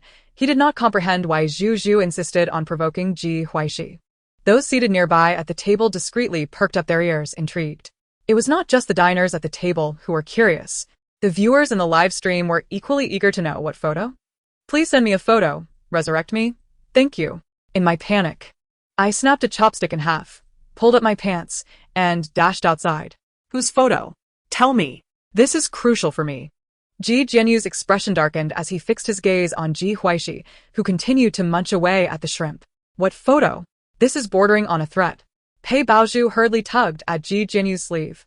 Ji Jianyu, lost in his own thoughts, found his expression even more dismal. Gu Jinji picked up a nearby napkin to wipe his hands, a smirk playing on his lips as he remarked, "If asking her to shut her mouth to avoid spoiling others' appetites counts as a threat, then that project you desire in M country is as good as lost. What does that amount to? Is it a matter of life and death for you?" His voice was soft, yet it hung over Ji Jianyu like a sharp blade. Ji Jianyu's countenance remained unchanged, but his fists clenched tightly beneath the table. He had invested 6 months into that project in M country, flying back and forth for weeks at a time. After finally making some progress, he dared not dwell on Gu Jinji's words. The atmosphere at the table shifted to something peculiar. Lu Yi and Fan Yayao raised their voices intentionally in conversation. The director, seemingly oblivious, continued chatting with the village chief, albeit at a slightly elevated volume. The dining table felt as though it had been divided in two, one half bustling and the other half subdued. Amidst the bizarre ambience, Ji Huaixi and Zhou remained animated in their eating. My word! Gu Jinji's presence suddenly surged to an intimidating 2 meters 8. They were enjoying their meal, yet Pei Baozhu's mouth was insatiably troublesome. Now look, she had stepped on a steel plate herself. The calm madness. Who understands? When I heard Gu Jinji's voice, devoid of any fluctuation, uttering what does that amount to? Is it a matter of life and death? I was covered in goosebumps. Gu Jinji would undoubtedly excel in portraying a formidable antagonist in the entertainment industry. I could also envision him as a powerful figure kneeling in a temple, burning incense and praying. Ji Huaixi, with a playful grin, said, "Let us not discuss business while eating. Hurry up and eat." Ji Jinyu emitted a silent sound, while Ji Huaixi unilaterally referred to the matter of life and death as discussing business. Gu Jinji's gaze fell upon the shrimp Ji Huaixi had placed in his bowl. "Are you returning my shrimp after stealing it? This is akin to borrowing flowers to present to Buddha." Ji Huaixi responded with unabashed confidence. Gu Jinji cast a mildly disdainful look at the shrimp in his bowl, yet still picked it up to eat. Ji Huaixi switched places with Gu Jinji, engaging in conversation with Lu Yi and Fan Yayao, which finally eased the tension at the table. After lunch, the recording for the second episode concluded. The director revealed not a single detail regarding the content for the third episode. Time flies so swiftly. It's over. I need some restorative medicine. There won't be any flying guests in the next episode. Woe is me. What about the preview for the third episode? After Ji Huaixi and the others packed their belongings, they promptly booked the nearest flight back to Beijing. "Grandfather is back. Will you return to the old house or to Jingyuan?" "To the old house. Dear grandfather, she has arrived." Chapter 49. Sometimes, being too clever is not a good thing. The family of three returned to the old house. As Ji Huaixi stepped out of the car, she spotted an exceptionally striking elderly gentleman, his snow-white hair betraying no sign of age. He wore a loose-fitting white t-shirt, the hem casually tucked into black work pants. It suddenly dawned on her why Gu Jinji had remained silent when she had inquired about his grandfather while in the car. Tentatively, Ji Huaixi greeted, "Hello, grandfather." The elder's gaze fell upon the young girl before him, who stood as if illuminated by a spotlight, impossible to overlook, especially with the sincere smile adorning her face, resembling a blooming flower, brilliant and captivating. Gu Jinji raised an eyebrow slightly. "Grandfather, your eldest granddaughter is greeting you." "Huaixi, come to the study with grandfather." The elder moved with a steady gait. From his silhouette alone, one could discern he was quite the handsome gentleman. Indeed, charm is a certain aura. Ji Huaixi replied cheerfully, "I'm here, grandfather." The corners of the elder's mouth involuntarily curled upwards. Gu Jinji shook his head with a smile, leading his elder brother upstairs. Ji Huaixi followed the elder into his study. The Gu family possessed many studies, but the elder's study was both dignified and sophisticated, infused with modern stylish elements. "Huaixi, have a seat. Last time you returned, grandfather was not at home and could not present you with a welcome gift. Here are 3 sets of jewelry. Tell me if you like them." The elder retrieved the prepared gifts from the safe. Each jewelry box was open one by one. Even though Ji Huaixi had experienced the world, she was still taken aback. Each set, comprising necklaces, earrings, bracelets, and rings, was uniquely designed and breathtakingly beautiful. The first set featured the finest pigeon blood red, the second set was emerald green, and the third set showcased royal blue sapphires. What woman could possibly refuse such exquisite jewelry? Ji Huaixi averted her gaze, her voice gentle yet resolute. "Grandfather, I quite like them, but I cannot accept." "Take them. They are a gift from your elder. One cannot refuse." Ji Huaixi retrieved her phone from her pocket and snapped a few photos of each set, saying, "Grandfather, I am already overjoyed to become a member of your family. I graciously accept the Jing Garden, but these 3 sets are simply not suitable for me." While she could manage to repay the Jing Garden with effort, adding these 3 precious items would indeed be beyond her means. "What is unsuitable about it? You are my granddaughter-in-law.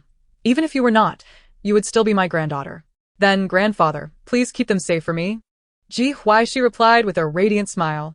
The young girl grinned widely, yet she possessed a stubborn disposition, prompting the old gentleman to relent. "I shall hold on to them for you. Here is the password to the safe." "Grandfather, what did you say? Hungry? Then let us go downstairs for a meal." The old man chuckled in surprise. This girl, having not grown up in the Pei family, had its advantages, particularly in not resembling Pei father. Ji Huaixi accompanied the old gentleman downstairs, where Gu father and Gu mother had just returned. "Dad, Mom." She greeted them enthusiastically, plopping down beside her beautiful mother. If it weren't for her accustomed solitude, being a pampered daughter at home would be quite delightful. "You must be exhausted from your time outside. I noticed you didn't eat well or sleep properly on the show. Look how thin you are. Gu Jinji, casually leading Zhou downstairs, remarked Mom. Do you know there exists a kind of thinness that only mothers perceive? Gu Jinji, have you lost your senses? Gu Mother shot him a disapproving glance. Gu Jinji caught sight of Ji Huaixi making a face at him from the corner of his eye, a light laugh escaping his throat. Ji Huaixi was as changeable as the character Sakura from the anime they had binge-watched together during a certain period. Zhou, come over to great-grandpa's side. Did you have fun recording the variety show outside with your parents? The old gentleman beckoned to Gu Tingzhou, who nodded without hesitation. The family sat together in the living room, filled with laughter and conversation.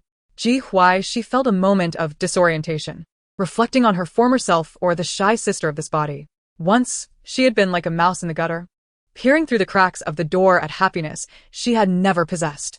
Had she now found a home for herself? After the family enjoyed their lunch, Ji Huaixi and Gu Jinji settled on a large terrace on the second floor to sip tea. Has grandfather always been this fashionable? Their seats afforded them a perfect view of the old gentleman preparing to head out. He wore a black baseball cap with the brim lowered, revealing a few rebellious strands of white hair and a pair of sunglasses perched on his nose, looking remarkably spirited. Actually, 5 years ago, he developed an interest in design and pursued it, which transformed his clothing style, Gu Jinji explained. Ji Huaixi rose, reclining in a nearby rocking chair, squinting slightly as she gazed at the clouds in the distance. After a moment, she sighed. Everyone in your family is so wonderful. Gu Jinji cast her a sidelong glance. Are you free? I can find you a class. What? Ji Huaixi replied, a reverse pretentious expert? How can your 37-degree mouth utter such icy words? On a 38-degree day, you pull me onto the balcony to sip tea and muse. I suspect your temperature exceeds normal limits. Let me cool you down. Sometimes, being too clever is not a boon. Being a bit dim can shield you from hearing others insult you. I'm off for a nap, Ji Huaixi declared. Gu Jinji observed the terrace door close, leisurely finishing his last cup of tea before rising. After an hour's rest, Ji Huaixi descended to find only Gu Mother remaining at home. Mom, she exclaimed, smiling as she sat beside her. Have Dad and the others gone to the company? Gu Mother adjusted her posture to make Ji Huaixi more comfortable, replying yes. By the way, my dear, the elder Mr. Xie is celebrating his 70th birthday. The Gu and Xie families have been family friends for generations. May we go together tonight? Gu Mother recalled that Ji Huaixi had never attended such gatherings before. The Pei family always thought of their adopted daughter, and she was uncertain whether Ji Huaixi would wish to attend. Ji Huaixi nodded, of course. She was surprised that the Gu and Xie families had such a long-standing friendship.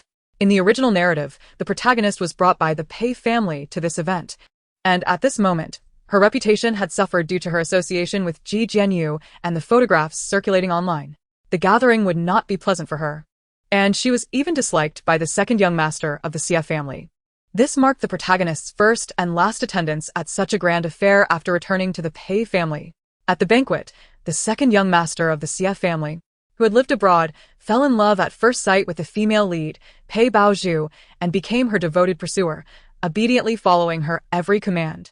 The conclusion saw the male and female leads enjoying a happy ending, while the third male lead, the second young master of the Xie family, chose to support their union by leaving the country. In the epilogue, he became the godfather of the female lead's children, remaining unmarried and ultimately bequeathing the Xie family fortune to her offspring. Ji Huaixi lowered her gaze, considering. All of this hinges on the premise that the young master of the Xie family meets his untimely end tonight. How intriguing this performance would be. She might as well observe it, and perhaps save an unfortunate soul. Chapter 50, An unexpected turn of events approaches. The mother and daughter spent a delightful afternoon enjoying tea in the garden. As time passed, the styling team arrived punctually. After Ji Huaixi communicated with the team leader, she allowed them to work their magic. In the original tale, the Pei family had sent an outdated and ill-fitting evening gown to Jing Garden, and the protagonist, lacking knowledge of elegance and etiquette, was bullied and ridiculed at the banquet, deemed unworthy by her parents. Later, she discovered that her attendance at the banquet had been orchestrated by Pei Baozhu to ensure that her mediocrity would highlight Pei Baozhu's excellence, validating the Pei family's choices. Once the styling was complete, Ji Huaixi gazed at her reflection in the mirror for several moments. She held her head high, knowing that she could never be merely a supporting character beside anyone. Gu Mother, having finished her own styling, sat in the living room downstairs. Upon seeing Ji Huaixi emerge from the elevator, she could not help but exclaim, "Xiaoxi, you look stunning." Ji Huaixi donned a shimmering golden gown. Radiant as she glided forward, her every subtle movement creating ripples of golden light. The exquisite strapless design accentuated her shoulder line and elongated neck, while her straight, lustrous hair cascaded in large waves, framing her beautifully crafted features. Gu Jinji, lazily reclining on the sofa, stirred at the sound, opening his eyes to behold her in astonishment. Gu father cautioned, "Jinji, take good care of Xiaoxi tonight." Gu Jinji nodded, catching the upward curve of Ji Huaixi's lips, sensing an omen that the Xie family would likely not enjoy a peaceful evening. An unexpected event was on the horizon. The prominent families of North City gathered at the Xie family's estate for the elder Mr. Xie's birthday celebration. An invitation was coveted by all. Yet not everyone could obtain one. By the time Ji Huaixi arrived, several luxury vehicles were already parked outside the estate. As the Gu family entered the banquet hall, many eyes turned toward them. A man clad in a deep blue bespoke suit, gold-rimmed glasses perched on his nose, approached with a smile. "Grandfather Gu, Uncle Gu, Aunt Cheng. Jinji, and this must be your younger sister, Ji Huaixi." Ji Huaixi adorned her face with a polite smile. "Hello." This was Xie Huaili, the unfortunate soul of the evening, merely referred to in the original text as having died in an accident. Such misfortune could strike him even while drinking water. Who knew how he would meet his end? "Please attend to your guests. Do not mind us. We will greet your grandfather upstairs," the old gentleman said, waving his hand lightly to encourage Xie Huaili to continue his duties. The esteemed elder Gu ascended to the second floor with an air of familiarity, while Ji Huaixi, exuding grace and composure, greeted elder Xie before following Gu Jinji back to the banquet hall. With a discreet glance around the room, Ji Huaixi noted the absence of Xie Huaili but spotted Pei Baozhu, resplendent in a lavish evening gown, seated between her parents. The Pei family had also taken notice of Ji Huaixi. In fact, they had been aware of her presence the moment she entered the hall, the murmurs surrounding them serving as a constant reminder. Is this truly the Pei family's own? Her appearance and demeanor seemed to leave one puzzled as to what grievances the Pei family could possibly harbor. It is quite evident that the Pei family is biased. Only recently did we learn of the hardships faced by that little girl who was left without sustenance in her own home. Do we, of our standing, lack the means to provide a meal? This clearly points to the Pei family's unjust treatment as they attempt to leverage her against the Gu family. It is only natural they would favor the one they have nurtured for over 20 years. Yet, upon today's observation, it is evident that their own flesh and blood possesses far superior qualities, belonging to an entirely different echelon. Pei Baozhu, forcing a smile, remarked, "Mom and Dad, the banquet hasn't commenced yet. I'll step outside for some fresh air." Pei Mother, with a hint of concern, replied, "Go ahead." Were it not for Ji Huaixi, their family's reputation would not have suffered. Fabricating tales on a poster is simply disgraceful. Upon noticing Pei Baozhu departing, Ji Huaixi raised an eyebrow and suggested, "Shall we join the young people conversing on the lawn?" Gu Jinji cast a sidelong glance at Ji Huaixi, whose expression bore the mark of someone eager to partake in the festivities, and his dark eyes glimmered with amusement as he replied, "Let us go." They ventured to the festively adorned lawn, finding a quiet corner to stand. Ji Huaixi scanned the area once more, still failing to spot Xie Huaili. "Are you familiar with the Xie family estate? This estate is only utilized during their banquets. I visited a few times." "And what is your relationship with Xie Huaili?" "We are childhood friends." A flicker of confusion crossed Gu Jinji's countenance. Ji Huaixi did not strike him as someone easily intrigued by mere acquaintance. Ji Huaixi caught sight of a distant scene where a man and a woman were engaged in animated conversation, and casually remarked, "Perhaps you should search in the less frequented areas of the estate for Xie Huaili, by the water, in the pool, in the nooks and crannies, upstairs and down. In rooms of no consequence, even the restrooms." The smile on Gu Jinji's face faded, his dark eyes fixating on her in silence. Ji Huaixi met his gaze with a cheerful smile. Whether Xie Huaili lives or dies is of little consequence. If he lives, Pei Baozhu has fewer loyal companions. If he dies, she has more. Yet, given the close ties between the Xie and Gu families, I would prefer for him to survive. I am curious to see if the fates penned by the author can indeed be altered. Thank you. I will have my mother come out to accompany you. No need. I shall return to find our mother. Ji Huaixi, in her 10-centimeter heels, made her way towards the banquet hall. After watching her enter, Gu Jinji turned his steps towards the current head of the Xie family. as Ji Huaixi entered the banquet hall. Preparing to ascend to the second floor to locate her stunning mother, she was greeted by a somewhat familiar voice. Huaixi, your mother has been searching for you everywhere. A wave of distaste surged within her as she beheld Pei Mother blocking her path, her face adorned with a facade of feigned affection. Madam Pei, what can I do for you? Today, she was stunningly beautiful, attending Elder Xie's 70th birthday celebration, a veritable display of splendor, and she was determined not to appear disrespectful. Oh, you child, are you still upset with your mother? Pei Mother tugged her towards Pei Father's table, seating her in the place left vacant by Pei Baoju's departure. Pei Father, feeling uneasy, was compelled to play the role of the concerned parent in an effort to salvage the Pei family's reputation. This is my eldest daughter, Ji Huaixi. She and I had a bit of a disagreement recently, which I fear has caused some embarrassment. The guests at the table exchanged glances, their thoughts diverging. Whether they believed the words or not remained uncertain, yet their utterances bore the hallmark of insincerity. So that's how it is. Brother Qilin certainly excels at raising children. Look how accomplished they are. Huaixi, is it? Do come visit Uncle S home when you have the chance. Children throwing tantrums is quite normal. My daughter is the same. Her temper is quite the force. Ji Huaixi couldn't help but scoff internally. Are they attempting to redeem her? Did she consent to this? Aren't they afraid of further sullying her reputation? Do they genuinely believe her accolades will elevate her standing? Chapter 51. I harbor no misunderstandings with the Pei family. It is all factual. Ji Huaixi, with a smile that bore no trace of warmth, declared, esteemed uncles and aunts. Allow me to clarify. There are no misunderstandings between myself and the Pei family. It is all quite factual. I puxas no flaus. My greatest virtue is my propensity for candor. The moment her words fell, not only did the table grow silent, but even those at nearby tables strained to hear her. The families had long established an unspoken agreement. No matter how embarrassing the internal conflicts might be, they would always present a facade of harmony to the outside world, ensuring their family's image remained untarnished, preventing any mockery from outsiders. Ji Huaixi remained unfazed by the scrutiny of those around her. Pei Father, barely containing his ire, turned a pallid shade. Huaixi, I apologize. I neglected you at home. Ji Huaixi feigned shock, raising her voice. What? You intend to bow to me? That's simply one to do. Pei Father clenched his fists, desperately stifling his rising anger. Huaixi, there must be limits to your antics. Ji Huaishi's brow arched, her tone steady as she replied. Oh, I am not well versed in the customs of high society. On television, one typically bows to apologize, and I merely assumed you wished to do the same. How presumptuous of me. I apologize for causing everyone to witness such an absurdity.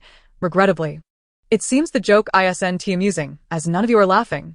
The dignified guests, who had managed to keep their composure until that moment, turned away, stretching their shoulders in an effort to contain their mirth. They were in no way reacting to laughter. Ji Huaixi rose, her high heels inadvertently crashing down upon the shoe of a nearby guest. Pei Father felt a jolt of pain shoot through his foot, drawing in a sharp breath. Ah! I stepped on you. I did not mean to. Once her heel pressed down and was lifted, she stood steadily beside him, observing his grimace with no hint of remorse as she coolly stated, I extend my apologies in accordance with high society customs. My apologies, Mr. Pei. Without waiting for Pei Qilin to respond, Ji Huaixi continued, the customs of high society are indeed preferable. Apologies require only the motion of one's lips. Expressions varied around her. Ji Huaixi had not only stepped on her father's foot, but also subtly mocked his hypocrisy, leaving him with no shred of dignity. Father, are you all right? Pei Baoju, having returned unbeknownst to her, looked at her father with concern, then turned to Ji Huaixi with a seemingly resigned tone. Sister, our parents have always missed you dearly. What a fortuitous encounter at the banquet. Let us sit down and have a proper chat as a family. Surely, we can let bygones be bygones. Her melodious voice articulated the sentiments of understanding, resonating with a certain grace. The onlookers regarded Pei Baoju with newfound admiration. Indeed, a girl raised with good manners is truly remarkable. Pei Father, both displeased and resigned, interjected, Huaixi. If only you could display even a fraction of the understanding that Baoju possesses.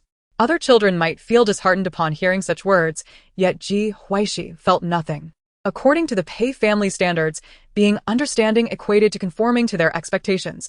To deviate from this was to be deemed ungrateful, as if they were morally coercing someone. Ji Huaixi sighed softly, her voice laced with a hint of melancholy. How enviable it is. Had I not been replaced by your mother in my childhood, I too could speak as sweetly and insincerely as you do. Alas, I have yet to master such a skill. Since you claim that family should harbor no grudges. Let me give it a try. Slap. A resounding slap landed on Pei Baoju's face, catching everyone off guard. You can't hold a grudge until tomorrow after being struck today. Ji Huaixi picked up a wet tissue from the table and meticulously wiped her hands, as though she had touched something filthy.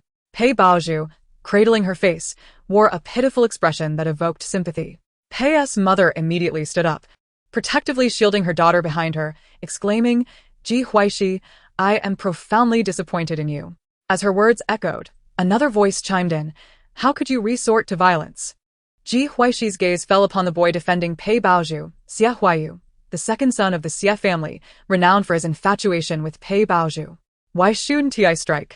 In our Gu family, we believe in repaying grievances tenfold.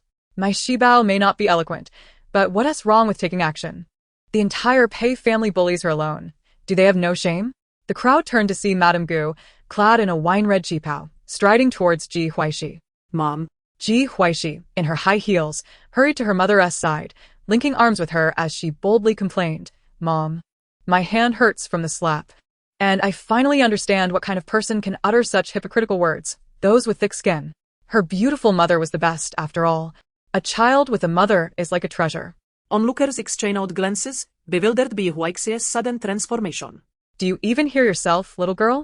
Madame Gu surveyed Pei's mother, who was closely guarding Pei Baoju, and coldly remarked, everyone knows to protect their own children. Our Gu family's child is not merely a pawn for your Pei family's theatrics. If she has suffered, she has every right to voice it. If you have left her no dignity, that is your own doing. Today is old Master Xia's 70th birthday. I hope your Pei family knows when to stop. A warmth spread through Ji Huaixi's heart, making her want to cherish the moment. Pei Qilin rose, offering an awkward smile, acknowledging, we have not treated Huaixi well in the past. It's good that you understand, Ji Huaixi replied, but please spare me the pretense. It makes me seem unreasonable. The crowd sensed the audacity of those who thrive on the power of their family. Yet, Madame Gu's assertion was not unfounded. The root of the matter lay in the Pei family's misconduct. The girl, having been cast aside, was refreshingly straightforward. Her directness was hardly a flaw. Ji Huaixi felt goosebumps rising as the spectators' curious gazes bore into her. Madame Gu smirked, Shibao, you must not interrupt someone's apology. Her eldest daughter was not someone to be bullied at will. Once Pei Qilin concluded his lengthy apology, Ji Huaixi took her mother's arm and ascended to the second floor. Inside the banquet hall, laughter and conversation resumed, as if nothing had transpired. Before heading upstairs, Ji Huaixi cast a glance at Xia Huayu, who was comforting Pei Baoju, a flicker of doubt crossing her eyes. Did the Xia family not notice that their eldest son was missing? Was Xia Huayi already in position? Just before entering the reception room on the second floor, Ji Huaixi suddenly said, Mom, I need to use the restroom first. I'll be right in. She strode towards the restroom, pondering that perhaps no one from the Xia family had thought to check the ladies' room after their prolonged search. The estate was likely designed for grand banquets, with numerous restrooms. She decided to perform a good deed and took it upon herself to have a look. Ji Huaixi explored the ladies' rooms on each floor. Having wealth can be burdensome. It was exhausting to navigate such a vast place. Finally, she encountered a door in the corner of the 5th floor that would not budge. Chapter 52. A damned life is hard to save. Ji Huaixi gazed at the unresponsive door and, feeling a sense of melancholy, removed her shoes and hiked up her obstructive skirt, attempting to slide her phone through a narrow gap. She had never engaged in such a clandestine act before. As expected, her video feed revealed Xia Huai collapsed and unresponsive on the bathroom floor. A chill crept up Ji Huaixi's spine as she recalled that she had not encountered a single soul on the 3rd floor or above. If this were a mystery novel, she would have likely met a grim fate herself. Shouldn't the Xia family have searched each floor thoroughly? Ji Huaixi resolved to take the elevator downstairs to seek help, only to find it out of order. She would have to run to the stairwell on the opposite side. Her damned life was indeed difficult to save. Glancing at her phone, she noticed only 2 contacts. Whatever, I'll give it a try. When Zhou felt his watch vibrating and saw the caller ID, he jumped from his seat. Zhou, what's wrong? In the reception room, Old Master Gu and Mr. and Mrs. Gu were witnessing their great-grandson's unprecedented urgency. Old Master Xia and several other elderly gentlemen, aware of Gu Tingzhou's unique circumstances, halted their conversations and turned their attention to him. Zhou pressed the answer button, holding the watch to his ear while swiftly retrieving his phone from his small black backpack. Zhou, I need help. 5th floor ladies' room. Ji Huaixi's message was succinct. Zhou's eyes widened, pressing the speakerphone button and rushing to his father, signaling him to speak. Mr. Gu, seeing the name Xing on the watch, looked puzzled. Hello? Who is this? Hearing Mr. Gu's voice brought immense relief to Ji Huaixi, feeling a sense of unspoken understanding with the young boy. Dad, it's Huaixi. Xia Huai has collapsed at the end of the corridor near the 5th floor elevator. The door won't open, and he's unresponsive. Ji Huaixi's words resonated clearly in the ears of everyone in the reception room. Old Master Xia questioned if he had misheard. Wasn't he Xia Huai his grandson? Pei's mother, standing beside old Madame Xia, was momentarily stunned. Mr. Gu reacted quickly. I'll head up immediately. Turning to old Master Xia, he continued, Xia uncle, please find a few men familiar with the estate to accompany me and bring tools. I'll check it out too. I'll go up as well. Old Master Xia maintained a stern demeanor. Today was his 70th birthday, and he intended to discover who was using this opportunity to target his grandson. As everyone moved towards the exit, Madame Gu took hold of Gu Tingzhou's small hand and followed suit. The group, witnessing the broken elevator, said nothing, and instead proceeded to the opposite corridor to use the stairs. They were soon met by Gu Jinji and Xia Ruiqing, who were rushing upstairs with several men. Ji Huaixi was curious about how Xia Huai ended up in the restroom.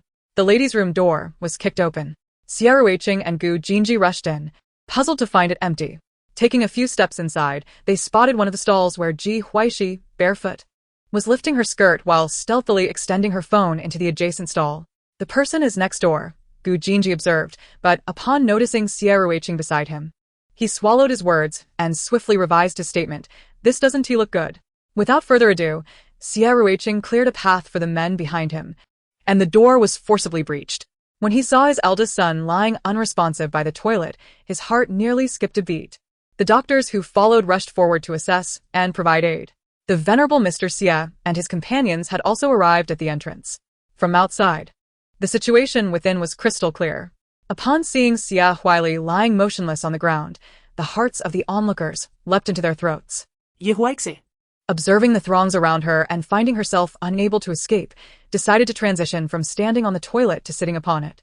After a frantic bout of resuscitation, Xia Ruiqing noticed his son's eyelids fluttering slightly, causing his taut nerves to loosen just a fraction, yet he still dared not exhale. The 3 family doctors worked in close coordination.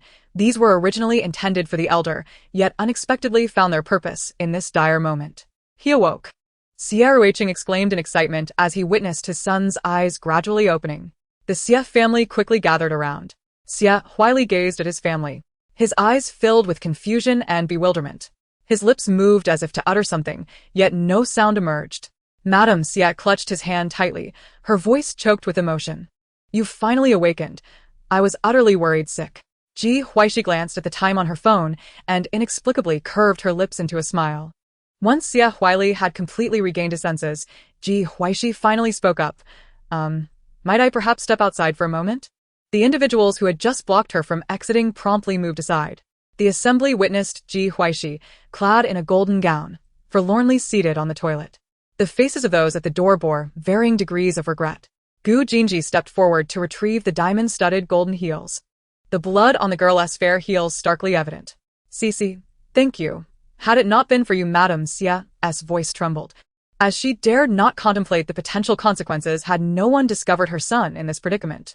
As Xia Huai's consciousness gradually returned, his expression was somewhat peculiar. If his memory served him correctly, he had encountered a woman and then entered the ladies' restroom, yet the woman's image grew increasingly indistinct in his mind. Unseen. You're too polite. Madame Xia, whose surname was Xian, had a single character for her given name, Ro. Ji Huaixi had not seen Madame Xia in the reception room earlier, but having reviewed the materials before her departure, she was able to recognize her. Ji Huaixi poked the man holding her exquisite implements of beauty, the shoes. It was unlikely that any of the women attending the banquet would be running around in 10-centimeter heels across multiple floors. She felt that the soles of her feet were now grimy, having just rushed in and out barefoot. The crowd also noticed Ji Huaixi heels. Madame Xie quickly interjected. Cici, wait a moment. I'll have someone bring you a pair of slippers. Thank you. I appreciate it. There's no need for formality between us. It's but a trifling matter. Gu Jinji, noticing the now available physicians, softly requested, could you assist her with her heels? It's time to attend to that. Gu Jinji rose with the shoes in hand and saw his son, who was carrying a bag, retrieve some wet wipes. Ji Huaixi watched as Gu Jinji meticulously cleaned her feet. Truly, he was the product of her stunning mother's upbringing, so considerate. As Ji Huaixi donned the slippers, she made her way outside. The elevator had been repaired, and the group rode it back to the second-floor reception room. Leaning closer to Gu Oyenze, Ji Huaixi whispered. Didn't you search for him? Gu Jinji leaned back in his chair. We did. There seems to be an issue within the Xie family, and they will handle it post-banquet. Upon hearing this, Ji Huaixi could surmise the situation quite accurately. Chapter 53. She wished to see if the one who met with an accident could ultimately survive. Ji Huaixi was not concerned about the Xie family probing into how she knew of Xie Huaili's predicament. After all, they were all astute individuals. Huaixi, should you require any assistance from the Xie family in the future, do not hesitate to ask. The elder Mr. Xie made his promise with utmost clarity. Ji Huaixi nodded slightly. Really? May I propose something now? The reception room, aside from the Xie and Gu families, also hosted 3 elder gentlemen. Everyone was somewhat taken aback. Ji Huaixi's words suggested that she had saved Xie Huaili with the expectation of a favor in return from the Xie family. The elder Mr. Xie chuckled heartily. Of course, feel free to ask.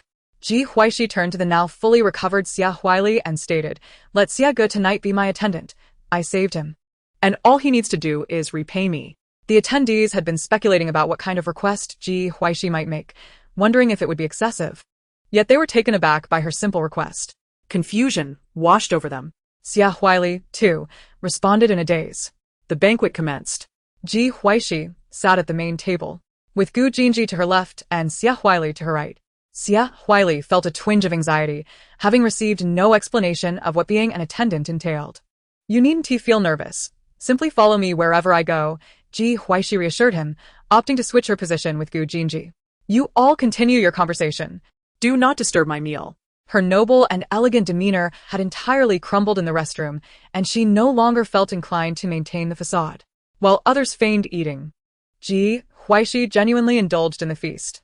She consumed bite after bite at a steady pace, relishing her meal. The appetite of the Xie family members at the main table visibly improved. After satisfying her hunger, Ji Huaixi leisurely sipped her post-meal soup. She wished to observe if the one who had met with an accident could indeed survive. Opposite her, Xie Huayu, noticing her calm demeanor, remarked with ire, how can you still have the heart to eat? The Xie family looked at Xie Huayu in astonishment. He had just returned from abroad. And this was Ji Huaixi's first banquet. So how could there be discord between them? Are we to starve? Xie Huayu's irritation grew as he saw her unrepentant demeanor. Do you not feel any remorse for striking someone? Xie Huayu, you little rascal, today is my birthday. Do you wish to rebel? Without Ji Huaixi needing to interject, Xie Huayu was swiftly reprimanded. He fell silent, glaring at Ji Huaixi with fierce intensity. Ji Huaixi felt a sense of satisfaction at Xie Huayu's chastisement. As long as Xie Huaili was alive, the Xie family would not fall under Xie Huayu's control. Right at that moment, an unexpected incident transpired. Darkness swiftly engulfed the once resplendent estate like a tidal wave. Ji Huaixi could hardly suppress her laughter. This incident was indeed surprising. For the Xie family's estate to lose power on Mr. Xie's 70th birthday was as absurd as the sun rising in the west. Shouts of alarm, the sound of overturned chairs, and shattered glasses reverberated through the hall as previously composed guests descended into chaos. Ji Huaixi, do not run around. As she stood up, she heard a magnetic voice beside her. Take care of the unfortunate soul beside you. Ji Huaixi whispered in a tone audible only to the two of them. Unfortunate soul? Xie Huaili? Gu Jinji decisively restrained Xie Huaili, who was about to rise and restore order. What's the matter? Xie Huaili asked, perplexed. Without uttering a word, Gu Jinji swiftly pushed him beneath the table, simultaneously distancing him from his previous position. Anyone whom Ji Huaixi referred to as an unfortunate soul was unlikely to possess much fortune. Under the table, Xie Huaili was momentarily bewildered. Who am I? Where am I? In the next second, a thunderous bang erupted, reverberating like thunder, drowning out all other sounds in the banquet hall. The hall fell into immediate silence, followed by the eruption of terrified screams from the guests. Fortunately, at that moment, the estate's lights flickered back to life. Once the guests, who had previously flailed about like headless flies, adjusted to the lighting, they gradually settled down. Crawling out from beneath the table, Ji Huaixi stared at the shattered remains of the chandelier that had fallen precisely where he should have been standing. His countenance was ashen, and his eyes brimmed with trepidation. Had it not been for Gu Jinji, who had hastily shoved him under the table, that dreadful object would have struck him on the head, leaving him either dead or grievously injured. The members of the Xie family also noted the scattering shards that seemed to narrate the harrowing scene that had just unfolded. Ji Huaixi quickly composed himself, murmuring his thanks to Jinji. The elder of the Xie family decisively declared, "Ruqing, announce the guest's departure. The banquet is to be concluded early. Huaixi, come upstairs with me." The gravity of the situation dawned upon the Xie family. "Huayu, assist your mother in calming the guests."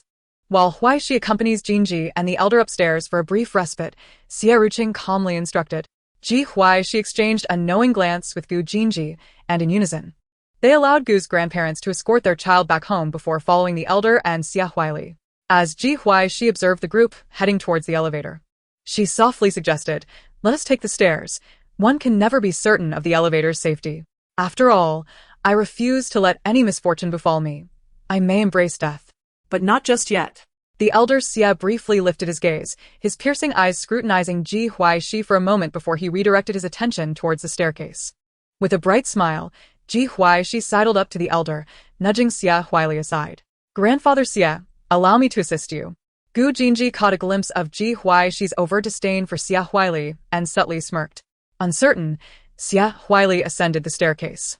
Suddenly, he felt an invisible force trip him, causing him to lurch sideways, only to be steadied by Gu Jinji's timely intervention. Breathing a sigh of relief, Xie Huaixi was grateful that Ji Huaixi had swapped places with him moments before. Otherwise, he might have endangered his grandfather. Gu Jinji was equally perplexed by the day's misfortunes. The term unlucky seemed to fit him rather aptly. Ji Huaixi settled herself calmly in the reception room while Xie Huaixi, relieved to be safe, took a seat as well. If circumstances permitted, he would have relished a glass of 1982 vintage water to soothe his nerves, yet he feared even that would choke him. A glance at the time revealed it to be 11 o'clock. There was still an hour to go. Ji Huaixi had not yet spoken when her teacup unexpectedly shattered, spilling tea onto her skirt. "What on earth?" she exclaimed, her frustration boiling over as she silently cursed. If Xie Huaixi survived, the crucial character background in the original plot would be flawed, if not entirely unraveled. It was evident that the consciousness governing this little world was currently in a state of disarray, striving to eliminate Xie Huaixi without overstepping its bounds. The occupants of the reception room gasped in surprise. "Have you met with misfortune as well?" Xie Huaixi exclaimed. "You unfortunate child, can't you choose your words more wisely?" His mother scolded. Xie Huaixi, caught off guard, could only stammer in response. Having wiped her skirt with a tissue, Ji Huaixi stood up. "Grandfather Xie, Uncle Xie, Aunt Xian, it is getting late. We must take our leave." At Ji Huaixi prompting, Gu Jinji added, "Huaixi, I have matters to discuss with you." The Xie family watched as the trio departed, their expressions tinged with concern, yet they refrained from intervening or inquiring further. Upon exiting the estate, Gu Jinji held a pair of golden high-heeled shoes, while Ji Huaixi languidly leaned against a wall. Xie Huaixi chose a spot that seemed unlikely to invite any further calamity. Ji Huaixi yawned and remarked, "You should remain as my attendant until we return." As her words hung in the air, a sudden gust of wind swept through, as if intent on whisking the three away. They exchanged bemused glances. It was the first time Xie Huaixi felt time dragging so slowly with the conclusion of his role as an attendant signaling potential peril before midnight. At this point, he would not be surprised if the heavens rained down blades. Ji Huaixi, abandoning any semblance of decorum, sat upon the ground, eager to witness just how many more misfortunes might unfold. As time trickled by, an unexpected stone struck him, rendering his legs weak. While the sky poised itself to unleash thunder and lightning, Xie Huaixi felt as though this day eclipsed all the excitement of his lifetime. When the clock struck midnight, he exhaled deeply, collapsing onto the ground in exhaustion. Realizing that the world's consciousness had reached its limit in attempting to eliminate Xie Huaixi, Ji Huaixi understood that the further they progressed, the more impotent and enraged it became. The thunder roared while the rain barely fell, threatening yet ultimately harmless. So, If I finish recording the third episode, I should survive, right? Ji Huaixi mused as she stood up. I'm utterly exhausted. It's time for bed. Xia Huaili, filled with gratitude tinged with guilt, turned to Ji Huaixi. Thank you for tonight. Regardless of how Ji Huaixi had learned of the strange events surrounding him, she had undoubtedly been his savior. Should any troubles arise in the future, do not hesitate to seek my assistance. Ji Huaixi nodded and departed. If not for her need to verify her suspicions, she would not have expended such effort to avert the unforeseen calamities. Gu Jinji, observing Ji Huaixi's decisive exit, could not suppress a soft chuckle. Returning to Jingyuan or the old residence. to Jingyuan. I shall indulge in a day and night of much-needed rest. Upon returning to Jingyuan, Ji Huaixi bathed and quickly fell into a deep slumber. It was not until 4 p.m. the next day that she finally opened her eyes, only to find several friend requests awaiting her attention on her phone. Only members of the Gu family, or the Xia family. She recalled the time spent in the restroom, when her contact list consisted solely of the ubiquitous butler and the delightful Zhou. Calling Zhou felt somewhat like a gamble. The original owner had never added any members of the Gu family, and she often found herself chatting with Mother Gu on the home phone, which led to a natural forgetting of their contact details over time. She had no personal relationship with Gu Jinji and had never thought to exchange contact information with him. After adding the necessary contacts, Ji Huaixi set her phone aside and descended the stairs for a meal. Once satiated, she returned upstairs to sleep. When she next opened her eyes, it was already midnight. With a newfound vigor, Ji Huaixi turned on her phone to check the new contacts she had added that day. Apart from Xia Huayu, no one from the Xia family had reached out to her, while all but the eldest brother of the Gu family had sent her friend requests. After noting them all, she glanced at the time, which was perfect for a midnight snack. She found a highly rated barbecue restaurant, changed her attire, and set out in her car. Ordering everything that caught her fancy, she was met with a slightly surprised voice from a nearby table. Did you order so much? Are you able to finish it all?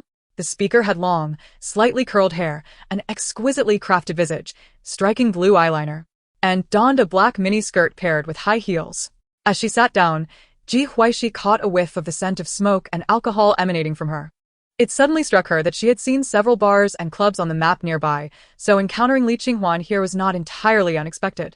However, the contrast between her current demeanor and the virtuous image Ji Huaixi had first perceived at the Li household was stark. Ji Huaixi raised an eyebrow and asked, "Care to join me?" Li Qinghuan, unreserved, called the waiter over to add a few items she often ordered. Drinks? Ji Huaixi shook her head. I'm driving. Are you done for the night, or is there more to come? With a smirk, Li Qinghuan replied, I'm done. The new models aren't that great. The two conversed as if they were old friends, casually exchanging banter. Are you aware of Xia Ershao pursuing Pei Baozhu? I wonder if these men have any sense. Why would they choose her? Li Qinghuan vented. She had known Pei Baozhu since childhood, easily seeing through her facade, and had never been fond of her. Ji Huaixi shook her head. I'm not well acquainted with the industry, so I generally miss these rumors. Understanding Ji Huaixi's somewhat awkward position, Li Qinghuan took out her phone and said, let us add each other. I'll share any juicy gossip with you in the future. Ji Huaixi opened the QR code for adding friends. After the barbecue was served, Li Qinghuan wasted no time, alternating between sips of beer and bites of barbecue. Do you have time tomorrow? I'm hosting a gathering, she asked, taking the last skewer of beef with a smile. Ever since Ji Huaixi married into the Gu family and appeared on a variety show with Gu Tingzhou, many in the industry had shown interest in her. Ji Huaixi casually fabricated an excuse. I have other commitments tomorrow. She was aware of who would be at the gathering but had little desire to attend. Then let us arrange for another time, Li Qinghuan said. Nodding in agreement, Ji Huaixi finished her meal and did not linger outside, opting instead to return to Jingyuan to shower and sleep. The following day, Ji Huaixi awoke unusually early, enjoying breakfast on the balcony while browsing her phone. At that moment, a call came through. Miss Ji, do you have a moment? The voice on the other end belonged to a man who sounded somewhat anxious. May I ask who this is? I am Jiang Chengel.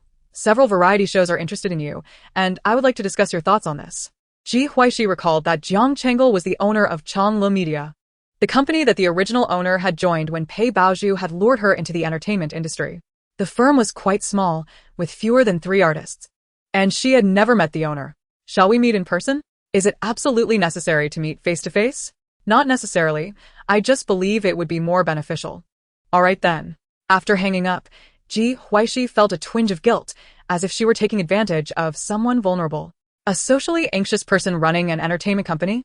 She hastily finished her breakfast, donned casual attire, and drove out. Changla Media was located in an office building within the North City Business District. Upon arriving at the underground parking lot, she spotted Li Qinghuan from the barbecue restaurant the previous night. Dressed in a simple white t-shirt and jeans, with a light touch of makeup, she appeared to be a completely different person from the night prior. What a coincidence! Li Qinghuan greeted Ji Huaixi with a friendly smile, curious about her reason for being there. Is your company located here? Ji Huaixi inquired. Li Qinghuan shook her head. I met a guy 2 days ago who is completely my type. He is definitely going to be my future boyfriend. Ji Huaixi mused. It seems you have a penchant for appearances. As they chatted, they headed toward the elevator. Ji Huaixi pressed the button for the 18th floor and Li Qinghuan asked, You're not telling me you're an artist at Changla Media? Ji Huaixi nodded. You can tolerate this? Pei Baozhu has her own company established by the Pei family, while you're in the industry, without any backing. Isn't that a bit excessive? Reflecting on her research, Li Qinghuan knew that Changla Media was essentially a makeshift group with hardly anyone on board. Ji Huaixi smiled, appreciating the fact that the Pei family had not signed her. Otherwise, she would have been embroiled in complications. Upon reaching the 18th floor, they rang the doorbell.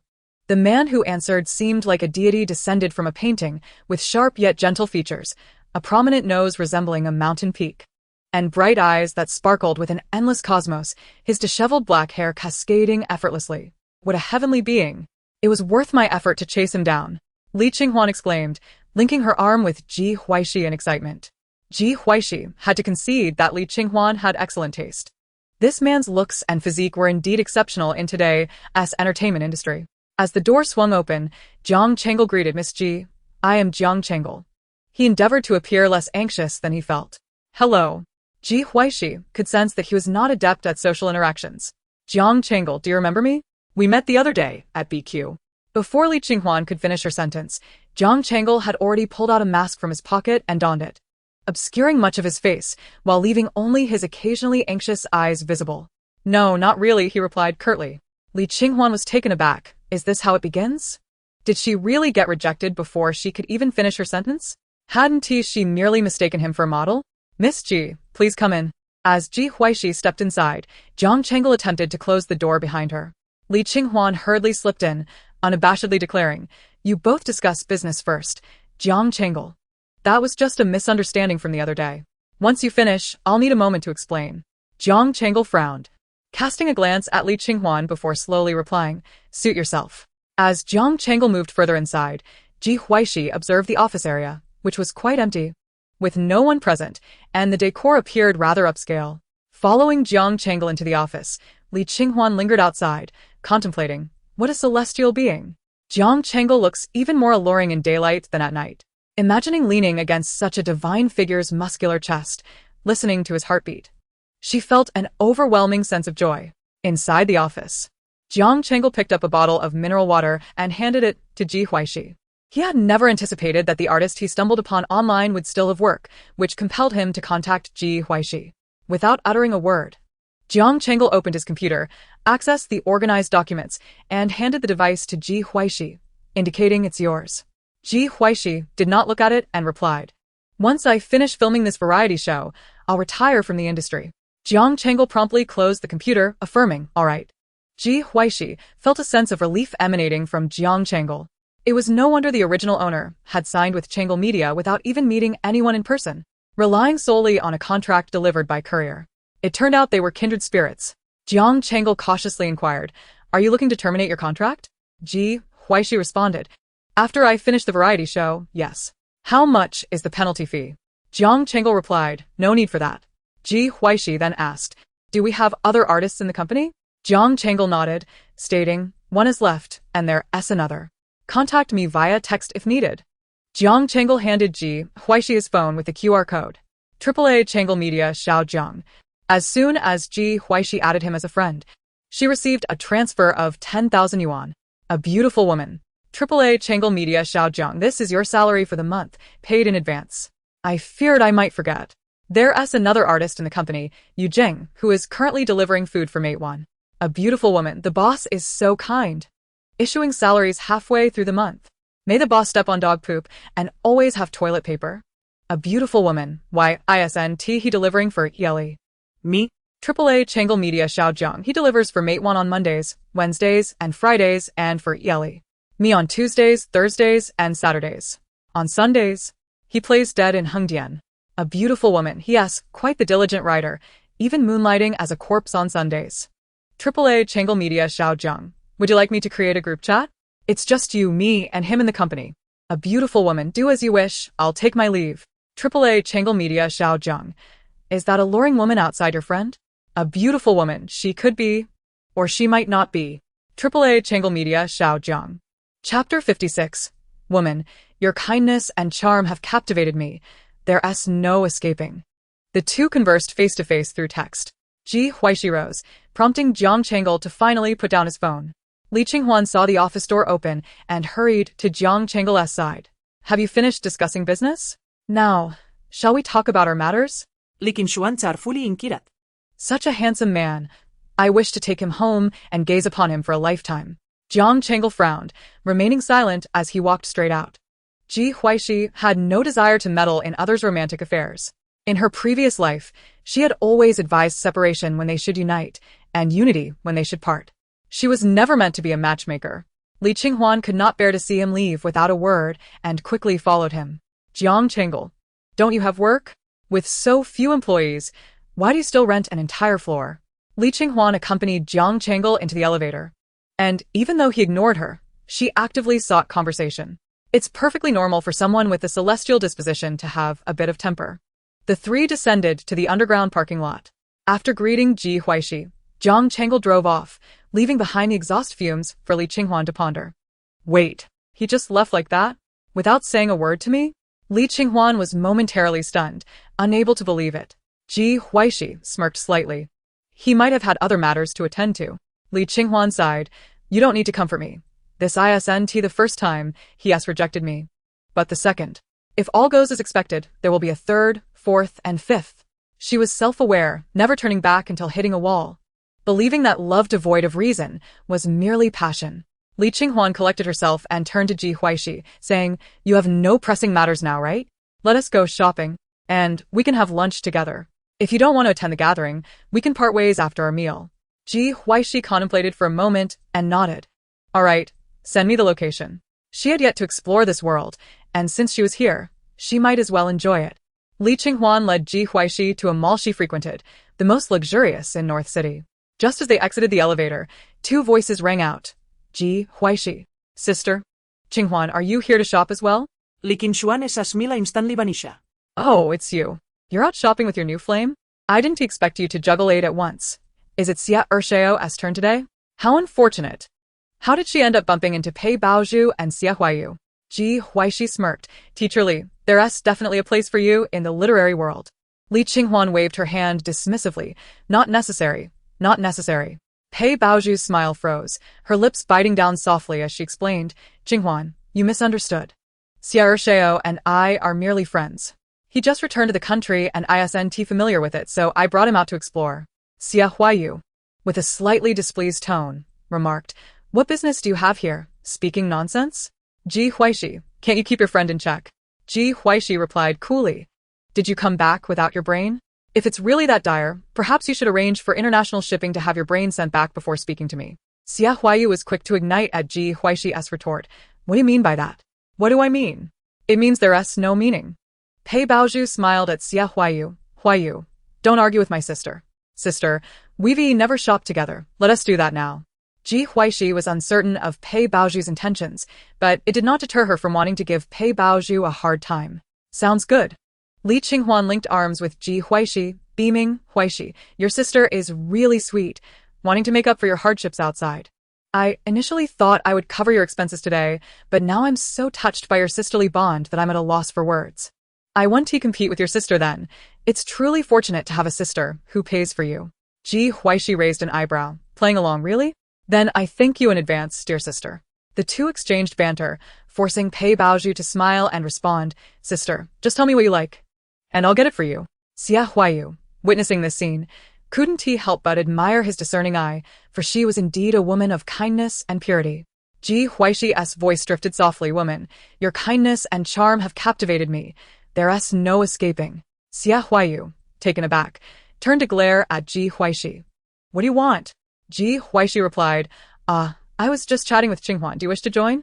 Li Qinghuan added, "That might not be appropriate. But if you must join, you can always travel abroad and change your personality."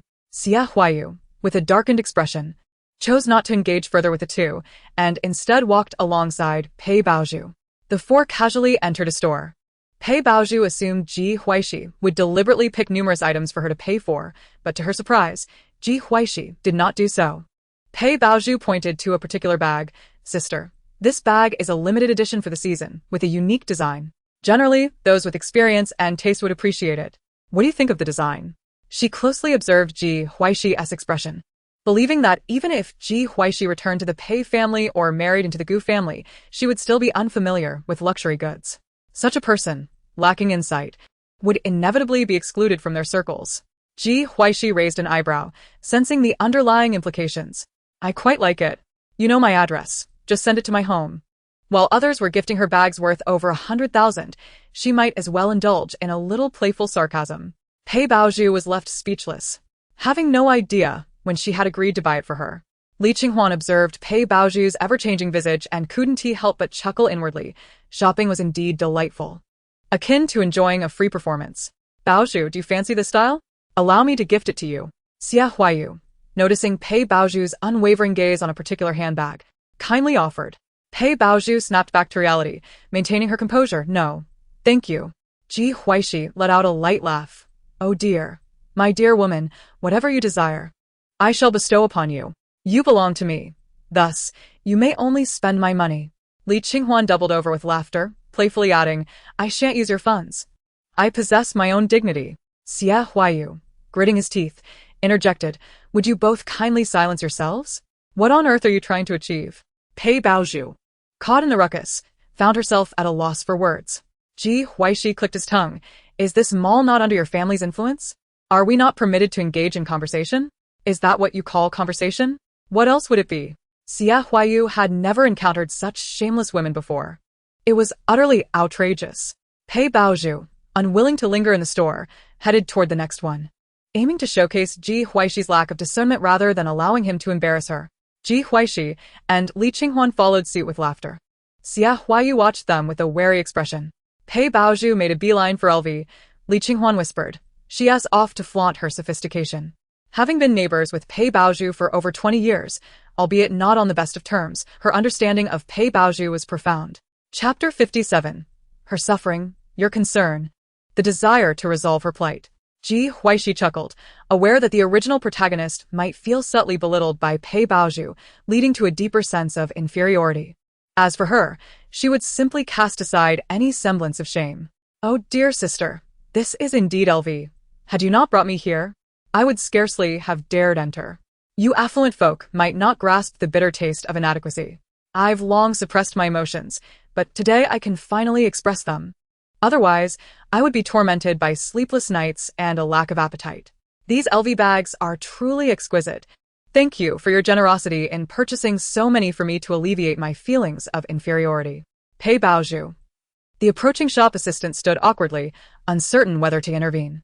Pei Baozhu took a deep breath and said, "Sister, you're jesting with me again." Ji Huaixi exclaimed as if discovering a new continent.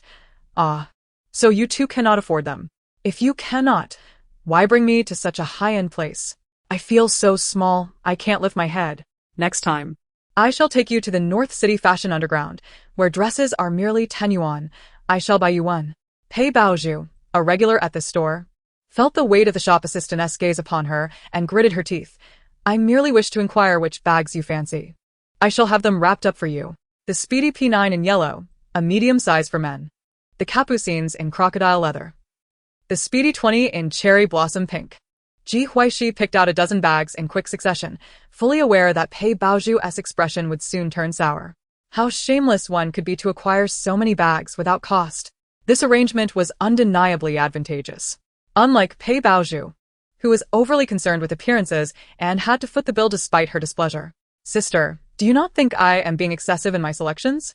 Previously, I could only admire these bags through online photographs. I never anticipated they would be as stunning in person, and I've accidentally chosen too many. Not at all. Let us wrap them all up. Pei Baozhu felt as if her heart were bleeding. Though favored, the funds her family allocated her for the month were limited. Li Qinghuan admired Ji Huaixi ability to adapt. I shall cover the bill. Let me use my card. Xia Huayu could hardly bear to witness Ji Huaixi brazen behavior. Ji Huaixi.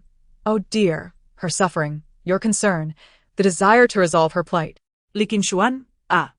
I have not encountered such a generous young master in ages. Xia Huayu. These two women were undeniably unhinged. Hello, just charge it to my card. Xia Huayu extracted his card from his wallet and handed it to the shop assistant. The assistant eagerly accepted it, thinking she had struck gold. She deftly took the card reader and began processing the transaction. A moment later, the assistant's eyes sparkled with excitement, but were quickly overshadowed by a hint of embarrassment as she cleared her throat. Sir, I sincerely apologize, but the balance on this card is insufficient. The air seemed to grow heavy with tension, and all around fell silent. A profound sense of embarrassment washed over Xia Huayu. He attempted to maintain his composure. Please try this one. The assistant smiled faintly and accepted it. Sir, I regret to inform you that the balance remains insufficient. What about this one? Sir, still insufficient. Xia Huayu was rendered speechless. I'll step outside to make a call. Pei Baozhu found it hard to believe that the second son of the Xia family could be so financially constrained. Never mind, I shall handle it. It is, after all, a gift for my sister. Pei Baozhu forced a smile as she produced her own card. Ji Huaixi glanced at the screen where she was chatting with Xia Huayi, calmly turning off the display. The alteration of character backgrounds in the original plot was quite amusing. Now, unless Xia Huayu established his own path and ascended to become Xiazong, he would forever remain under family constraints. Watching Pei Baozhu complete the transaction made Xia Huayu feel uneasy, and his embarrassment was palpable. Ji Huaixi remarked, "We have shopped and purchased. Li Qinghuan, and I shall not intrude on your date any longer." The two fell silent, fearful of Ji Huaixi lingering. Ji Huaixi and Li Qinghuan moved to another store. Li Qinghuan's laughter never ceased. Even the faint melancholy of being rejected by the divine was healed. Pei Baozhu felt utterly drained. Who would have thought even Xia Huayu's card could be frozen? I had his brother freeze it. Li Qinghuan silently gave a thumbs up, impressed. Now everyone knew that the second son of the Xia family had failed in his romantic pursuits and could not even afford to maintain appearances. It was amusing to contemplate. What do you think of this men's outfit? I believe Jiang Chengel would surely enchant me in it. Li Qinghuan's eyes fell upon a striking white suit, and she decided to purchase it immediately. Ji Huaixi, recalling the WeChat messages Jiang Chengel had shared in the office, smirked. He could charm you even without wearing it, and you've even checked his size? Li Qinghuan shook her head. No. My eyes are my measuring tape. It will fit perfectly. Ji Huaixi merely accompanied them without purchasing anything. Her mother had thoughtfully provided her with everything she needed. After Li Qinghuan acquired a few more men's outfits, they were satisfied and headed for a meal. Upon entering the restaurant downstairs, they spotted Xia Huayu and Pei Baozhu, who were already placing their orders. Who do you reckon will pay for their meal? Surely, it shouldn't be the ladies footing the bill? Their seats were adjacent to Xia Huayu and Pei Baozhu. Is there any chance he can overhear us? His card might be out of use. But surely, he could manage to pay for a meal. Pei Baozhu paused momentarily in her perusal of the menu. Xia Huayu hastily clarified, I have money. Pei Baozhu forced a smile. Had Xia Huayu not been the second son of the Xia family, she would have turned on her heel and left without a second thought. And the prospect of dining would never have arisen. To preserve Xia Huayu's dignity, Pei Baozhu smiled gently. Oh, I was merely inquiring what you enjoy eating. Xia Huayu breathed a sigh of relief. I'll eat anything. I'm not picky. Pei Baozhu responded sweetly, then I shall order for you. Ji Huaixi and Li Qinghuan withdrew their gazes and each selected the dishes they desired. After both tables had finalized their orders, an inexplicable tension enveloped the atmosphere. Pei Baozhu and Xia Huayu exchanged glances, their mouths opening and closing without uttering a word, though they engaged in conversation. Ji Huaixi and her companion could undoubtedly overhear, rendering any discussion rather inconvenient. Ji Huaixi felt quite accomplished this morning. Her mere presence was sufficient to lower defenses without spending a dime. Sometimes, her words seemed to create just a hint of discomfort. The dishes arrived at both tables around the same time. Some dined with great enthusiasm, while others chewed as if on wax. Pei Baozhu was already regretting her decision to have lunch with Ji Huaixi, fervently wishing for the meal to conclude swiftly. Zhu Zhu. Upon hearing the voice, Ji Huaixi lifted her head to see a figure clad in a black suit, accompanied by a girl in a white dress. Were they preparing for a showdown? This outing was proving to be worthwhile, with entertainment amidst the dining. Chapter 58. Absolutely not a substitute for the white moonlight. Pei Baozhu exclaimed in surprise, brother. Pei Zixian assessed the second young master of the Xie family seated across from his sister. He had not attended the recent Xie family banquet, but was quite aware of the tumultuous rumors circulating over the past few days. At that moment, he found himself envious of Ji Huaixi, who could openly express his affections. Ji Huaixi felt the weight of Pei Zixian's gaze upon him and grinned. You must be Brother Pei, am I right? I'm Ji Huaixi, just returned from abroad a few days ago. Are you here with your girlfriend? At his words, Pei Baozhu couldn't help but raise her voice. Brother, is this sister beside you my future sister-in-law? She was aware that their family intended for Pei Zixian to meet with some well-matched young ladies recently, and while he had previously declined, she was astonished by his acceptance this time. Pei Zixian cleared his throat. Let us not jump to conclusions. This is Miss Qimin, and we are merely friends at present. His thoughts were clandestine. Since he could not be with the one he loved, it mattered little who he married. The essential point was that after marriage, he could always stand as Zhu Zhu's strongest support without facing Ji Huaixi's threats. The girl beside Pei Zixian caught sight of Pei Baozhu, and a flicker of intrigue crossed her gaze, her face adorned with a sweet smile. So, this is Mr. Pei's sister, Ji Huaixi? Quite adorable indeed. Qimin's remark thrust Pei Baozhu into an awkward predicament. Ji Huaixi, undeterred, continued to eat, feigning ignorance of the comment. The embarrassment was not hers to bear, and she had no intention of stepping forward to claim her identity. Li Qinghuan wished for nothing more than to switch places and witness the unfolding drama. The atmosphere was decidedly peculiar. Pei Zixian had brought a woman to dine. Yet his sister, Pei Baozhu, was visibly displeased, showcasing an unmistakable sense of possessiveness. Feeling somewhat uncomfortable, Pei Baozhu noted that her brother had just called her Zhu Zhu, yet this woman had deliberately misidentified her. Miss Qi, this is my other sister, Pei Baozhu. Pei Zixian felt compelled to clarify. My apologies, I must not have known you well enough. I inquired with a friend in Beicheng, who told me that your biological sister is Ji Huaixi. I didn't anticipate my mistake. Baozhu, my apologies. Qimin's eyes brimmed with faux regret, but her performance was evident. What a bizarre day.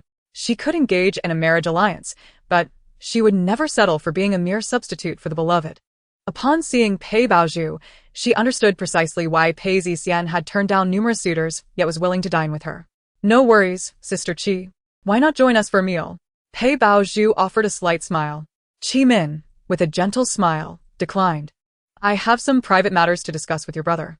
We shall plan for another time, Baozhu. Very well.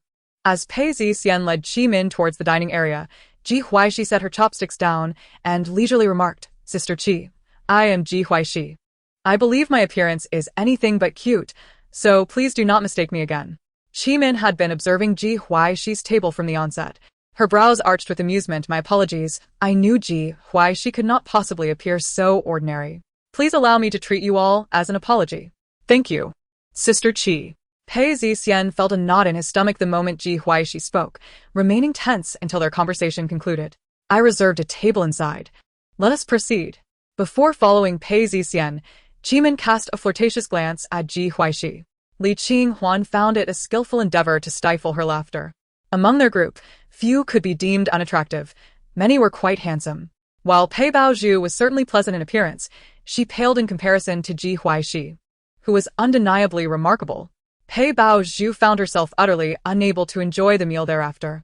Watching her and Ji Huaixi depart, Li Qinghuan felt an overwhelming urge to burst into laughter, yet in the upscale restaurant, she maintained a semblance of decorum, covering her mouth as she chuckled heartily. Truth be told, it had been a long time since she had witnessed Pei Baozhu's discomfiture. Li Qinghuan felt she could easily devour another 2 bowls of rice. Nothing was more appetizing than witnessing Pei Baozhu's moment of embarrassment. This would undoubtedly become a frequent occurrence.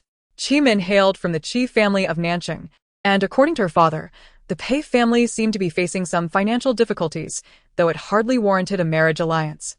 Li Qinghuan found the situation rather peculiar. Ji Huaixi could likely surmise the reason. The Pei family needed to secure a marriage alliance, and though she could not assist, it seemed Pei father was intent on hastening Pei Baozhu's betrothal to Ji Jianyu, eager to see her wed. Naturally, Pei Zixian was reluctant to see his beloved married off so swiftly.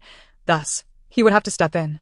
If they were to engage in a marriage alliance, it was imperative to select someone resembling Pei Baozhu.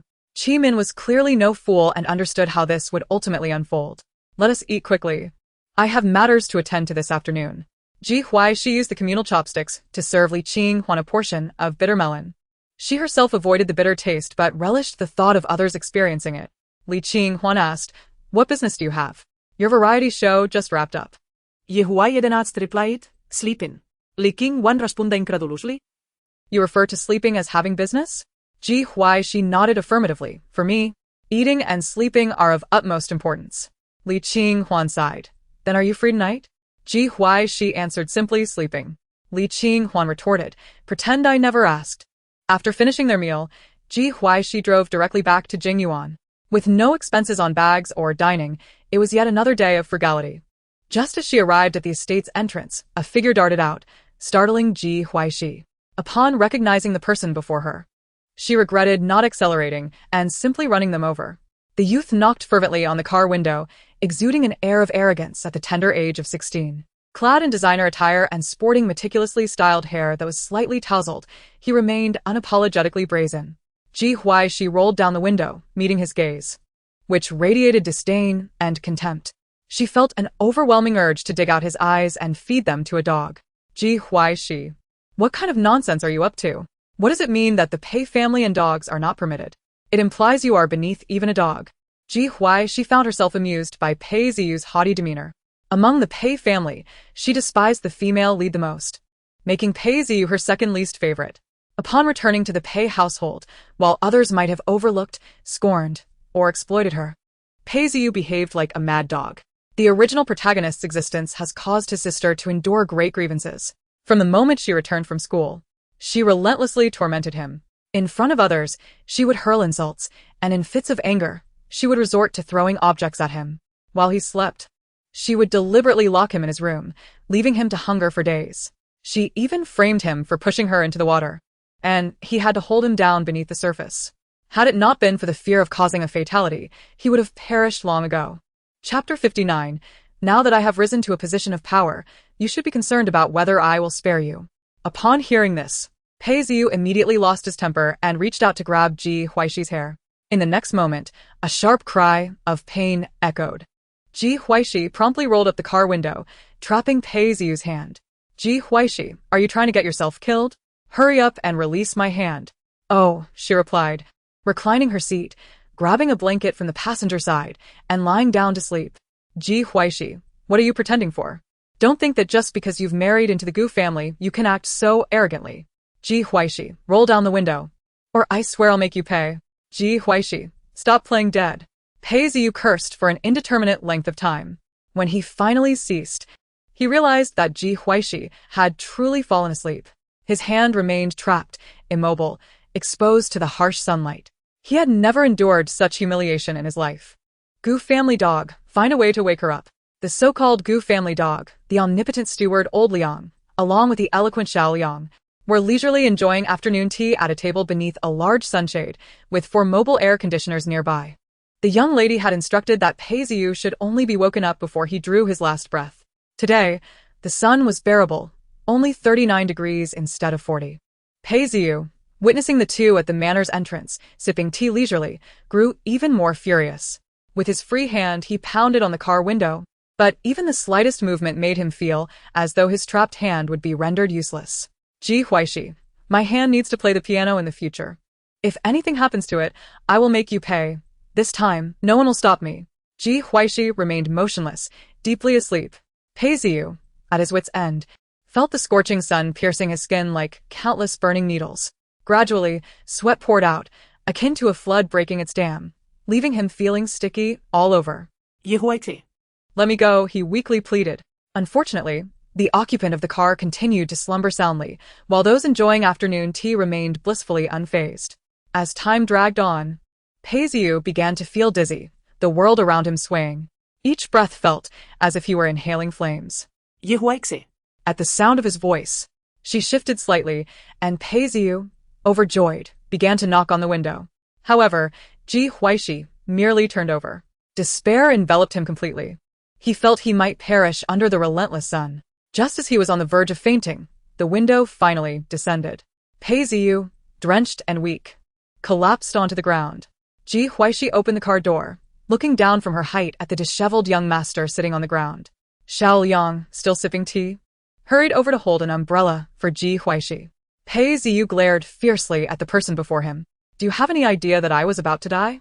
Ji Huaixi scoffed lightly. Yet here you are, still alive. If you want to die, do it far from here. Your demise at my doorstep would affect property values. Peiziu, in disbelief, raised his head. How could this once timid village girl, who had always bowed her head in submission to his bullying, now exude such confidence? You're not Ji Huaixi. You must be an impostor. I want to let you off. Ji Huaixi crouched down, fixing her gaze on Peiziu, who had once tormented the original protagonist like a demon, and said with a half-smile, "What power do you possess to threaten me? I am inherently arrogant, vengeful, unreasonable, and duplicitous. Previously, lacking wealth, power, or influence, I feigned a demeanor of weakness and cowardice. I should thank your Pei family for treating me as a mere tool for marriage. Now that I have gained my own foothold, you should indeed be the one worried about whether I will spare you." Her cold, emotionless voice fell upon Peiziu's ears like a chilling whisper of death, sending shivers down his spine. He instinctively recoiled, sensing the mockery in Ji Huaixi's gaze, as though he were merely a pawn for her amusement. Under the blazing sun, Peiziu began to ponder Ji Huaixi's words, yet the more he thought, the heavier his head became, and his consciousness began to blur. Just before he lost consciousness, he seemed to hear, "Rest assured, miss, the doctor is waiting nearby. He will not die at our doorstep." Ji Huaixi observed as the doctor carried Peiziu away on a stretcher, presenting the doctor with a banner of appreciation, making a grand display of it, with the medical expenses to be covered by the Pei family. After speaking, she returned to the car and drove into the estate. Peiziu had not emerged, and she nearly forgot about his existence. Now that he sought his own demise, she would show him no mercy. When Pei's mother received the call from the hospital, she nearly dropped her phone. What did the doctor just say? "My Ziyu is unconscious in the hospital?" Pei Baozhu inquired with concern. "Mom, what happened?" Pei's mother, flustered, rose hurriedly. "I must go to the hospital. Your brother is there." A flicker of panic crossed Pei Baozhu's eyes. Upon returning home from the mall, she had heard Peiziu lamenting about Ji Huaixi. Had he gone to confront her? In the past, it was always Peiziu bullying Ji Huaixi. Could it be that she was no longer afraid of him? With her mind racing, Pei Baozhu quickly added, "Mom, I'll go to the hospital with you to see my brother." After the mother and daughter arrived at the hospital, they found Peiziu already awake. "Mom, sister, what are you doing here?" Peiziu still appeared a bit dazed. Pei's mother scrutinized her youngest son from head to toe before calling for the doctor to inquire further. Peiziu, seeing his mother's anxious expression, helplessly said, "Mom, I just had heat stroke. It's nothing serious." Only when Pei's mother received the same assurance from the doctor did she truly relax. "How could you possibly suffer from heat stroke? Why were you out under such scorching sun?" Pei's mother was filled with concern. Peiziu's gaze flickered as he fabricated an excuse. "I was lost in thought, and didn't he realize I was in the sun?" Pei Baozhu observed her younger brother, who had always followed her around, and gently asked, "Ayu, did you go looking for sister?" And no. Peiziu, his mind in disarray, did not want to admit he had sought trouble and ended up being taught a lesson. Upon hearing this, Pei's mother grew anxious. Is Ji Huaixi truly rebelling? Does she dare to bully you? Pei Baozhu's voice softened, filled with concern. "Ayu, what on earth happened? Do you have any idea that the hospital called home?" Your mother and I were both frantic. Peiziu felt tears welling in his eyes. Pei Baozhu was truly his sister, unlike Ji Huaixi, who was a demon. He succinctly recounted, "I wanted to have a proper conversation with her, but she trapped my hand and made me stand under the sun for over an hour." Pei's mother exclaimed angrily, "I will have her come to the hospital and explain herself. This is outrageous. She has married into the Gu family, but our Pei family is still standing strong." Chapter 60. It seems that families like theirs are not suited for police involvement. Just as Pei's mother was about to call Ji Huaixi, she suddenly remembered she had been blocked, and with a surge of frustration, she said, "Ayu, give me your phone." Pei's mother took the phone and called Ji Huaixi, watching the call go unanswered until it was automatically disconnected. Unfazed, she continued to dial. After several unsuccessful attempts, her patience wore thin. Zhu, contact their butler and inform him to relay to Ji Huaixi that if she does not come to the hospital to provide an explanation, I shall report her to the authorities. Pei Baozhu hesitated for a moment, thinking that such a family might not be suited for police involvement. It's merely a threat. Pei's mother responded. Relieved, Pei Baozhu thought that involving the police over such matters would tarnish the family's reputation, something their father would not permit during such a tumultuous time. As she exited the hospital room and closed the door, she observed her mother fussing over her younger brother, Pei Ziyu, and a bitter smile crept onto her lips. Deep down, she understood that her mother's affections were not directed towards her or her elder brother, but rather towards their younger sibling. Fortunately, this brother was generally obedient to her. Meanwhile, Ji Huaixi was enjoying a platter of fruits when she heard the butler relay the message. Picking up her phone, which was in Do Not Disturb mode, she discovered several missed calls. "Miss, would you like to take a look?" The ever-reliable butler, Lao Liang, inquired. No. "Let's send them some gifts first," she replied, having already ventured out earlier that day and wishing to avoid further excursions. Upon receiving her instructions, Xiao Liang cheerfully set off. Half an hour later, at the North City Central Hospital, Pei's mother heard a knock at the door and, thinking it was Ji Huaixi, instructed Pei Baozhu to answer it. Upon opening the door, Pei Baozhu found herself face-to-face with a stranger. Who are you?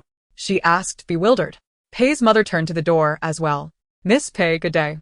This is the floral wreath you ordered," the man said, slowly unveiling a black bag to reveal a pristine white wreath, which appeared particularly solemn within the confines of the hospital room.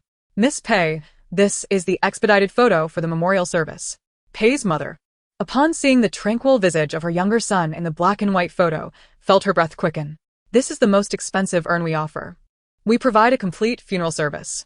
Please review the contract for any discrepancies," the man politely remarked. Rising in anger, Pei's mother retorted, "Get out. Who gave you the right to curse my son? Leave." The man, perplexed, replied, "Miss Pei Baozhu instructed me to bring these. Could I have mistakenly come to the wrong room?" Realizing that Ji Huaixi was behind the scheme, Pei Baozhu quickly responded, "I had no part in these arrangements. This must be the work of my sister." She understood that this was Ji Huaixi's revenge for the previous phone call. Retaining a semblance of composure, Pei's mother glowered. "Handle this nonsense before you step back inside." Pei Baozhu glanced at the shut hospital door, forcing a smile. "Sir, I assure you I did not arrange for any of this. Please take it away." The man remained unfazed and produced a payment request. "Please settle the bill. This order was placed using your identification on our official website. Although you may not need it now, payment is still required. The total is 18.88 million. Rest assured, this package remains valid.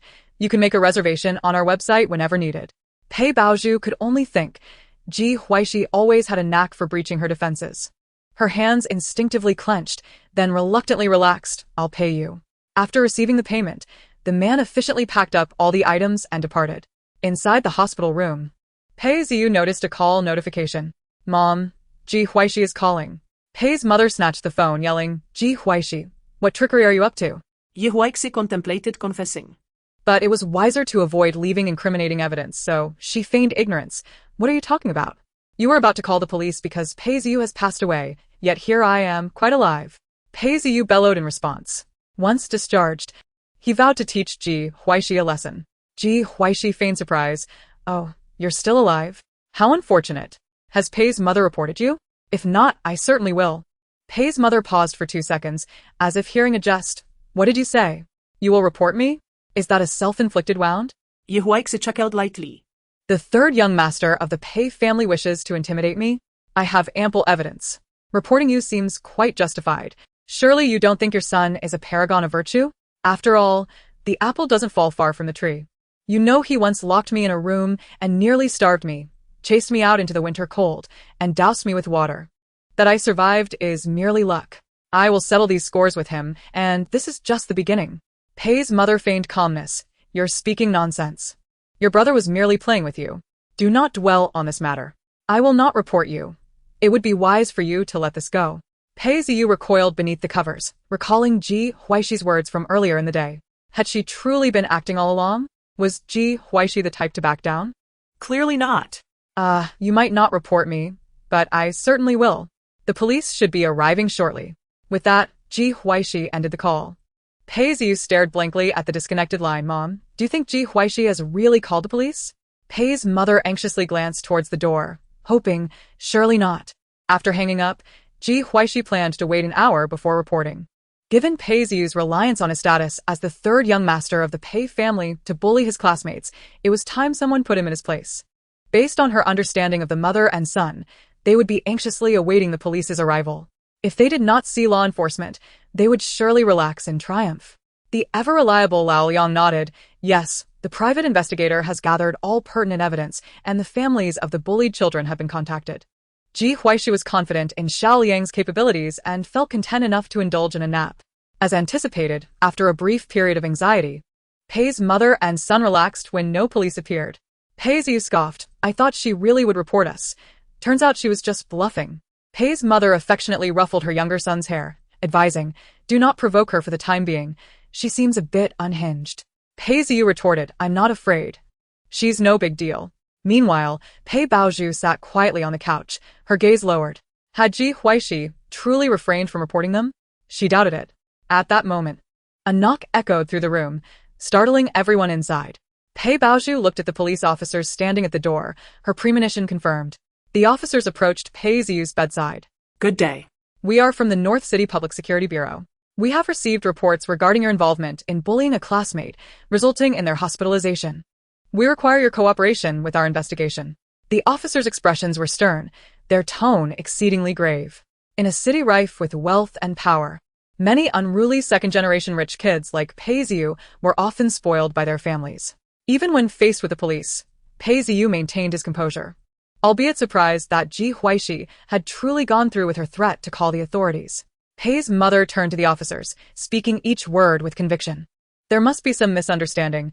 My son would never bully anyone. Ji Huaixi sought to humiliate the Pei family publicly, even resorting to having her own brother arrested, a true ingrate. The police officer, with an impassive expression, stated, We have gathered the relevant evidence. Kindly accompany us. Pei's mother implored, Officer, I beg you to show some leniency. My son is still unwell. The officer retorted, We have consulted with the doctor. Pei Ziyu is merely suffering from heat stroke. Pei Ziyu rose from the bed, declaring, If it's just a matter of going with you, so be it. Besides, you won't be able to detain me for long. Mom. Please message Dad, or my elder brother to come and handle this. The officer furrowed his brow, glancing at the self-assured Pei Ziyu, a flicker of disdain crossing his gaze. Observing her younger son being taken away, Pei's mother immediately picked up her phone to make a call. With the hour growing late, she was reluctant for Yu to have dinner in jail. Upon receiving his wife's call, Pei's father, feeling a headache coming on, instructed his secretary to handle the situation. Ever since Ji Huaixi had married off, nothing had been going smoothly. This rebellious daughter seemed to bring him nothing but misfortune. Ji Huaixi awoke to learn that Pei's father had sent a secretary to bail someone out, yet the person had not yet been released. Amused, she spread the news of Pei Ziyu's detention, for there were many in their circle eager to witness the spectacle. Lying in bed, she opened her phone and noticed a new group chat titled Changle Media Old Nest, with only herself, Jiang Changle, and the delivery boy Yu Jing as members. Such a small-scale entertainment company was quite rare, but fortunately, the owner was affluent enough to pay salaries. AAA Changle Media Xiao Zhang, this is our work group. We can discuss matters here moving forward. Not delivering food to starve them. Hello, Boss Xiao Zhang. Hello, Sister Huaixi. I'm the delivery boy Yu. Here is my photo. Upon opening the photo, Ji Huaixi saw a young boy wearing a Mate 1 helmet, his face obscured by a black mask, leaving only his eyes visible. Is a beauty. You can tell he is a person. Not delivering food to starve them.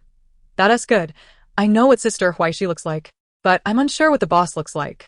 Could you send a photo? Is a beauty. So Jiang Changle and Yu Jing have never met in person. This quirky company has indeed brought her some surprises. AAA Changle Media Xiao Zhang, here is a photo. Is a beauty. You can tell he is a handsome guy. In Jiang Changle's photo, he wore a baseball cap, his mask obscuring much of his face, complemented by a pair of black-framed glasses. Not delivering food to starve them. Why am I just a person, while Boss Xiao Zhang is a handsome guy? Is a beauty. So, you're not a person, but the boss is a handsome guy? Not delivering food to starve them, then I suppose I'll just be a person. Setting her phone aside, Ji Huaixi descended to savor a delicious late-night snack. After eating, she rested, showered, and drifted off to sleep. Having toiled like a beast in her past life, she was content to live like a pig in this one.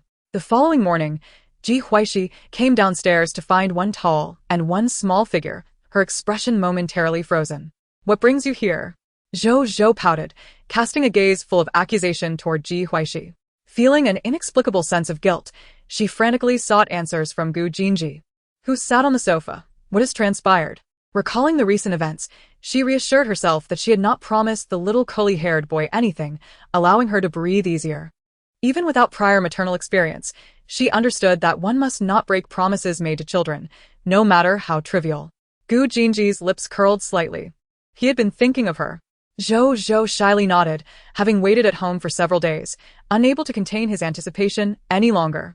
Ji Huaixi secretly let out a sigh of relief. That was good, as long as she hadn't broken a promise. With a bright smile, she said, Zhou darling. Mommy missed you too. Come here for a hug. Zhou tilted his little head, blushing, standing still. A hug? Did Mommy really want to hug him? Seeing the child frozen in place, Ji Huaixi stepped forward to embrace Zhou. The affectionate hug felt a bit heavy, nearly causing her to stumble. Zhou clung tightly to Ji Huaixi's neck, the familiar scent of his mother enveloping him, comforting and sweet. Gu Jinji lounged lazily on the sofa, having been awakened early by his mother to accompany Zhou. Thankfully, they didn't have a dog at home. Otherwise, his status would be second only to that of a canine. Once Ji Huaixi expressed her maternal affection, she promptly set Zhou back down on the sofa. What plans do you have, Mommy? Gu Jinji glanced at Ji Huaixi, suggesting, I was going to take him to the amusement park and sent you a message. But you didn't, he reply.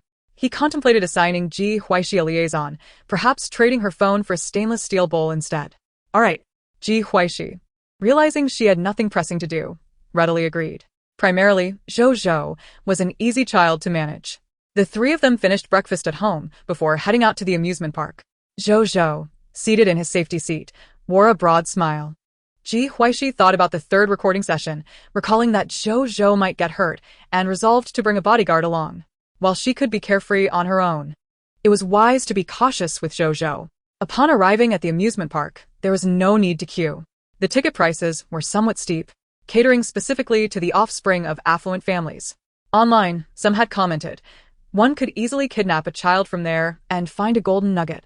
As Ji Huaixi entered the amusement park, she could only concur. The netizens were spot on. The children, by their attire alone, were clearly well off. What would you like to play, Zhou? Ji Huaixi inquired, crouching down to solicit his opinion. She too felt unfamiliar with the amusement park, having never visited in her youth, and this was her first experience. Zhou scanned the surroundings and then looked up at Gu Jinji, with his eyes downcast. Gu Jinji observed the mother and son gazing up at him, a smile curling his lips as he softly suggested, How about the roller coaster? Both big kids and little kids can ride it. Zhou nodded enthusiastically. Ji Huaixi sensed an undercurrent in Gu Jinji's words. You accompany Zhou on the ride. I'll take pictures of you both. Standing up, Ji Huaixi felt a twinge of nervousness, thinking, is that a good idea? Gu Jinji raised an eyebrow slightly, smiling as he countered, what's wrong with that? You're the big kid, he asked the little kid, and today I'm your dad. Chapter 62. Joyous moments deserve to be cherished. Zhou looked up at Ji Huaixi with eager anticipation. Noticing his excitement, Ji Huaixi grinned and said, Then I'll join you on the ride, Zhou. She rummaged through her bag for a hair tie and quickly fashioned a bun.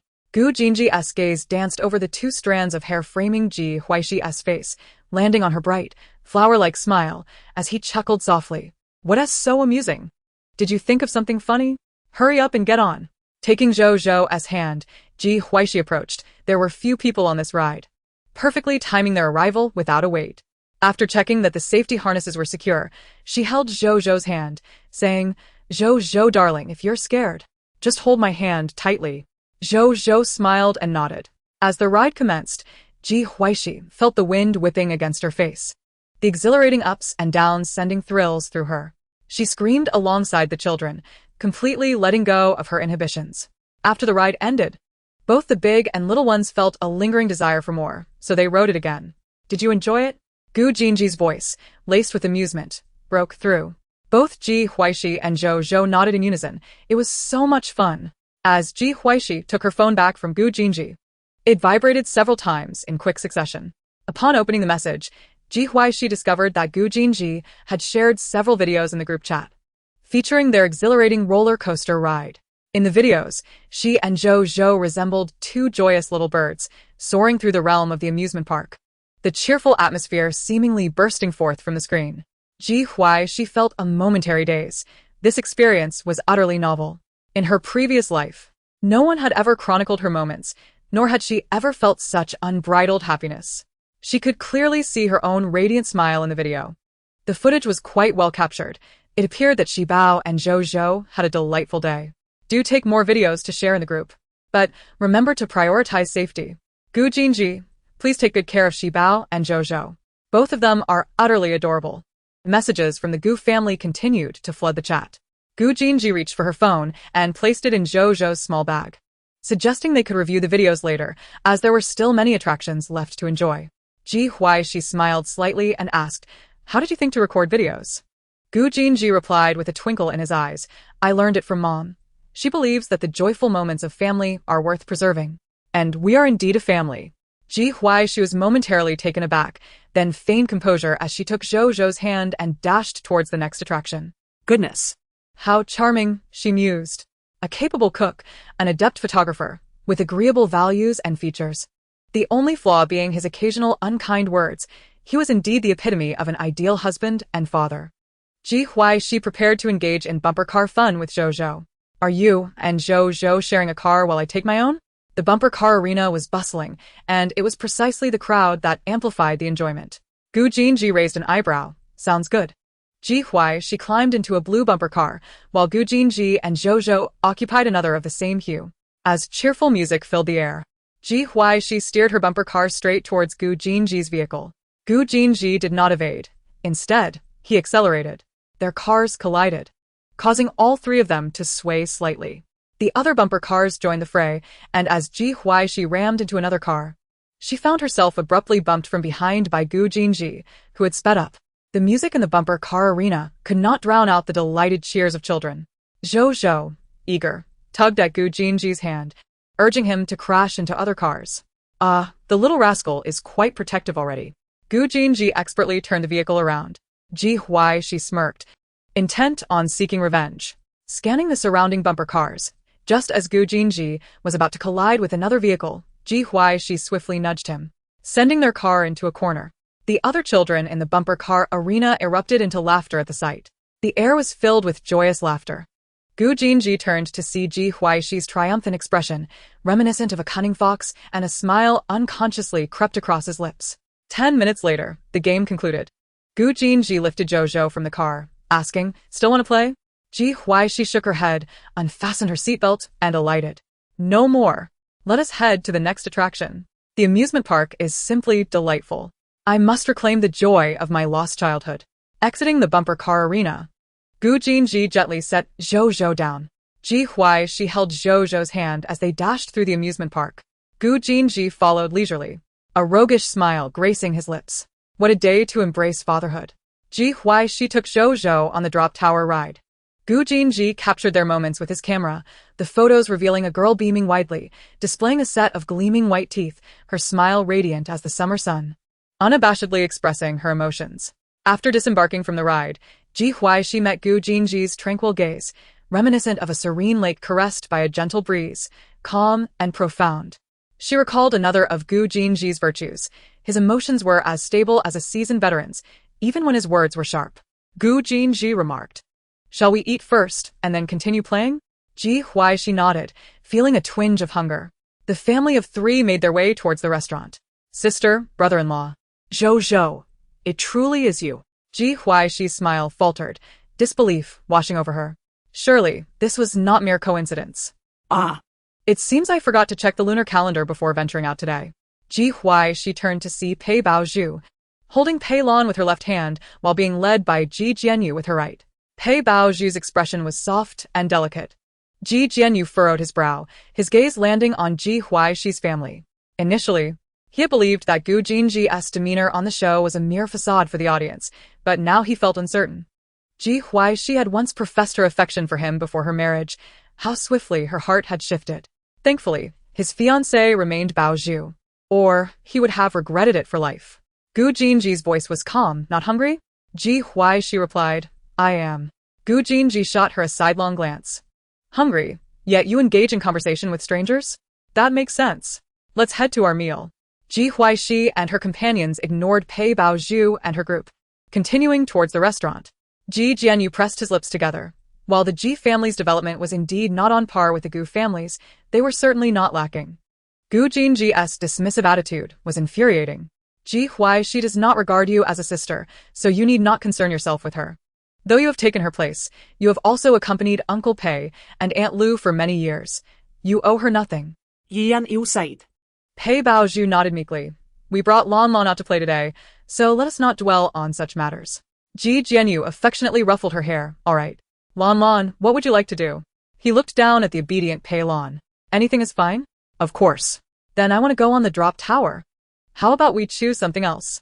It's too perilous for a girl to ride the drop tower. Why not join your mother on the carousel instead? Pei Lan's eyes dimmed at the suggestion, but she responded with understanding. That works too. Then Uncle can take pretty pictures of Mama. Ji Jianyu praised her. Lan Lan is truly well behaved. Chapter 63. Has this novel completely unraveled? Meanwhile, Ji Huaixi and her companions arrived at the restaurant. Gu Jinji scanned the menu with his phone and handed it to Ji Huaixi.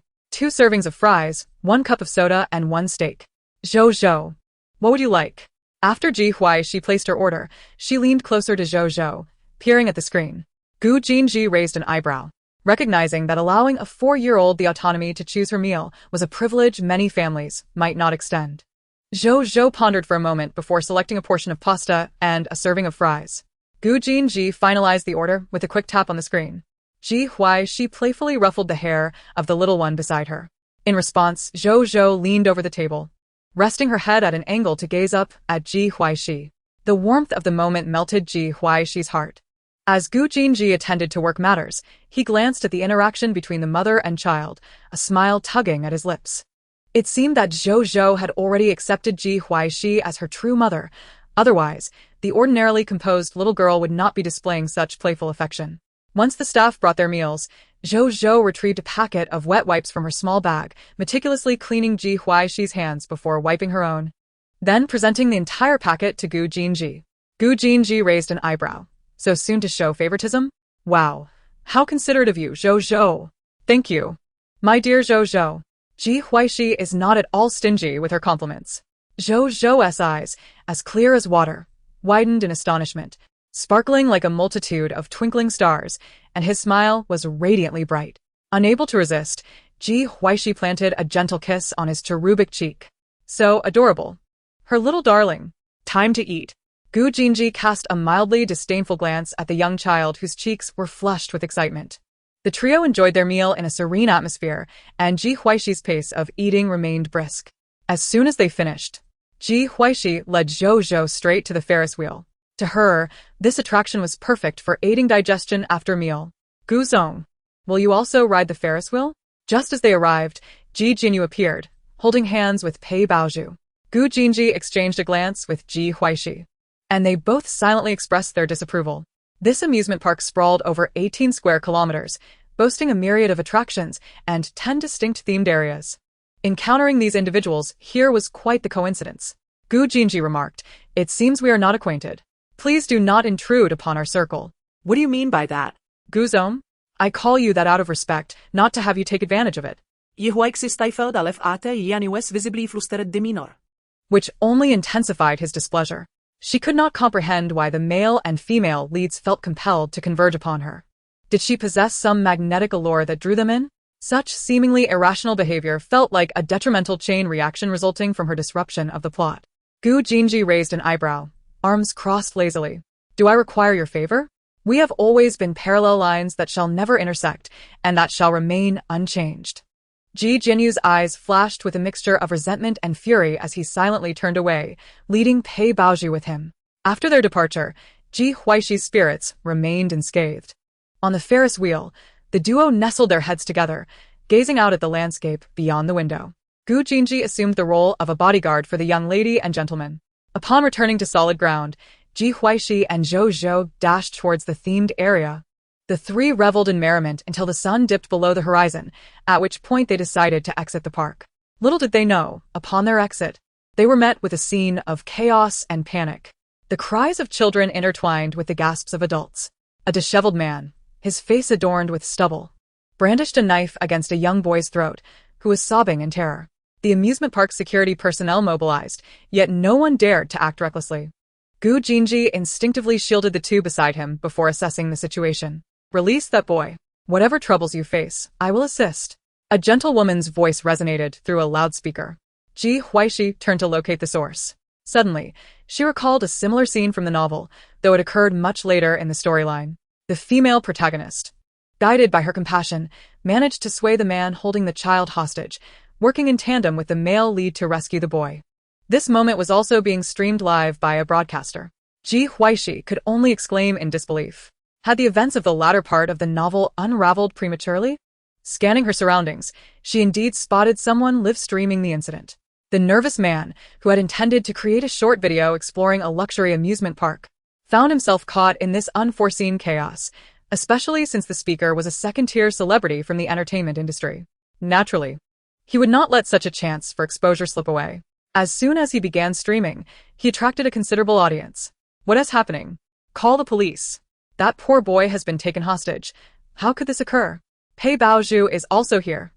How brave of her to step forward. Oh no. Is that Jean Gaudi being held hostage? Is that Ji Huaixi in the corner? What can you even do? You wealthy folks are all hypocrites. The man's agitation grew, dismissing Pei Baozhu's presence, clearly unimpressed by her glamorous appearance. Despite her own anxiety, Pei Baozhu managed to remain composed, feeling an inexplicable urge to save the boy. I believe you have your reasons. Please try to remain calm. Take a deep breath and share your troubles with me. I will assist you in any way I can. Pei Baozhu assured him with poise. What can a woman like you possibly resolve? Your wealth is nothing, he retorted, his anger unabated. At that moment, Ji Jinyu seized Pei Baozhu's loudspeaker, stating, Your son surely wouldn't want you to become a villain. Sir, please calm down. The man's voice trembled with emotion. My son is dead. Meanwhile, the boy being held hostage began to struggle, crying out, Let me go. I want my mom. The onlookers felt their hearts leap into their throats, terrified that the child might come into contact with the blade. What a perilous situation. My heart aches for that boy. It truly is Pei Baozhu. She and her fiancé are so commendable. If I'm not mistaken, that's Ji Huaixi in the corner. She pales in comparison to Pei Baozhu. I always knew my goddess was the most compassionate. As the police finally arrived, encircling the man, they too hesitated to act.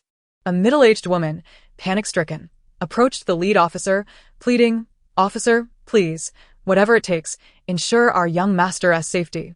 A man beside her solemnly added, As long as our young master is unharmed, we can offer whatever reward you desire. Rest assured, we will rescue the child, the lead officer responded gravely. The boy's identity was of great significance, with orders issued from above. Pei Baozhu stepped forward, forcing herself to appear calm. How about I become the hostage instead? Whatever demands you have regarding the child, I will fulfill. Ji Jinyu quickly interjected, No, let me be your hostage. Just release the child. The man growled.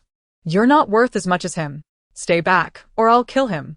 A flicker of unusual intent crossed Ji Huaixi's eyes as she retrieved her phone from Zhou Zhou's backpack, her slender fingers swiftly navigating the screen. This moment did not escape the notice of the viewers in the live stream. In such a crucial time as a public figure, Ji Huaixi's indifference while engrossed in her phone seemed devoid of empathy. Is it truly appropriate to focus on such trivialities? Shouldn't our concern lie with the boy? Those who had previously admired Ji Huaixi through variety shows began to feel disillusioned. Pei Baozhu urged the crowd, Please, do not provoke him. We will not approach. Ji Huaixi returned the phone to Zhou Zhou's backpack. Seizing the loudspeaker from the table beside the ticket booth, she declared, Release that child, and I shall grant you 1 million. The crowd turned their gaze towards the corner, including the man who had abducted the young boy.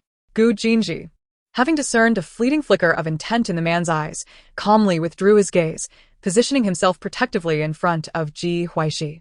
You wealthy individuals are truly remarkable. I harbor a deep disdain for you affluent people. Sister, please don't be reckless. This concerns the life of a child, Pei Baoshu interjected hastily. She possessed an intense premonition that she could save the kidnapped boy, and the urgency to rescue him weighed heavily upon her. Thus, she wished for Ji Huaixi to refrain from complicating matters. Ignoring Pei Baoshu's plea, Ji Huaixi continued, 2 million. To you rich people, that amount is merely pocket change. To think you could save him with such a trifling sum is sheer folly. How brazen! Ji Huaixi seemed oblivious to the fact that the man was clearly antagonistic towards the wealthy.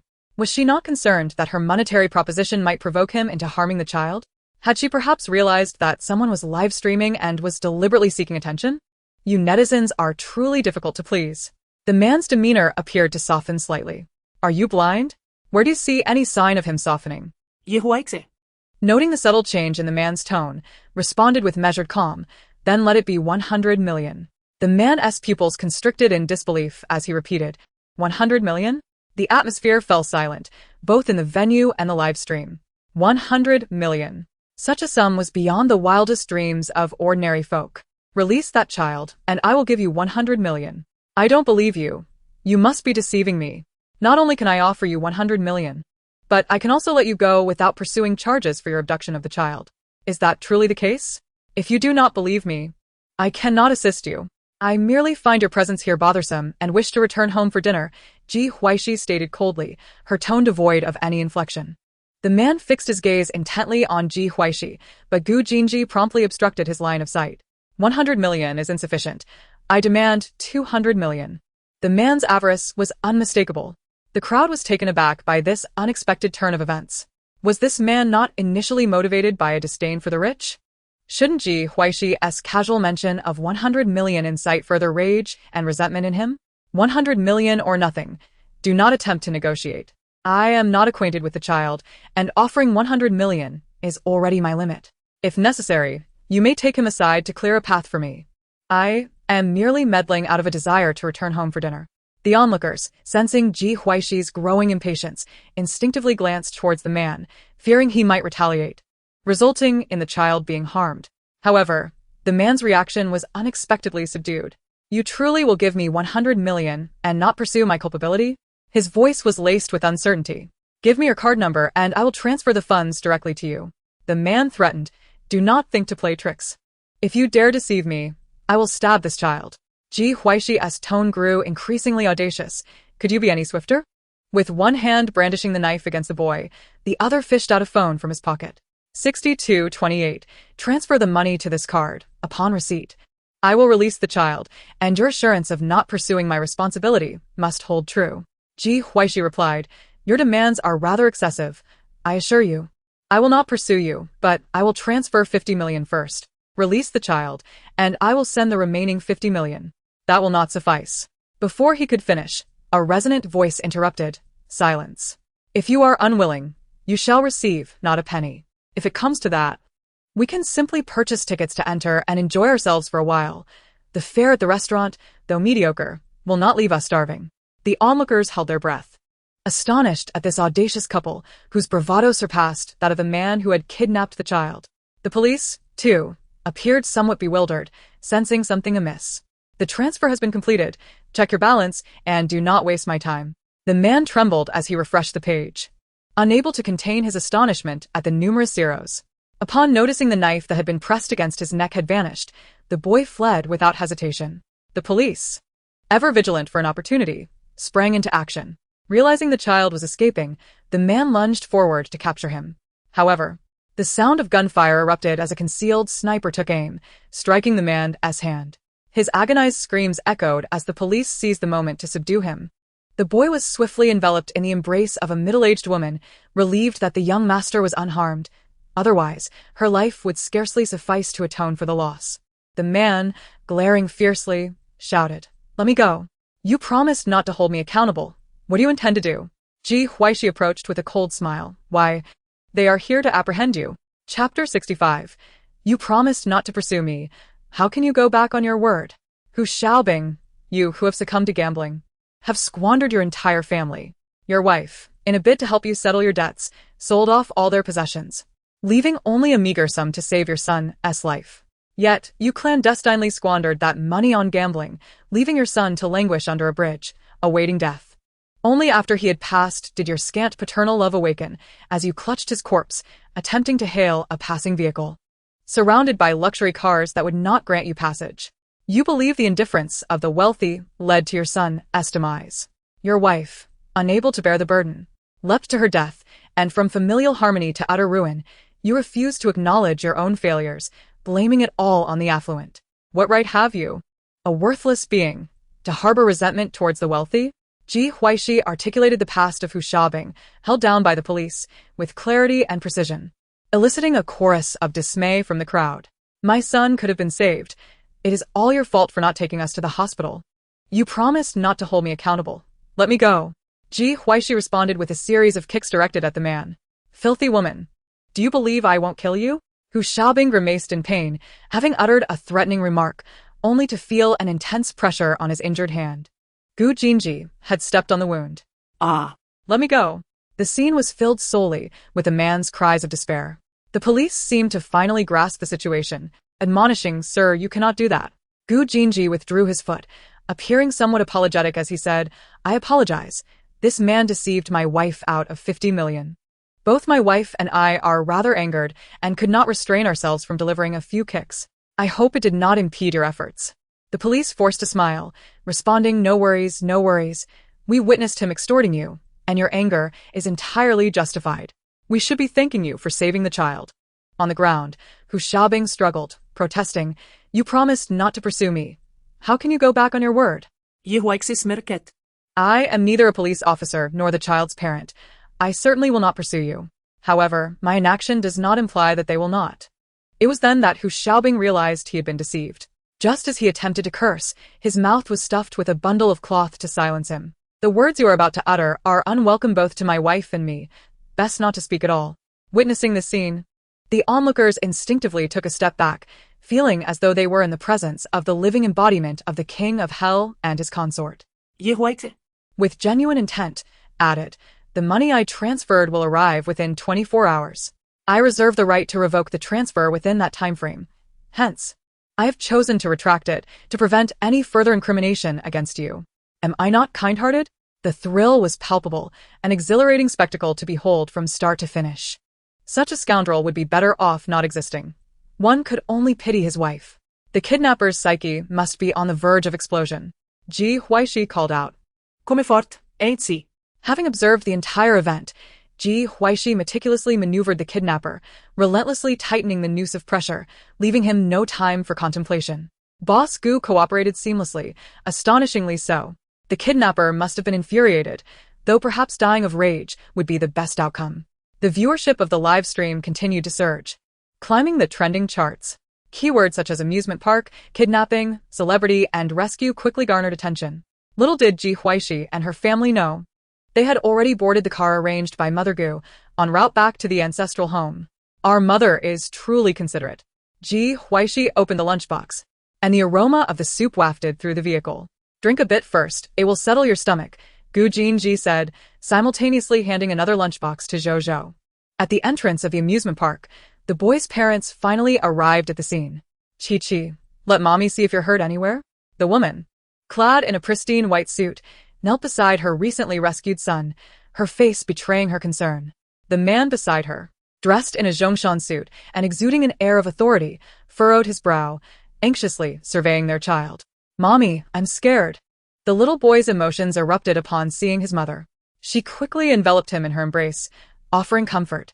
Once the boy had calmed down completely, the couple could finally think about expressing their gratitude to the benefactor who had saved their son. Pei Baozhu and Ji Jinyu exchanged glances, filled with astonishment upon recognizing the boy's parents. The boy was, in fact, a member of the Yu family. Yu Fu, Yu Zhenghua. Held political clout, while Yu Mu, Si Miaoyin, was the only child of the Si family, poised to inherit the family business. The couple had 2 sons. Yet they had managed to keep this information remarkably concealed. Outsiders would find it nearly impossible to uncover. It was truly shocking that their youngest son had been the one abducted. Pei Baozhu lowered her gaze. Her instincts had proven correct. Had Ji Huaixi not intervened, she would have been the one to save the boy. This would have positioned her as a distinguished guest of both the Yu and Si families. with the benefits that such a status entailed being all too clear. Ji Huaixi was indeed a persistent specter. Miss Pei, Mr. Ji, thank you, Yu Zhenghua expressed.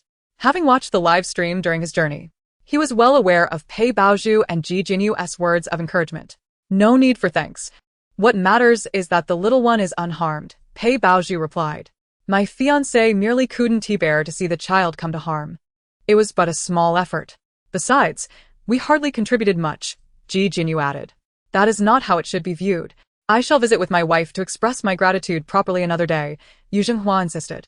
Si Miaoyin approached, holding her son, and said, We are immensely grateful to you. Pei Baozhu replied, There's truly no need for thanks. We shall take our leave now. Ji Jinyu led Pei Baozhu and Pei Lan away. They understood the importance of presenting themselves in a manner that would maximize mutual benefit in their interactions with the Yu family. The Yu family was formidable.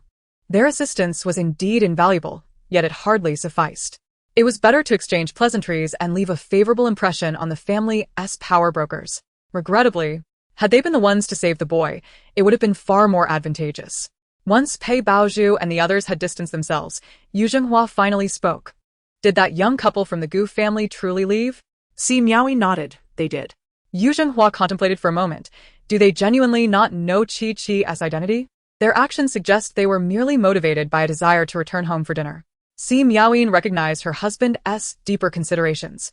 He likely suspected that everything had been premeditated. After contemplating, she remarked, Regardless, we ought to express our gratitude in person. Although Pei Baozhu and Ji Jinyu conceal their ambitions well, they are still discernible. We shall find out more tomorrow, when we meet with the Gu couple. For now, you should investigate whether this incident was indeed an accident. Yu Zhenghua lifted their youngest son. Let us head home. I shall arrange for the remaining matters. Chapter 66. My main account is rendered useless. My parents hastily created a secondary account. The following day, Yu Zhenghua, accompanied by his wife and son, visited the Gu family. They had conducted their inquiries and confirmed that yesterday's events were indeed accidental. Mrs. Gu, forgive our sudden intrusion, Si Miaoyin said, having changed into a dress that softened her demeanor.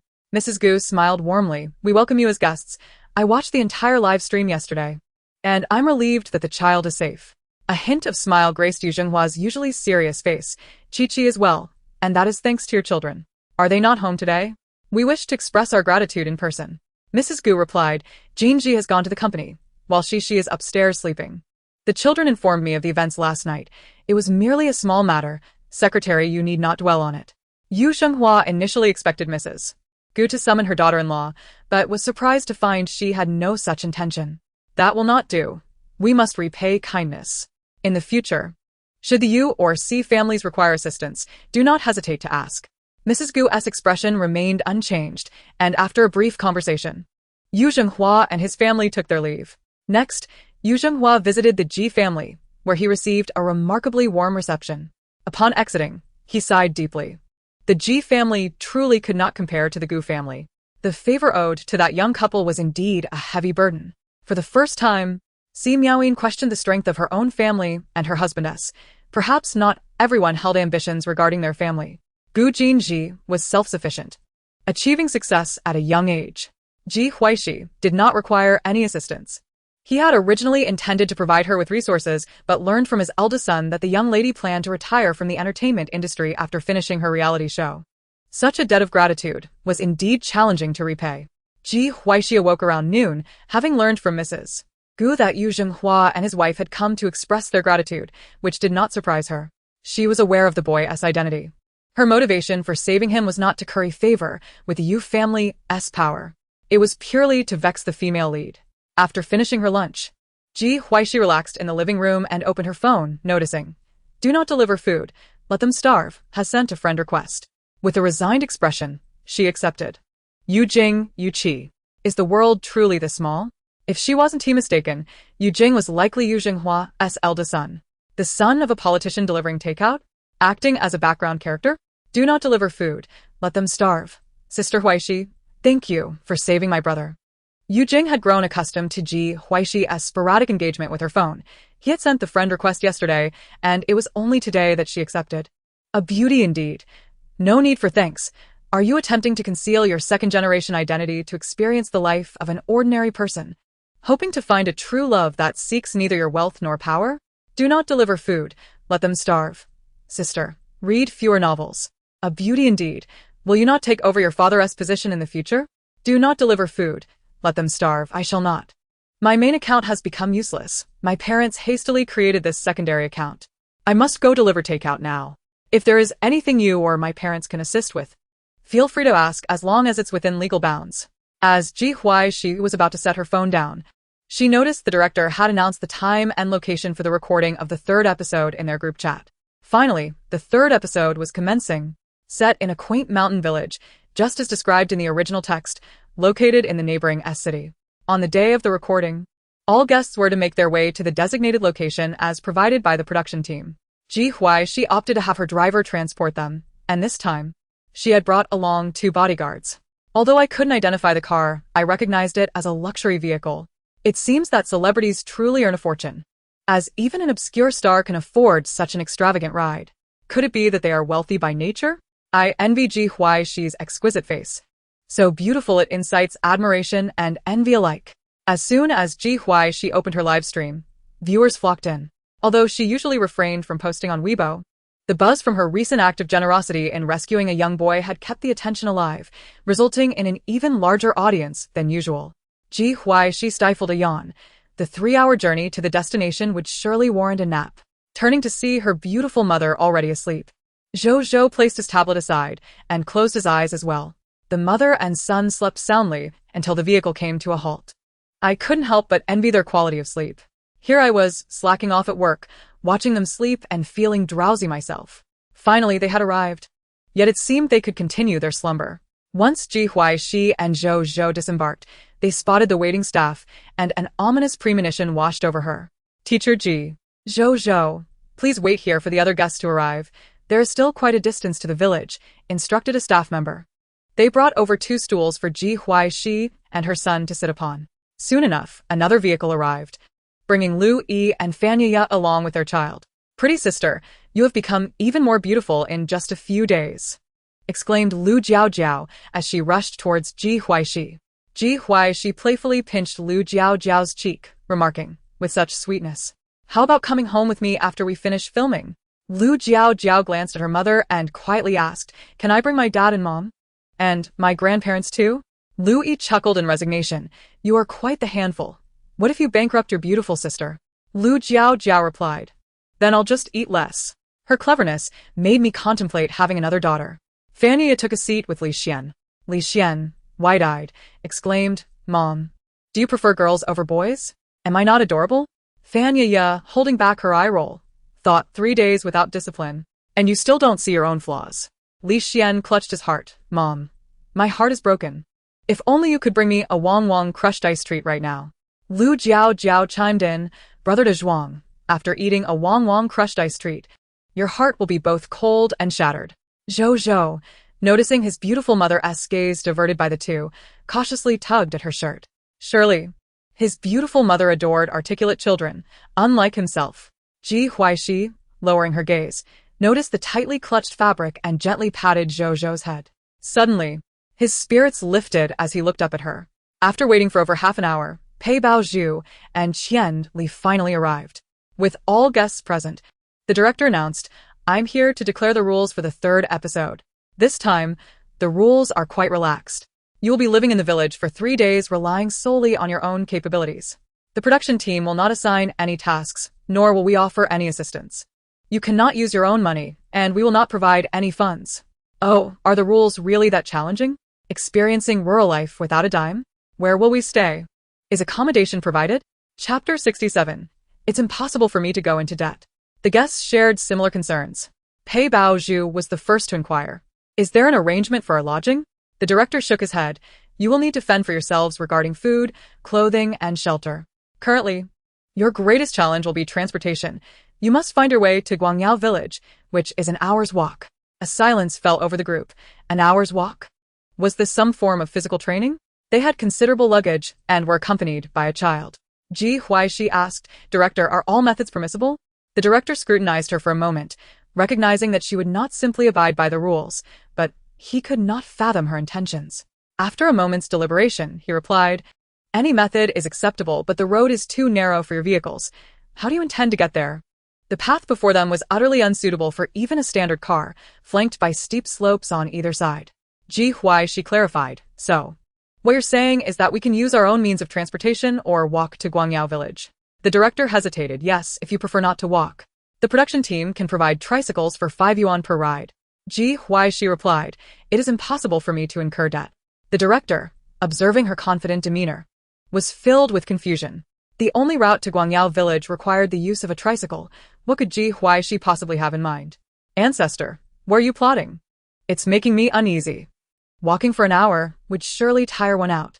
The production team was truly serious this time, neglecting the guests' basic needs. This program was becoming increasingly intriguing. Rural survival documented. Lu Yi interjected, Director, does this imply we can purchase on credit? The director nodded, of course. The production team is not heartless. Each group of guests can owe us up to 10 yuan. Ji Huaixi remarked, not cold-hearted, but rather unfeeling. The director smirked like a shrewd businessman. That's not quite fair to say. If you would like to phrase it that way, do you need the tricycle service? For 5 yuan, you won't suffer any loss, nor will you be deceived, yet it will spare you an hour of walking. Pei Bao Zhu furrowed her brow. Noticing the 5 neatly lined-up tricycles at the roadside, feeling somewhat disdainful, the production team had calculated everything from the start. Let us take one. Pei Bao Zhu conceded, as she had 2 heavy suitcases, and little Pei Lan's luggage was quite burdensome as well. Pushing them while carrying a child would be more than she could bear. The director grinned. One ride costs 5 yuan, but Pei Laosher has 3 suitcases, so you'll need 2 trips. Each trip can accommodate either 2 people or 3 suitcases. Pei Bao Zhu deeply. Director, this is quite the scam. No choice. It's a small business, so please bear with us. Ultimately, all the guests, except Ji Huaixi, capitulated. The director asked, Teacher Ji, do you truly not require a vehicle? Ji Huaixi shook her head, no need. She opened the trunk and retrieved her prearranged mode of transportation. The director's lips twitched. He knew Ji Huaixi would not play by the rules. Ji Huaixi placed her suitcase in the trunk of a children's electric car, while Zhou Zhou took the driver's seat. Ji Huaixi settled into a modified electric wheelchair. With a swift motion, the wheelchair and the children's electric vehicle set off side by side. We'll head out first. The director's expression, not amused. I am utterly amused. A children's version of the Grand G, a regular vehicle cannot gain entry, yet I possess a miniature one. An automatic wheelchair, complete with a sunshade, and it even allows for watching dramas. The director, eager for fame, intends to orchestrate a spectacle with the guests, yet some remain uncontrollable.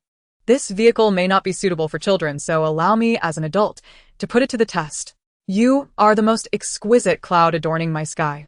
As the melodious tunes of the children's electric car filled the air, the cameraman suddenly came to a realization.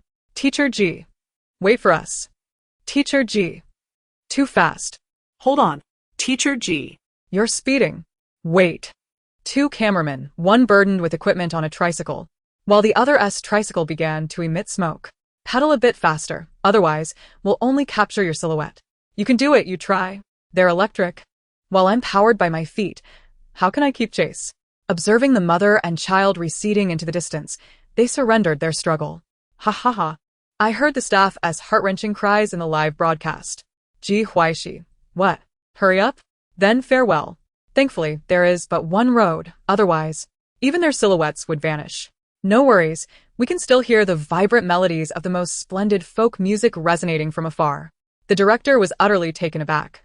He hadn't anticipated this. Resigned, he instructed the remaining guests to board the tricycle. The show now possessed its flair, yet he remained somewhat dissatisfied. Not merely striving for recognition, he was determined to make Ji Huaixi face a setback.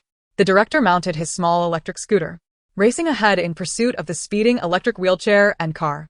Ji Huaixi and Zhou Zhou arrived at the village entrance. With the knowledge she had previously gathered about the village, she waited at the entrance, her emotions in turmoil. Are you from the city? Came a timid voice, laced with confusion, barely audible. Ji Huaixi and Zhou Zhou turned simultaneously. A little boy stood afar, his eyes wide, his hands anxiously fidgeting with the hem of his shirt, hesitant to approach. Zhou Zhou nodded, and Ji Huaixi gently inquired, Are you a child from Guangyao village? Upon meeting Ji Huaixi's gaze, the boy lowered his head shyly. Yes, my grandpa said city folks were coming, so I came out to greet you. Ji Huaixi. Thank you. There are others yet to arrive. I shall wait here at the entrance. I know, Grandpa mentioned many would come, but only 2 of you are here. Ji Huaixi waved to the little boy. With a nervous expression, he cautiously approached, his curiosity piqued by Zhou's vehicle. Brother, your car is so cool. I've never seen such a large one before. Zhou pressed his lips together, pointing to the seat beside him. The boy, puzzled, looked to Ji Huaixi for help. Ji Huaixi explained, he wants you to sit next to him. The boy fervently shook his head, feeling uneasy. No. What if I break it? He wore his newest outfit today, yet he was acutely aware of the vast difference between himself and the little brother in the car. Ji Huaixi opened the passenger door. Don't be afraid. Come and try it out. The boy gazed at Ji Huaixi, who appeared almost ethereal. And without fully comprehending, he climbed into the vehicle. By the time he realized it, he froze, unsure of where to place his hands and feet. He was in the little car. Chapter 68. How did someone just arrive and already win over the village chief's grandson? When the production team and other guests arrived, Ji Huaixi and Zhou were already surrounded by numerous children. After parking his electric scooter, the director and the other guests disembarked from the tricycle. Finally, they spotted Ji Huaixi again. It's hilarious. At first, we could see a figure, but as the tricycle slowed down, even that vanished. I've noticed that Ji Huaixi is quite popular among the children. The production team provided no assistance regarding food and shelter. How would these guests manage? The children surrounding Ji Huaixi instinctively hid behind her upon seeing the crowd. Pei Baozhu thoughtfully remarked, Lan, you must interact well with the village children later, understood? Pei Lan looked up. The nearby children wore old clothes, yet none bore visible patches. Had she not been adopted, she too would have been unable to wear new garments, likely dressed in the same discarded clothes as these children. Mom, I understand. Pei Lan beamed a sweet smile. The director announced, to document everyone's authentic living conditions in Guangyao village, the production team will not provide any assistance henceforth. Please ensure your safety, and set out. The guests exchanged glances, astonished by the director's audacity. The usually unassuming Qian Li inquired, what if we fail to find a place to stay today? The director cheerfully delivered a rather unwelcome conclusion. Then you'll have to sleep on the streets. Don't lose heart. The villagers of Guangyao are simple folk and always willing to lend a hand. Huaixi, may I team up with you? Liu Yi pondered. Ji Huaixi would surely not impose upon herself. Aligning with the right person, even if they couldn't feast, they could at least sip the broth. Lu Jiao, seizing the moment, clung to Ji Huaixi's leg. Sister, please help us. We are unfamiliar with this place. Liu Yi. Ji Huaixi announced. The onlookers. Ji Huaixi chuckled in exasperation. Sister Yi, let us go together. Upon hearing the opportunity to team up, Lu Jiao stood tall. I knew the pretty sister had a kind heart. Ji Huaixi playfully tousled her hair. What show have you been watching recently? Selling oneself to bury a father. That girl in the show is so pitiful. She cries at the drop of a hat. Lu Jiao animatedly recounted, completely oblivious to the impending danger from her mother. Lu Yi retorted, Mom punished you from watching TV recently. When did you even see it? Be honest.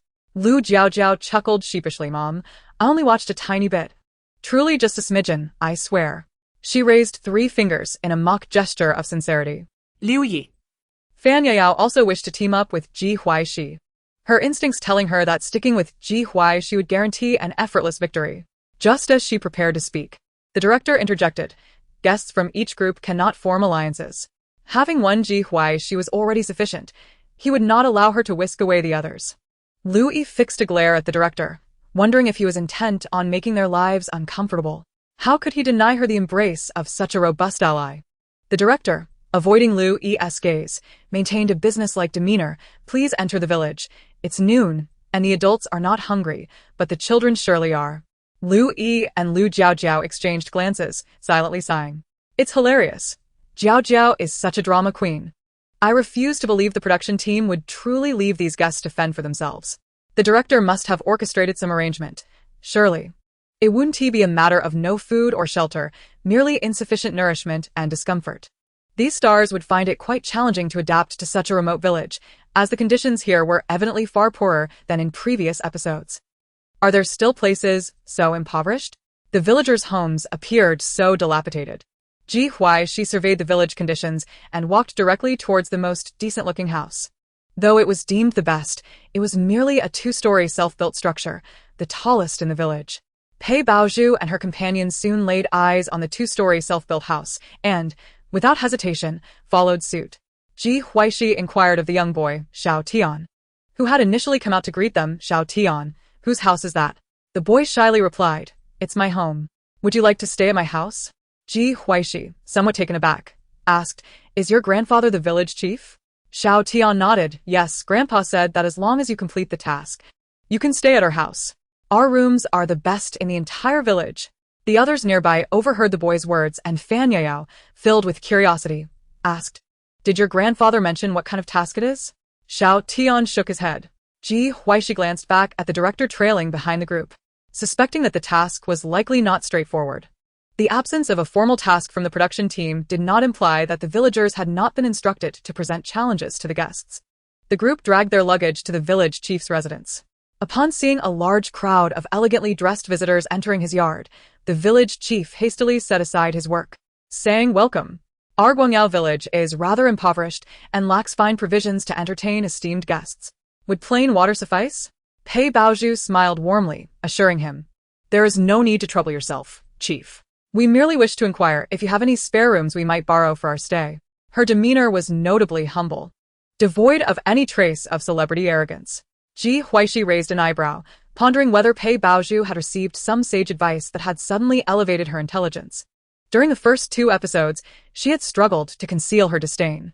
Fan Yao discreetly shifted away. Finding it odd that Pei Baozhu had not sought to pick a fight today, perhaps she was biding her time for a grand maneuver. Liu Yi, appearing oblivious to the unfolding dynamics, quietly awaited the village chief's response. After a glance at the director, the village chief began, "We do have vacant rooms, but there are conditions." Fan Yao eagerly pressed, "Chief, what are the conditions?" The village chief relayed the director's message. "Staying for 1 night requires 10 yuan. You can earn money, as the small sign at the entrance lists jobs available for you. If you wish to stay for free, you must negotiate with the villagers, though not every household has spare rooms." The group felt a twinge of annoyance at the director, realizing he had likely coordinated with the villagers beforehand.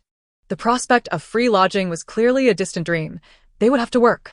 "Grandpa, could you let Sister Huaixi and Brother Zhou stay at our house for free? You can give them my room." Everyone turned to the young boy who had spoken. The director, bemused, noted, "How is it that someone has managed to win over the village chief's grandson so quickly?" Chapter 69. Is this it? Is this all? Nothing has transpired? The village chief looked at his only grandson, feeling somewhat conflicted. If only the director were not present, it would be simpler to bend the rules. He could see that his grandson was quite fond of the young girl and her companion. Thus, he sought a compromise. For this young lady, staying 1 night will only cost 5 yuan. Ji Huaixi sincerely expressed her gratitude. "Thank you, chief." The others felt a pang of envy. Having arrived later, and having exchanged few words with the chief's grandson, 10 yuan for a night was a trivial amount, yet in their current state, they were utterly penniless. A penny can thwart even the greatest of heroes. Pei Baozhu gestured to her 3 suitcases and asked, "Chief, may we leave our luggage here for now?" "Of course. Please. Go and find work." They approached the entrance, where the sign listed various jobs, albeit with meager pay. Tasks included helping Aunt Wang with laundry, 5 yuan, assisting Uncle Li in building houses, 2 yuan per hour, helping Uncle Chen sell pork, 2 yuan per hour. Seeing the pay rates, their emotions were a complex mix of frustration and despair. Earning 2 yuan an hour meant they would have to work 5 hours just to afford 1 night at the village chief's home. They were uncertain how much food would cost on top of that. "Chief, don't you think the wages for these jobs are a bit low?" Fan Yao directly asked, noticing the village chief standing at the back. The village chief candidly replied, "The director handed me this sign." The guests were taken aback. Liu Yi inquired, "Can we find our own work?" The village chief earnestly responded, "Of course, the director said you could do as you please, though I doubt you'll find much work." The guests were left speechless. The director interjected, "Chief, could we perhaps be a bit more diplomatic or refrain from sharing certain information with the guests?" The village chief promised. "I'll do my best." Pei Baozhu's gaze fell upon the role of shop assistant. "Chief, if we accept this job, do we start right away?" The village chief shook his head. The director specified that you must interview for the position first. If you all desire the same job, there will be competition, which will entertain the viewers. The director sighed. "What happened to doing my best?" Is there a different standard for doing my best in this world? Laughter erupted, finding the village chief adorably candid. We must be more cautious with our words next time, director. Such meager wages certainly posed a challenge for the guests. Suddenly, they noticed an interesting shift in the atmosphere. Was it perhaps more harmonious this time? The implication being that Pei Baozhu and Ji Huaixi had not clashed, as both seemed rather amiable. At the amusement park entrance, Pei Baozhu had stepped forward to soothe the kidnappers' emotions. They were both good-hearted individuals. Viewers in the live stream expressed a myriad of opinions, leaving the director intrigued. Pei Baozhu, holding Pei Lan's hand with a perfectly timed smile, asked, "How do we find these ants listed on the sign?" Lu Yi and the others looked to the village chief, as they did not recognize any of the names on the board. Pei Baozhu articulated their collective concern. "Chief, you said we should find them ourselves, but we have no idea who they are."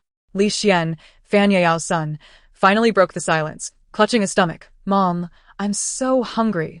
Lu Jiaojiao squatted down, gazing pitifully at her mother. "Mom, I'm hungry too." Pei Lan and Li Guang remained silent, but their expressions suggested they too were feeling the pangs of hunger. Lu Yi and her companions felt a wave of anxiety. These little ones were usually unenthusiastic about meals at home, yet now they were clamoring for food, and there was none to give them. Just then, Pei Baozhu opened her suitcase, revealing an assortment of food items. The director was taken aback. No previous guests had brought their own food, yet Pei Baozhu had come prepared. "Teacher Pei, consuming your own food is not allowed," the director stated. Pei Baozhu smiled sweetly. "Director, you only mentioned that we cannot use our own money." Ji Huaixi watched the scene unfold with amusement, wondering if Pei Baozhu had foreseen the rules for the third episode. Pearl is truly clever. Pei Baozhu exhibited a certain shrewdness. Her charm had suddenly grown on the director. Initially perplexed as to why she had brought 3 suitcases, it now made sense. She had anticipated this turn of events. Laughter erupted again as the director faced a setback. "Teacher Pei, we must take these away. They do not comply with the rules," the director insisted. Pei Baozhu pondered for a moment and suggested, "In that case, let us compromise. We will only eat this one meal at noon, and you can take the rest." The director, recognizing the merit in her proposal, reluctantly acquiesced, acknowledging that his rules had indeed lacked thoroughness. Pei Baozhu smiled, fully anticipating the situation. "Lan, please share our bread with Jiao Jiao and the others." Upon hearing this, Pei Lan began distributing the bread and milk. Lu Yi and the others found no reason to refuse, allowing the children to accept the offerings. "Thank you, Baozhu. Without your bread, I wouldn't know where to find food for Dazhuang." Fan Yaya expressed her gratitude with a smile. Lu Yi added, "Thank you so much. Your timely delivery of supplies is invaluable." Pei Baozhu's tactic was indeed shrewd. How could these mothers bear to see their children go hungry? "Oh, dear sisters, you are too kind. It's merely a bit of bread," Pei Baozhu replied modestly. At that moment, Pei Lan approached Zhou Zhou, holding a bag of bread and 2 bottles of milk. Feeling a bit nervous, she recognized that the beautiful sister before her was her aunt, yet she was aware of the strained relationship between her aunt and her mother. The crowd turned their attention to Ji Huaixi and Zhou Zhou, curious whether a conflict would arise again. Ji Huaixi smiled brightly as she accepted the bread and milk from Lan. "Thank you, Lan. Zhou Zhou, why don't you share a little of your snacks with Lan? It's only fair." Zhou Zhou, momentarily confused, quickly realized that those were not his snacks but rather his mother's. He opened his backpack and handed a pack of chocolates to Lan. Pei Lan was taken aback, glancing helplessly at Pei Baozhu. Pei Baozhu smiled gently. "It's from Zhou Zhou. Just accept it." Pei Lan obediently took the chocolates. The onlookers murmured, "Is that it? Nothing happened? Really?" Viewers who had watched the previous episodes were equally puzzled. What's going on? I'm not quite used to this. Pei Baozhu didn't instigate trouble, and Ji Huaixi didn't cause her any problems? Could it be that these two have reconciled in private? It's so intriguing. What on earth transpired? Chapter 70. The following morning, darkness enveloped the entire village. After a simple breakfast of bread to stave off hunger, everyone set out to work for 2 yuan an hour. Pei Baozhu successfully secured a position as a shop assistant. Such a straightforward job was typically highly sought after, yet seeing Pei Baozhu's interest, the others refrained from competing and chose different jobs instead. Why isn't Ji Huaixi working? Is she attempting to draw attention to herself with her unconventional antics? Ji Huaixi seemed intent on outsmarting the production team again. The team had already briefed the villagers, And considering the poverty of Guangyao village, it would be exceedingly challenging for Ji Huaixi to earn a profit at market price. Ji Huaixi found a cool spot in the village, sitting on a clean stone.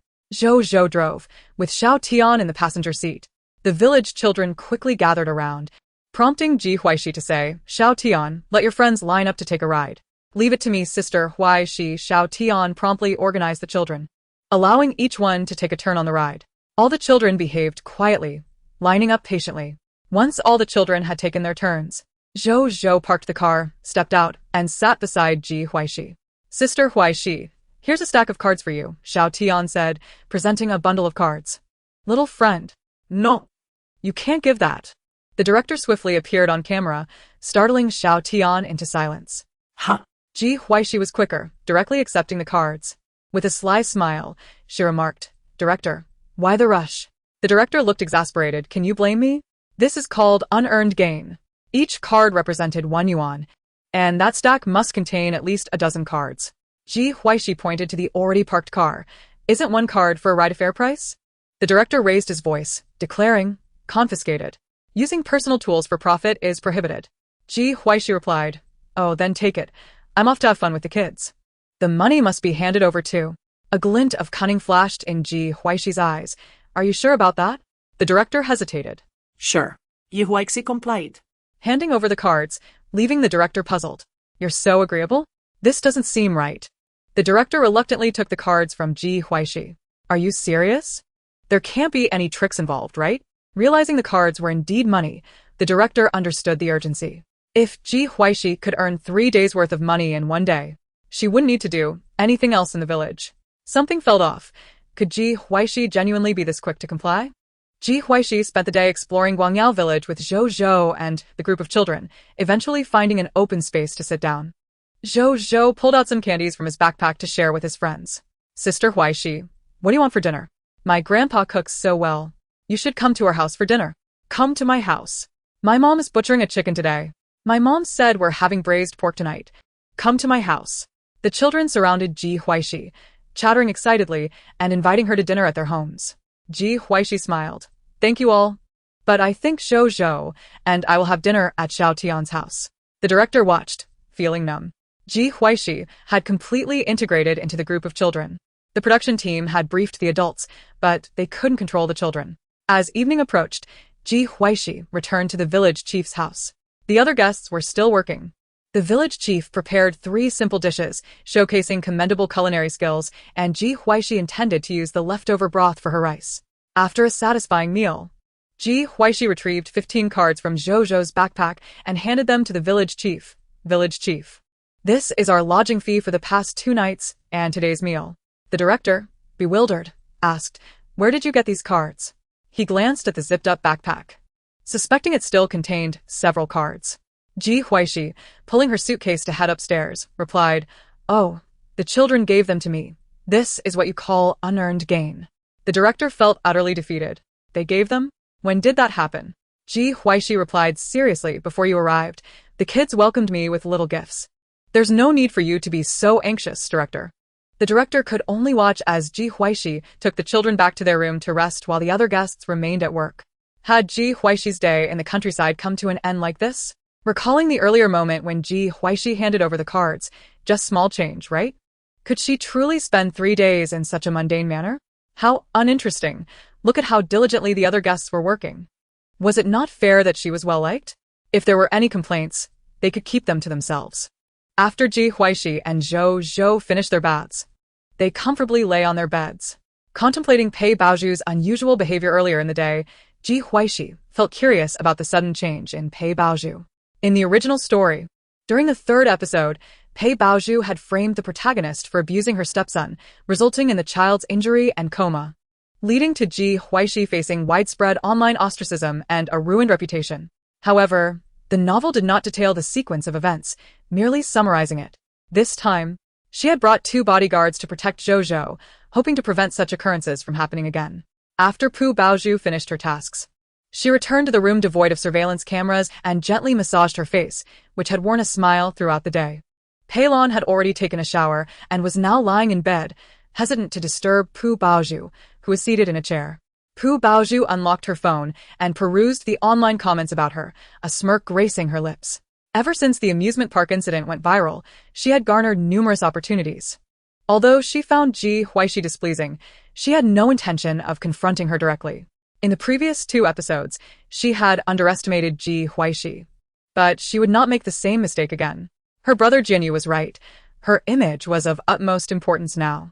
With this thought in mind, Pu Baozhu contentedly shut her phone and returned to bed, casting a satisfied glance at Pei Lan, who was huddled in the corner. This adopted child displayed a commendable self-awareness and performed adequately on the show.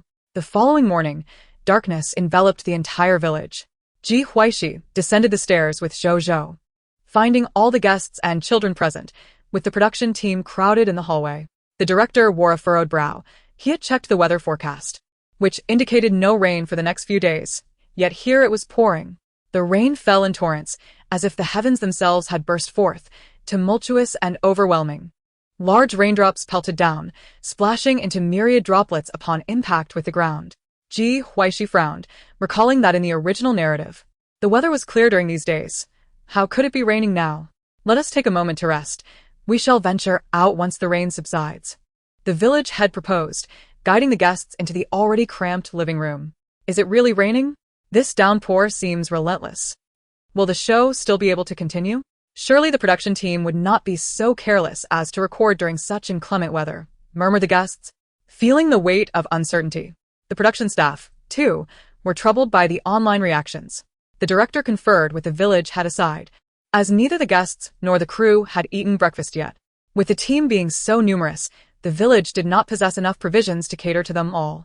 After some deliberation, the village had decided to boil all the eggs and prepare a large pot of porridge. The sky outside resembled the depths of night, casting an unsettling atmosphere. Lu Yi's daughter, Lu Jiao, rubbed her eyes sleepily and asked, "Mommy, is it still dark outside?" She sensed the serious expressions on the faces of the adults around her. Lu Yi replied softly, "It is morning, but the heavy rain has obscured the sky." The living room fell into a hushed silence, and Ji Huaixi found some comfort in observing the bodyguard not far away. After half an hour, the village head returned with boiled eggs and a large pot of porridge. There were not enough eggs for each person, so the director distributed them first to the guests and children. The bowls for the porridge were also insufficient, necessitating a rotation for consumption. Suddenly, a staff member spoke up. "Director, the signal is unstable. Should we continue the live broadcast? Keep one room for the live feed and turn off the others," the director instructed. Just then, the door of the village head's house was knocked upon vigorously. Clad in a raincoat, he opened the door to find a boy of about 10 standing there. "Village head.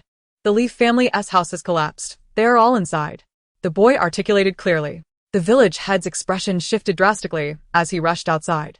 Ji Huaixi cradled Zhou Zhou in her arms and instructed, "Qi, assist the village head and be cautious." She had traversed Guangyao village with the children the previous day, well aware that a few houses appeared nearly dilapidated.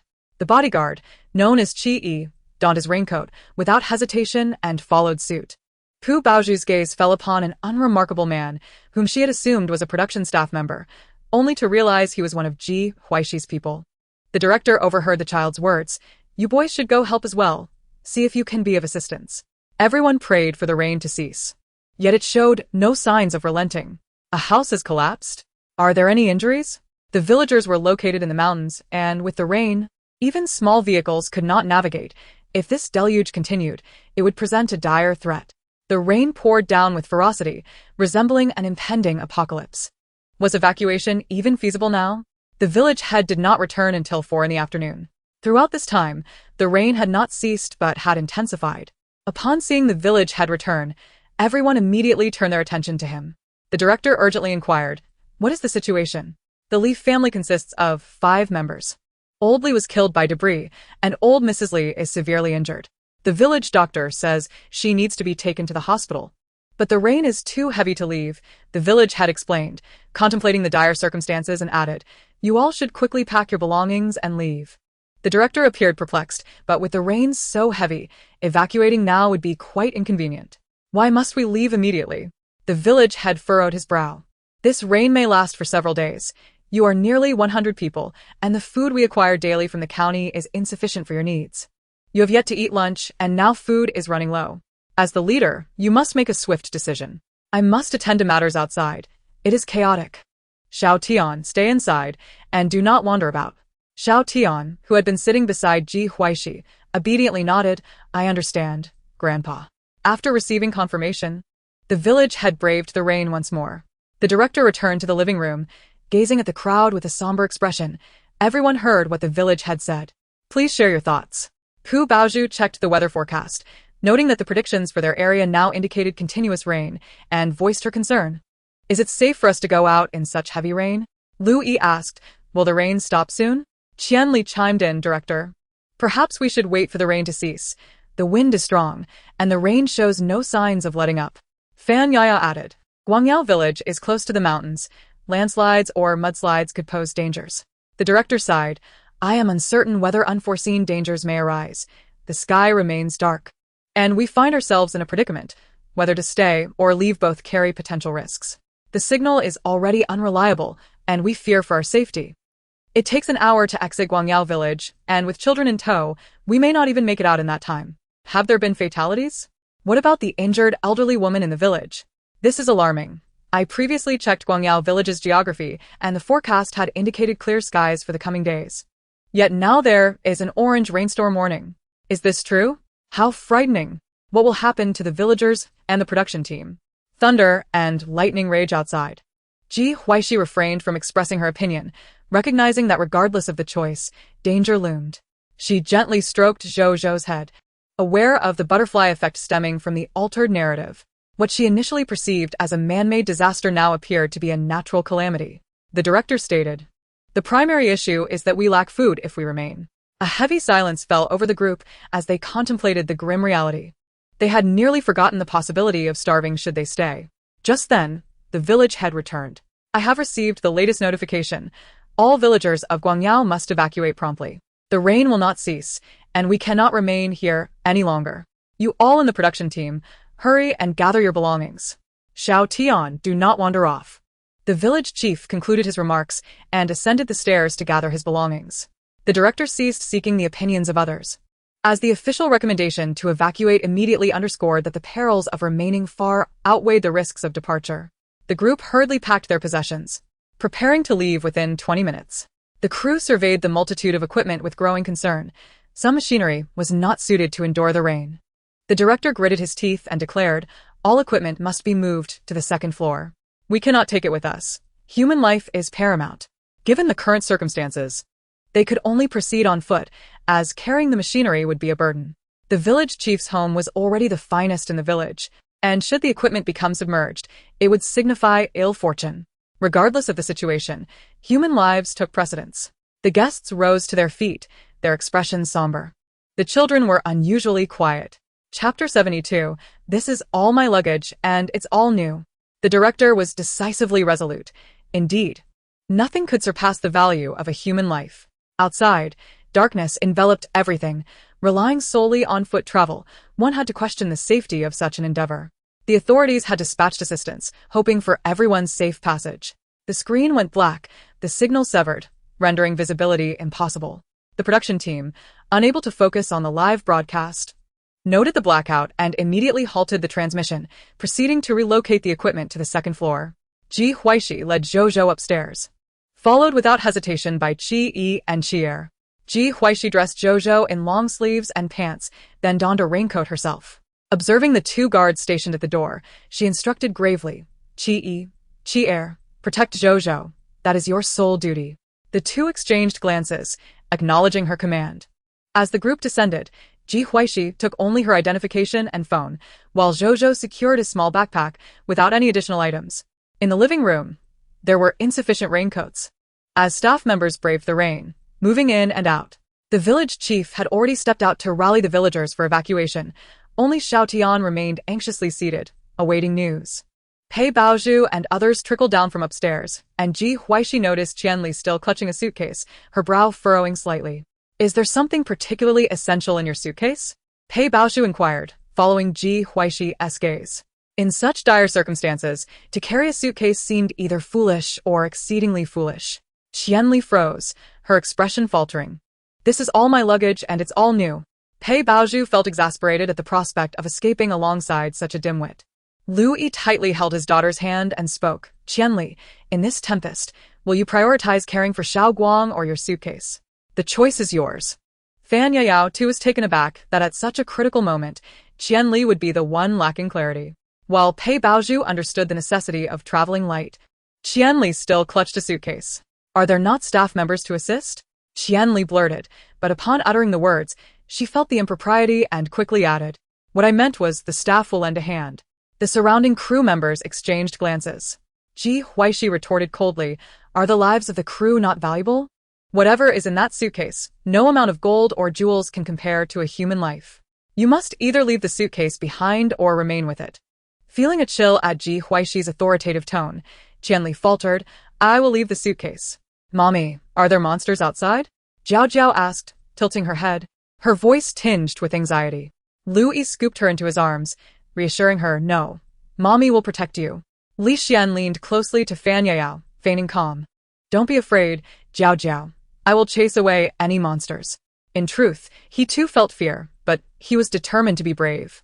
At that moment, the village chief returned, announcing that the villagers had begun to depart. You must hurry and follow suit. Xiao Tian, come quickly. Xiao Tian raced to the village chief's side. The director called out loudly, everyone, proceed in an orderly fashion, keeping the guests and children protected in the center. The staff, too pressed for time, began to move out, with some leading the way. Teachers, hold the children's hands and move outside, paying attention to safety. The director's voice echoed through the loudspeaker. Ji. Following Ji Huaixi instructions, lifted Zhozhou, while Ji Huaixi and Qi Er flanked him on either side. Upon reaching the village entrance, Ji Huaixi heard the village chief's agitated shouts in dialect, unintelligible to her yet suggestive of trouble. Some individuals were laden with bulky belongings, while others hesitated to leave, dawdling. But thankfully, all began to move outward in the end.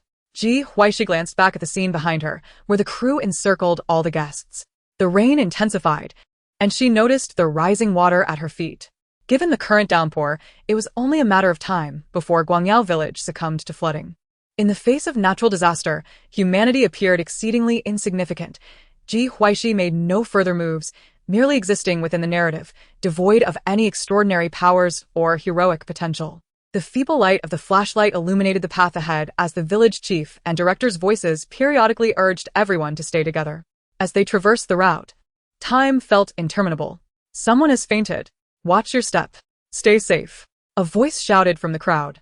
Hearing the commotion, the director quickly called out, everyone remain calm. Halt for a moment. Upon discovering that the fallen individual was a member of the production team, the village chief organized the villagers to proceed ahead. Both the crew and guests had only consumed a meager amount of food since morning, and now, drenched and weary, they continued onward, their conditions deteriorating. The children and guests appeared particularly affected. The director had to maintain composure. You too, carry him and keep moving. Everyone hold on. Qi Yi and Qi Er alternated in carrying Zhozhou. Ji Huaixi remained vigilant, observing the precarious slopes on either side of the path. Caution was paramount. The group, exhausted in body and spirit, began to slow their pace. The rain showed no signs of abating, with small stones occasionally tumbling down from the slopes. Pei Baozhu felt an unsettling premonition that Ji Huaixi might be in danger, reminiscent of her intuition at the amusement park entrance. She intentionally slowed her pace, aware that she could not alert Ji Huaixi. It seemed that fate itself had turned against Ji Huaixi. Suddenly, a tremendous crash resonated through the air, and those with flashlights hurriedly directed their beams towards the source. Get back. There are falling rocks. Ji Huaixi's breath caught in her throat, cursing the foolishness of the world. A massive boulder tumbled down the slope, rebounding with a thunderous force towards Qi Yi, who was carrying Zhozhou and Ji Huaixi. Ji Huaixi could have evaded the rock, yet she understood that if she did, she could not guarantee Qi Yi's safety, and Zhozhou would undoubtedly be at risk. In a split second, Ji Huaixi unhesitatingly pushed Qi aside. The boulder crashed down with a deafening thud. Ji Huaixi was unable to evade in time and was struck directly by the rock. Her body felt as if it had been struck by a mighty hammer, a searing pain coursing through her. She coughed up a mouthful of blood, the rain mingling with it as it flowed down. Everything around seemed to have come to a standstill, with only the colossal boulder lying quietly, bearing witness to this heart-stopping scene. The beams of flashlights converged upon Ji Huaixi. Zhou Zhou stood transfixed, his eyes brimming with terror. He parted his lips, emitting a faint yet clear cry. Star. Chapter 73. Thus, she would intervene in the development of the original narrative. Ji Huaixi's face turned as pale as a sheet, her gaze beginning to lose focus. Had she truly heard Zhou Zhou's voice? Caught completely off guard, cursed by the constraints of the plot, how could she, amidst all this chaos, be crushed to death? Ji Huaixi's chest heaved violently, each breath accompanied by unbearable pain. Her consciousness began to blur. Pei Baozhu observed from a distance, her smile no longer concealed. Her intuition proved correct.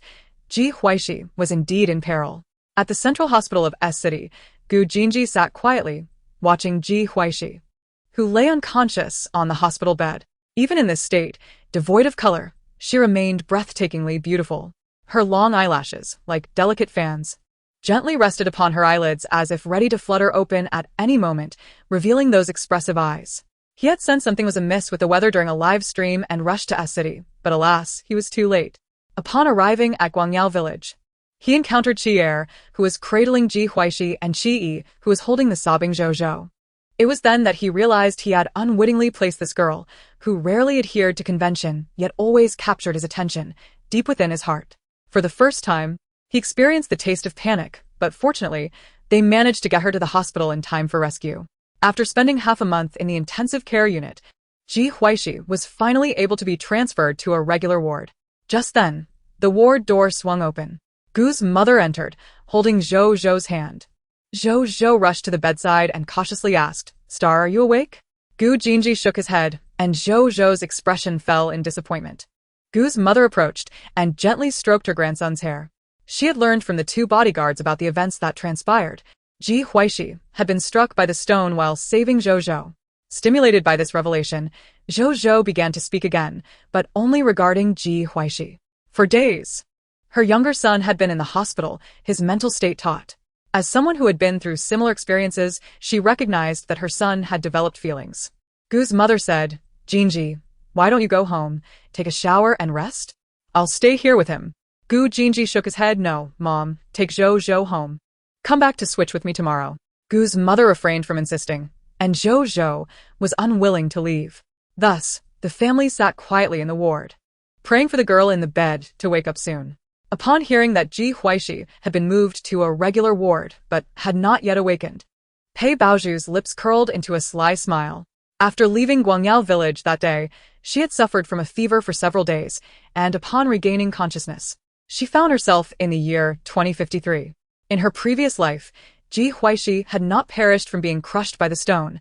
Rather, after Ji Huaixi's reputation had been shattered, it was she who had sent someone to ensure her demise, leaving nothing but a fragmented corpse. Today marked the anniversary of Ji Huaixi's death. If Ji Huaixi were to die, the eldest daughter of the Pei family would forever remain her, even though everyone now knew she was not of the Pei bloodline. However, as time passed, those who were perceptive would conveniently forget. In her previous life, Ji Jinyu, Pei Zixian, Xia Huayu, and many other men who paled in comparison to these three had been enamored with her. At this time, Xia Huayu had already become the heir to the Xia family, and her good brother Pei Zixian had, at her birthday banquet half a month later, drunkenly professed his feelings. Ji Jinyu would later smoothly take over the Ji family. Three men contended for her affection, yet she ultimately ended up with Ji Jinyu. However, married life did not consistently bring her sweetness. On their 5th wedding anniversary, Ji Jinyu was embroiled in rumors with the woman who had competed with her for the leading role. Subsequently, Ji Jinyu spiraled into chaos, plagued by incessant scandals. For decades after marriage, she was provoked by Ji Jinyu's countless flings, to which he merely urged her not to overthink. All of it felt like a farce. Men, after all, were merely toys to be played with. Considering Ji Huaixi's transformation, she speculated that Ji Huaixi had also been reborn. She was uncertain whether Ji Huaixi would awaken, yet she hoped fervently that she would not. However, upon hearing the latest news from the hospital, she realized her hopes had been dashed. In her previous life, she had orchestrated Ji Huaixi's death, which was why the reborn Ji Huaixi targeted her so fiercely. Having lived anew, she understood that Ji Huaixi would not let her off the hook, but did it truly matter? Ji Huaixi had been merely 21 at the time of her death. while she had already experienced 51 years of life. She possessed decades more wisdom than Ji Huaixi. In the hospital room, Ji Huaixi, who was on Pei Baoju's mind, felt her eyelashes flutter slightly before she slowly opened her eyes, a hint of confusion reflected within. Star. Zhou Zhou, who had remained by her bedside, unwilling to leave, exclaimed excitedly. Gu Jinji sprang to his feet, and upon seeing the girl open her eyes, the tension that had gripped him began to ease. His hoarse voice, filled with profound concern, asked, "You're awake?" Ji Huaixi blinked. Had Gu Jinji not shaved in days? She wanted to reassure him that she was alive, but her throat felt parched, rendering her speechless. Gu Jinji quickly pressed the call button for the doctor while softly instructing, "You've been in a coma for half a month. Don't rush to speak." Gu's mother, equally thrilled, moved to the opposite side of the bed. "Shibao, you've finally awakened." Star. Star. Ji Huaixi's attention turned to Zhou Zhou. Had she not been hallucinating before her unconsciousness? Zhou Zhou had truly spoken. Was he calling her Star? Why was she referred to as Star? Her mind swirled with questions, leaving her momentarily mute. The door swung open, and several doctors hurried in. Upon seeing Ji Huaixi awake, they collectively breathed a sigh of relief. Gu Jinji led Zhou Zhou aside to allow the doctor some space. After examining Ji Huaixi's current condition, the doctors provided a clear assessment. She would need to remain hospitalized for a while longer. Ji Huaixi's health would not return to that of an ordinary person. She needed to be nurtured with care, and was more susceptible to illness than others. Gu Jinji furrowed his brow, diligently noting the doctor's advice. He moistened Ji Huaixi's lips with a cotton swab dipped in water and, under the doctor's guidance, helped her take a small sip. Once the doctors had departed, Gu's mother immediately contacted Gu's father, who had shifted his work focus to the S-City branch, and the elderly patriarch, who was resting in their S-City villa. Gu's father and the elder Gu soon arrived at the hospital. Ji Huaixi smiled contentedly at the sight of her family, aside from a few brothers who were absent. It was a relief to be alive. The original narrative would no longer interfere with her life. Therefore, she would now disrupt the progression of the original story. Gu Jinji's gaze settled on Ji Huaixi, whose eyes darted around curiously, a rare hint of amusement flickering in his eyes. "What are you thinking? Now that you're awake, rest well and don't let your mind wander." Ji Huaixi was taken aback. Something felt amiss. Gu Jinji's demeanor was strangely tender. Gu's father spoke gently, "Shibao, Jinji is right. Focus on resting. Once you're healthy, we can think things through." The mute Ji Huaixi nodded, feeling the weight of her silence acutely. Chapter 74. No. No. Dame. Shut down. Unsubscribe. Ji Huaixi had spent a week in the hospital in S-City and was finally ready to be discharged. The family returned directly to Bay City, where Ji Huaixi was strongly urged to stay in the ancestral home, embracing a life of ease and comfort. Li Qinghuan followed the maid into the courtyard, and the scene before her made her pause in her tracks. The golden hues of the setting sun cascaded into the yard like a shimmering veil, where a woman on the rocking chair was half covered by a delicate blanket, her long, dark hair cascading loosely and dancing in the breeze. Bathed in the sun's glow, the woman appeared even more languorous, her brows like distant mountains, and a barely there smile gracing her lips as she quietly gazed at the horizon. Likin wana pruaka. Assessing Ji Huaixi's condition with concern, "How is your recovery faring?" "Quite well. I've nearly returned to normal. Just need to take good care of myself. There are no significant issues," Ji Huaixi replied. "My grandfather knows an elderly Chinese medicine practitioner who excels in health regimens. In a few days, I shall take you to visit him." As she thought of the old practitioner her grandfather knew, Li Qinghuan decided to inform her grandfather to give the old gentleman a heads-up, for Ji Huaixi was a friend she esteemed, and she was more than willing to repay any favors. The corners of Ji Huaixi's eyes lifted slightly, a smile gracing her lips. "Thank you, Qinghuan." Li Qinghuan waved her hand dismissively. "Why are you being so polite with me? Let me tell you, Pei Baoju has been making quite a stir recently. I've run into her a few times, and she seems like a completely different person." Ji Huaixi's brows raised in surprise. "Completely different?" Likin wan nudam fatikali. "I dare say I understand her better than her own parents. Although we are of the same age, I always feel she belongs to a different generation. Akin to my mother. It's not just me. Others in our circle find it rather strange, suspecting she might be possessed by something unclean." This was a topic she was familiar with. Pei Baoju's drastic transformation likely related to themes of transmigration, rebirth, time travel, or precognition. Intriguingly, The original text concluded with Ji Jianyu and Pei Baozhu's extravagant wedding. Could it be that Pei Baozhu is unhappy post-marriage? Feigning ignorance, Ji Huaixi inquired. What grand actions has she taken recently? Li Qinghuan replied, the Pei family has established Mingzhu Entertainment Media, separate from the Pei Group, and she has become its owner. It is said to be a birthday gift from the Pei family, and she has invited many to her birthday banquet in 2 days. Will you be attending? Upon hearing this, Ji Huaixi unconsciously tapped her fingers against the armrest of the rocking chair. Mingzhu Entertainment Media? Is she unsatisfied with merely being an artist and aspires to be a capitalist? She likely wouldn't welcome my presence. Would I disrupt her event? Disrupting could be entertaining. But health should take precedence. You should focus on your recovery. I will share any gossip with you at the first opportunity. Li Qinghuan chuckled legally. Recalling the earlier scene where Pei Baozhu faced defeat, it seemed Ji Huaixi had a knack for countering Pei Baozhu. Ji Huaixi smiled as she deftly changed the subject. If I go, I will let you know in advance. What about you and Jiang Changle? Have you made any progress? In the original text, Pei Baozhu's birthday banquet was rife with intriguing events. Li Qinghuan cast her a resentful glance. You really know how to touch a sore spot. Jiang Changle is avoiding me. I can't even find him. He hasn't accepted my WeChat request. And I am at my wit's end. His celestial demeanor is entirely different from that of us mere mortals. Ji Huaixi chuckled. He has been out of the country lately. It's no wonder you can't find him. That makes me feel a bit better, Li Qinghuan replied. Are you staying for dinner? No. I'll return and be the obedient daughter. I don't know who reported me, but my mother has been keeping a close watch on me these past few days. Li Qinghuan left the medicinal herb she had brought and headed home. After Li Qinghuan departed, Ji Huaixi picked up her phone. The rain in Guangyao village had not caused significant losses to the production team during her unconsciousness.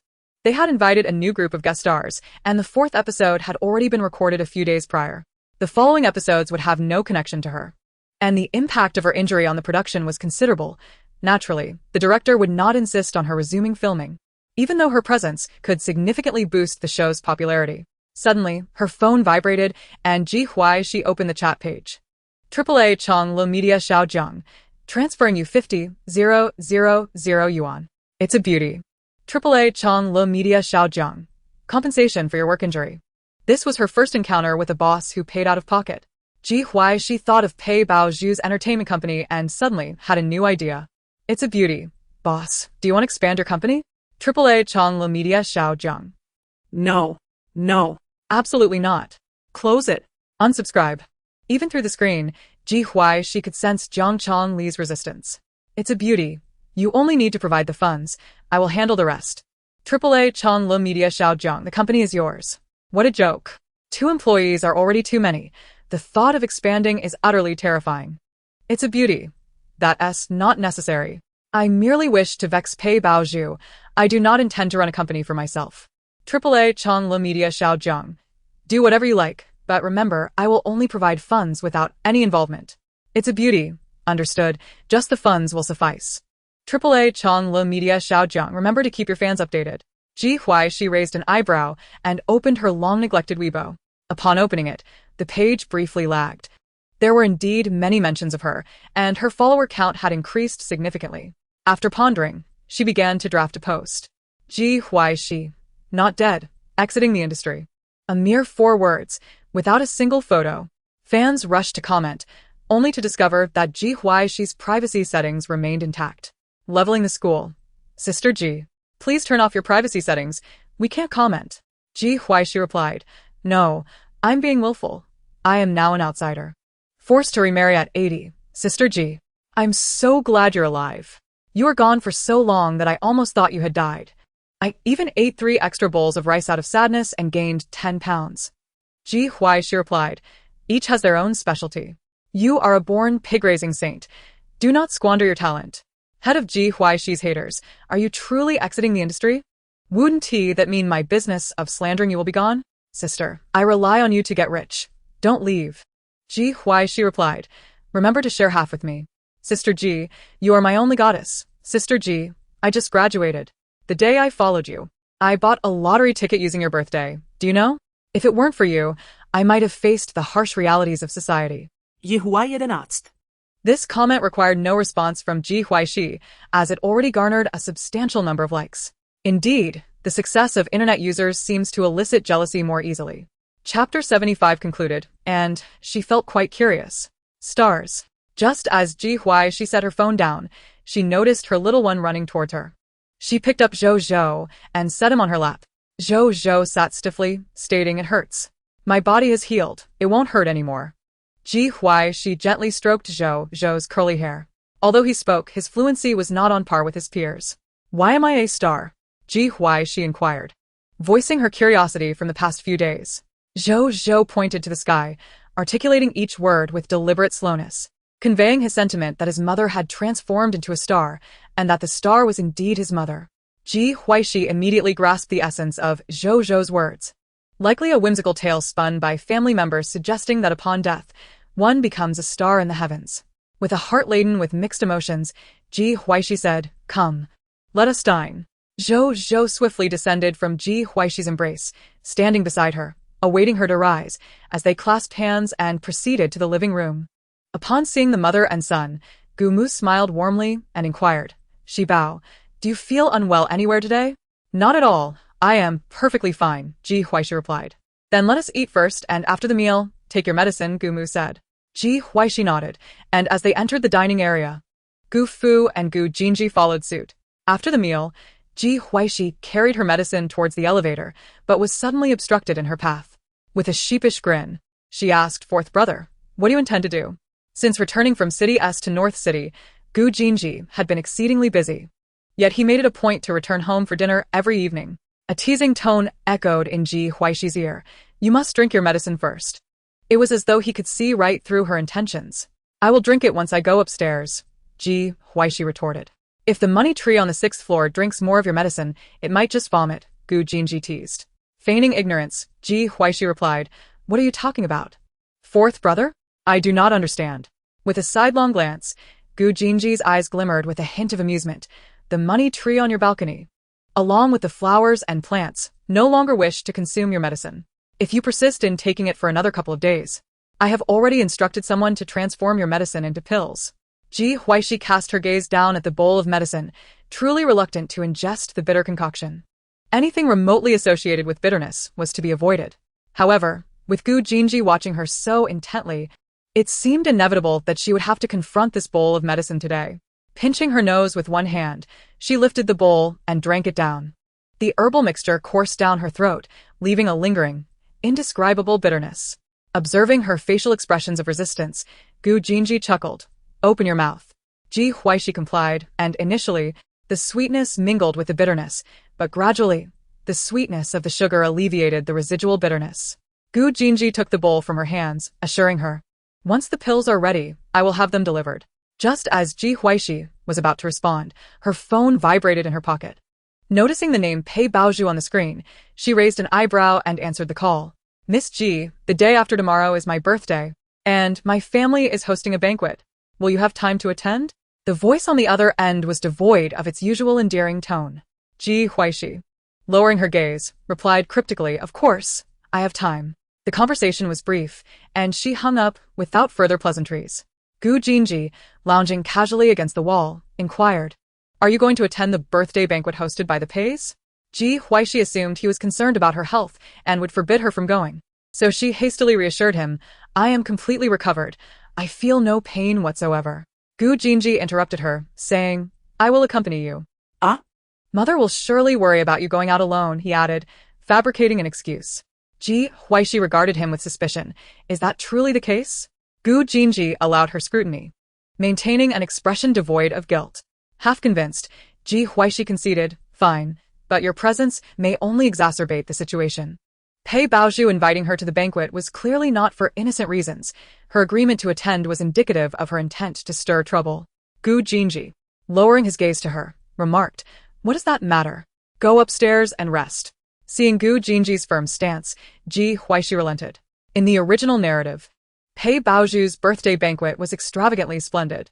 Now that Pei Baozhu was aware of the events to unfold, she was curious whether the occurrences from the book would be replicated. The scene of the intoxicated Pei Zixian confessing, with Ji Jinyu as an onlooker, was thrilling to contemplate. Although Pei Zixian was not Pei Baozhu's biological brother, he had assumed the role of her brother for over 20 years. It was uncertain when their innocent sibling bond had begun to distort. Returning to her room, Ji Huaixi lay on her bed and messaged Li Qinghuan. "A beautiful woman. I will be attending Pei Baozhu's birthday banquet the day after tomorrow. She just called me." "Qinghuan, is Pei Baozhu not worried you will cause a scene? Surely, there must be some ulterior motive." "A beautiful woman. Gu Jinji will accompany me." "Qinghuan, in that case, all is well. You two are quite the affectionate couple." Ji Huaixi chose to disregard the last remark. "A beautiful woman. Do you know which guests the Pei family has invited?"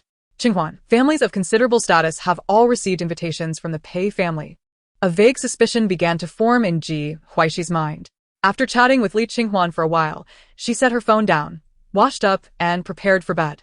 On the day of Pei Baozhu's birthday, Ji Huaixi retrieved a pot of flowers that had absorbed the herbal remedy from the balcony and instructed a servant to package it as a gift, wrapping it in with an additional layer. A modest gift carries light sentiment. She had no intention of spending a single penny on Pei Baozhu. Ji Huaixi remained comfortably at home until the afternoon, when she finally summoned her styling team.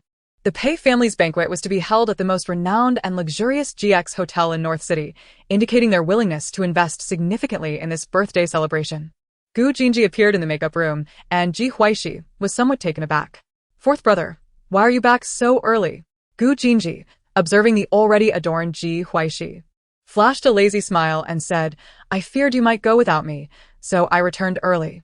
While speaking, his gaze fell upon the mirror, reflecting the girl with her long hair elegantly styled, a few curls cascading beside her cheeks, adorned with a lustrous pearl necklace that complemented her fair skin exquisitely. Dressed in a black evening gown, she exuded elegance and sophistication. Ji Huaixi, indifferent to her appearance, rolled her eyes and quipped, "Fourth brother, what about trust between individuals?" Gu Jinji met her gaze, leisurely taking a seat beside her. The styling team, perceptibly speeding up their work, soon exited the makeup room. Gu Jinji's lips curled slightly, and once the door closed, he began, "The GX Hotel is part of our family's assets. I received some news related to Pei Baozhu, and I believe you might find it intriguing." Ji Huaixi exclaimed, "This is getting interesting." After hearing Gu Jinji's news, she felt a mix of surprise and understanding. Tonight was bound to be extraordinary. Let us hasten our departure. Ji Huaixi was eager to immerse herself in the excitement. Gu Jinji, not wishing to dampen her enthusiasm, stood and joined her. The area outside GX Hotel was filled with luxury cars, with young masters and maidens stepping out, each exuding an air of nobility. Guided by the attendants, Ji Huaixi and Gu Jinji entered the banquet hall. Inside, the ambience was dazzlingly opulent, with glasses clinking and laughter echoing. Their arrival naturally drew considerable attention. Miss Huaixi, young Master Gu, Qimin greeted them with a champagne flute in hand, her smile brightening upon seeing Ji Huaixi. Initially, she had thought the banquet dull, but encountering Ji Huaixi here was a pleasant surprise. "Sister Qi," Ji Huaixi replied, casting a glance at Pei Zixian, who was entertaining guests in the distance. "Has Qimin not managed to remove him yet? That doesn't quite align with her style." Qimin seemed to be aware of Ji Huaixi's doubts. "The timing is not yet ripe. I am somewhat petty." Pei Zixian regarded her as a mere substitute, so naturally, she must retaliate. Ji Huaixi curled her lips. Pei Zixian treats all women as fools, and he deserves some retribution for that. How could seeking revenge be considered petty? Upon hearing this, Qimin chuckled, finding Ji Huaixi as endearing as ever. During their conversation, Gu Jinji stood nearby, playing the role of a proper support. Many individuals, upon noticing Gu Jinji, contemplated approaching him, but were swiftly deterred by his aloof demeanor. Pei Fu and Pei Mu, who were engaged in pleasantries with guests, quickly sought an excuse to retreat to the lounge upon seeing Ji Huaixi's arrival. Inside the lounge, Pei Baozhu was adorned in a splendid evening gown, her neck graced by a magnificent emerald necklace bestowed upon her by Pei Fu. Gazing at her reflection, she smiled with satisfaction. Recently, she had made several suggestions to her father, alleviating some pressing issues for the Pei family. Otherwise, her profit-driven father would not have gifted her such a valuable necklace. Emerging from the shadows, Pei Ziyu lounged on the sofa, engrossed in a video game. Upon entering, Pei Fu and Pei Mu immediately noticed their youngest son's improper posture. Yet, the couple hesitated to reprimand him, considering that he had recently endured considerable hardship. "Yu Huaixi is here today as well. Do refrain from causing her any trouble. Today is your sister's birthday banquet. Let her enjoy her special day. Pei Mu gently admonished as she sat beside him. She understood that her youngest son harbored a deep resentment towards Ji Huaixi. However, the attendees today were all of high status. Creating a scene at the birthday banquet would only bring disgrace to the Pei family. Pei Ziyu set aside his phone, incredulously asking, "What did you say? Ji Huaixi dares to show up. I'll make her pay. If it weren't for her, I wouldn't have been imprisoned for so long." Even hearing Ji Huaixi's name ignited a surge of anger within him. Pei Fu frowned, expressing his discontent. "You can misbehave at any moment, but not today. You must consider your sister. There is only one birthday a year, and today marks the announcement of your sister's engagement. Do you wish to ruin such a significant occasion?" Upon hearing the mention of the engagement, Pei Bao Zhu's eyes flashed with sarcasm. But she quickly masked it and rose nonchalantly. "Ayu, let us endure this for the sake of the Pei family's reputation, shall we?" Pei Ziyu, seeing his beloved sister plead, reluctantly nodded. Since his sister had spoken, he would grant her this favor.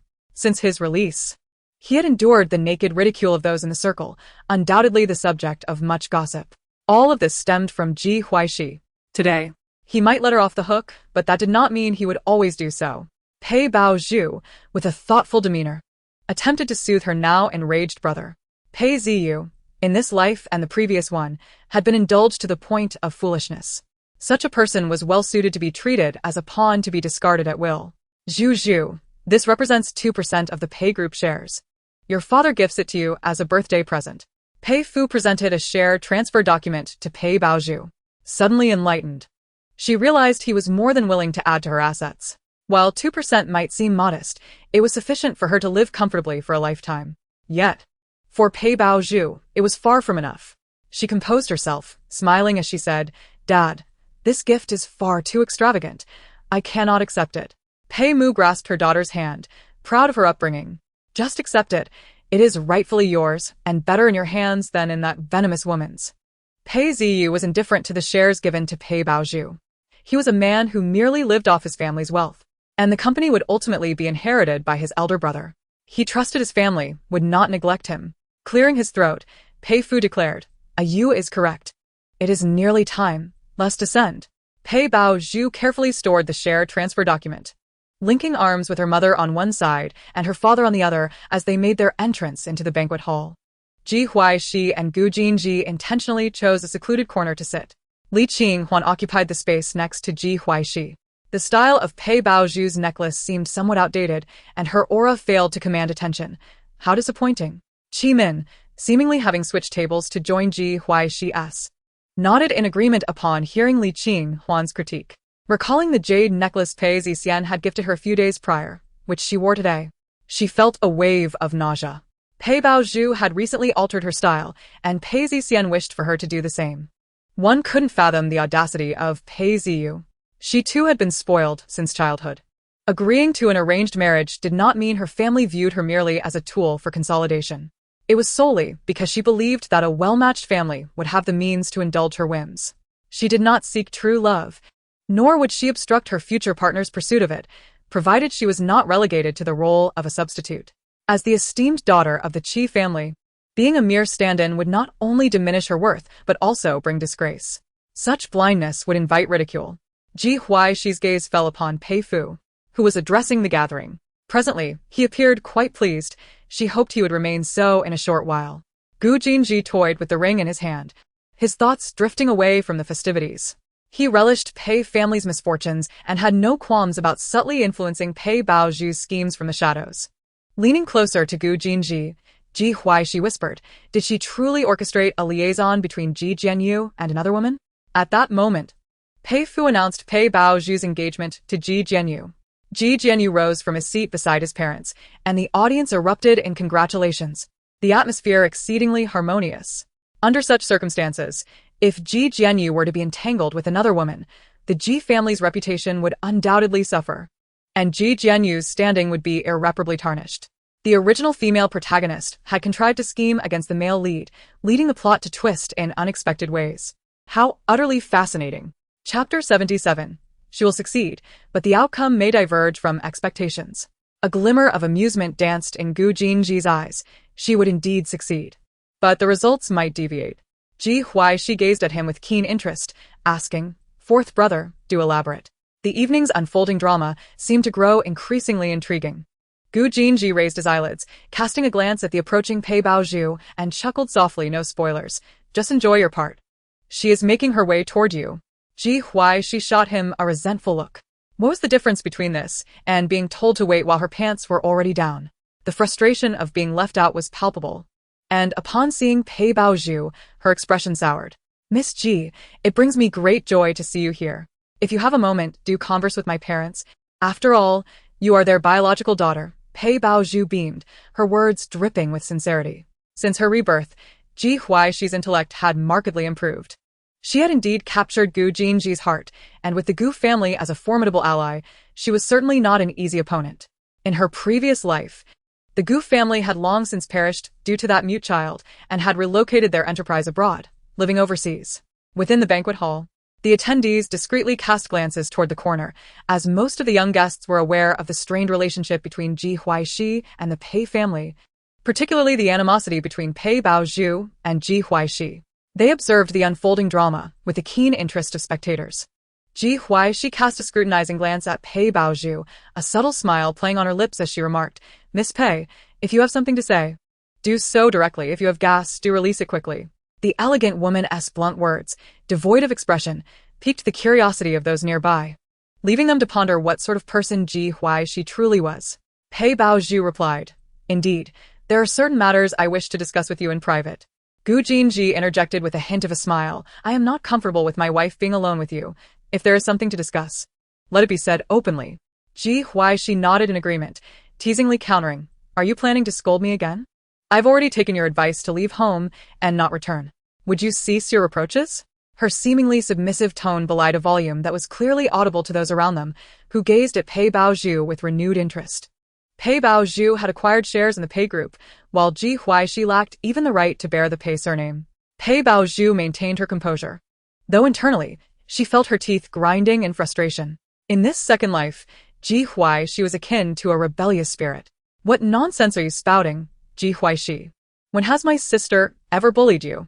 I know you are envious of her and wish to ensnare her." A voice, laced with indignation, cut through the tension.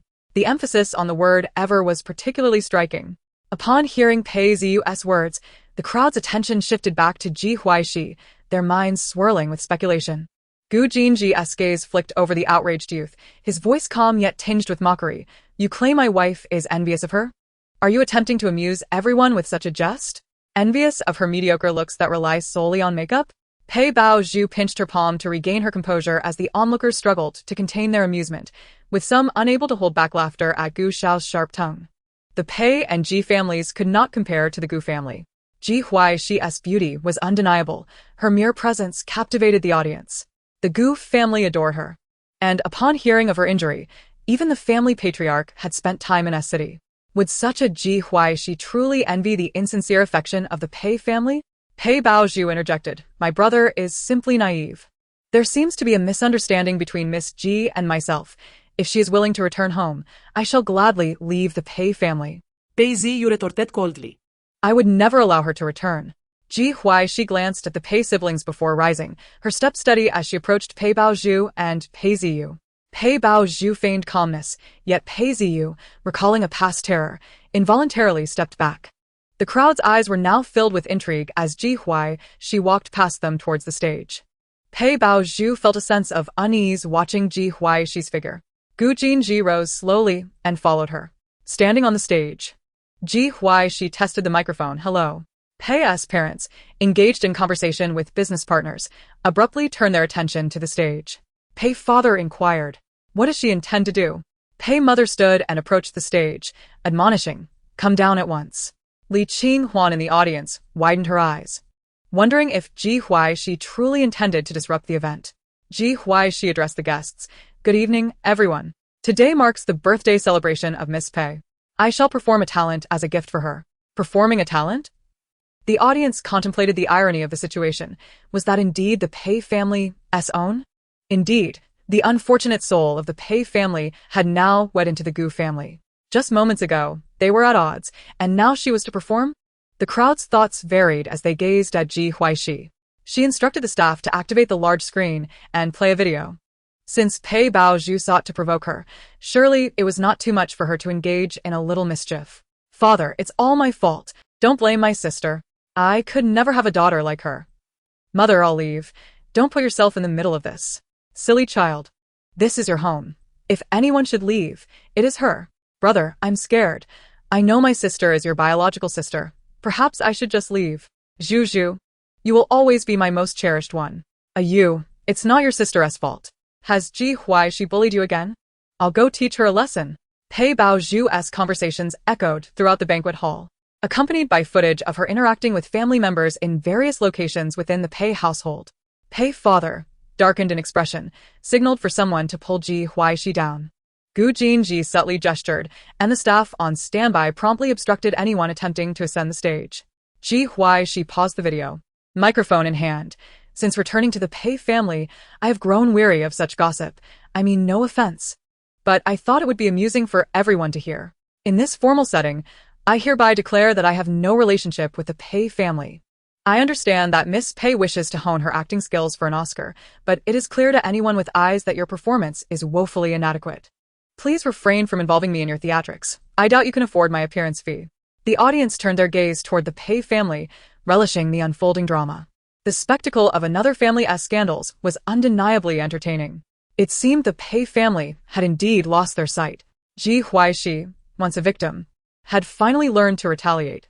Miss Pei truly knew how to play the part, almost deceiving the audience into believing Ji Huaixi was the pitiable one.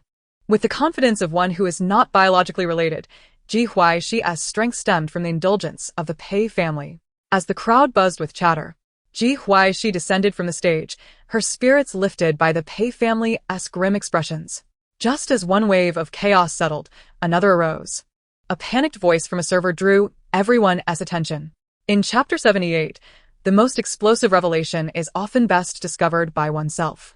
Pei Baozhu surveyed the room, noting the absence of Ji Jianyu, realizing her plans had come to fruition. Although Ji Huaixi's earlier display infuriated her, she had more pressing matters to attend to. Pei Baozhu approached the server, inquiring, "What has happened?" The server, recalling the scene from the guest room, hastily replied, "The guests in the guest room require an ambulance. Our hotel has already called 120, but the situation is somewhat unusual, and we need the event host to address it."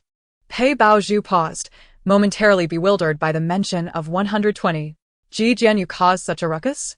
Has that woman created a scene? I'll go take a look. Pei Zixian stated solemnly. Pei Baozhu insisted, "Brother, I'll go with you."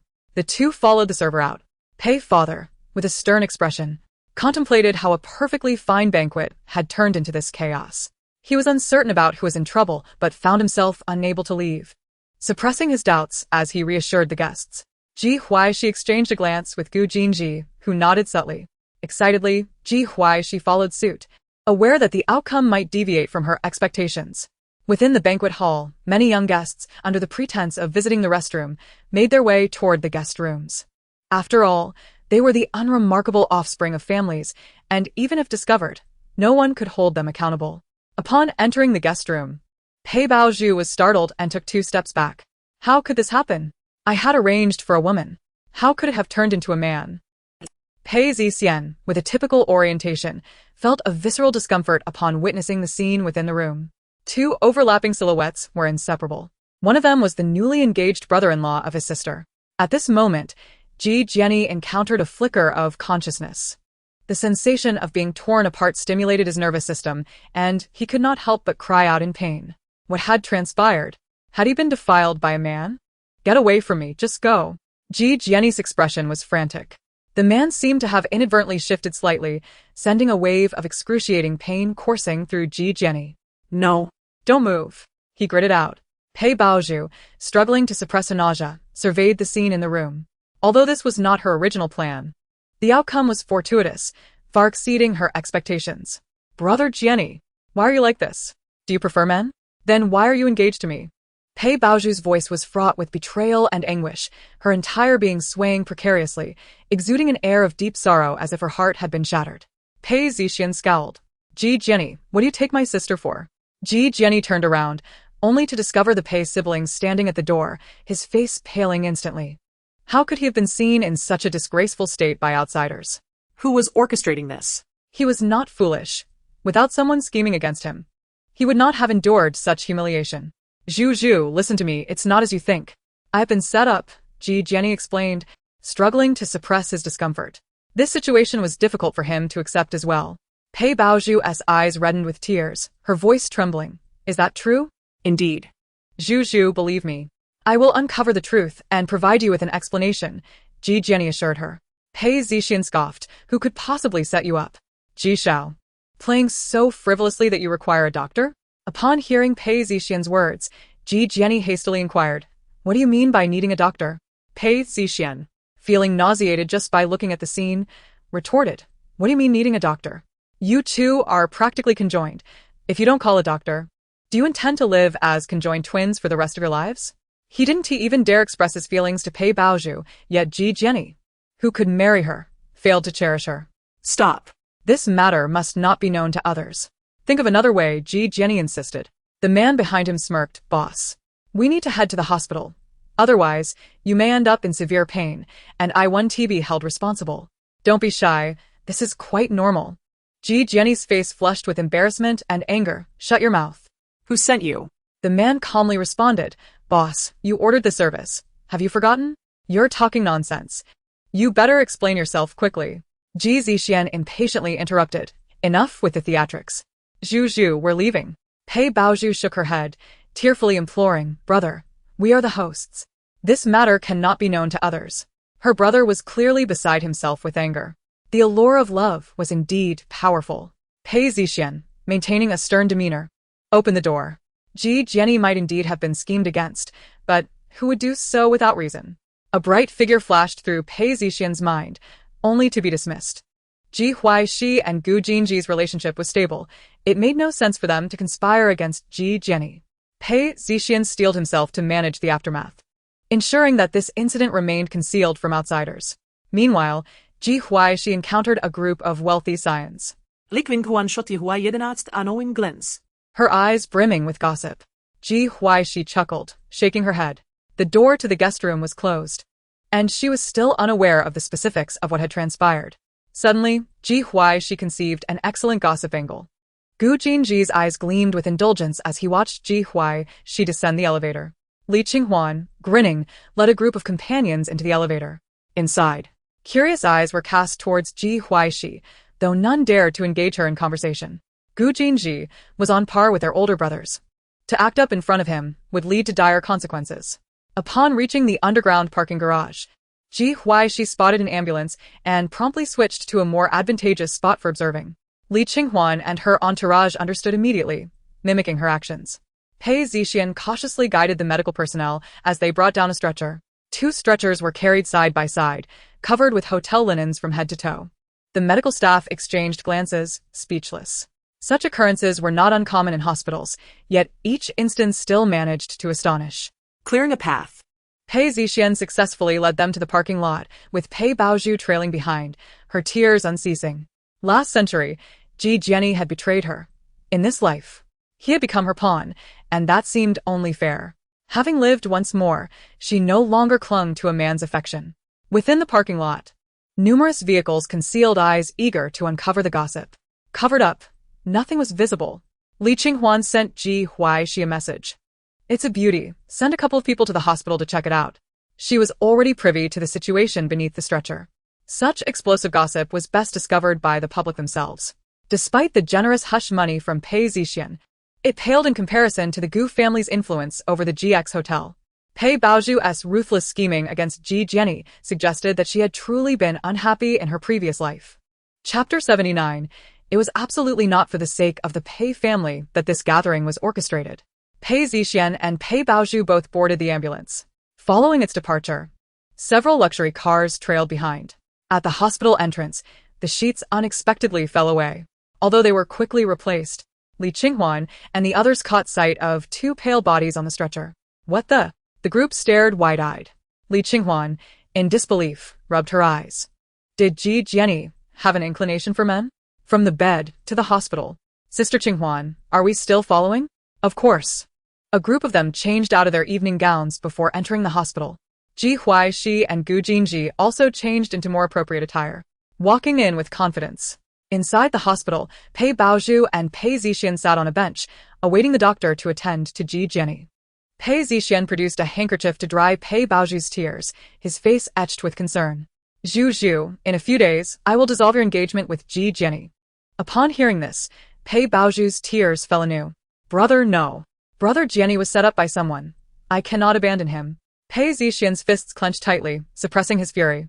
He is in this state, and you still love him? Pei Baozhu secretly chuckled. Love Ji Jenny? She wished he would perish at once, for now. He merely served a purpose.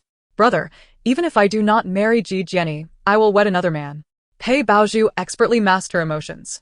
Today, Pei Zixian had not succumbed to inebriation as in her past life, nor had he expressed his affections. Thus, she saw no harm in giving him a little push. Feelings of this nature could not be concealed. Pei Zixian grappled internally, contemplating whether to reveal his feelings. Pei Baozhu, sensing his restraint, gently remarked, Brother, having grown up in the Pei family, I naturally bear the responsibility of a marriage alliance. Marrying Ji Jenny is not without its merits. You need not marry anyone. Zhu, I cherish you and shall always treat you with kindness. Pei Zixian could no longer contain his feelings, laying bare the emotions he had harbored deep within. He did not wish for Pei Baozhu to wed, nor did he want her to feel any form of constraint. Pei Baozhu feigned ignorance, saying, I understand that you care for me, brother. You are the best brother, but I fear that my future sister-in-law might feel jealous. I should be more considerate. Pei Zixian quickly interjected, My feelings for you are akin to a man's affection for a woman. Brother, how could that be? Pei Baozhu pretended to be astonished. I have liked you for a long time. You warm my heart like a little sun. Do you know how elated I was when I discovered that we share no blood relation? Pei Zixian's gaze was fixed intently upon the girl beside him, as if she were the sole occupant of his world. Wow. Who would have thought that such a heartfelt confession could occur in a hospital? A match made in heaven. With a brother loving his sister. Thankfully, there is no blood relation. Otherwise, marrying within the family could lead to unfortunate consequences. Ji Huaixi's teasing voice broke through. Pei Zixian and Pei Baozhu jumped in surprise, turning to see her just a row of seats away. Clearly, she had overheard their conversation. Pei Zixian's eyes fell upon the phone Ji Huaixi held, a cold glint flashing in his gaze. Did you record that? Delete it immediately. Ji Huaixi raised an eyebrow, a light laugh escaping her lips as she addressed the beauty on the screen. Sister Qi, I feel threatened by your boyfriend. Pei Zixian's expression darkened, a troubling suspicion forming in his mind. Are you video calling Qimin? Ji Huaixi nodded cheerfully. I came to see the doctor. And Sister Qi was concerned about my health. I never expected to witness your heartfelt confession. It was so touching. Pei Zixian stood up, intending to snatch the phone away. Gu Jinzi lifted his gaze, a sardonic smile playing on his lips. Master Pei, impulsiveness is the devil. Reluctantly, Pei Zixian sat back down. Qimin. I will explain everything when I return. Ji Huaixi switched to speaker mode, and Qimin's voice echoed from the phone. Who do you think you are to scheme against me? Her icy tone reverberated throughout the banquet hall. Pei's parents wished to cut off the power supply, but were halted by others. As Qimin attempted to end the call, several bodyguards had mysteriously appeared beside her, making it difficult for anyone to approach. Qimin, seemingly oblivious, said, Oh dear, I accidentally connected to the wrong Bluetooth. Huaixi. Our conversation has been projected onto the banquet hall's big screen. I hope you don't mind. Ji Huaixi laughed. Not at all. Witnessing someone else's love story together is quite beautiful. How could Sister Qi be so wicked? The projection. One could only imagine the expressions of the guests in the banquet hall. Although they appeared uninterested, their eyes were glued to the screen. The sound system at GX Hotel was exceptional. Everyone heard Pei Zixian's heartfelt declaration clearly. Seeing the dismayed expressions of Pei's parents, many guests sought excuses to take their leave. The drama had unfolded, and they had seen enough. Time was still on their side. They could still attend the second half of the event. Certainly. It was not merely for the sake of the Pei family that they were gathering for the latter half. After sending off the guests, Pei's parents slumped into their chairs. Utterly defeated. What a calamity. How could this have happened? Pei's mother lamented, tears unable to flow. Pei's father wore a grim expression, the day's events tarnishing his reputation. How could his eldest son engage in such absurdity? It is all your daughter's fault for seducing her own brother, he exclaimed in frustration. Pei Ziyu scoffed clearly. It is my brother, who is enamored with his sister. What does she have to do with it? Pei's father, pointing at his youngest son, was filled with rage. What kind of woman does your brother not desire? If she hadn't seduced him, how would he have developed feelings for her? Returning, Cheeman caught sight of the Pei family's quarrel and chuckled. Mr. Pei, Mrs. Pei, the account of Pei Zixian's scheming will be settled by my brother. I thought I should give you a heads up. Pei Ziyu, seeing Cheeman approach surrounded by bodyguards, was displeased. Leave, we Peis are not afraid. Cheeman, unperturbed, smiled at them. Well, I shall take my leave then. TSK, it is rather sordid for siblings to fall in love. It is even more embarrassing to realize that I fell for a man like this before knowing the sister was not biologically related. Her arrogant demeanor incited bitter resentment. Yet, the Pei family could do nothing against her. As the only daughter of the Qi family, she was greatly favored. Otherwise, they would not have arranged for Pei Zixian to meet her in the first place. Meanwhile, in the hospital, Pei Zixian and Pei Baozhu wore strange expressions upon hearing their conversation broadcasted on the big screen. Pei Zixian ground his teeth. Ji Huaixi, you are something else. Pei Baozhu remained silent, knowing her plans should not have unfolded this way. The thought of the ensuing troubles made her wish to deal with Ji Huaixi immediately. In Chapter 80, how could you utter such absurd words? Ji Jinyu struggled to maintain his composure as he emerged from within. Unbeknownst to him, the man who had accompanied him had already slipped away while he was distracted. Upon reaching the waiting area, he was relieved to find Pei Baozhu still present. But he soon sensed the atmosphere was tense. Why were Ji Huaixi and Gu Jinzi here? His first instinct was to assume they had come to gloat over his misfortune. Why are you here? Ji Jinyu asked. Ji Huaixi lifted her eyelids, scrutinizing him in his blue and white striped hospital gown. Ji Jinyu felt uncomfortable under her gaze and coldly retorted, What are you looking at? Hadn't Pei Zixian already taken care of things? Did Ji Huaixi know what had just transpired? Ji Huaixi replied, So you believe this hospital is your home, where only you are allowed and others cannot come? I heard from Pei Zixian that you have become involved with a man. So, why are you still engaged to Pei Baozhu? Make no mistake. I am here to enjoy the spectacle. Her blunt words made everyone's expressions shift. Pei Zixian, why would you disclose my private matters to Ji Huaixi? Ji Huaixi, do not sow discord. Miss Ji, Brother Jinyu has been plotted against. The three spoke in unison. Ji Huaixi feigned surprise, a sly smile gracing her lips. Oh. So he was schemed against. Could it be that Pei Zixian orchestrated this? He likes you and doesn't want you to marry Ji Jinyu. So he allowed you to be sullied by another man. As her words fell, the expressions of the three became varied. Ji Jinyu rubbed his temples, his mind struggling to process everything. Pei Zixian loved Baozhu? How could that be? How can you say such ridiculous things? Zixian is Baozhu's brother. The pure bond of siblinghood has become so sordid in your eyes. Yianyu protested vehemently. Ji Huaixi, having been cast aside for so long, could not shed her lowly habits, even after being brought back to the Pei family. It was clear she was attempting to sow discord. Pei Zixian coughed awkwardly, his demeanor uneasy. Ji Huaixi laughed, casting him a knowing glance, not refuting his words but rather saying, You also find it absurd and sordid? What a coincidence. Ji Jinyu felt somewhat bewildered. Perhaps he was disoriented from the events of the evening. Otherwise, why did it seem as if Ji Huaixi genuinely agreed with his sentiments? Pei Baozhu found herself ensconced between the two individuals, her head bowed in contemplation. Although Ji Jinyu remained unaware of the circumstances at present, she was acutely aware that it was merely a matter of time before he would come to know. Her original intention was to allow Pei Zixian to express his feelings before her, facilitating her ability to leverage him to accomplish tasks that were currently beyond her reach. However, the situation had devolved into something far more complex. In that moment, she struggled to conceive a more appropriate course of action. If only Ji Huaixi could meet the same fate as in her previous life, how much simpler it would be. Pei Zixian's countenance was frosty. The words absurd and vile pierced his heart like daggers. It was entirely his own carelessness that had placed Pei Baozhu in such a predicament. Let me escort you home, Pei Zixian said, rising and addressing Ji Jinyu. Pei Baozhu spoke softly, Brother Jinyu, my brother, and I will take you home to rest. They all feared that prolonging their stay would lead to an uncontrollable escalation of events. Ji Huaixi merely tugged at the corners of her mouth, refraining from obstructing the trio. The seeds of suspicion had already been sown, and Pei Baozhu was likely to endure a considerable headache in the days to come. Ji Huaixi departed the hospital alongside Gu Jinji.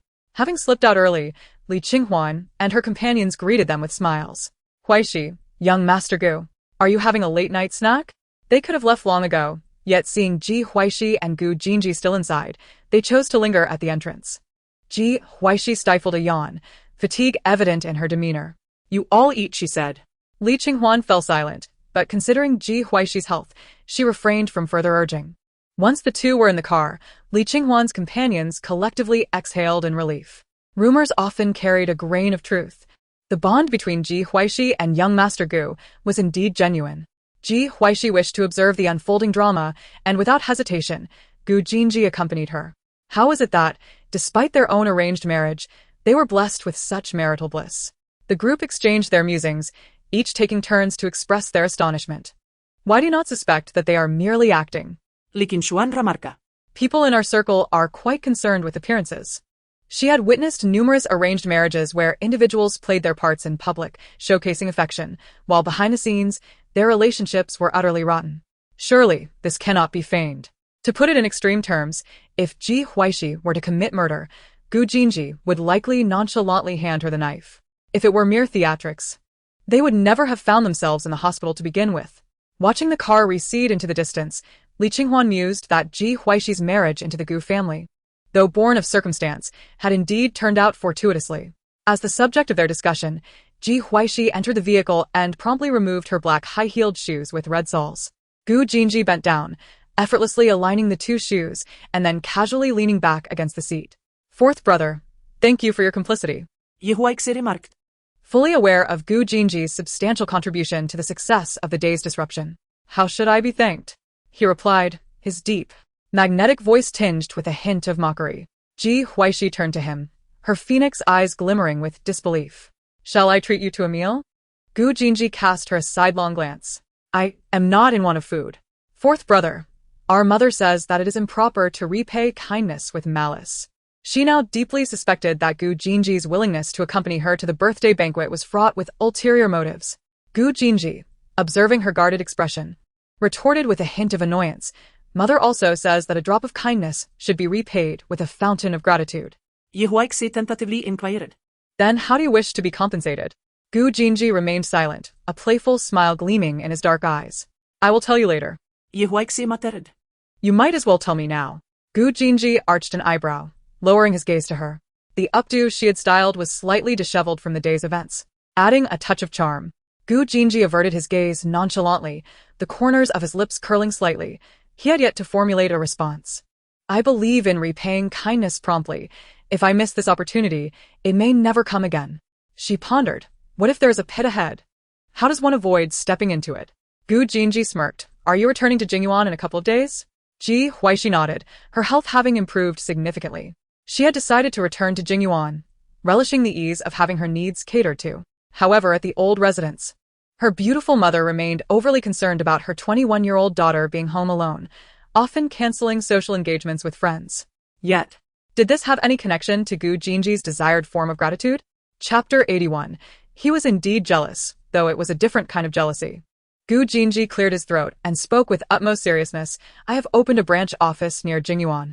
Since I have no vacant properties in the vicinity, why not let me stay in one of Jingyuan's rooms for a while as your form of gratitude? How does that sound? Ji Huaixi regarded him with skepticism. Is it really that simple? Gu Jinji replied with a calm seemingly devoid of any ulterior motives. Ji Huaixi breathed a sigh of relief. Then that is acceptable. As long as you do not make unreasonable demands. Jingyuan was spacious enough. Gu Jinji could stay for as long as he wished. In the days to come, Ji Huaixi would reflect and inwardly scorn her own naivety. After concluding their discussion on gratitude, the car soon arrived at the old residence. Upon entering, a small figure darted toward Ji Huaixi. Zhou joyfully exclaimed, Star. Completely oblivious to the large father figure standing nearby, he perfectly embodied the concept of tunnel vision. Ji Huaixi smiled and squatted down, playfully tousling Zhou's curly hair. Were you waiting for me, my little treasure? Zhou vigorously nodded in affirmation. Did you enjoy your time with Grandpa at the company today? After a moment's hesitation, Zhou replied, Can I say no?